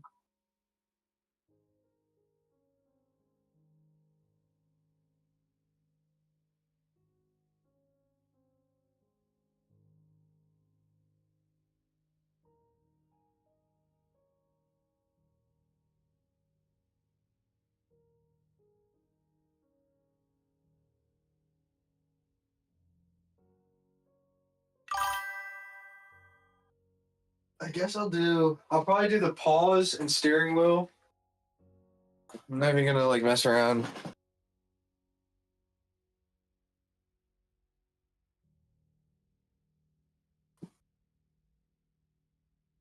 Oh, I have not even checked Spotify. Right, I didn't get Spotify Premium, so or like my Spotify. I don't know. For some reason, I started getting ads on Spotify, and like I just don't even listen to Spotify that much anymore. I used to.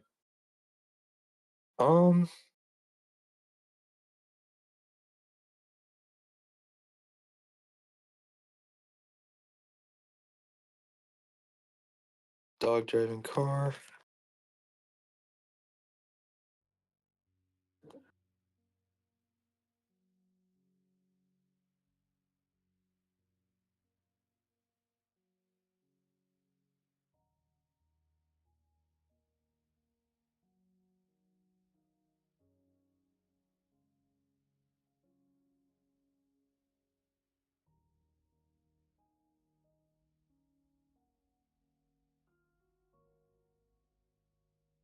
Hold on.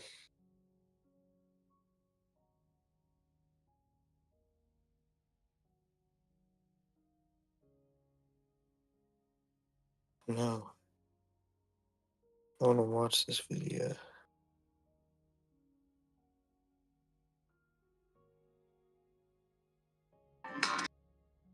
Most dogs love to go on walks. Some enjoy a good swim, but these dogs prefer to go for a drive. Meet Porter and Monty, who successfully passed their driving test on live TV and are the world's first driving dogs.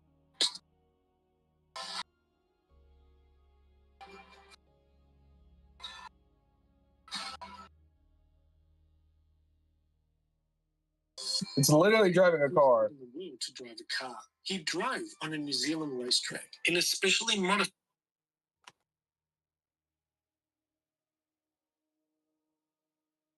All right, dude. I want to watch this.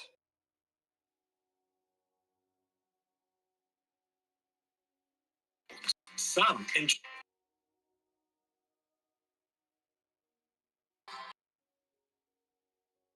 In a specially modified Mini, Porter was able to drive the car and even turn corners around the track.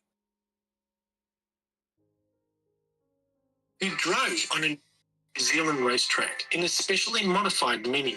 Porter was able to drive the car and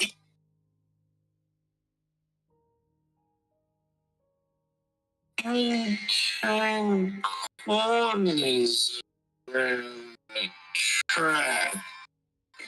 After just 8 weeks of training, on to track.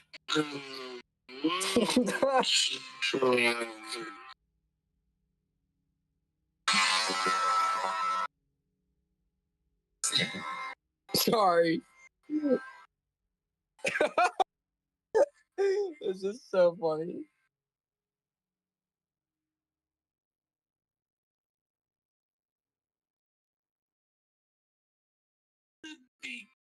All right, what am I doing? I'm not watching. I'm not doing this.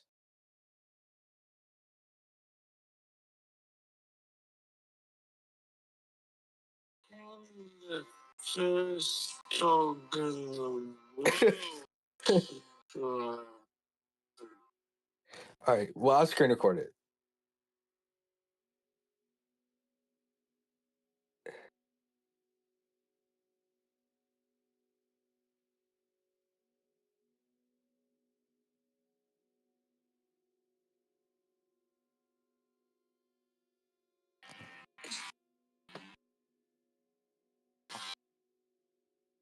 Oh my god.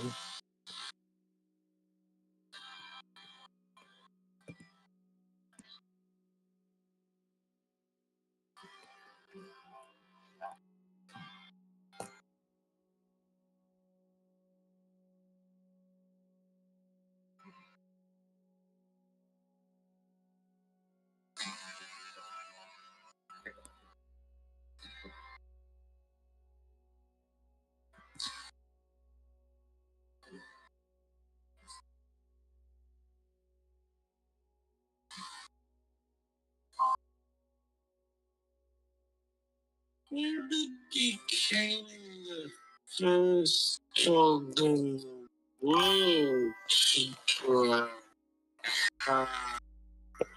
He drive on a New Zealand racetrack in this Yeah. modified. All right, hold on. I'm screen recording it so I can get the perfect angle. Able to drive the car and even turn corners the track after just 8 weeks of training. All right, perfect.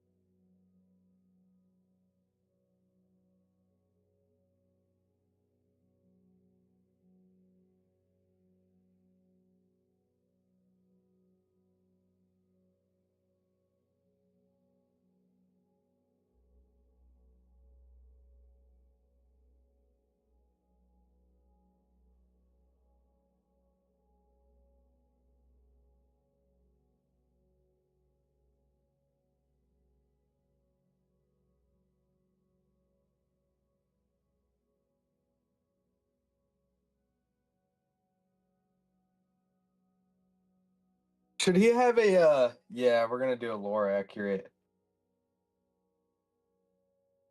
Lore accurate.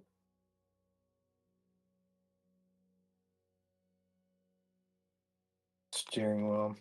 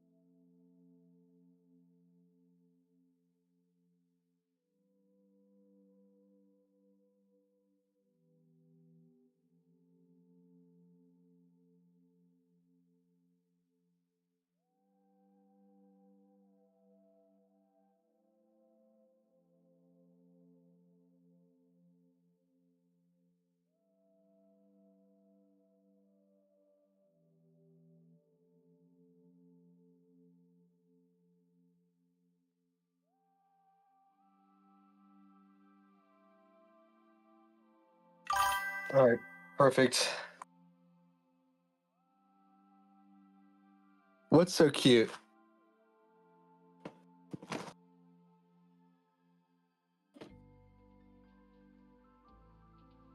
Um.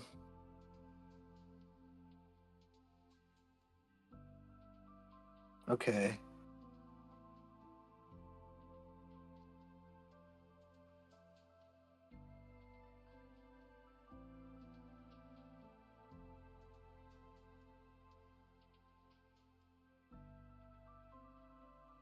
Oh yeah.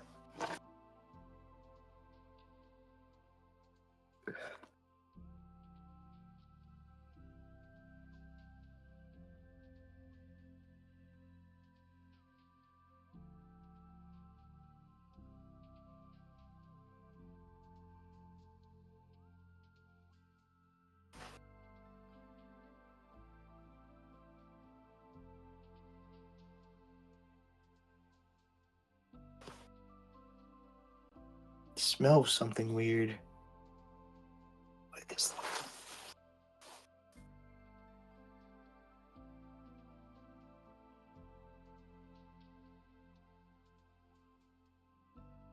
Smells so weird.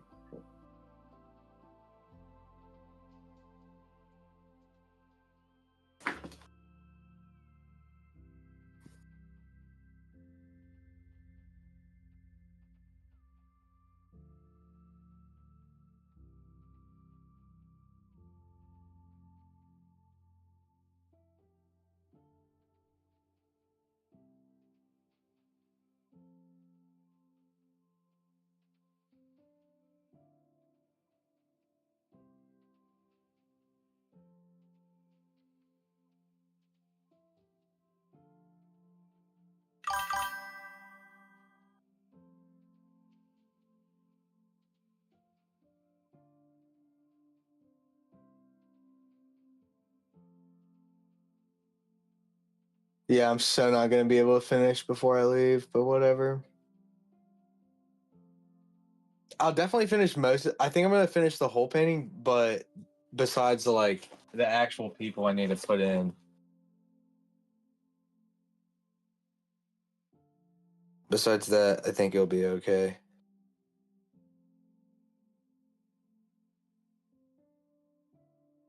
It is. I enjoy it as well.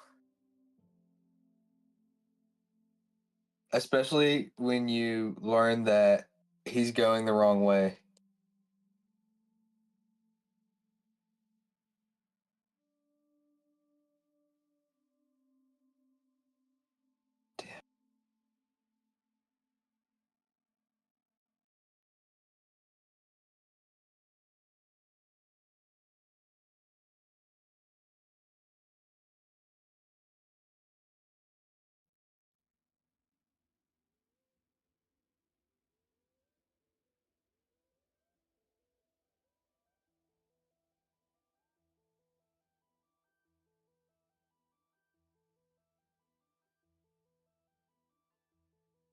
to none of these work. Okay. Let's see.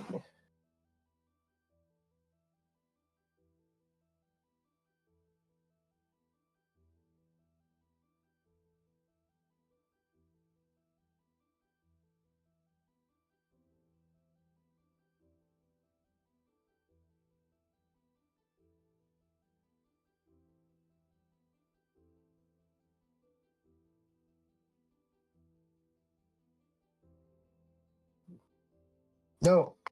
Damn.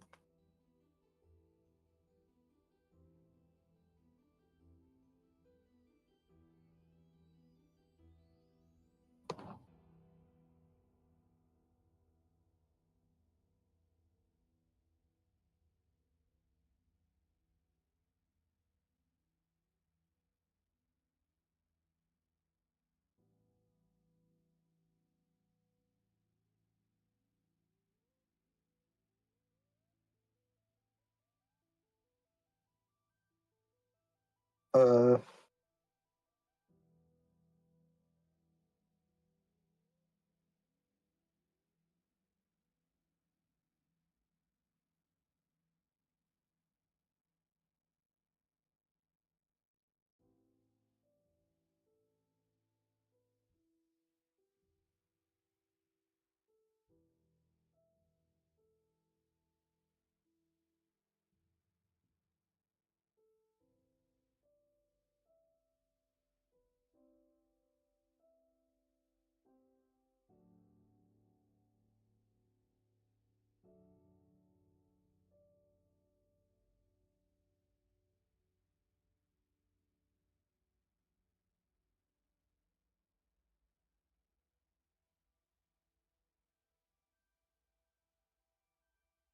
So he's like,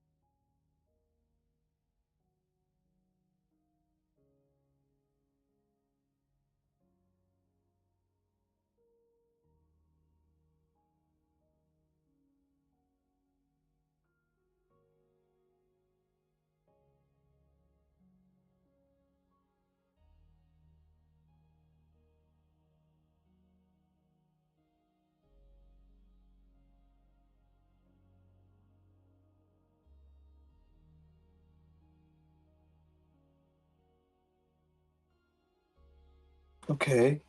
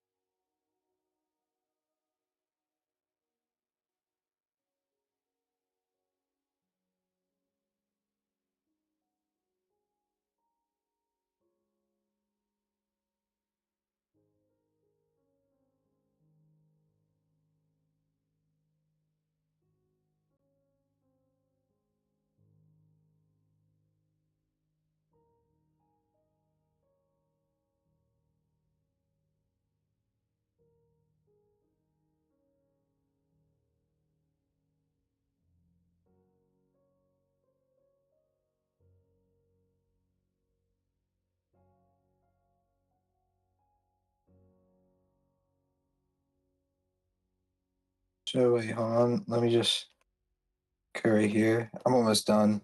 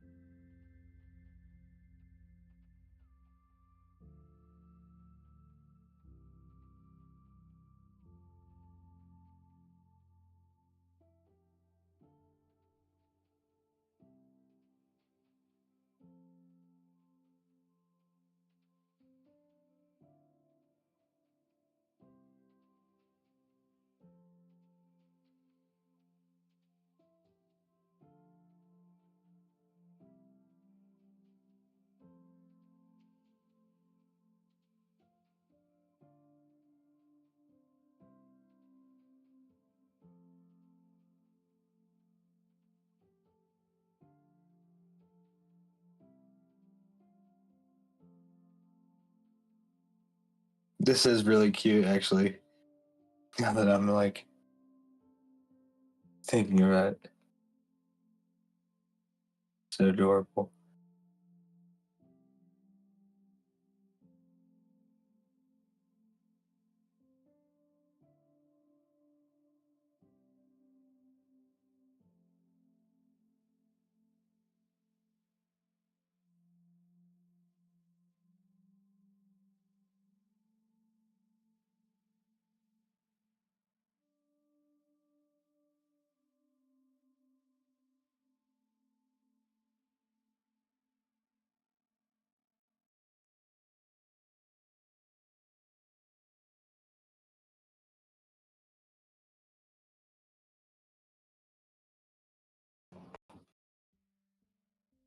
Oops.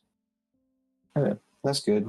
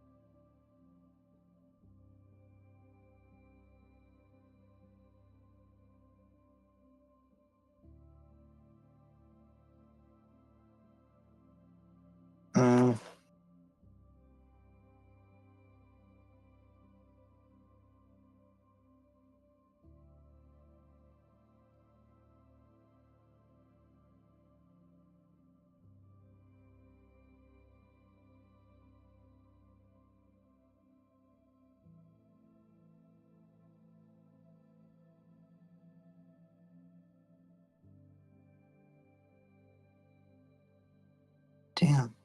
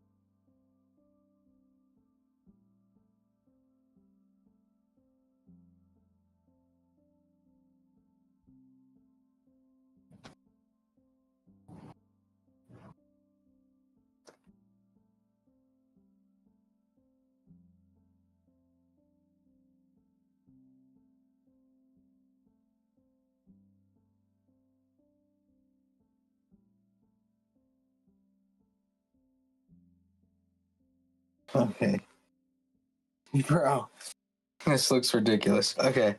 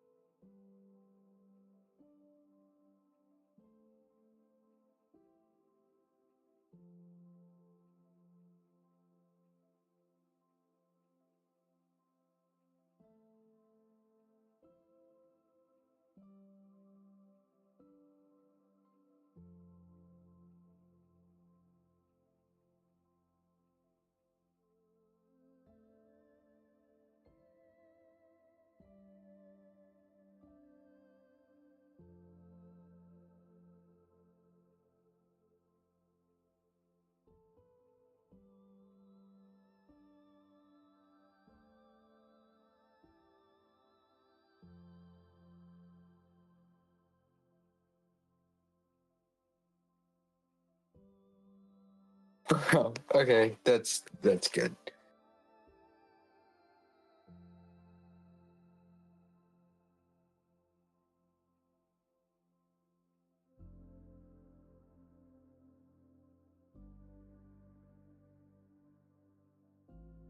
This looks really silly.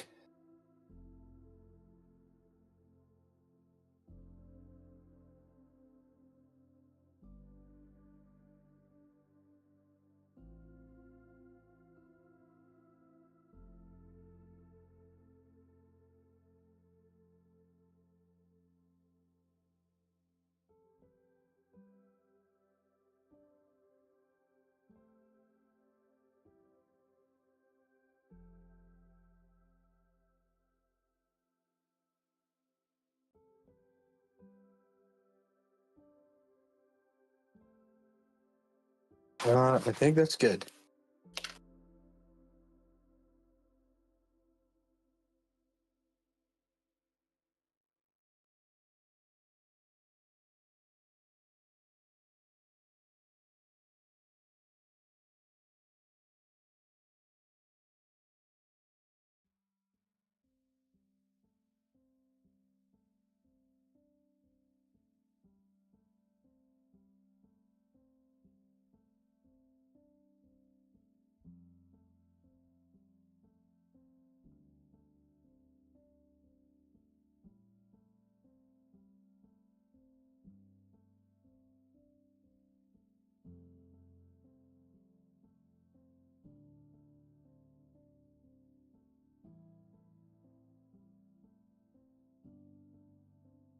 Now, what do I do? What do I do?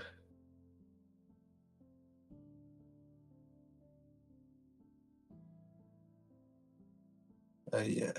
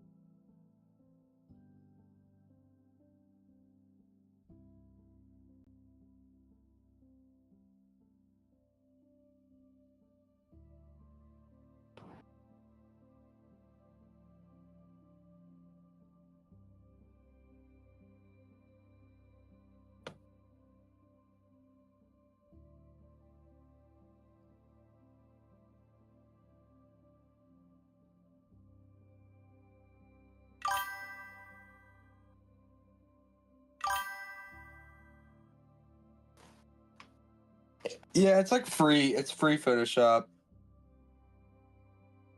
It's also just easier for me. Like I have Adobe, but this is just like so convenient.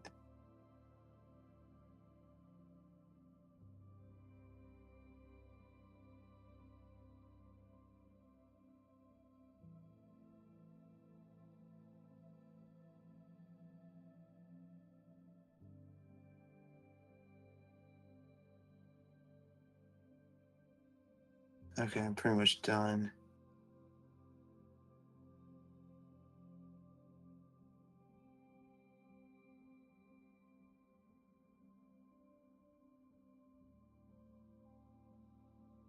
I'm like, okay.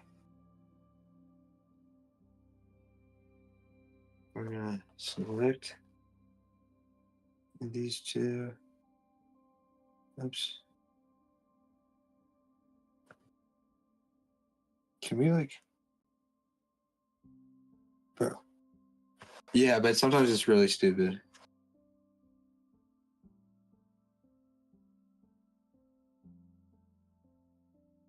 No. See, yeah, it crashes.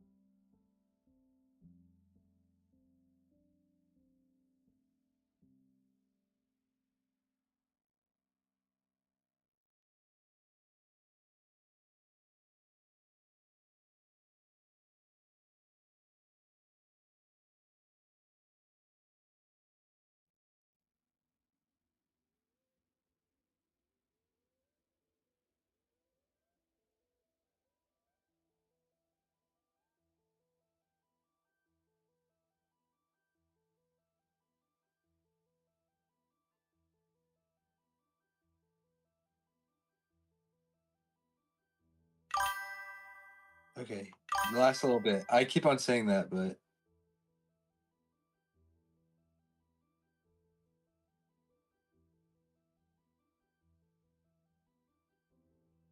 okay, yeah.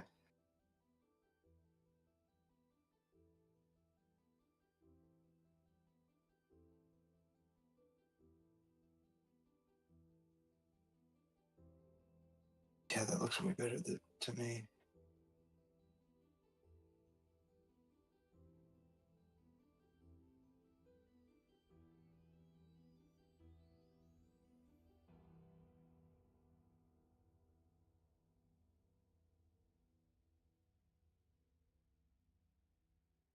I guess I don't have enough storage. Okay.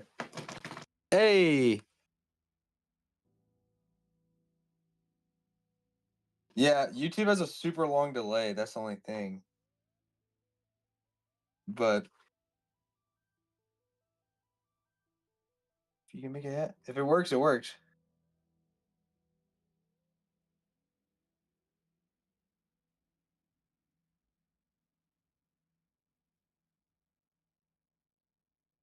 Okay.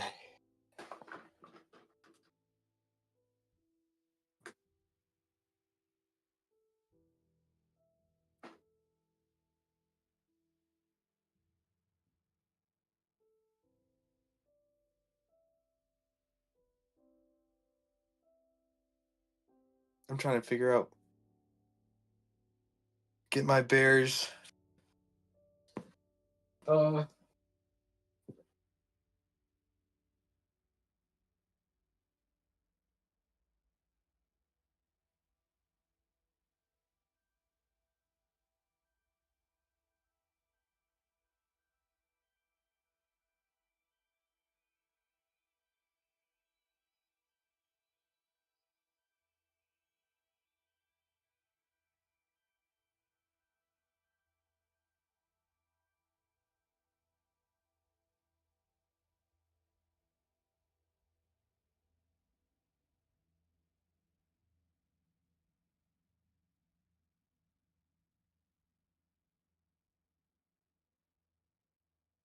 Okay.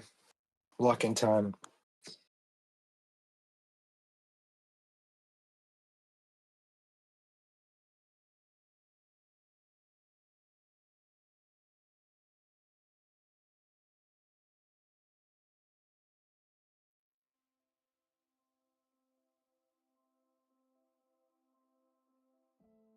Thinking that.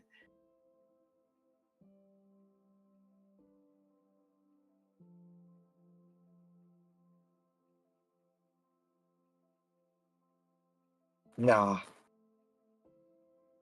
Just lock in.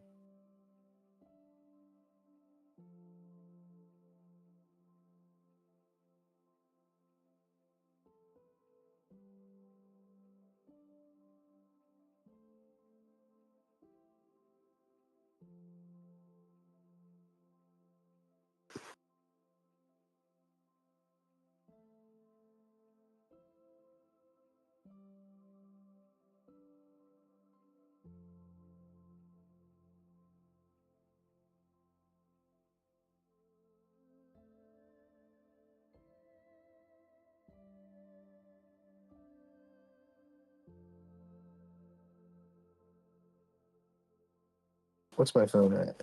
Nice. 87. That's exactly what I want.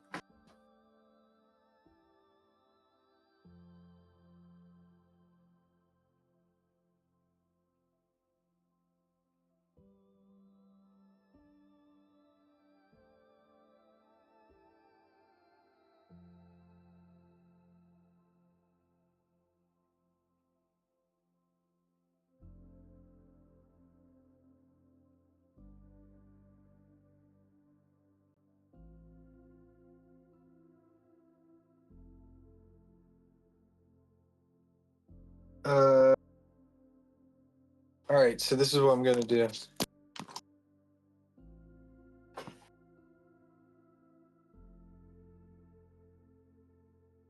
Flip it.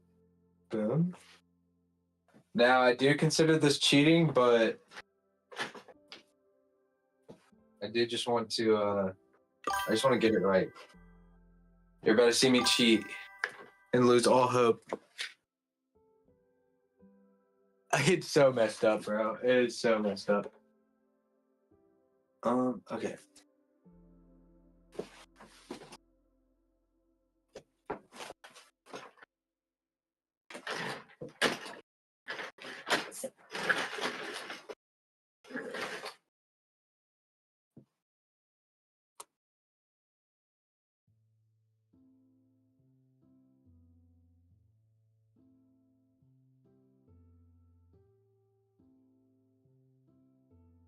I can't figure out what I should do after this, but I guess I should just work instead of worrying about what I'm going to do after I finish.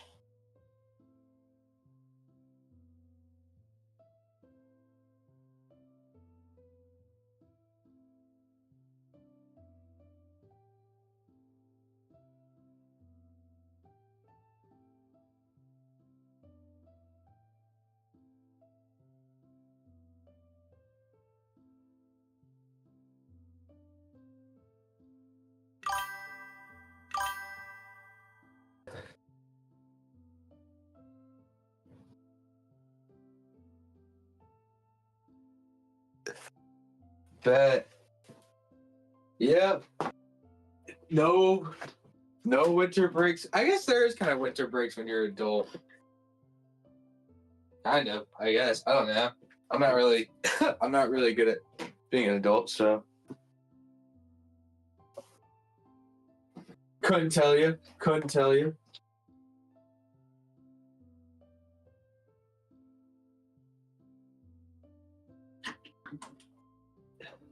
Okay, so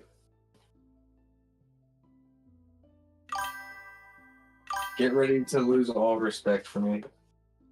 But I'm doing this in the name of accuracy. Turn it on.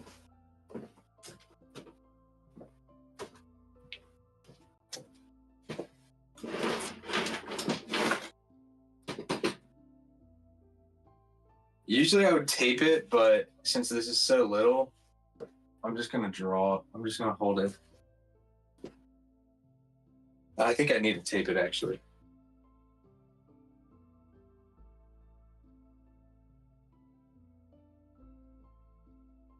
That's a poor decision. Using Nutella to hold it up.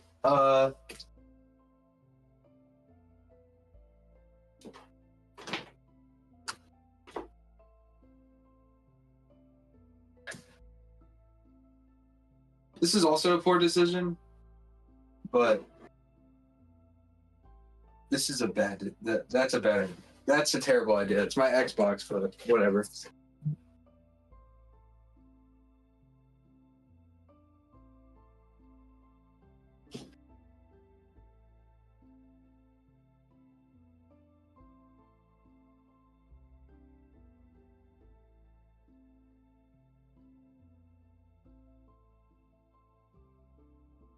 Come on, my phone's out of storage.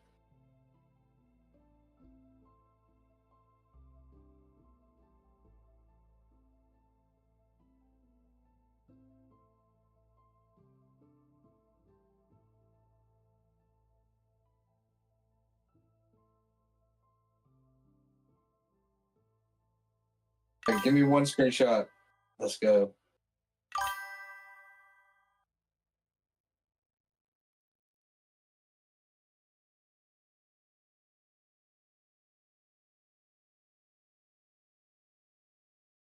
What are y'all saying? Not really. I don't really play games.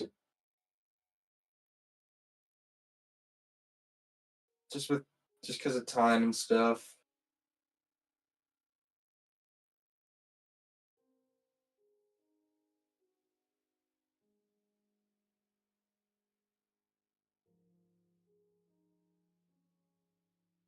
Oh, what?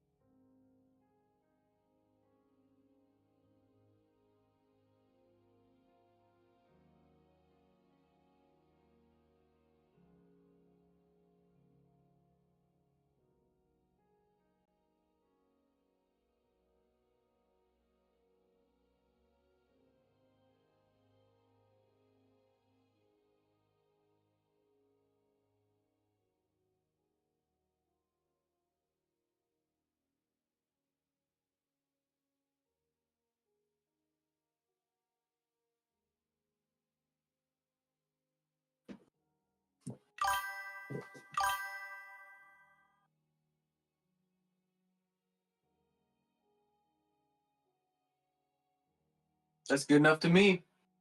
Oh, it goes up a little bit. Wait. So if I take that off. No! Damn it! Oh my gosh. So close.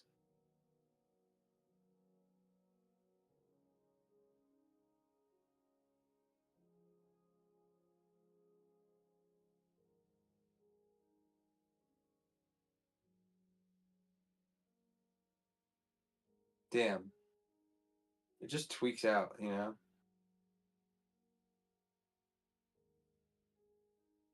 But y'all see what I'm doing? I'm trying to like line it up to where I want it.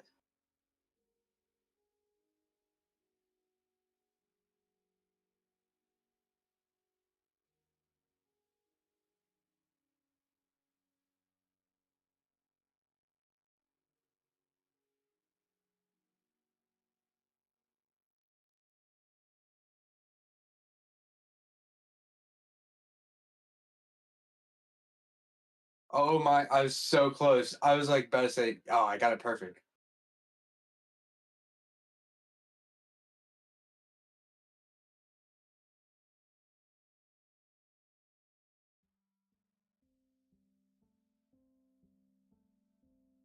Boom. That's about as good as we're gonna get.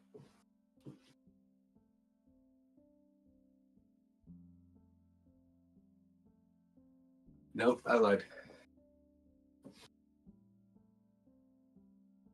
No. Oh shit! I did that by accident, but.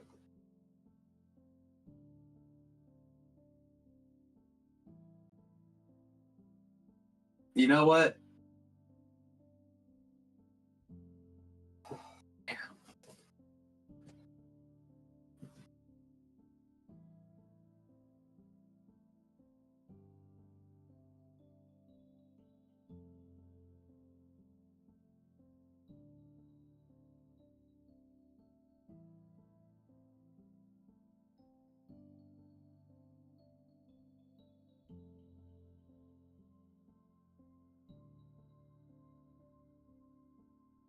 I mean, we're gonna do that. I forgot to erase shit too. That's fucked.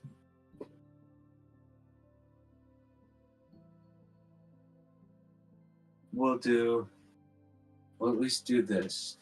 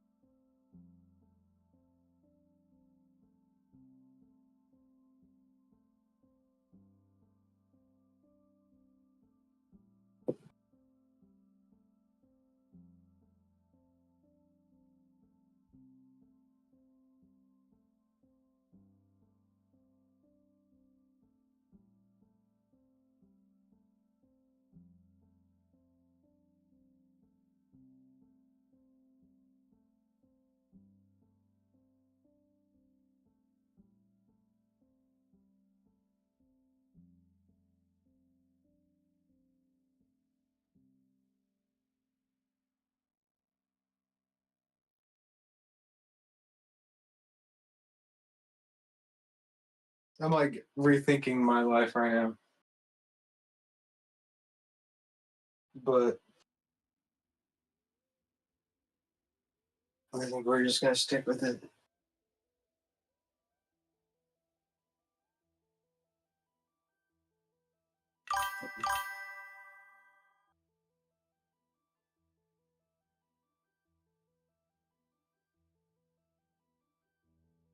Okay.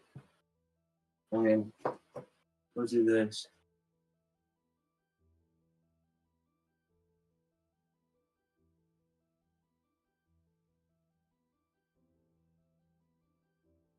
Yeah.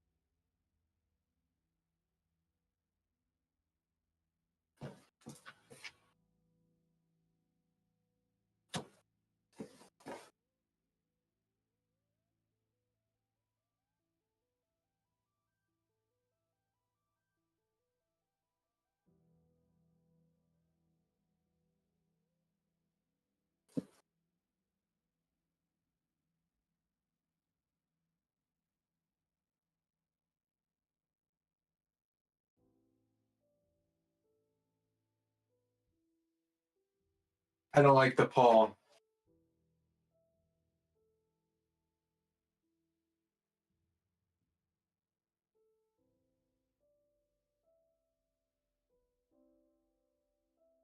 course I don't like the paw.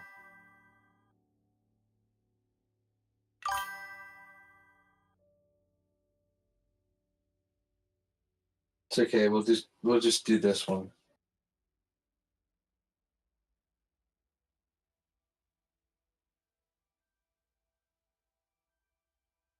This is cuter.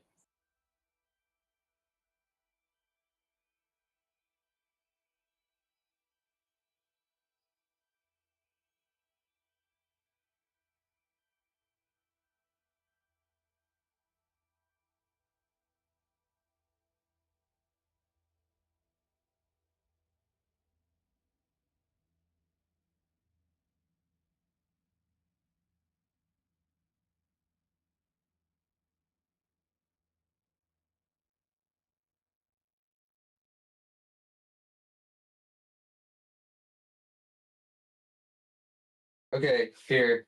You guys tell me. All right. I know you can't tell the difference, but so we got this one. Look at the paw. Look at this paw. You see how it's like level? It's more level. We got that one or this one. Wait.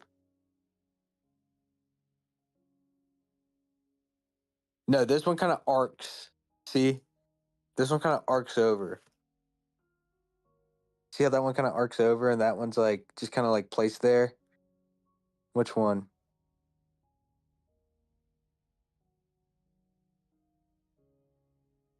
Oops.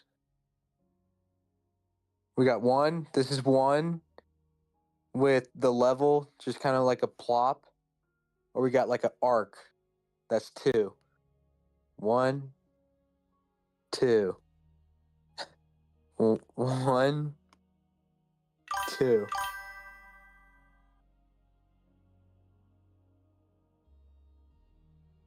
This one?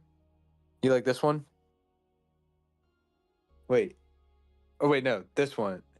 1 or 2. This is 2. This is 2. This is 3. Or that's 1. 1, 2. 1, 2. Left would be. I don't know other one. So you like 2. Okay, that's the one I put on my that's the one I just traced. So we'll go with that one. Cool beans. Let's do this. And that was cheating with Griffin. That was Griffin being a fraud. Enough of that.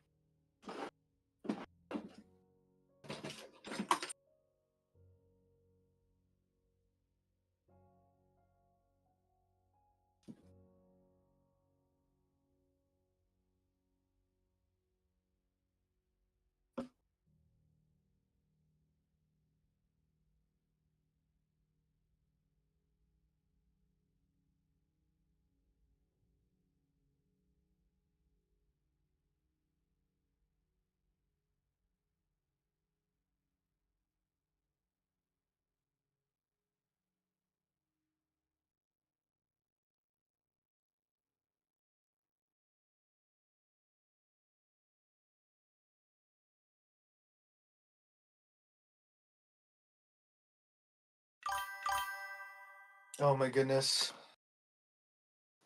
So much work. Yeah, it's so delayed. It's so delayed. Mad delayed. It's because I've been streaming for 9 hours. It's because I've been streaming for almost 10 hours now. And it's even worse on YouTube. But honestly, this delay isn't even the worst delay I've had this year. It's getting better.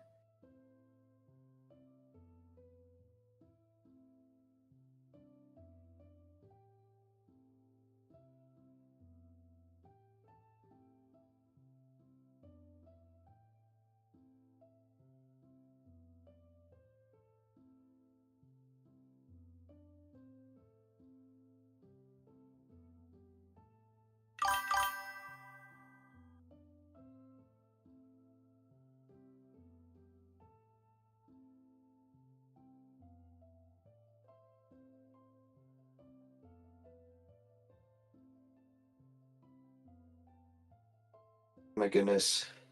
Yeah, when it becomes 12 hours, when the live stream hits 12 hours, I have to restart it so I can save the footage from the stream.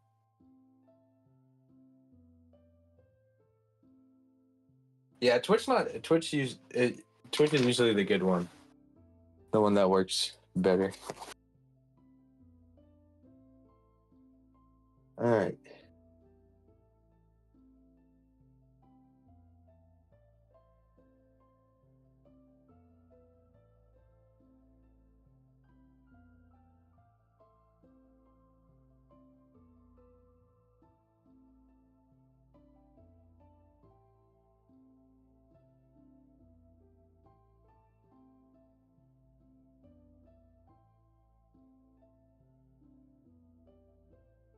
All right, let's just do this.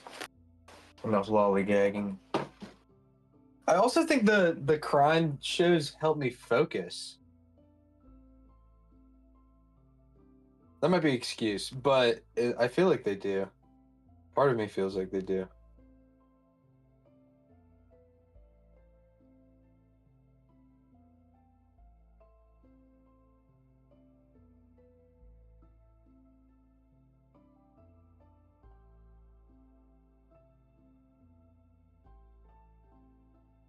Oh my gosh, I need to like take a second. I've been going for a long time. I need to like chill out.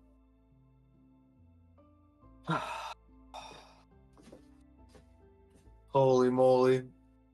It's looking good though. I mean, I don't have a lot left. The dog is the biggest part, you know. If I can knock out the dog, then I'll be real close.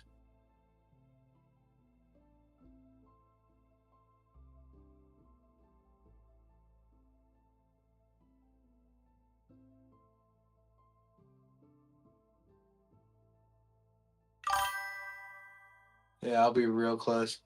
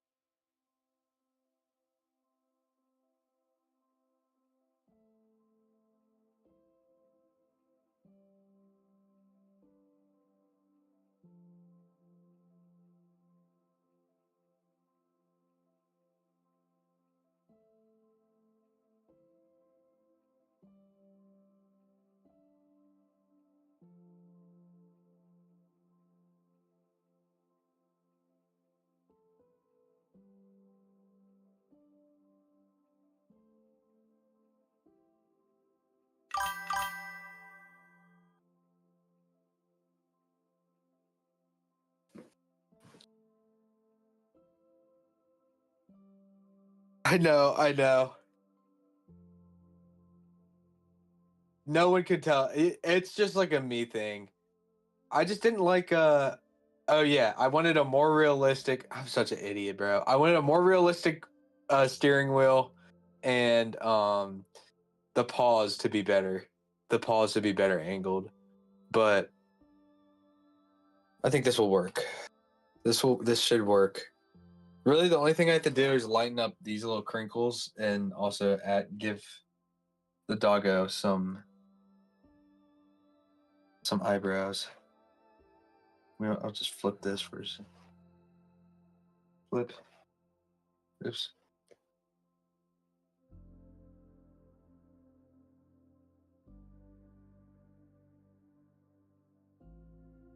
Yeah. Oh yeah, and I fixed some of the fur on the chest. That's really it.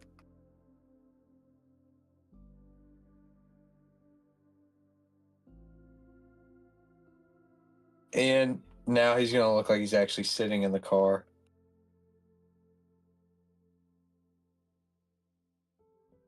But besides that,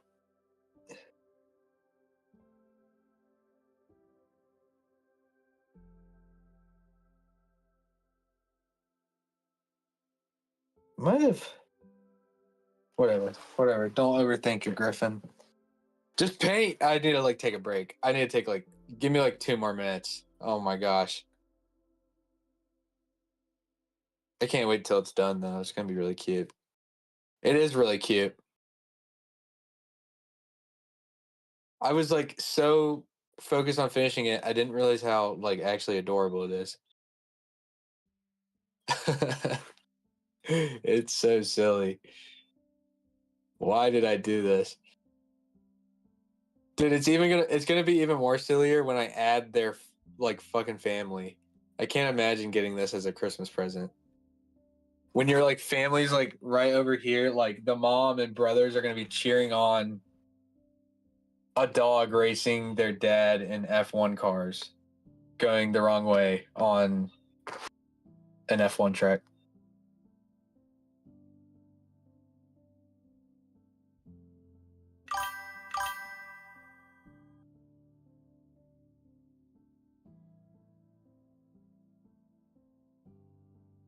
I hope so. I hope he can get over the fact that he's being beat by a dog.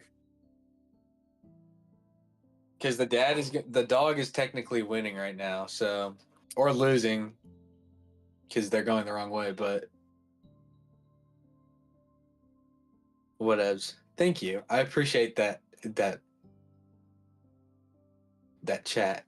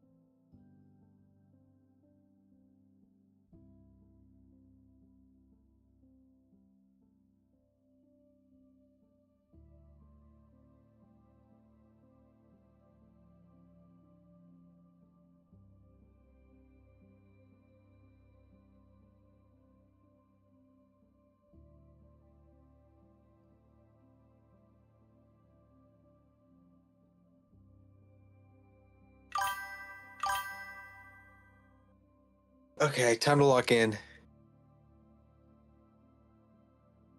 Facts. Maybe we should listen to a podcast. I don't know. I don't know.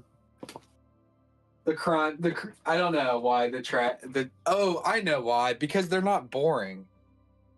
This is so boring. I need to oh my gosh, I forgot I put it on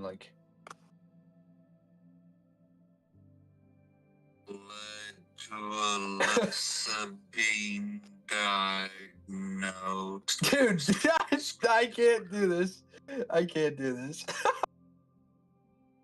What the fuck? Dumbest killer duo. Fake Hitman, I've seen this, seen that. Secret Genius, seen that. Killer Priest thinks he got away? Oh, yeah. So the video says it, the video shows it, and you did it. He stood right over her. Bam, bam. This is Scienton Goes, pastor whose obsession with his ex-wife's family was recorded on camera, coming to an inevitable tragic end. Pastor Simon didn't think it was going to happen. Because Pastor Simon loaded himself up. My mom's husband, I was literally doctor to me shut it out right now.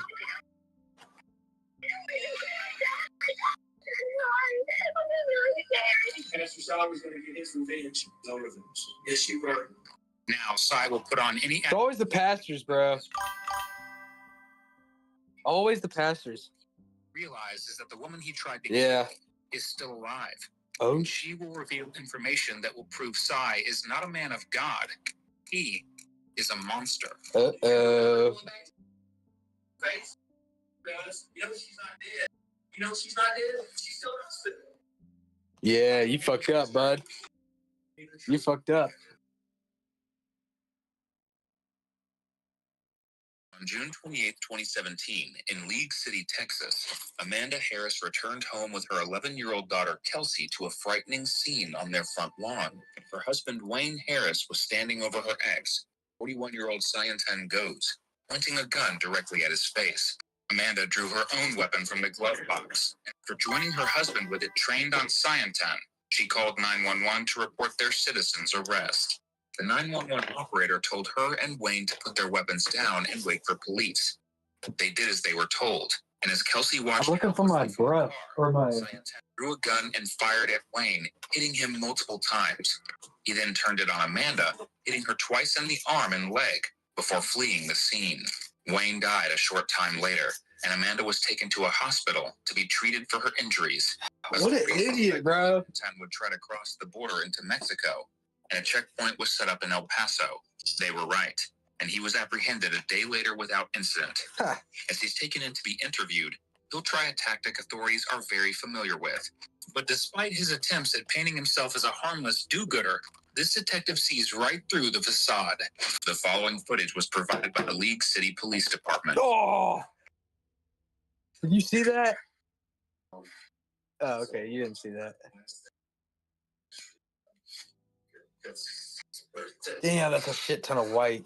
Whatever. Damn. Whatevs. Yeah.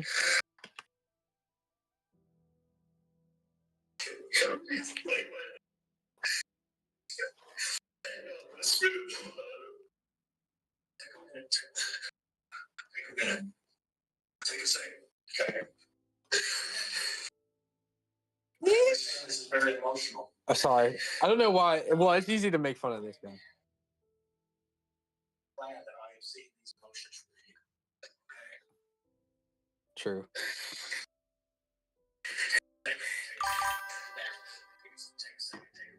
Bro, people don't realize. Yes, acrylic paint. Just realized I had delay the whole time. Oh, no way. People don't realize going to jail should be the best thing that ever happened to you, man. Some people like need to be in jail. Just fucking live your life in jail, do your thing. It's not. It can't be that bad.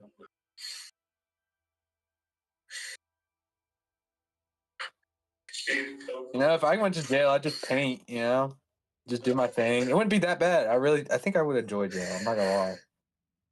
Hot take.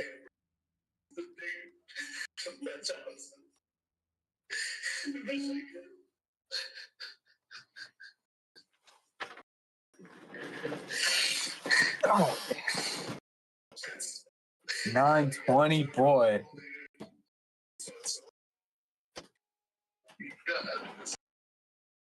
Too precious child. She's so good.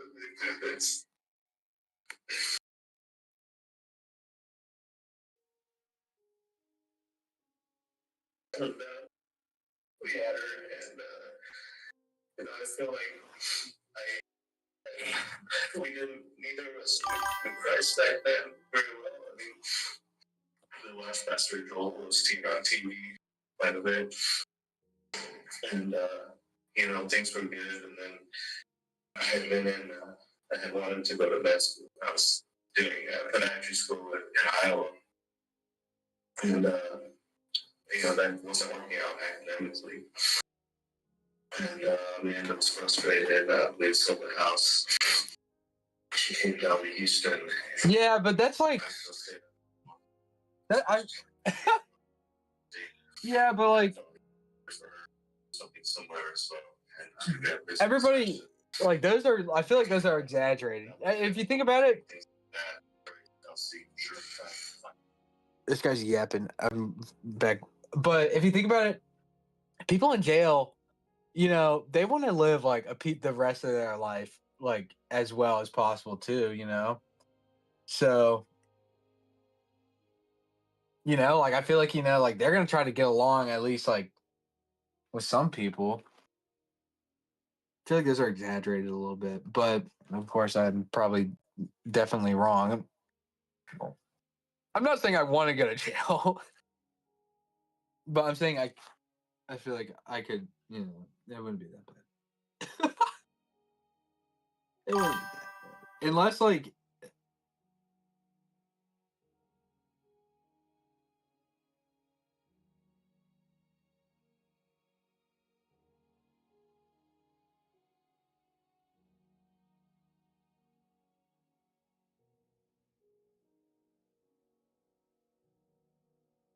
oh, prison. Yeah, I guess. Yeah, I forgot.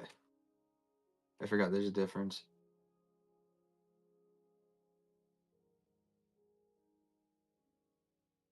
Oops. Fuck.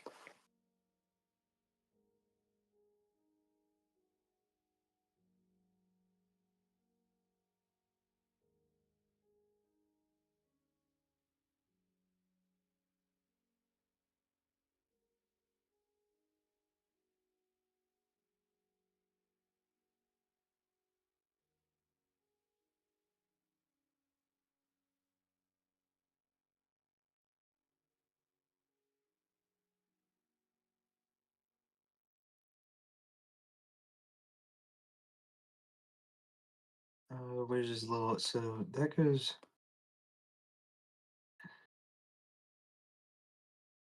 How many things are there? 1, 2. Okay, we're just not gonna overthink it and just paint. Hopefully, I can get this done by. I can get the pause and everything done before 12 would be absolutely immaculate. And then if I'm able to get this part done too, at least started by 12, then I will love it. By 2, I'll have to start getting ready. I'll have to start getting ready and all that because I'm leaving to my home in Charlotte with my family.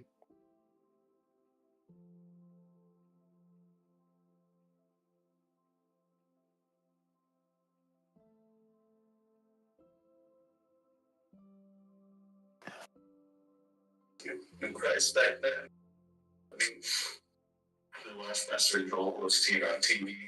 This dude does not know Christ. And, things were good. And then I had been I had wanted to go to med school. I was doing podiatry school in Iowa. And, that wasn't working out academically. And Amanda was frustrated. We sold the house. She came down to Houston, and I still stayed up in Iowa because I wanted to switch to the MBA program out of state. And I thought it would be good for her to do something similar. So, and I got business fashion. And that way we have things like that. And I'll see find jobs, but it was kind of not a good time in the economy. And Amanda came down to Houston. After having a nice cry, Cyan10 details his relationship with Amanda, including his suggestion that it would be good for her to get her business degree while he studied podiatry. But there was only one problem. It was actually a nursing degree he was pushing for, a profession Amanda had no interest in.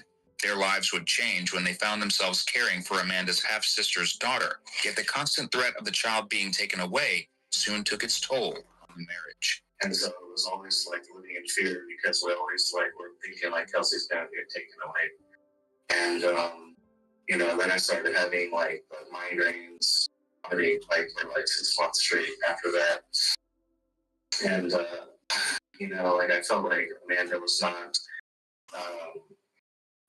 not cooperating. Like she like I told her before I came down from Iowa that like we have to protect our student loans. Like this is like the only way that we can protect Kelsey. When you say protect, you like we pay them? No, like protect, keep them and keep going to school. So we're both enrolled. It's like that basically, like. And then I felt like she wasn't like, I guess she was just like shutting down from stress. My dad, Kelsey thing happened, and her grandma died, her mom got divorced, and that time, and there was like massive pressure. And one day there was like just a moment where, like she just, it was a stupid reason, but like, it was like I had found a dog, and like I wanted us to have that dog, because like my other dog got really nicely with that dog, and it was really cute. Like it's the only dog I see would actually pick up Kelsey's like a bit of his passing and run around the house and stuff. And so okay, fast forward. It's very important. Yeah. Y'all ended up getting folks. He's talking about a dog. Kelsey was y'all bred. Yes. Initially to me, like I initially both. Like it was like a temporary custody, and then like after that blow up, we separated, and I was like I had to clear my head, and then like on Mother's Day 2008, like I was 2000.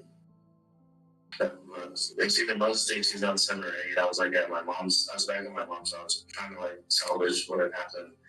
And like my friend that I know had called from Iowa, and he was like, "Lynn, you need to sit down for what I'm about to tell you." So he sat me down, and he said that Amanda had reached out to him like romantically, and I prayed and like vomited all day Mother's Day, and I was like, I didn't want to divorce her, but I was like, that is like a biblical grounds for divorce, to go after somebody else. Sayantan claims that during their separation, he decided to divorce Amanda after she asked a doctor friend of his out. But she had a decidedly different side of the story, and hers was much darker. In her telling, the fight that led to the end of the marriage wasn't about giving away a dog. It was about catching him violently shaking Kelsey when she was a baby. But despite this, Sayantan continues to paint himself in the best possible light, and Amanda in the worst. And so then I was like, look, I've been trying to make a program, and I still love you. I still love Kelsey. I had found like a John Osteen devotional, and I met that stuff like a picture of Kelsey, and I opened it, my it fell out, and I was like crying. And I was like, let's work it out. I promise, like, not to go to church and all that stuff. So I came down December 2009. We moved in together. And then for 3 months, like, we were together, like, going to church. And then, like, she just felt like, I just want to do this. She said, we got divorced. She said, we're divorced already. We're divorced. We're going to come back together. Like, And she wanted to divorce? Yeah, I wanted to divorce. I think she started dating Wayne. I don't know when exactly, but I know that by 2012, I think they were dating. And it's going good. I just had to like make money, but I've been working on it.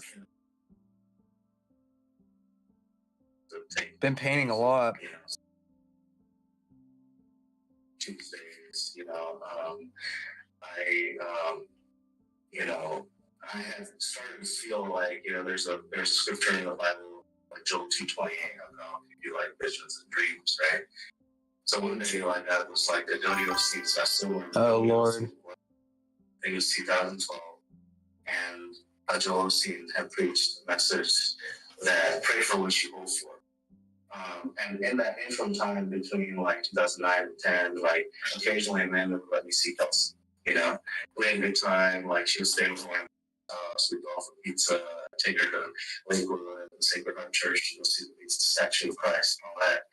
And but that's like the man was becoming more like. Oh yeah, I'm building a Yoshi's mock bike for Mario Kart.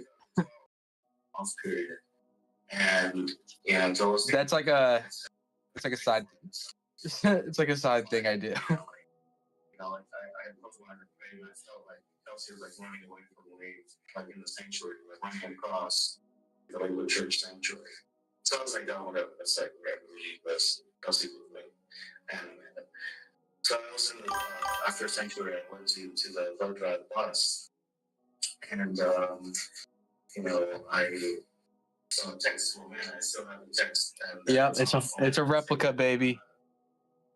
My friend, and the text said, that week I have no shoes to see. That was the text from man. So I was like, wow, that was like crazy, you know. Like I was just praying about Kelsey, and then she winds up being at it, but I didn't even know it. And I was like actually like joking around with like this other man lady on the bus, like buses on tough marriages. And I saw that and I was like, wow, like that was a miracle, you know. So I met Amanda, and then I got to see Kelsey, and it was awesome. And Amanda told me in the sanctuary, I still remember like the stage is up here, the sound booth is here, and me and Amanda are sitting here after the service together. And she's like, "Sai, I'm so sorry that I hurt you." And Wayne cheated on me, and he told me he had. So I'm like, okay, why don't we work it out? Like, I still love you, I still love Kelsey. Like, you know, let's work it out. According to Scientan, everything was going his way when it came to getting back with Amanda, and now she'd come to him with a confession. Wayne was an addict, and she'd made a huge mistake by marrying him. But if it sounds too good to be true, that's because it was. And then about like 7 days, like some switch on with Amanda. It always is. And it was, I decided to get back with Wayne, and I don't want you to be a part of Kelsey, but so I was like devastated, you know, because like I had this huge like attachment to this kid, you know, and you know, I had actually like left a post MBA PhD admission in Iowa to be here, you know. I gave up a lot. I gave up a lot to be here, and yeah, and so then like you know, I literally like I was saying like we had an EAP program, and I had entered nursing school at that point. And I was like, because I just wanted to do some kind of job where like I could be in the same town as Kelsey. Just in case anything happened, just in case Amanda switched back again. Scientan might think his behavior was totally harmless, but from Amanda and Wayne's point of view, it was downright terrifying. He'd grown increasingly obsessed with Amanda, and with young Kelsey in particular. He admits he moved to Houston just to be near her. And would I did actually never knew it was Mario Kart 8. gifts despite knowing he wasn't wanted. Not only that, he'd fired guns outside the family's home, and police trespassed him for looking in their windows late at night. But now that we have the backstory, how did it lead to Wayne's tragic death? Wednesday morning, the night of the incident. Is I'm calling it the incident because I don't know what it is. Sure, yeah. That morning, you woke up Wednesday morning. Start your day. So, actually, I had to work late on Tuesday at the hospital. So, by profession, I'm on professional ICU dialysis first. And so, you know, we'll count on me to protect them and save their life, not to take it. You know, and it's a good job. It's a great job. It's actually funded like our mission trip last year. I got over like 20 grand into the ministry. So I'm thankful for it. But around 2, I woke up around 2 in the afternoon because I was so tired from like the whole back and forth. Yeah, and doing all these projects. You know, like, yeah, so then, Yeah, bro. Yoshi's the GOAT. Yoshi is the GOAT. you know, I must have run And the mock bike just looks so cool, bro. It's so cool. I've been obsessed with the mock bike ever since like it was like freshman year when I realized I could go I could build it in real life. When I found out it was the same bike as like a cheap ass like Honda CB750. I was obsessed with it. And But my mom wouldn't let me get a motorcycle, so I had to wait until college. Carrie Job, and I think the other one was Lower Story, but I forgot the fourth one. And then I also got her Jesus Calling by Sarah Young devotion, because that's like a fantastic devotional for adults. It's like a super children. I got her. Is that the book you're talking about, the devotional? Yeah. No, is that something else? That's because you got a book and you said, where did you write the book? Do you remember? To Kelsey from Pastor Side. So you bought the gifts. Yeah, Pastor's, yeah. Then what happened? So I you woke up into a couple hours. Yeah. I've never played the other ones. Well, I have, but like I've never like owned any of the other Mario Karts.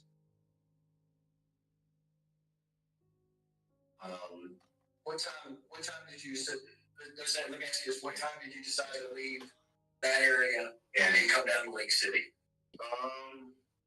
Right after the Lifeway bookstore, you know, I went down there and then I went to a CVS, and you know, which was a CVS or a Walgreens. It was a Burger King and I think a Burger King and then a CVS or Walgreens right there. It's right next to it. It's right near like Maple Leaf. And whatever pharmacy is next to the Burger King right there near the Reed intersection. So you go there, did you get something to eat? Yeah. What did you get a Burger King? Yeah. Did you go into Walgreens or CVS right there? Yeah. What'd you get at CVS? There I got the pink bag with the gift store and like the paper around the gifts. Okay, the tissue paper? Yeah. Okay, all right. So I'm assuming you get in the car, put the presents in the car, grab it, all that stuff. Then you go towards your house, is that correct? Yeah. Okay. So then I was like, okay, I doubt anything's gonna happen. I doubt when it's gonna hurt me. So let me ask you this.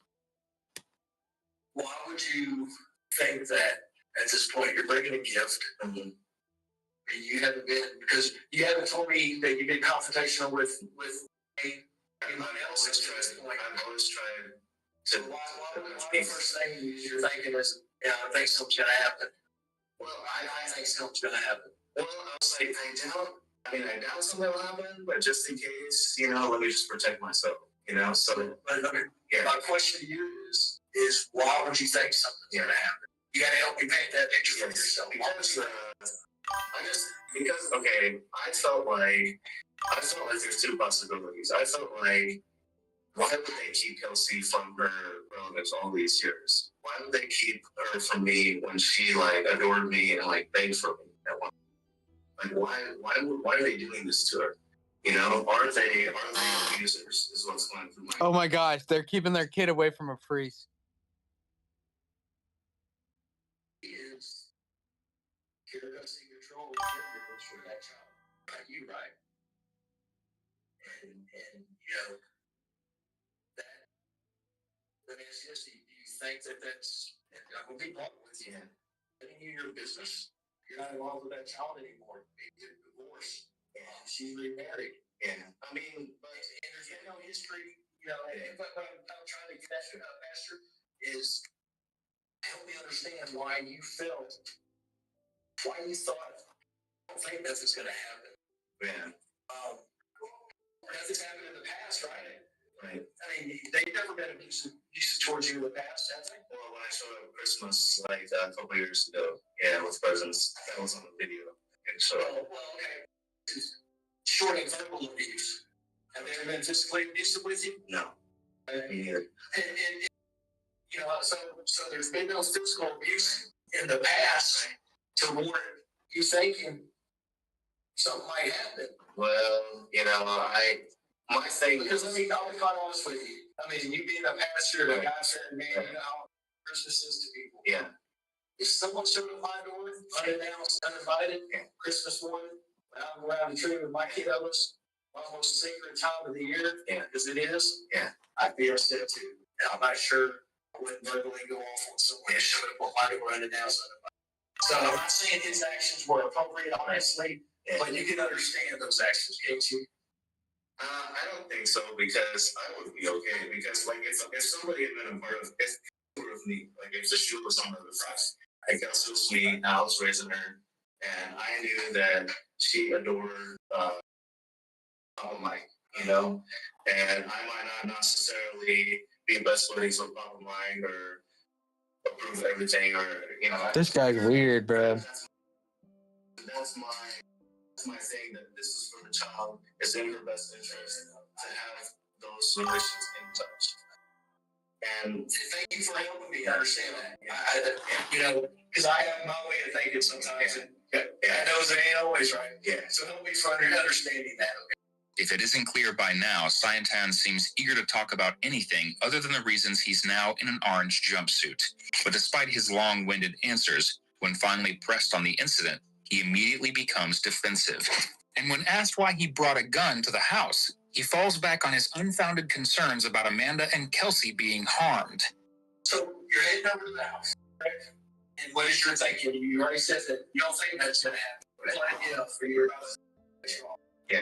And so, okay, so part of what's been going through my head the last few months is that the sense that it's like that Lakewood church feeling that I had, like when I was seeing like Kelsey come across the sanctuary and that room I had her. Like I had this sense that like there's some harm being done to her. You know, it's like a strong feeling that somebody in Wayne's family is harming Kelsey. Bruh. And I can't, aside from biblically, like I cannot justify it legally. I cannot justify it in any other way other than to say, you know, I was just, you know, imploring Rose Gordon, her grandma, please, you know, please check. So you barked, yeah. So go from there. Okay, so I was like, you know, like I feel like, you know, I have my clergy badge on. Like I feel like I'm gonna go mister these people and say hello to Wayne. I'm gonna bring peace. I'm gonna bring peace because they must be in a peaceful mood if they let Carly and Kelsey talk. That's my thought. Is that surely they're not gonna see any harm. I'm just bringing Christian CDs and a bit of devotion. That's it. Okay, and so I knock on the door, and you know, I had picked up some boxes that somebody else left, you know. So I was like, hey, I was going to knock on the door, just give them to Wayne or Amanda or whoever answered. Hey, happy birthday.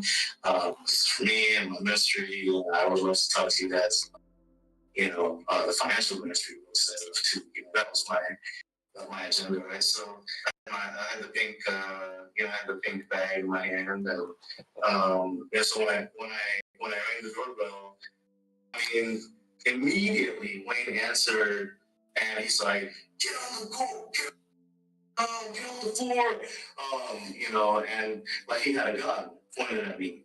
So like my heart was like pounding. You know, I felt like I was on a heart attack because I didn't expect that. You know, I didn't go for that. I didn't want to do any harm. I had presents in my hand. He's like, "What the?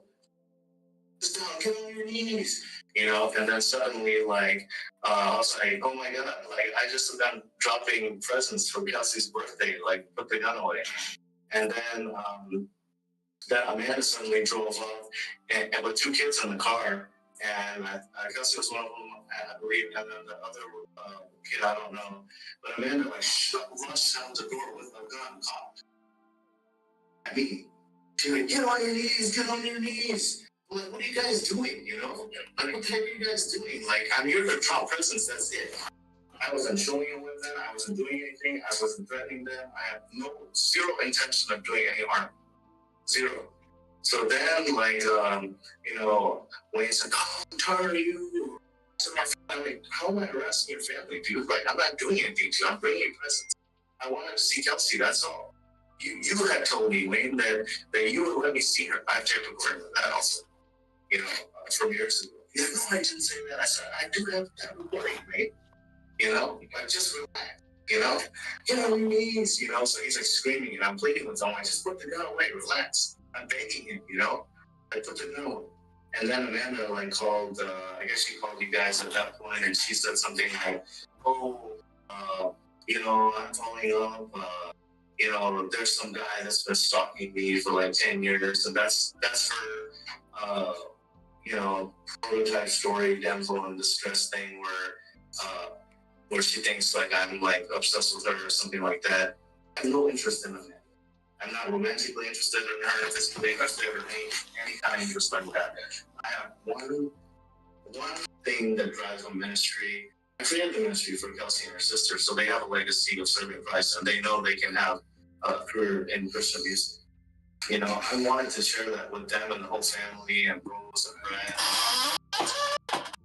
Whatever. So you're at the door, it's the way. She pulls up, she had her gun on you, yeah, he's got his gun on. Yeah, she's on the phone with 911. Yeah. You know she's on the phone with 911, right? That's what it is at the police station. Yeah. And then police station is 911. Yeah. So I wasn't sure if they didn't know. Okay, I understand. And then Wayne did mention that I talked to a detective, and you know, he said that if you ever come here, we'll make a citizen's arrest on you. And I'm like, hey, like, so put the gun down, you know. So then I was like begging him, like, just let me stand up. And then he like hit me and like put me on the ground, you know. Okay, so you complied with the orders, yes, to get on the ground. Yes. Were you on your stomach or on your knees? And knees. Yeah, and my hands were in there. And then I told Amanda, I said, what are you doing? Like, you know, are you in a... Yeah, it was like, it was like in that front door entranceway. And so Wayne had come on, he was in the entranceway, and then Amanda had drove up here, and she was like right in front of him. Damn, he fucking killed Wayne. And like, I'm looking at Wayne, and I'm like, man, this is like, you know, this looks like a demonic child molester kind of guy. You know, like, why is he not... why is he so angry that he's like pointing a gun and not willing to de-escalate? You know, I'm trying to de-escalate both of them, and then some kid was in the car with Kelsey, and she's like screaming and crying. Oh my God, she has a gun.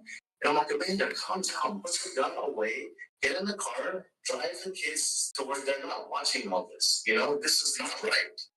You know, so I was begging them. And then I was like, I got really scared because neither of them were putting the gun down. So I literally started weeping, you know, because I was like, just don't hurt me, you know?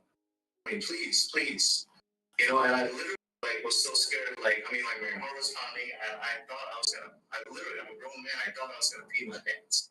Zion acts like Wayne and Amanda's reactions to him showing up unannounced came out of nowhere, but clearly they were a long time coming. Yet unfortunately for them, this time he had a gun with him. Despite his claims of wanting to protect Kelsey, he was more than willing to attempt to murder both her parents in front of her. And in Wayne's case, due to the 911 dispatcher's command, he would tragically succeed. Except Scienton isn't telling the entire story, and the detective is about to call him out on it with video proof. Help me understand this.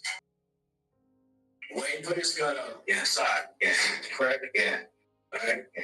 And the reason why I know that, okay, is because that's where we found the gun. Okay, inside. Okay. But we also know is that Wayne turned his back on you and went and put his gun inside. Yeah. So Wayne didn't feel you were a threat. And I, at that point, and I thought they were not going to be a threat at that point. Okay. So Wayne puts his gun out. Yes. No weapon. Yes. She puts her gun down, correct? Yes. Her dispatch. Yes. Gun down. Yes. Okay. So at this moment, we got nobody with guns. Right. Okay. I want to make sure we're on the same page. So, yes. At that point, no one can shoot anyone. Right. Oh, there are no guns present. No guns visible. No guns pointing at you. Right. Okay. Right. So no, I'm not. I don't know what words are about, but there's no guns pointing at you. I wasn't playing at anyone either. I was safe. Now I thought it was safe. So I got up slowly, and I was like, "Look, guys, I'm just going to go to the driveway next door, and I'm going to stay there." Okay. Did you tell them that? Yes. And I had my hands up in the air. Okay. Right. As soon as I got up and stepped towards the garage door, Amanda went back to her gun, picked it up, and Wayne came like charging at me. You know, so I thought he had his gun at that point. Okay, he charged at me, he attacked me, he hit me, and Kelsey was watching this whole thing. Okay, and I hope that Kelsey saw enough to where she told you I did not strike them, I did not hit them, I didn't instigate any kind of. I'm gonna kind of shut you down a little bit, okay? Because we have a little better than two kids witnessing it. Okay. But we also have video from the house that's Candy Corner next to the recently got video cameras installed. Right. It's very good video. Okay. And I'm going to challenge you the fact that Amanda picked her gun up. And challenge you to that fact. And she had it though in her hand pointing. I'm gonna challenge you then. I'll see the video. I would ask if you watch it again because when I so I was like right here and near to to Winfield right here, and I'm about to leave to the next apartment. I mean the next home, and I saw the guy. It looked like he was like bumping in and out the neighborhood. So Wayne came at me and he attacked me and struck me. So I thought, and Amanda was pointing with his fist. I saw his hand go up. And I thought he had a gun. I had no idea whether he had a gun or not. I thought he still did. I thought he pulled some trick where he might have like put it in his pocket or something. Okay. So at that point, like I yelled out. I don't know if you heard the dispatch calling in, but I yelled out that they're assaulting. And Amanda was like pointing her at me. Okay. And at that point, I just like I was scared because I thought both of them have guns, and now he's striking me physically, and he's actually gonna kill me. So at that point, I pulled the gun that I had, and I fired. And then, like when he went down, like then it was like then I didn't want to shoot her. I didn't want to hurt her, but I did fire in that direction because I saw she had a gun. And the reason I knew she had a gun is because after she, my magazine ran out, and she was screaming, and she like ran back in the house, and I saw a gun right there. I will give you the benefit of the doubt that you thought maybe he had a gun because he put his hand back. He went inside and put his gun up. Okay. Now he turned his back on you. Yeah. You might have looked away. And I saw him put the gun down. I didn't see that. I'll give you the benefit of that, Pastor Simon, that you still thought maybe he had a gun and it was in his hand when he came to hit you. Yes. Okay. I will say this, even if he had a gun in his hand and he's going to hit you with a gun in his hand, that's, we're not talking about like this, shooting to kill, but it could be the next step. Because there's two guns, you know? Well, no reason to let me challenge you again, because video is clear. It seems Sy is sticking by his story of self-defense. He claims he shot Wayne to avoid being pistol whipped or possibly shot himself, and he fired on Amanda when he saw she still had her gun. But clear video footage from a neighbor's newly installed security camera shows that neither Wayne nor Amanda were armed, and despite Sayantan's claims of merely trying to defend himself, all evidence increasingly points to the contrary. When the dispatcher told her to put that gun down, she went to get that gun down. Yeah, but she put it. Hold on, we're not gonna play semantics here. All right, we got dead people. We're not gonna play games. Yes, sir. All right, I've given you the benefit of the doubt this entire time. Yes, sir. All right, she didn't pick that gun up again. I've watched the video, and about 12 other detectives have watched that video. I was watching it. She had to because she put the gun down near the front door, and then she picked it back up when I got up to get over, and then she was pointing at me when Wayne jumped on her. And then after all that, she must have dropped the gun. I thought in my mind. Yeah, bro. Good luck with murder. If you're trying to murder someone, good luck. It's probably not going to go very well. There has to be some video that shows that she kneeled down by the front door, and then the gun wound up there. And I didn't touch that gun. Okay, so I didn't want it to happen like that. The last thing I wanted is for kids to see that, for someone to get shot, from a ministry and a job to be destroyed by this. Well, I can wholeheartedly understand that. Yeah. Okay. All right. So when you get to the gun, you say you shot Wayne. Yeah. Okay. Then what did you do? Yeah, I heard about something like that. Crazy. A Tesla, bro. You can't even. That's crazy. Yeah. I would have never thought a Tesla would like record a murder. But I guess that's totally possible. And they try to detain you, make a citizen's arrest. which they have legal right to do. They're on their property. Okay. All right. State of Texas gives you the authority to do that. Okay. So when you get up, you use the term attacked you. Okay. And if you felt that way, that's the term you should have used. Yeah. All right. He came like this, you said, to swing. You felt he had a gun in his hand. Yes, okay. And I tell you, he did not have a gun in his hand. Okay? The gun that he originally had was placed inside where we found it. Right inside the doorway. He did not have a gun in his hand. Okay. So you shot him. How many times? I just pressed the trigger and then it was just like it was panic mode. Okay. So you shot him. Then Amanda did what? I saw her with a gun in her hand, you know, and so I fired in that direction, and then she was like screaming, and then I was like, oh my god, like my heart was pounding, and then I remember seeing her run in the house, and then I was like, oh my god, you know, like everything in my heart wanted to like just tell the kids, hey, I'm so sorry you saw this. It's okay now. Bro, this guy. Thinking, okay. He's straight up delusional. Do you have another gun in the home that she gonna come out with? Are there gonna be cops that show up because they think she had another gun in the home? She had a gun in her hand. Because, you know, I don't know how many guns they had. You know, yeah, but she had according to you, I saw that she had another gun in her hand. Yes, sir. So why would you be concerned about her going and getting another gun? That doesn't make any sense to me. Well, nope. I mean, she had dropped a gun until I looked around afterward, and then I saw that her gun is next to the car that Kelsey was. Okay. So I saw that, and then I was like, okay, there's no reason to shoot anymore. Let me leave, you know, because I wanted to stay. That was what my heart was telling me to do, just stay, talk to cops, talk to everybody. But the way that things went down, where she was constantly telling on the phone, this guy's stalking me, and then I'm thinking like all the news, you know, I'm a clever man, genius, you guys, I mean,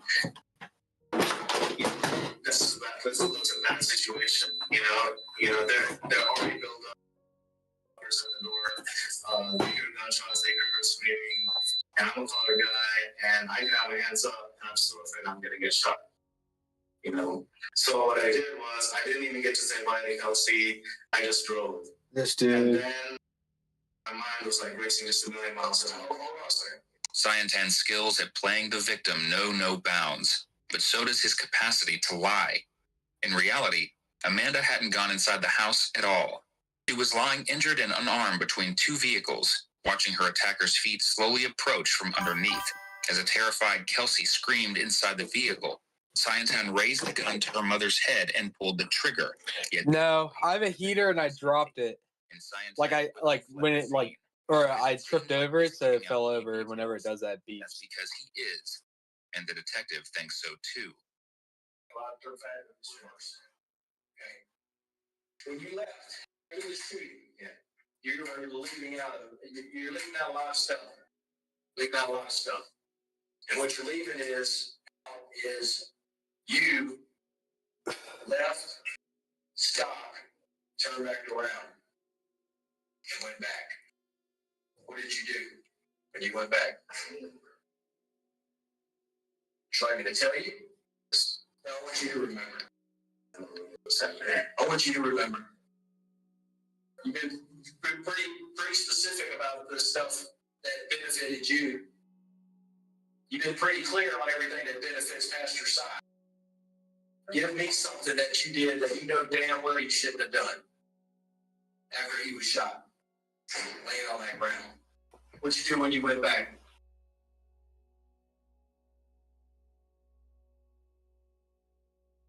I think I shot at the door. I might have shot at the door. Oh my goodness. You didn't shoot at the door, Pastor. You know what you did. You know what you did, Pastor?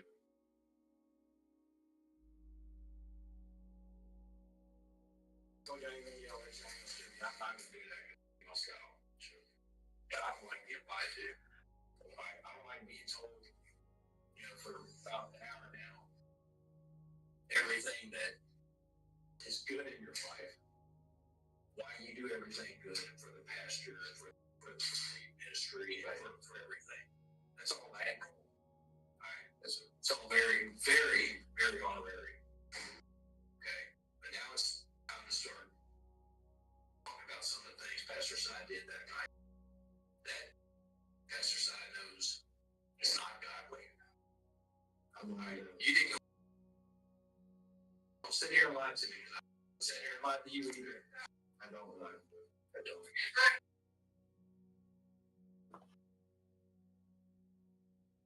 You do know autopsies take place. You know how those work, right? Okay. All right. You know what the autopsy says? You went right back to them, which is on video. But yet, I go, I see, you're going to see the video.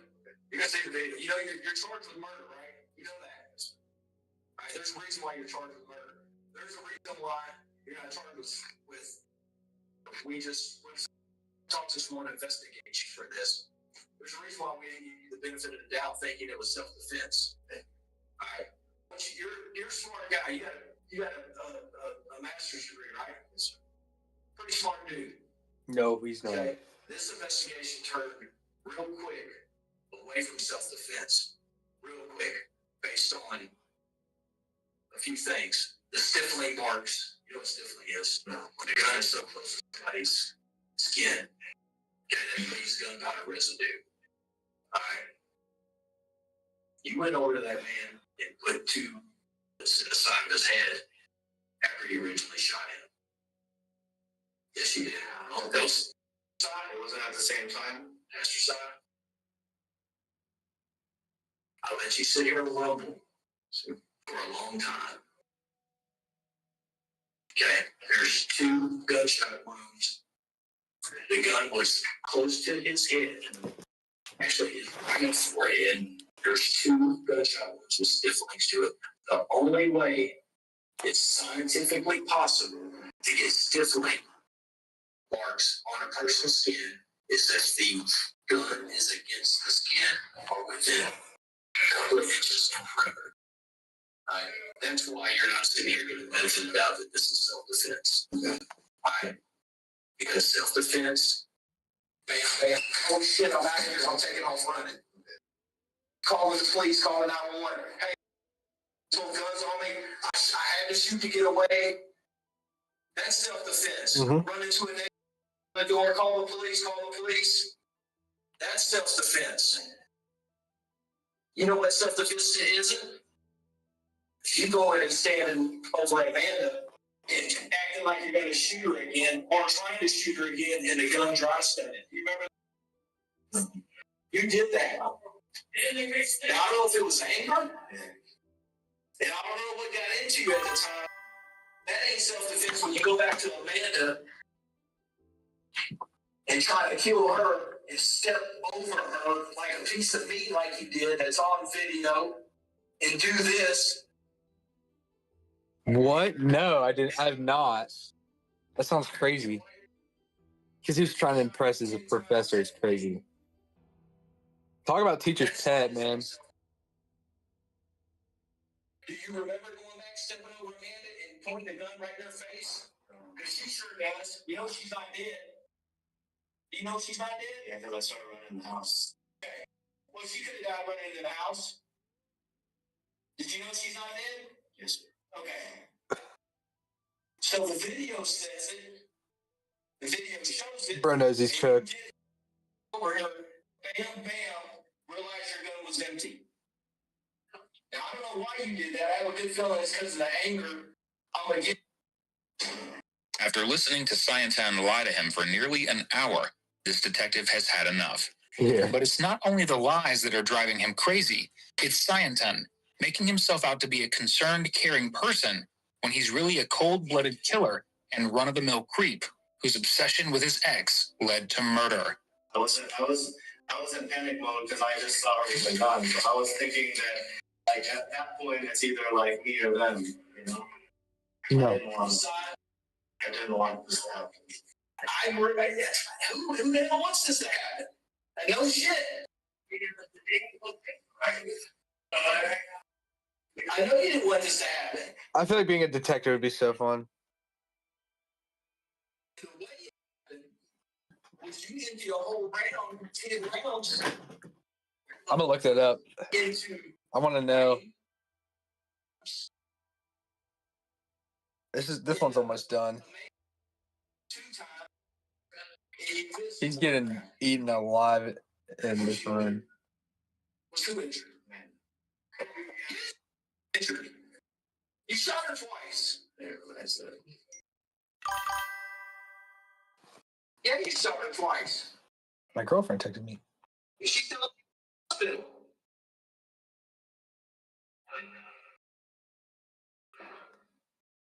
So I can sit here and buy that you didn't want this to happen.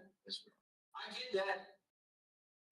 But I can also think Pastor Simon knew this shit was going to happen. Because Pastor Simon loaded himself up with his gun and went to the front door with a gun, anticipating this to happen. Because you know what? Regardless if they had guns at you, regardless if they were pointing guns at you, Why you none of this shit would have happened. If you didn't show up to her house, none of it uninvited that we had, none of this would have happened. Is that correct? All right. You know what state of Texas? People can, on private property, point guns at others. It's called the Castle Act. Yep. Yes, sir. And every right in the world to. It's called the Castle Doctrine. That gives you the authority on your own property to point guns at people and protect your property. It even enhances it at nighttime. Okay. All right. So I get you didn't want this to happen. I understand that. I wholeheartedly believe you didn't want this to happen. Even on the. But hold on. He turned around. And on that audio, on the 911 call, we hear her say, Wayne, put your gun down. Yeah. Dispatch is telling us to put our guns down. He right then and there turns back into the house, correct?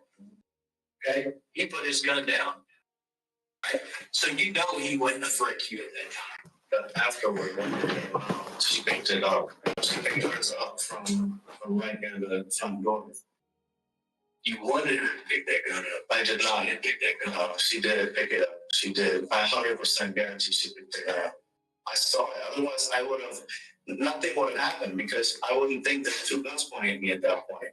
She picked it up and then she walked backward toward between the cars. That's where her gun was when I left. I want to see how long he goes to jail. Clear when the dispatcher gave that order, but they didn't follow that order. That's why I thought, And you follow the order. Why didn't you stay on their knees? because I was Like, scared. the police show up. I was scared. I didn't They didn't have no guns in their hands. I know. I didn't. Hold on. At that point, nobody had guns. All you had to do, sit there away from the police. Oh my gosh, my man. You said you'd never been there before, right? I had been there to Oh, what the But you were never spoke to by the police. Right. Okay.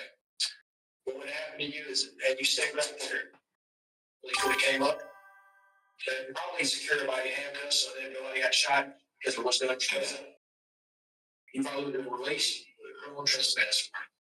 Don't come back here no more. Very, very maximum, you've been arrested for trespassing, Class B misdemeanor. Get that Class C ticket for trespass, very least.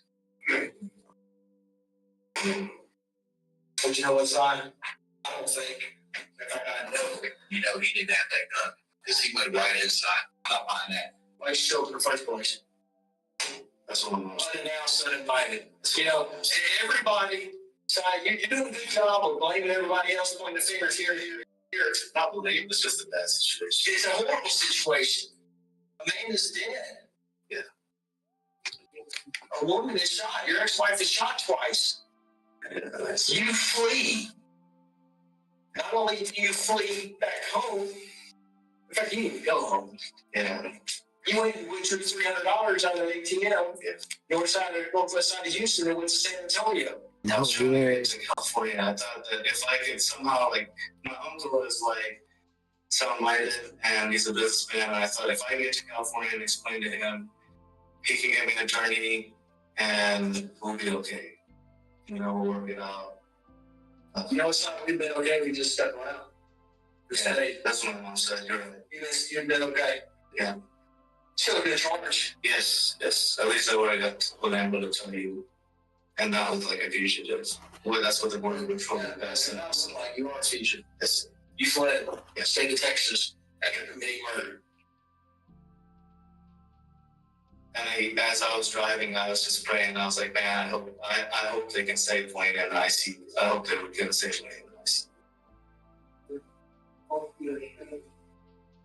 That's impossible. When you knew that was impossible. You know why you knew it was impossible?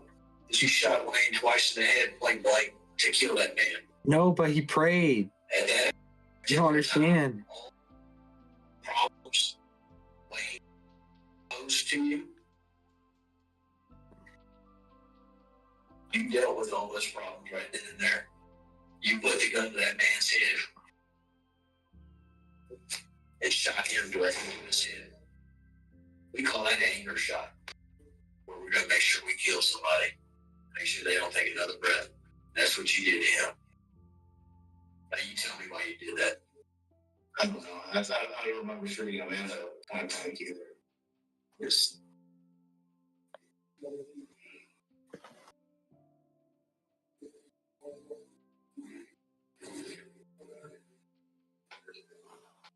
You seem to not remember a lot of stuff that's convenient for Pastor Sinai to remember. Just those two. I mean, I take. I take the blame for choosing. You know, I should have. Yeah, it'd have been much better had if you win, you didn't strap yourself down with a 40 caliber weapon, 10 rounds in it. No, I have not. I have not watched the night. It's a sick name though. Definitely makes me want to watch it with that name. I mean, it's kind of to claim self-defense when you take a gun to someone's property. I just figured it Texas because Scientan's self-defense story has proved about as successful as his ministry, which seems increasingly unlikely to continue. At least in the outside world, that is. Maybe in federal prison, where despite his continued pleas of innocence, the detective makes it clear he'll be going for a very long time. Let me ask you this. You're a smart guy. You got your education better than mine. Your education is better than his. Okay? You're a smart man, a smart human being. You think 12 people on a jury is going to believe that? that's fight or flight. I mean, bro. No, it's flight is bam.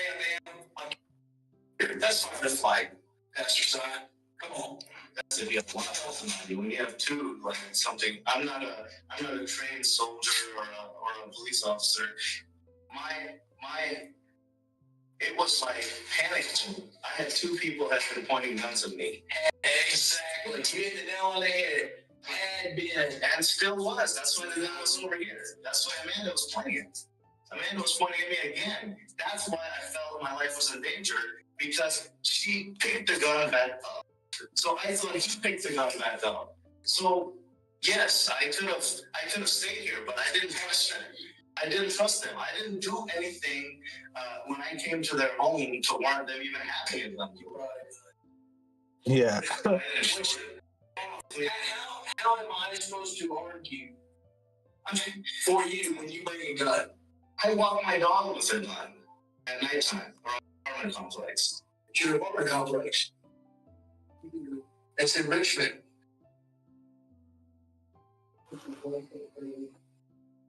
How are you going to argue self-defense on this when you shoot a man 8 times? I didn't count. It's two of them, point blank to the head. I didn't count. You went and killed that guy. No. I'm not saying that was your intent going over there.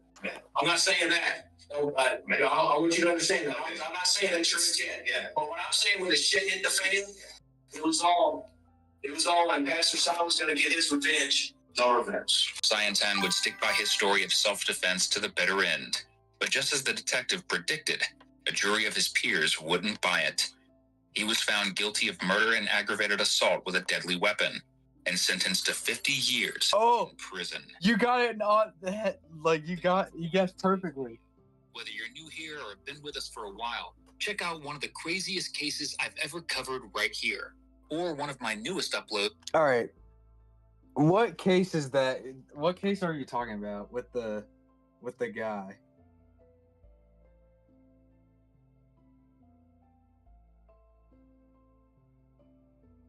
Dude, my hair. Come on. Okay, there we go. Damn it.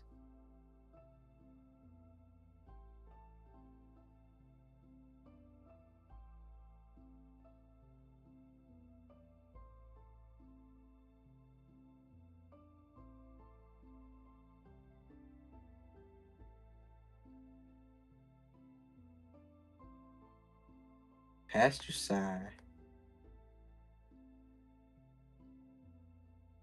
Couldn't take the heat.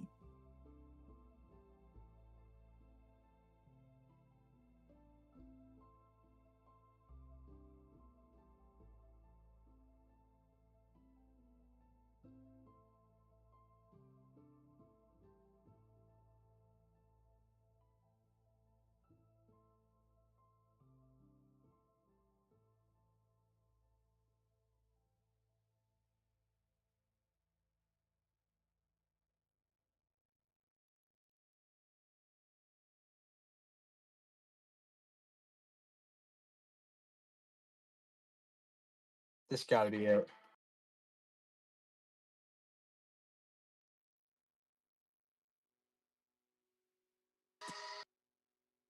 Moscow will forever be known as the scene of one of the most tragic crimes in American history.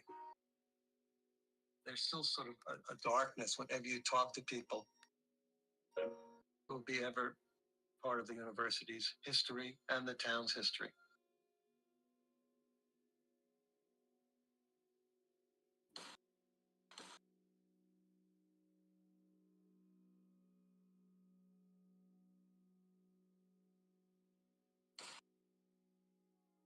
All right, whatever. Wait, this is Long Crime. Community is healing. Community is how we carry on together. We'll do this. It was a crime that rocked a small college town and captured the attention of the world. This horrible crime has affected all of us. 4 University of Idaho students murdered in a house near campus. These girls were absolutely beautiful. They have been friends since 6th grade. It's a shame, and it hurts. Some feared the murders of Maddie Mogen, Kaylee Gonsalves, Ethan Chapin, and Xana Kernodle would never be solved. Who would want to hurt these 4 students sleeping in their house? The answer, police would later say, was this man. This is Steve Idaho versus Brian Steve Koberger. Brian Koberger, a PhD student in criminology who lived 10 miles away. But why? That's just one of so many questions that remain more than 1 year later, as we remember the 4 Idaho students taken too soon.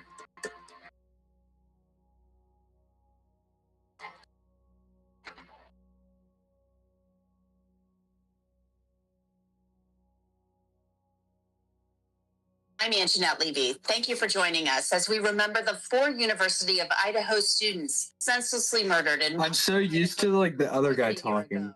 It's been 1 year since police made an arrest in the case. Maddie Mogen, Kaylee Gonsalves, Ethan Chapin, and Xana Kernodle had their entire lives ahead of them. But on November 13th, 2022, their lives were taken. Police say by this noon, Brian Koberger, a criminology PhD student who lived 10 miles away, across the Washington state line in Pullman. As we look back a year later, we want to remember the 4 victims by telling you who they were, what we know about the investigation, the evidence, and what lies ahead. No matter where you find yourself tonight, the Vandal family is here. And on this day, across all of Idaho, we are all Vandals.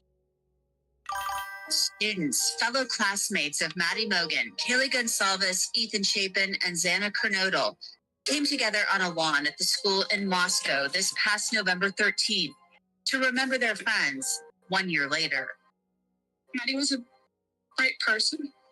She had a bright smile. She had a bright future. Maddie was bright. She was bright in every way that a person could be. Maddie was the kind of person that made sure everyone felt welcomed and cared for. It was nearly impossible to not be smiling when you were around her. I am reminded every day to live like Kaylee would. Be more spontaneous, stop and take pictures, be loud, laugh loud, and love hard. May we all work hard to be more like Kaylee.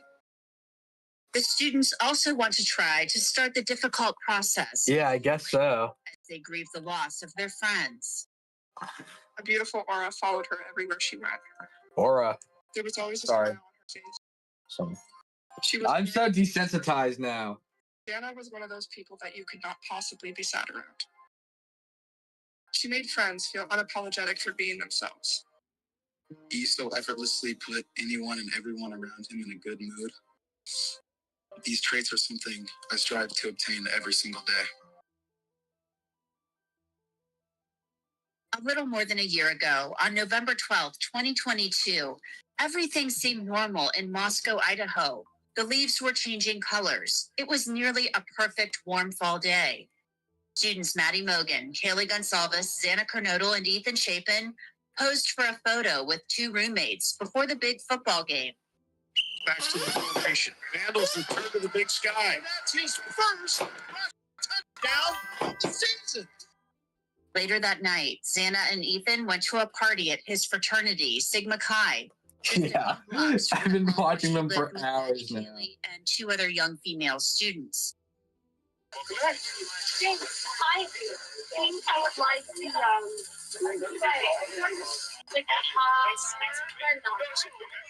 That night, a Twitch video from the Grub Truck recorded Kaylee and Maddie ordering food around 1:30 a.m. after hanging out at the Corner Club bar. Twitch radio?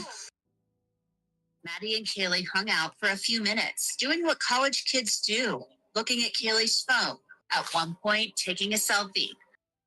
Minutes later, the lifelong friends walked away, a guy in a white hoodie trailing behind. Kaylee and Maddie took a rideshare home. The driver told me he had driven Kaylee, Maddie, and Xana home many times. He said they were all nice, happy, friendly girls.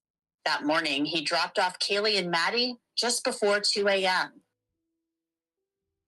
Police would later say Xana received a food delivery at 4 a.m. and her phone showed she was on TikTok at 4:12 a.m.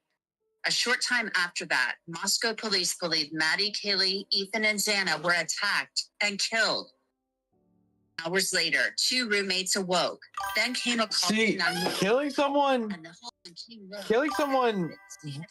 random, like who you don't know and you're not connected to.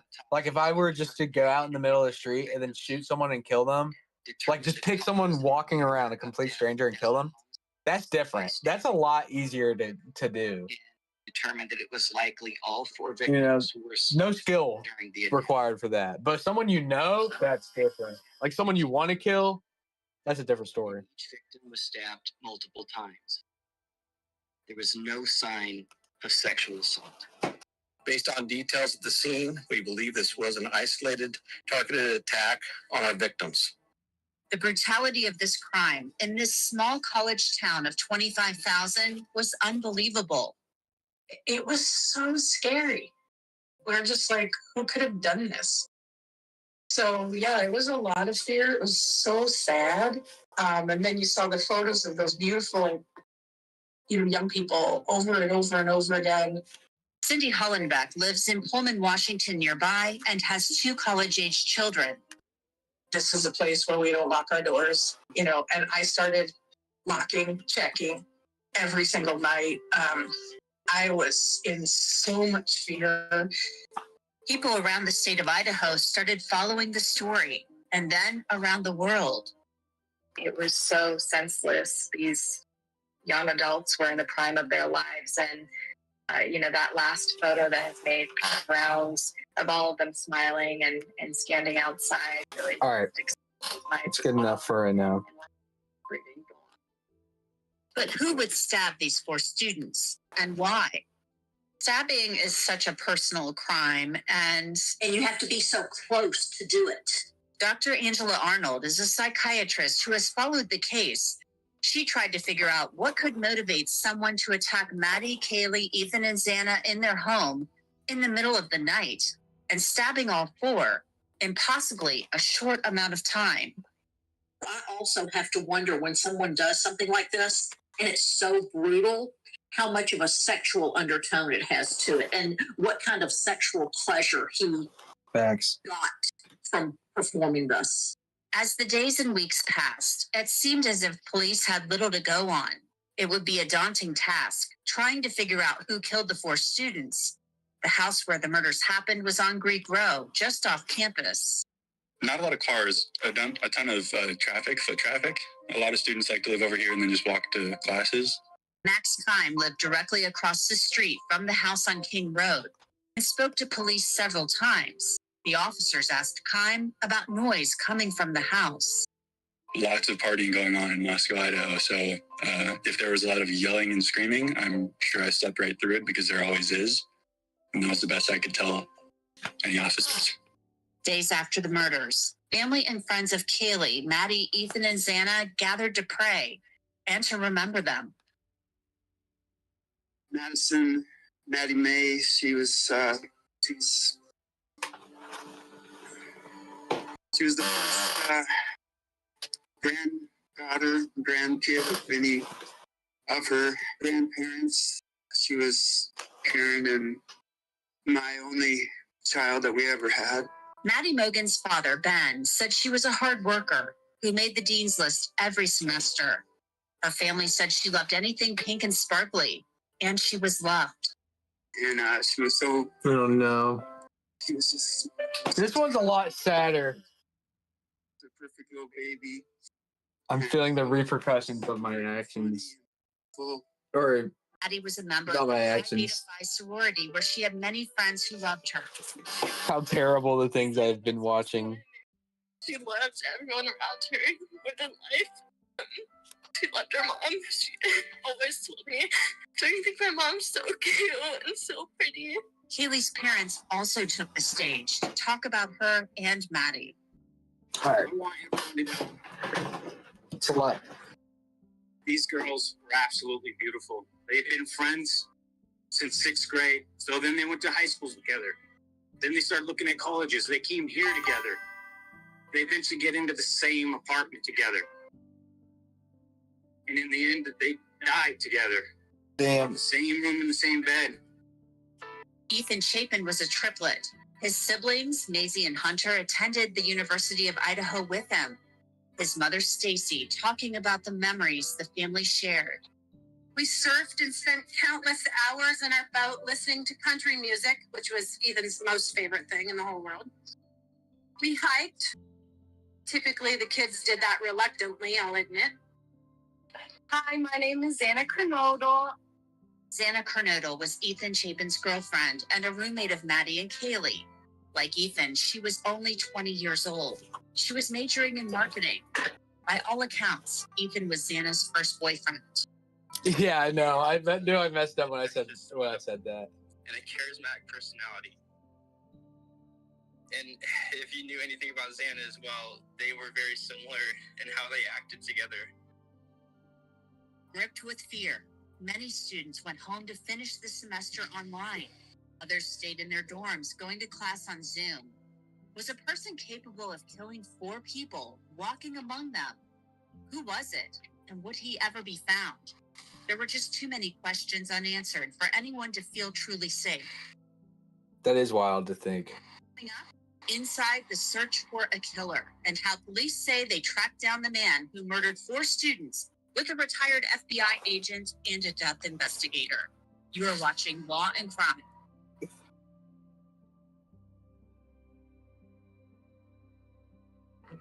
The house on King Road had gone from a happy place with a good vibe sign hanging on the wall College kids made memories to a horrific crime scene in a matter of hours, maybe even minutes. They were stabbed with a knife, but no weapon has been located at this time. There was no sign of forced entry into the residence. The Moscow Police Department, with just 36 officers, had an overwhelming task ahead of them as they tried to figure out who killed Maddie Mogen, Kelly Gonsalves, Ethan Chapin, and Xana Kernodle. So where do police begin? This actual slaughter that took place, so it is a huge, huge undertaking. Veteran forensic death investigator Joseph Scott Morgan has followed the murders in Idaho closely from the beginning. Morgan describes the challenges of investigating the 3-story house on King Road. For anybody that's had a collegiate experience where there's off-campus housing involved, many times there's an open door policy, particularly if you've got multiple roommates. Hey guys, Moscow PD. Hey, turn the music down. The door appeared to always be open at all times at the house on King Road. Hello, miss. What's your name? Xana. Xana, do you live here? Yes. The house where Xana, Kaylee, and Maddie lived with their 2 roommates was a popular party house. After the murders, several body camera videos from Moscow police surfaced, showing officers went to King Road several times after neighbors called, complaining about noise coming from the house. We're only here for a noise complaint. Come to the damn door. Kaylee Gonsalves spoke to the officers nearly 3 months before she, Maddie, Ethan, and Xana were murdered. You are here. I assume noise. Noise, yeah. Yeah. Big speaker right there. Yeah. Because this is such an involved scene, and I don't know if I can impress upon viewers how extensive this thing is. When you're talking about a multi-story dwelling, Morgan says the 3-story house was like a petri dish when it comes to DNA and other vital evidence that could point to a suspect or suspects. and you might have, parties and get-togethers all together, but then you have these collections of people that are coming in, and of course they're depositing everything that they bring from outside with them. So it's not just to the exclusion of that individual's personal DNA. Anything else relative to trace evidence, you begin to think about hair, fiber, footprints. That fact alone could make collecting evidence a challenge and later trying to make sense of it once results come in from the lab. Morgan says the crime scene includes more than just the house where the students were killed. You're talking about a neighborhood where you have people that are domiciled immediately adjacent to this standalone structure. Everything must be considered. Couple the complexity of the crime scene with the fact that the quadruple murder happened in a city with a small police department that doesn't investigate many murders, and you could run into some real problems. Crime knows no boundaries, and these murders have shaken us to our very core. Let's face it, Moscow police knew right away they were in over their heads and immediately called for help. We have 25 plus investigators working this case, as well as assistance from the Federal Bureau of Investigation and the Idaho State Police. We're reviewing video that has been collected, but we are asking citizens to contact us with any information you may have that will help in this investigation. Police held press conferences, releasing bits and pieces of information to a community full of people who were living in fear. We do not have a suspect at this time, and that individual is still out there. One critical piece of information that police shared, they knew the murder weapon was a knife, but they didn't know where it was or who owned it. Word started to spread around the small town that police were going to local shops, asking about a specific knife, a K-bar knife. Very heavy. It is a combat knife. It's been used by our troops since World War II, famously by the United States Marine Corps. So how did police know exactly what they were looking for? In late 2022, that wasn't clear. But what you could easily find out is that anyone could go online and buy a K-bar knife. And that's very specific. Folks that didn't see it, their sword, K-bar. It actually is what's referred to as a bastardization of the words kill a bear. And that's how far it goes back. And so the knife was considered to be that robust as a combat knife. You show up with a knife like this, it kind of implies that you're showing up with, say, some level of homicidal intent. It appeared police, even with the help of the FBI, had little, if anything, to go on. That's what happens at the beginning of a case like that. You don't know what's what. You don't know where to go. So you're just trying to stay in the investigative mindset so that once you get that break, whatever that break is that you were alluding to, like what was that one thing, you want to be able to be in a position so when that one thing happens, you can exploit it and take advantage of it. The investigation moved forward slowly, day by day, with few details released. That didn't stop people from talking, though, about the case. There was something about it, and the victims, that seemed to strike people.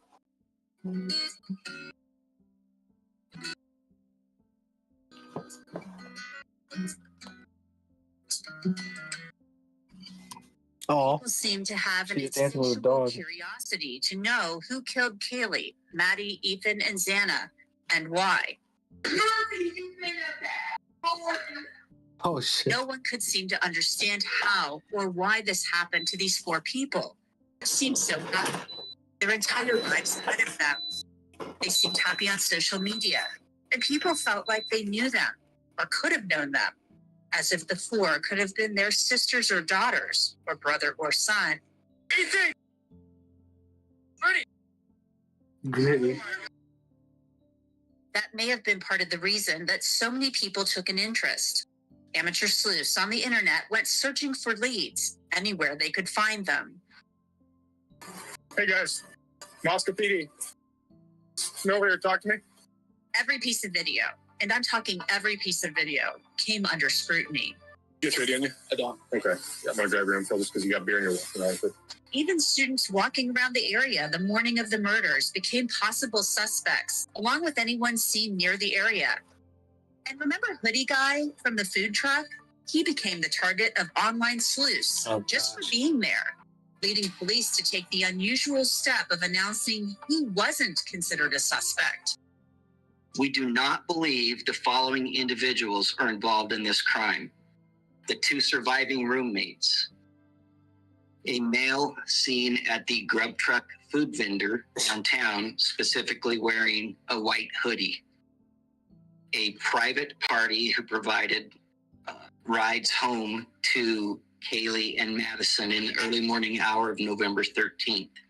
Did you feel like the amateur sleuth stuff was harmful in this case? It can be. I know that there are probably a lot of well-meaning people out there who are just trying to be helpful to law enforcement, provide the tips that they saw. Times have changed as well. We have access to so much information and videos and data. Days and weeks passed without an arrest. Then came Thanksgiving and the beginning of December. So as this is an ongoing criminal investigation, there's not new information that we're able to provide. That was December 7th, a short time after that interview. It's insane, bro. That's how big this case is, and I completely missed it. Police put out a description of a vehicle. It's a white Hyundai Elantra between the years of 2011 and 2013. This vehicle was apparently seen in the area of the King Road home where the 4 students were murdered. Certainly, it's the biggest lead, I think, from the perspective of specificity, isn't it? I don't know about you guys, but yesterday when this dropped, I automatically retweeted this out, and said that this is breaking news. That breaking news set off a frenzy and a nationwide hunt for a white Hyundai Elantra. Where was the car, and who was behind the wheel? And what clues might that white Elantra hold? That the occupant or occupants of that vehicle potentially saw or heard or know something about this case. After several days, it appeared the search for that white Elantra was going nowhere. Or was it? It is a white Hyundai Elantra in this photo and photographs, without license plates and front end damage. Photos of a white Elantra with broken windows and front end damage found abandoned in Eugene, Oregon, started making the rounds on the internet. Oddly enough, police didn't seem that interested and said they knew about the vehicle and were looking into it. Police would later say that the car wasn't connected. Another apparent dead end. Little did the public know that something was developing quite quickly behind the scenes. Police actually had their eyes on another Hyundai Elantra and its owner, the country. We begin with that breaking news in this grisly murder case. A 28-year-old man, Brian Kohberger, is now under arrest in connection with the killings. The news came right before the new year. I can share with you that he is a graduate student at Washington State University and has an apartment residence over Pullman. So who is Brian Kohberger? I bet they got him accused of from the murdering phone. 4 students. And what is his connection to It's them? always the phone. And some who knew him weigh in. That's next.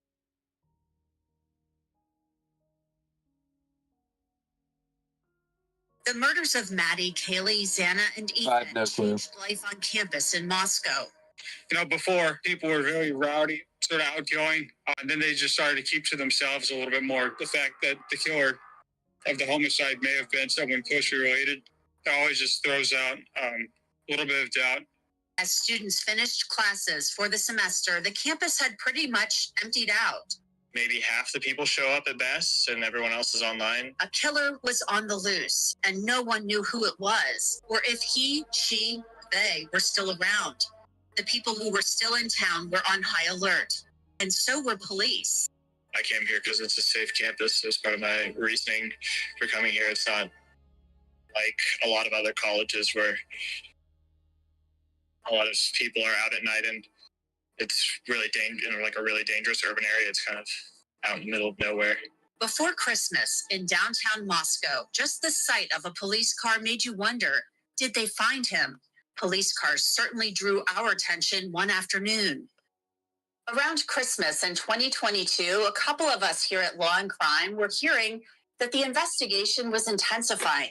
There had been some kind of break in the case with an arrest possibly coming. It could be days or it could be weeks, but officially, we couldn't get a confirmation. Things in the investigation, at least publicly, were quiet, almost too quiet, but it was Christmas time. Then on December 29th, Moscow Police Chief James Fry posted a video message. We've received over 19,650 tips.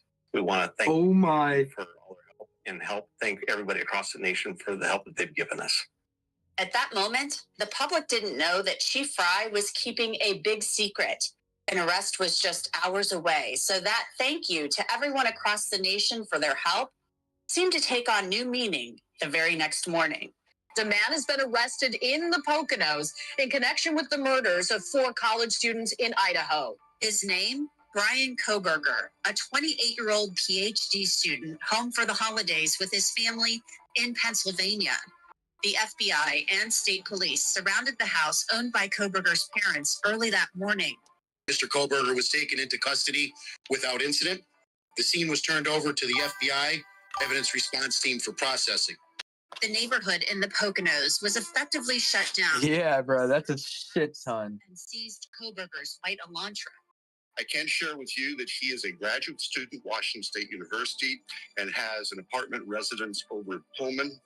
Pullman is just a 10-minute drive from King Road, yet Kohberger was taken into custody 2,500 miles away. Prosecutors and investigators might have their man in custody, but that didn't mean they had all of the answers they wanted. We all now know the name of the person who's been charged with these offenses. Please get that information out there. Please ask the public, anyone who knows about this individual, come forward. Call the tip line. Report anything you know about him to help the investigators and eventually our office and the court system understand fully everything there is to know about not only the individual, but what happened and why. There really wasn't much information about Brian Kohberger on social media, but what could be found raised more questions. The day of Kohberger's arrest, I found an Instagram account in which he appeared to follow Maddie Mogen and Kaylee Gonsalves. The account appeared authentic. He followed others with the name Kohberger. Law enforcement won't comment on the authenticity of the account because of a gag order. That account was later removed. Then there was the survey directed to ex-cons posted on Reddit, asking questions such as, How did you feel when you committed a crime? How did you travel to and enter the location that the crime occurred? And why did you choose that victim or target over others? I don't think a degree in criminal justice helps anyone get away with murder. Josh Ferraro was in biology class at DeSales University in Pennsylvania with Bryan Kohberger. One detail that seemed to stand out about Kohberger's time at DeSales, his time in a class taught by Dr. Catherine Ramsland. I have a class in dangerous minds that I teach at the undergraduate and graduate level, and that is really about extreme offenders, which is mass murderers, spree killers, and serial killers. Dr. Ramsland is a world-renowned expert on serial killers. Most notably, she wrote a book with Dennis Rader, The BTK Killer.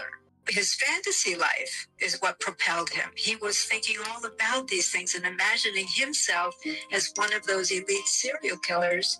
I've interviewed Dr. Ramsland a couple of times about other serial killers, but to date, she isn't commenting on her former student, Bryan Kohberger. But a student who was in Ramsland's class with Kohberger told me he remembered him speaking to her and another professor in a superior manner, as if he knew more about the subject matter than she did.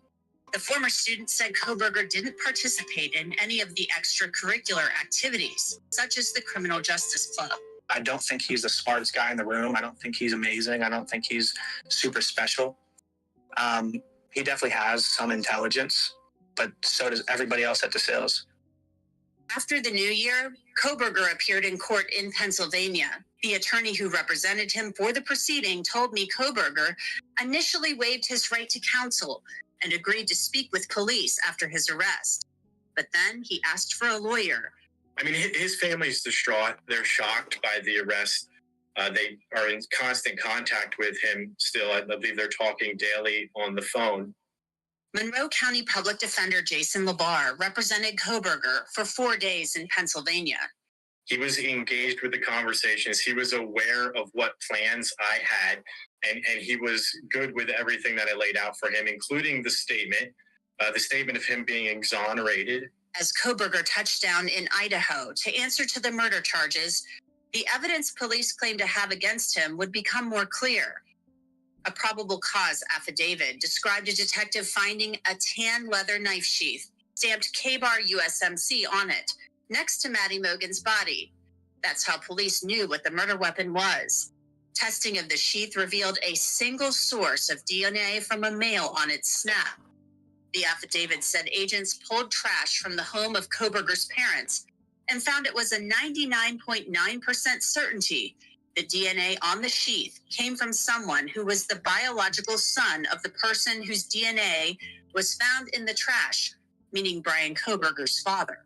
That revelation raised questions. How did investigators know where to look for Kohberger's DNA? Genetic genealogy was created by the citizen scientist community. It didn't come from traditional science or academia or forensic science. CeCe Moore is a pioneer in the field of genetic genealogy, where DNA and genealogy have been used to crack cold cases. Think the Golden State Killer in California. Genetic genealogists like Moore take a DNA sample and use databases to build family trees. We are typically working with a dozen matches, 24 matches, even more. And we're trying to connect to multiple branches of someone's family tree. And that is where we're able to really narrow it down. We later learned the FBI worked with Othram Labs to develop the profile that led to Kohberger.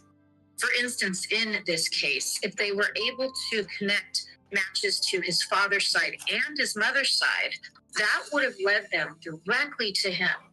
We also learned more from body camera footage.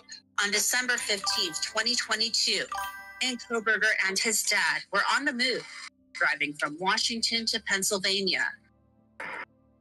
Hello, how you doing? How y'all doing today? You're good.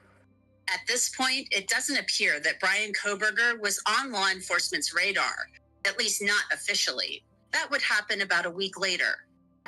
Right up on the back end of that van. I pulled you over for tailgate. Is this your car? Okay.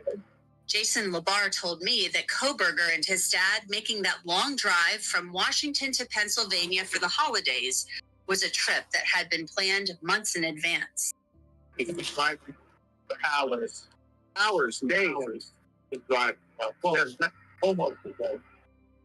That deputy let the Kobergers go with a warning, but 8 minutes later,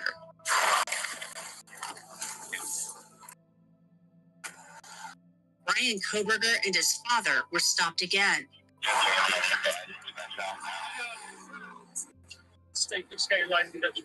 The FBI would later say that those 2 traffic stops in Indiana had nothing to do with the murder investigation in Idaho. Hello, I am Officer Langus. That's being audio and video recorded. Koberger actually has a history of being pulled over. Just 1 month before the murders, a Washington State University officer stopped him. Think you know why I stopped you? You ran the red light. What actually happened was I was stuck in the middle of the intersection. Yeah, so I was behind you the whole time. Yeah. We later found out that Koberger had actually tried to get an internship at the Pullman Police Department that fall. He said in his application he wanted to help rural law enforcement agencies better collect and analyze technological data. He didn't get the job. Pullman Police won't say why, and the department will not release his application. Koberger was a PhD student in criminology at Washington State University and a teaching assistant. Following his arrest, police searched his office in Wilson Short Hall. Some students described him as a harsh grader. Former friends said Koberger struggled with a heroin addiction in high school, but he eventually got clean.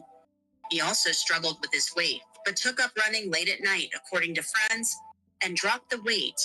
A neighbor at his apartment in Pullman told me Koberger was certainly a night out. We heard, we heard loud sounds during the night. Yeah. Many times. Like clean the floor, sometimes vacuum, very loud sound. Moscow police said the night of the murders, Koberger was definitely up late. His cell phone records showing he left his apartment at 2:42 a.m. His car spotted by several surveillance cameras driving toward Moscow. Then from 2:47 to 4:48 a.m., there was no activity on his cell phone. Prosecutors say that 2-hour time period covers the time when the murders happened. Koberger's late-night habits will become important later. Next, more on the case against Brian Koberger and how he might challenge it, along with where the case stands as the victims' families try to move forward as they grieve.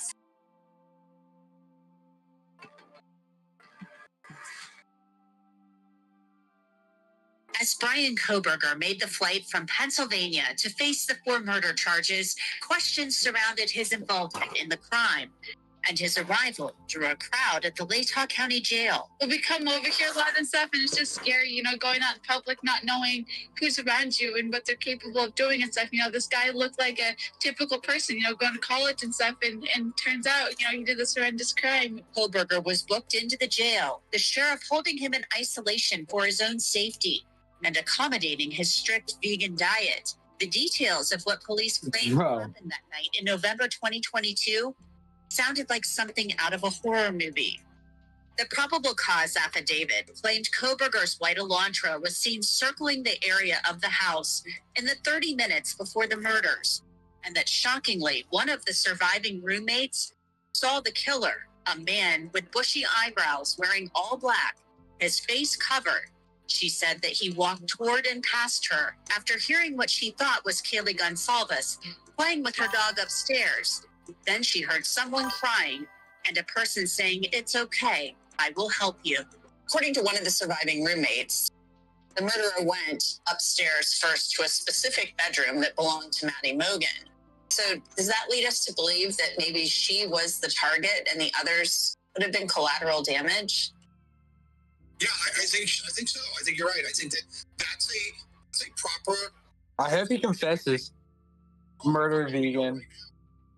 Kaylee's parents would later say she had moved out of the King Road home and went back to Moscow only to spend time with her friends that weekend and to show off her new car.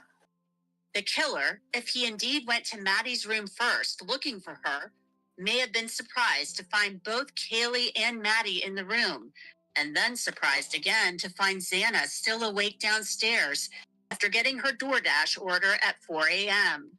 Police said cell phone records showed that Brian Koberger had been in the area of the King Road house a dozen times in the months before the murders.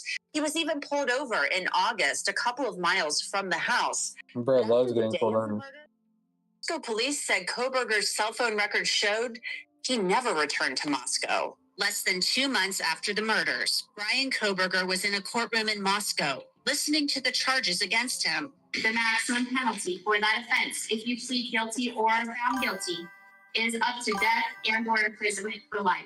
Do you understand? Yes. Prosecutors later announced they were seeking the death penalty. Ms. Taylor, is Mr. Koberger prepared to prove to these charges? Whatever feels stands. Judge John Judge entered a not guilty plea on Koberger. Judge. Well, honestly, I think they really have an uphill battle on the defense of this case. Everything that we know Yeah, that's crazy. seems to point that he's the one who committed this crime. Attorney Well, if she stopped him, she would have gotten killed too. Sheet that had the DNA on it. That knife sheath was found underneath one of the victim's bodies. Now, the job of a defense attorney and a good defense attorney is to look at all that evidence and to find where assumptions were made and leaps of logic were made. Even Jason Labar, Koberger's public defender for a few days in Pennsylvania, agrees. The state's case looks convincing from what we know now. It's a strong circumstantial case. However, Labar believes the case is defendable. But the evidence, when it's viewed individually, you can attack that evidence as a defense attorney. But if you take the DNA evidence that's recovered from the sheet, for instance, I believe that to potentially be touch DNA, transferred DNA, which would mean that it could remain on that sheath for an indefinite period of time if undisturbed. Forensic death investigator Joseph Scott Morgan on the sheath. It would be clicked over and over again to get access, and it's just kind of actuating the snap. It's important to note the public doesn't know the source of the DNA on the snap of the sheet. If it is touch DNA, which is generally associated with dead, sloughing skin cells, this is a perfect place to harvest it from because it can actually be kept caught in this location and kind of protected in that area because it's underneath this lip. The sheath is a major piece of evidence, no doubt, and leaving it behind was a colossal mistake on the killer's part. Yeah. I mean, you can imagine someone over these two victims and then dramatically they drop the sheath down, they're still holding the knife, and then they go into attack. And it's such a frenzied event. They bolt out of the room, they leave the sheath behind. As far as the public knows, the murder weapon has not been recovered. It certainly hadn't been late last year, the last time police spoke about it before the gag order had been issued.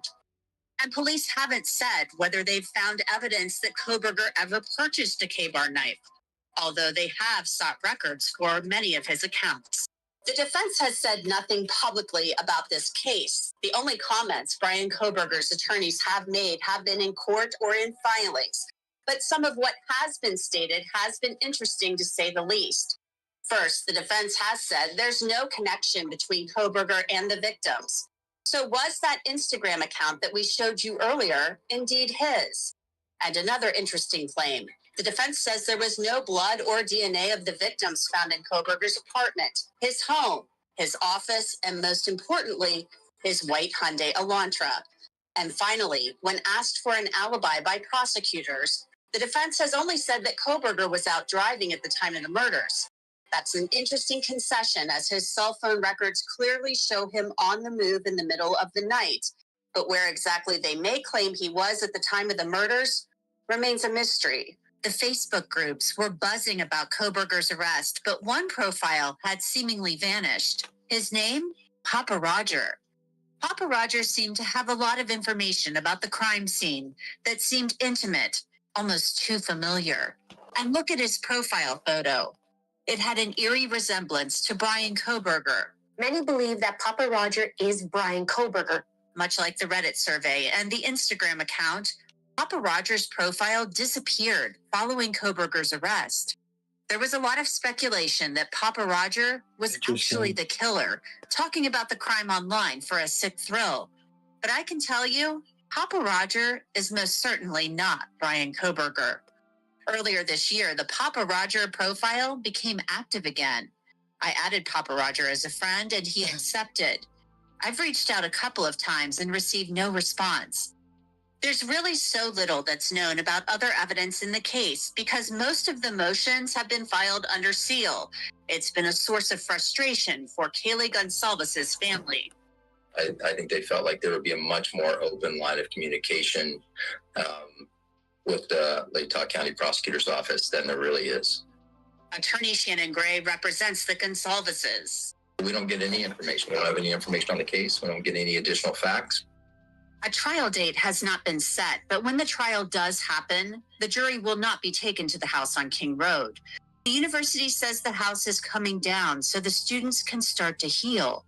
It's a move the Kernodle and Gonsalves families oppose. I think everyone in America understands that. Like, why not just leave the house where it is? If you don't need it, great, right? Then, the trial goes and you demo it after the trial. 3 days after Christmas, more than a year after the murders, the home on King Road was knocked down after a final okay to the university from the prosecution team.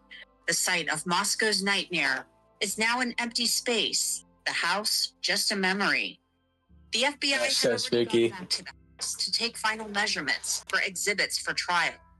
I wouldn't be surprised if the FBI ends up building a complete scale-to-scale model of that house. A facility in Virginia that I used to work at, it's a huge warehouse, looks like a Hollywood soundstage, and they build houses in there. Bobby Chacon believes that could help the jury understand how the killer moved through the house, along with the testimony of the surviving roommates. A lot of this case is going to revolve around movement within that house. How he got in, I think that's going to be paramount. Because what was heard by those surviving roommates, housemates, and so I think a scale model of that house and showing how he moved and the prosecution's theory of, where he went first and second and third, I think is going to be very, very important for the prosecution and to the jury. So many questions remain. Perhaps the most important question, though, is why? Will the families ever know why their loved ones were attacked in the middle of the night in a home where they felt safe? The families, though, are doing the best they can to move forward. Ethan Chapin's mother has written a book entitled The Boy Who Wore Blue about her son, whom she dressed in blue. She's class chasing, bro. This family has also set up the Ethan Smiles Foundation to pay for scholarships for others to the university. Maddie Mogan's family established Maddie May Day and asked people to perform random acts of kindness on her birthday. And university students are designing a vandal healing garden and memorial. At graduation this year, the university awarded all 4 posthumous diplomas. Yeah, facts. This is a moment for I don't know why they would acknowledge do the that. contributions they've made Probably, I guess it's bad and celebrate press their for academic. the university, but still, like, Xana received a just sus. certificate in marketing, Ethan in recreation, sports, and tourism management. Kaylee's siblings accepted her degree in general studies. She was supposed to graduate a month after she was murdered and planned to move to Texas for a new job. And finally, Maddie's parents accepted her bachelor's degree in business. 4 young people who will be forever young, their lives cut short before they ever really began. Law and Crime will follow this case every step of the way, providing coverage on all of our platforms. Thank you for joining us. I'm Anjanette Levy. We will see you soon.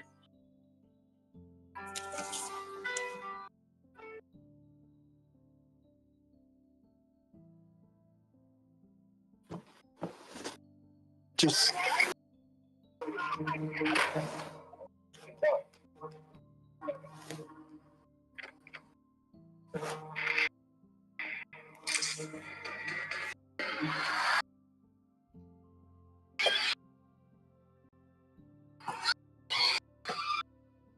This man just committed mass murder and mercilessly ran over 50 innocent people. 50 single horrifying rampage.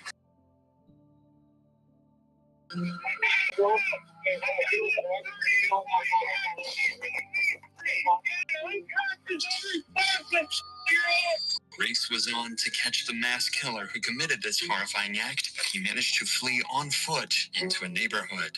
Little did he know, his every movement was being recorded, and what would follow is the largest manhunt this town has ever seen. Put your hands on, I can see him. Put your hands.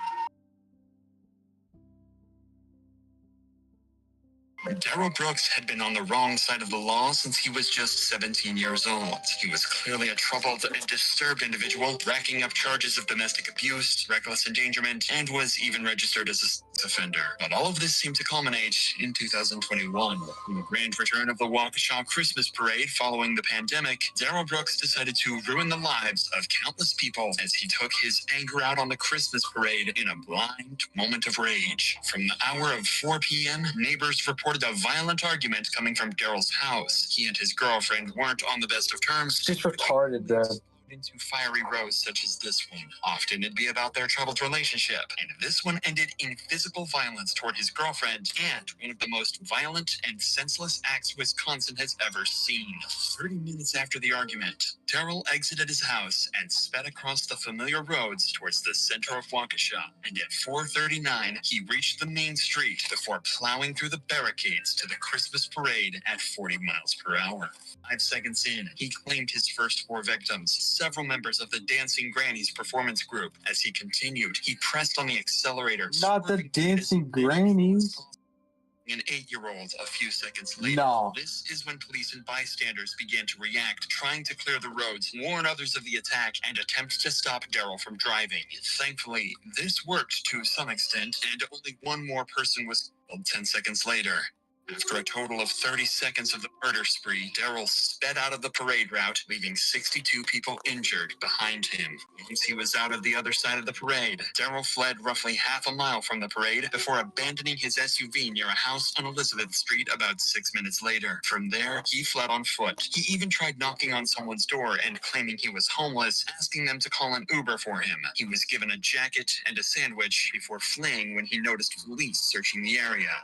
Not long after, he was captured by a security camera, which helped the cops approximate his route and track him down. It's hard to see, but if you look closely at the top of this road, you can spot Darrell trying to inconspicuously navigate his way around Waukesha to escape the police. But given the scale of this event, the cops were dedicating all their resources to finding him. Cops set up a perimeter around where his SUV was found abandoned. Nobody was allowed in or out, meaning that if Darrell was here, they'd find him soon. Eventually, a resident spotted him hiding out in the woods, and the cops were able to narrow their search efforts considerably.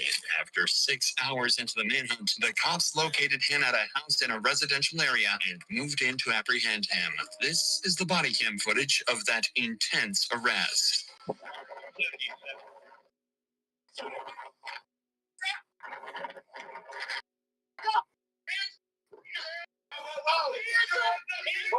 Get on the ground! Get on the ground! Put down! Hey, get on your stomach!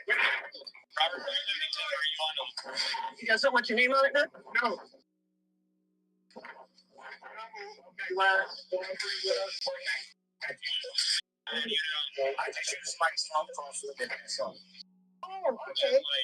If everything turns out to be on the up, life will be good, and you'll be on your way, all right?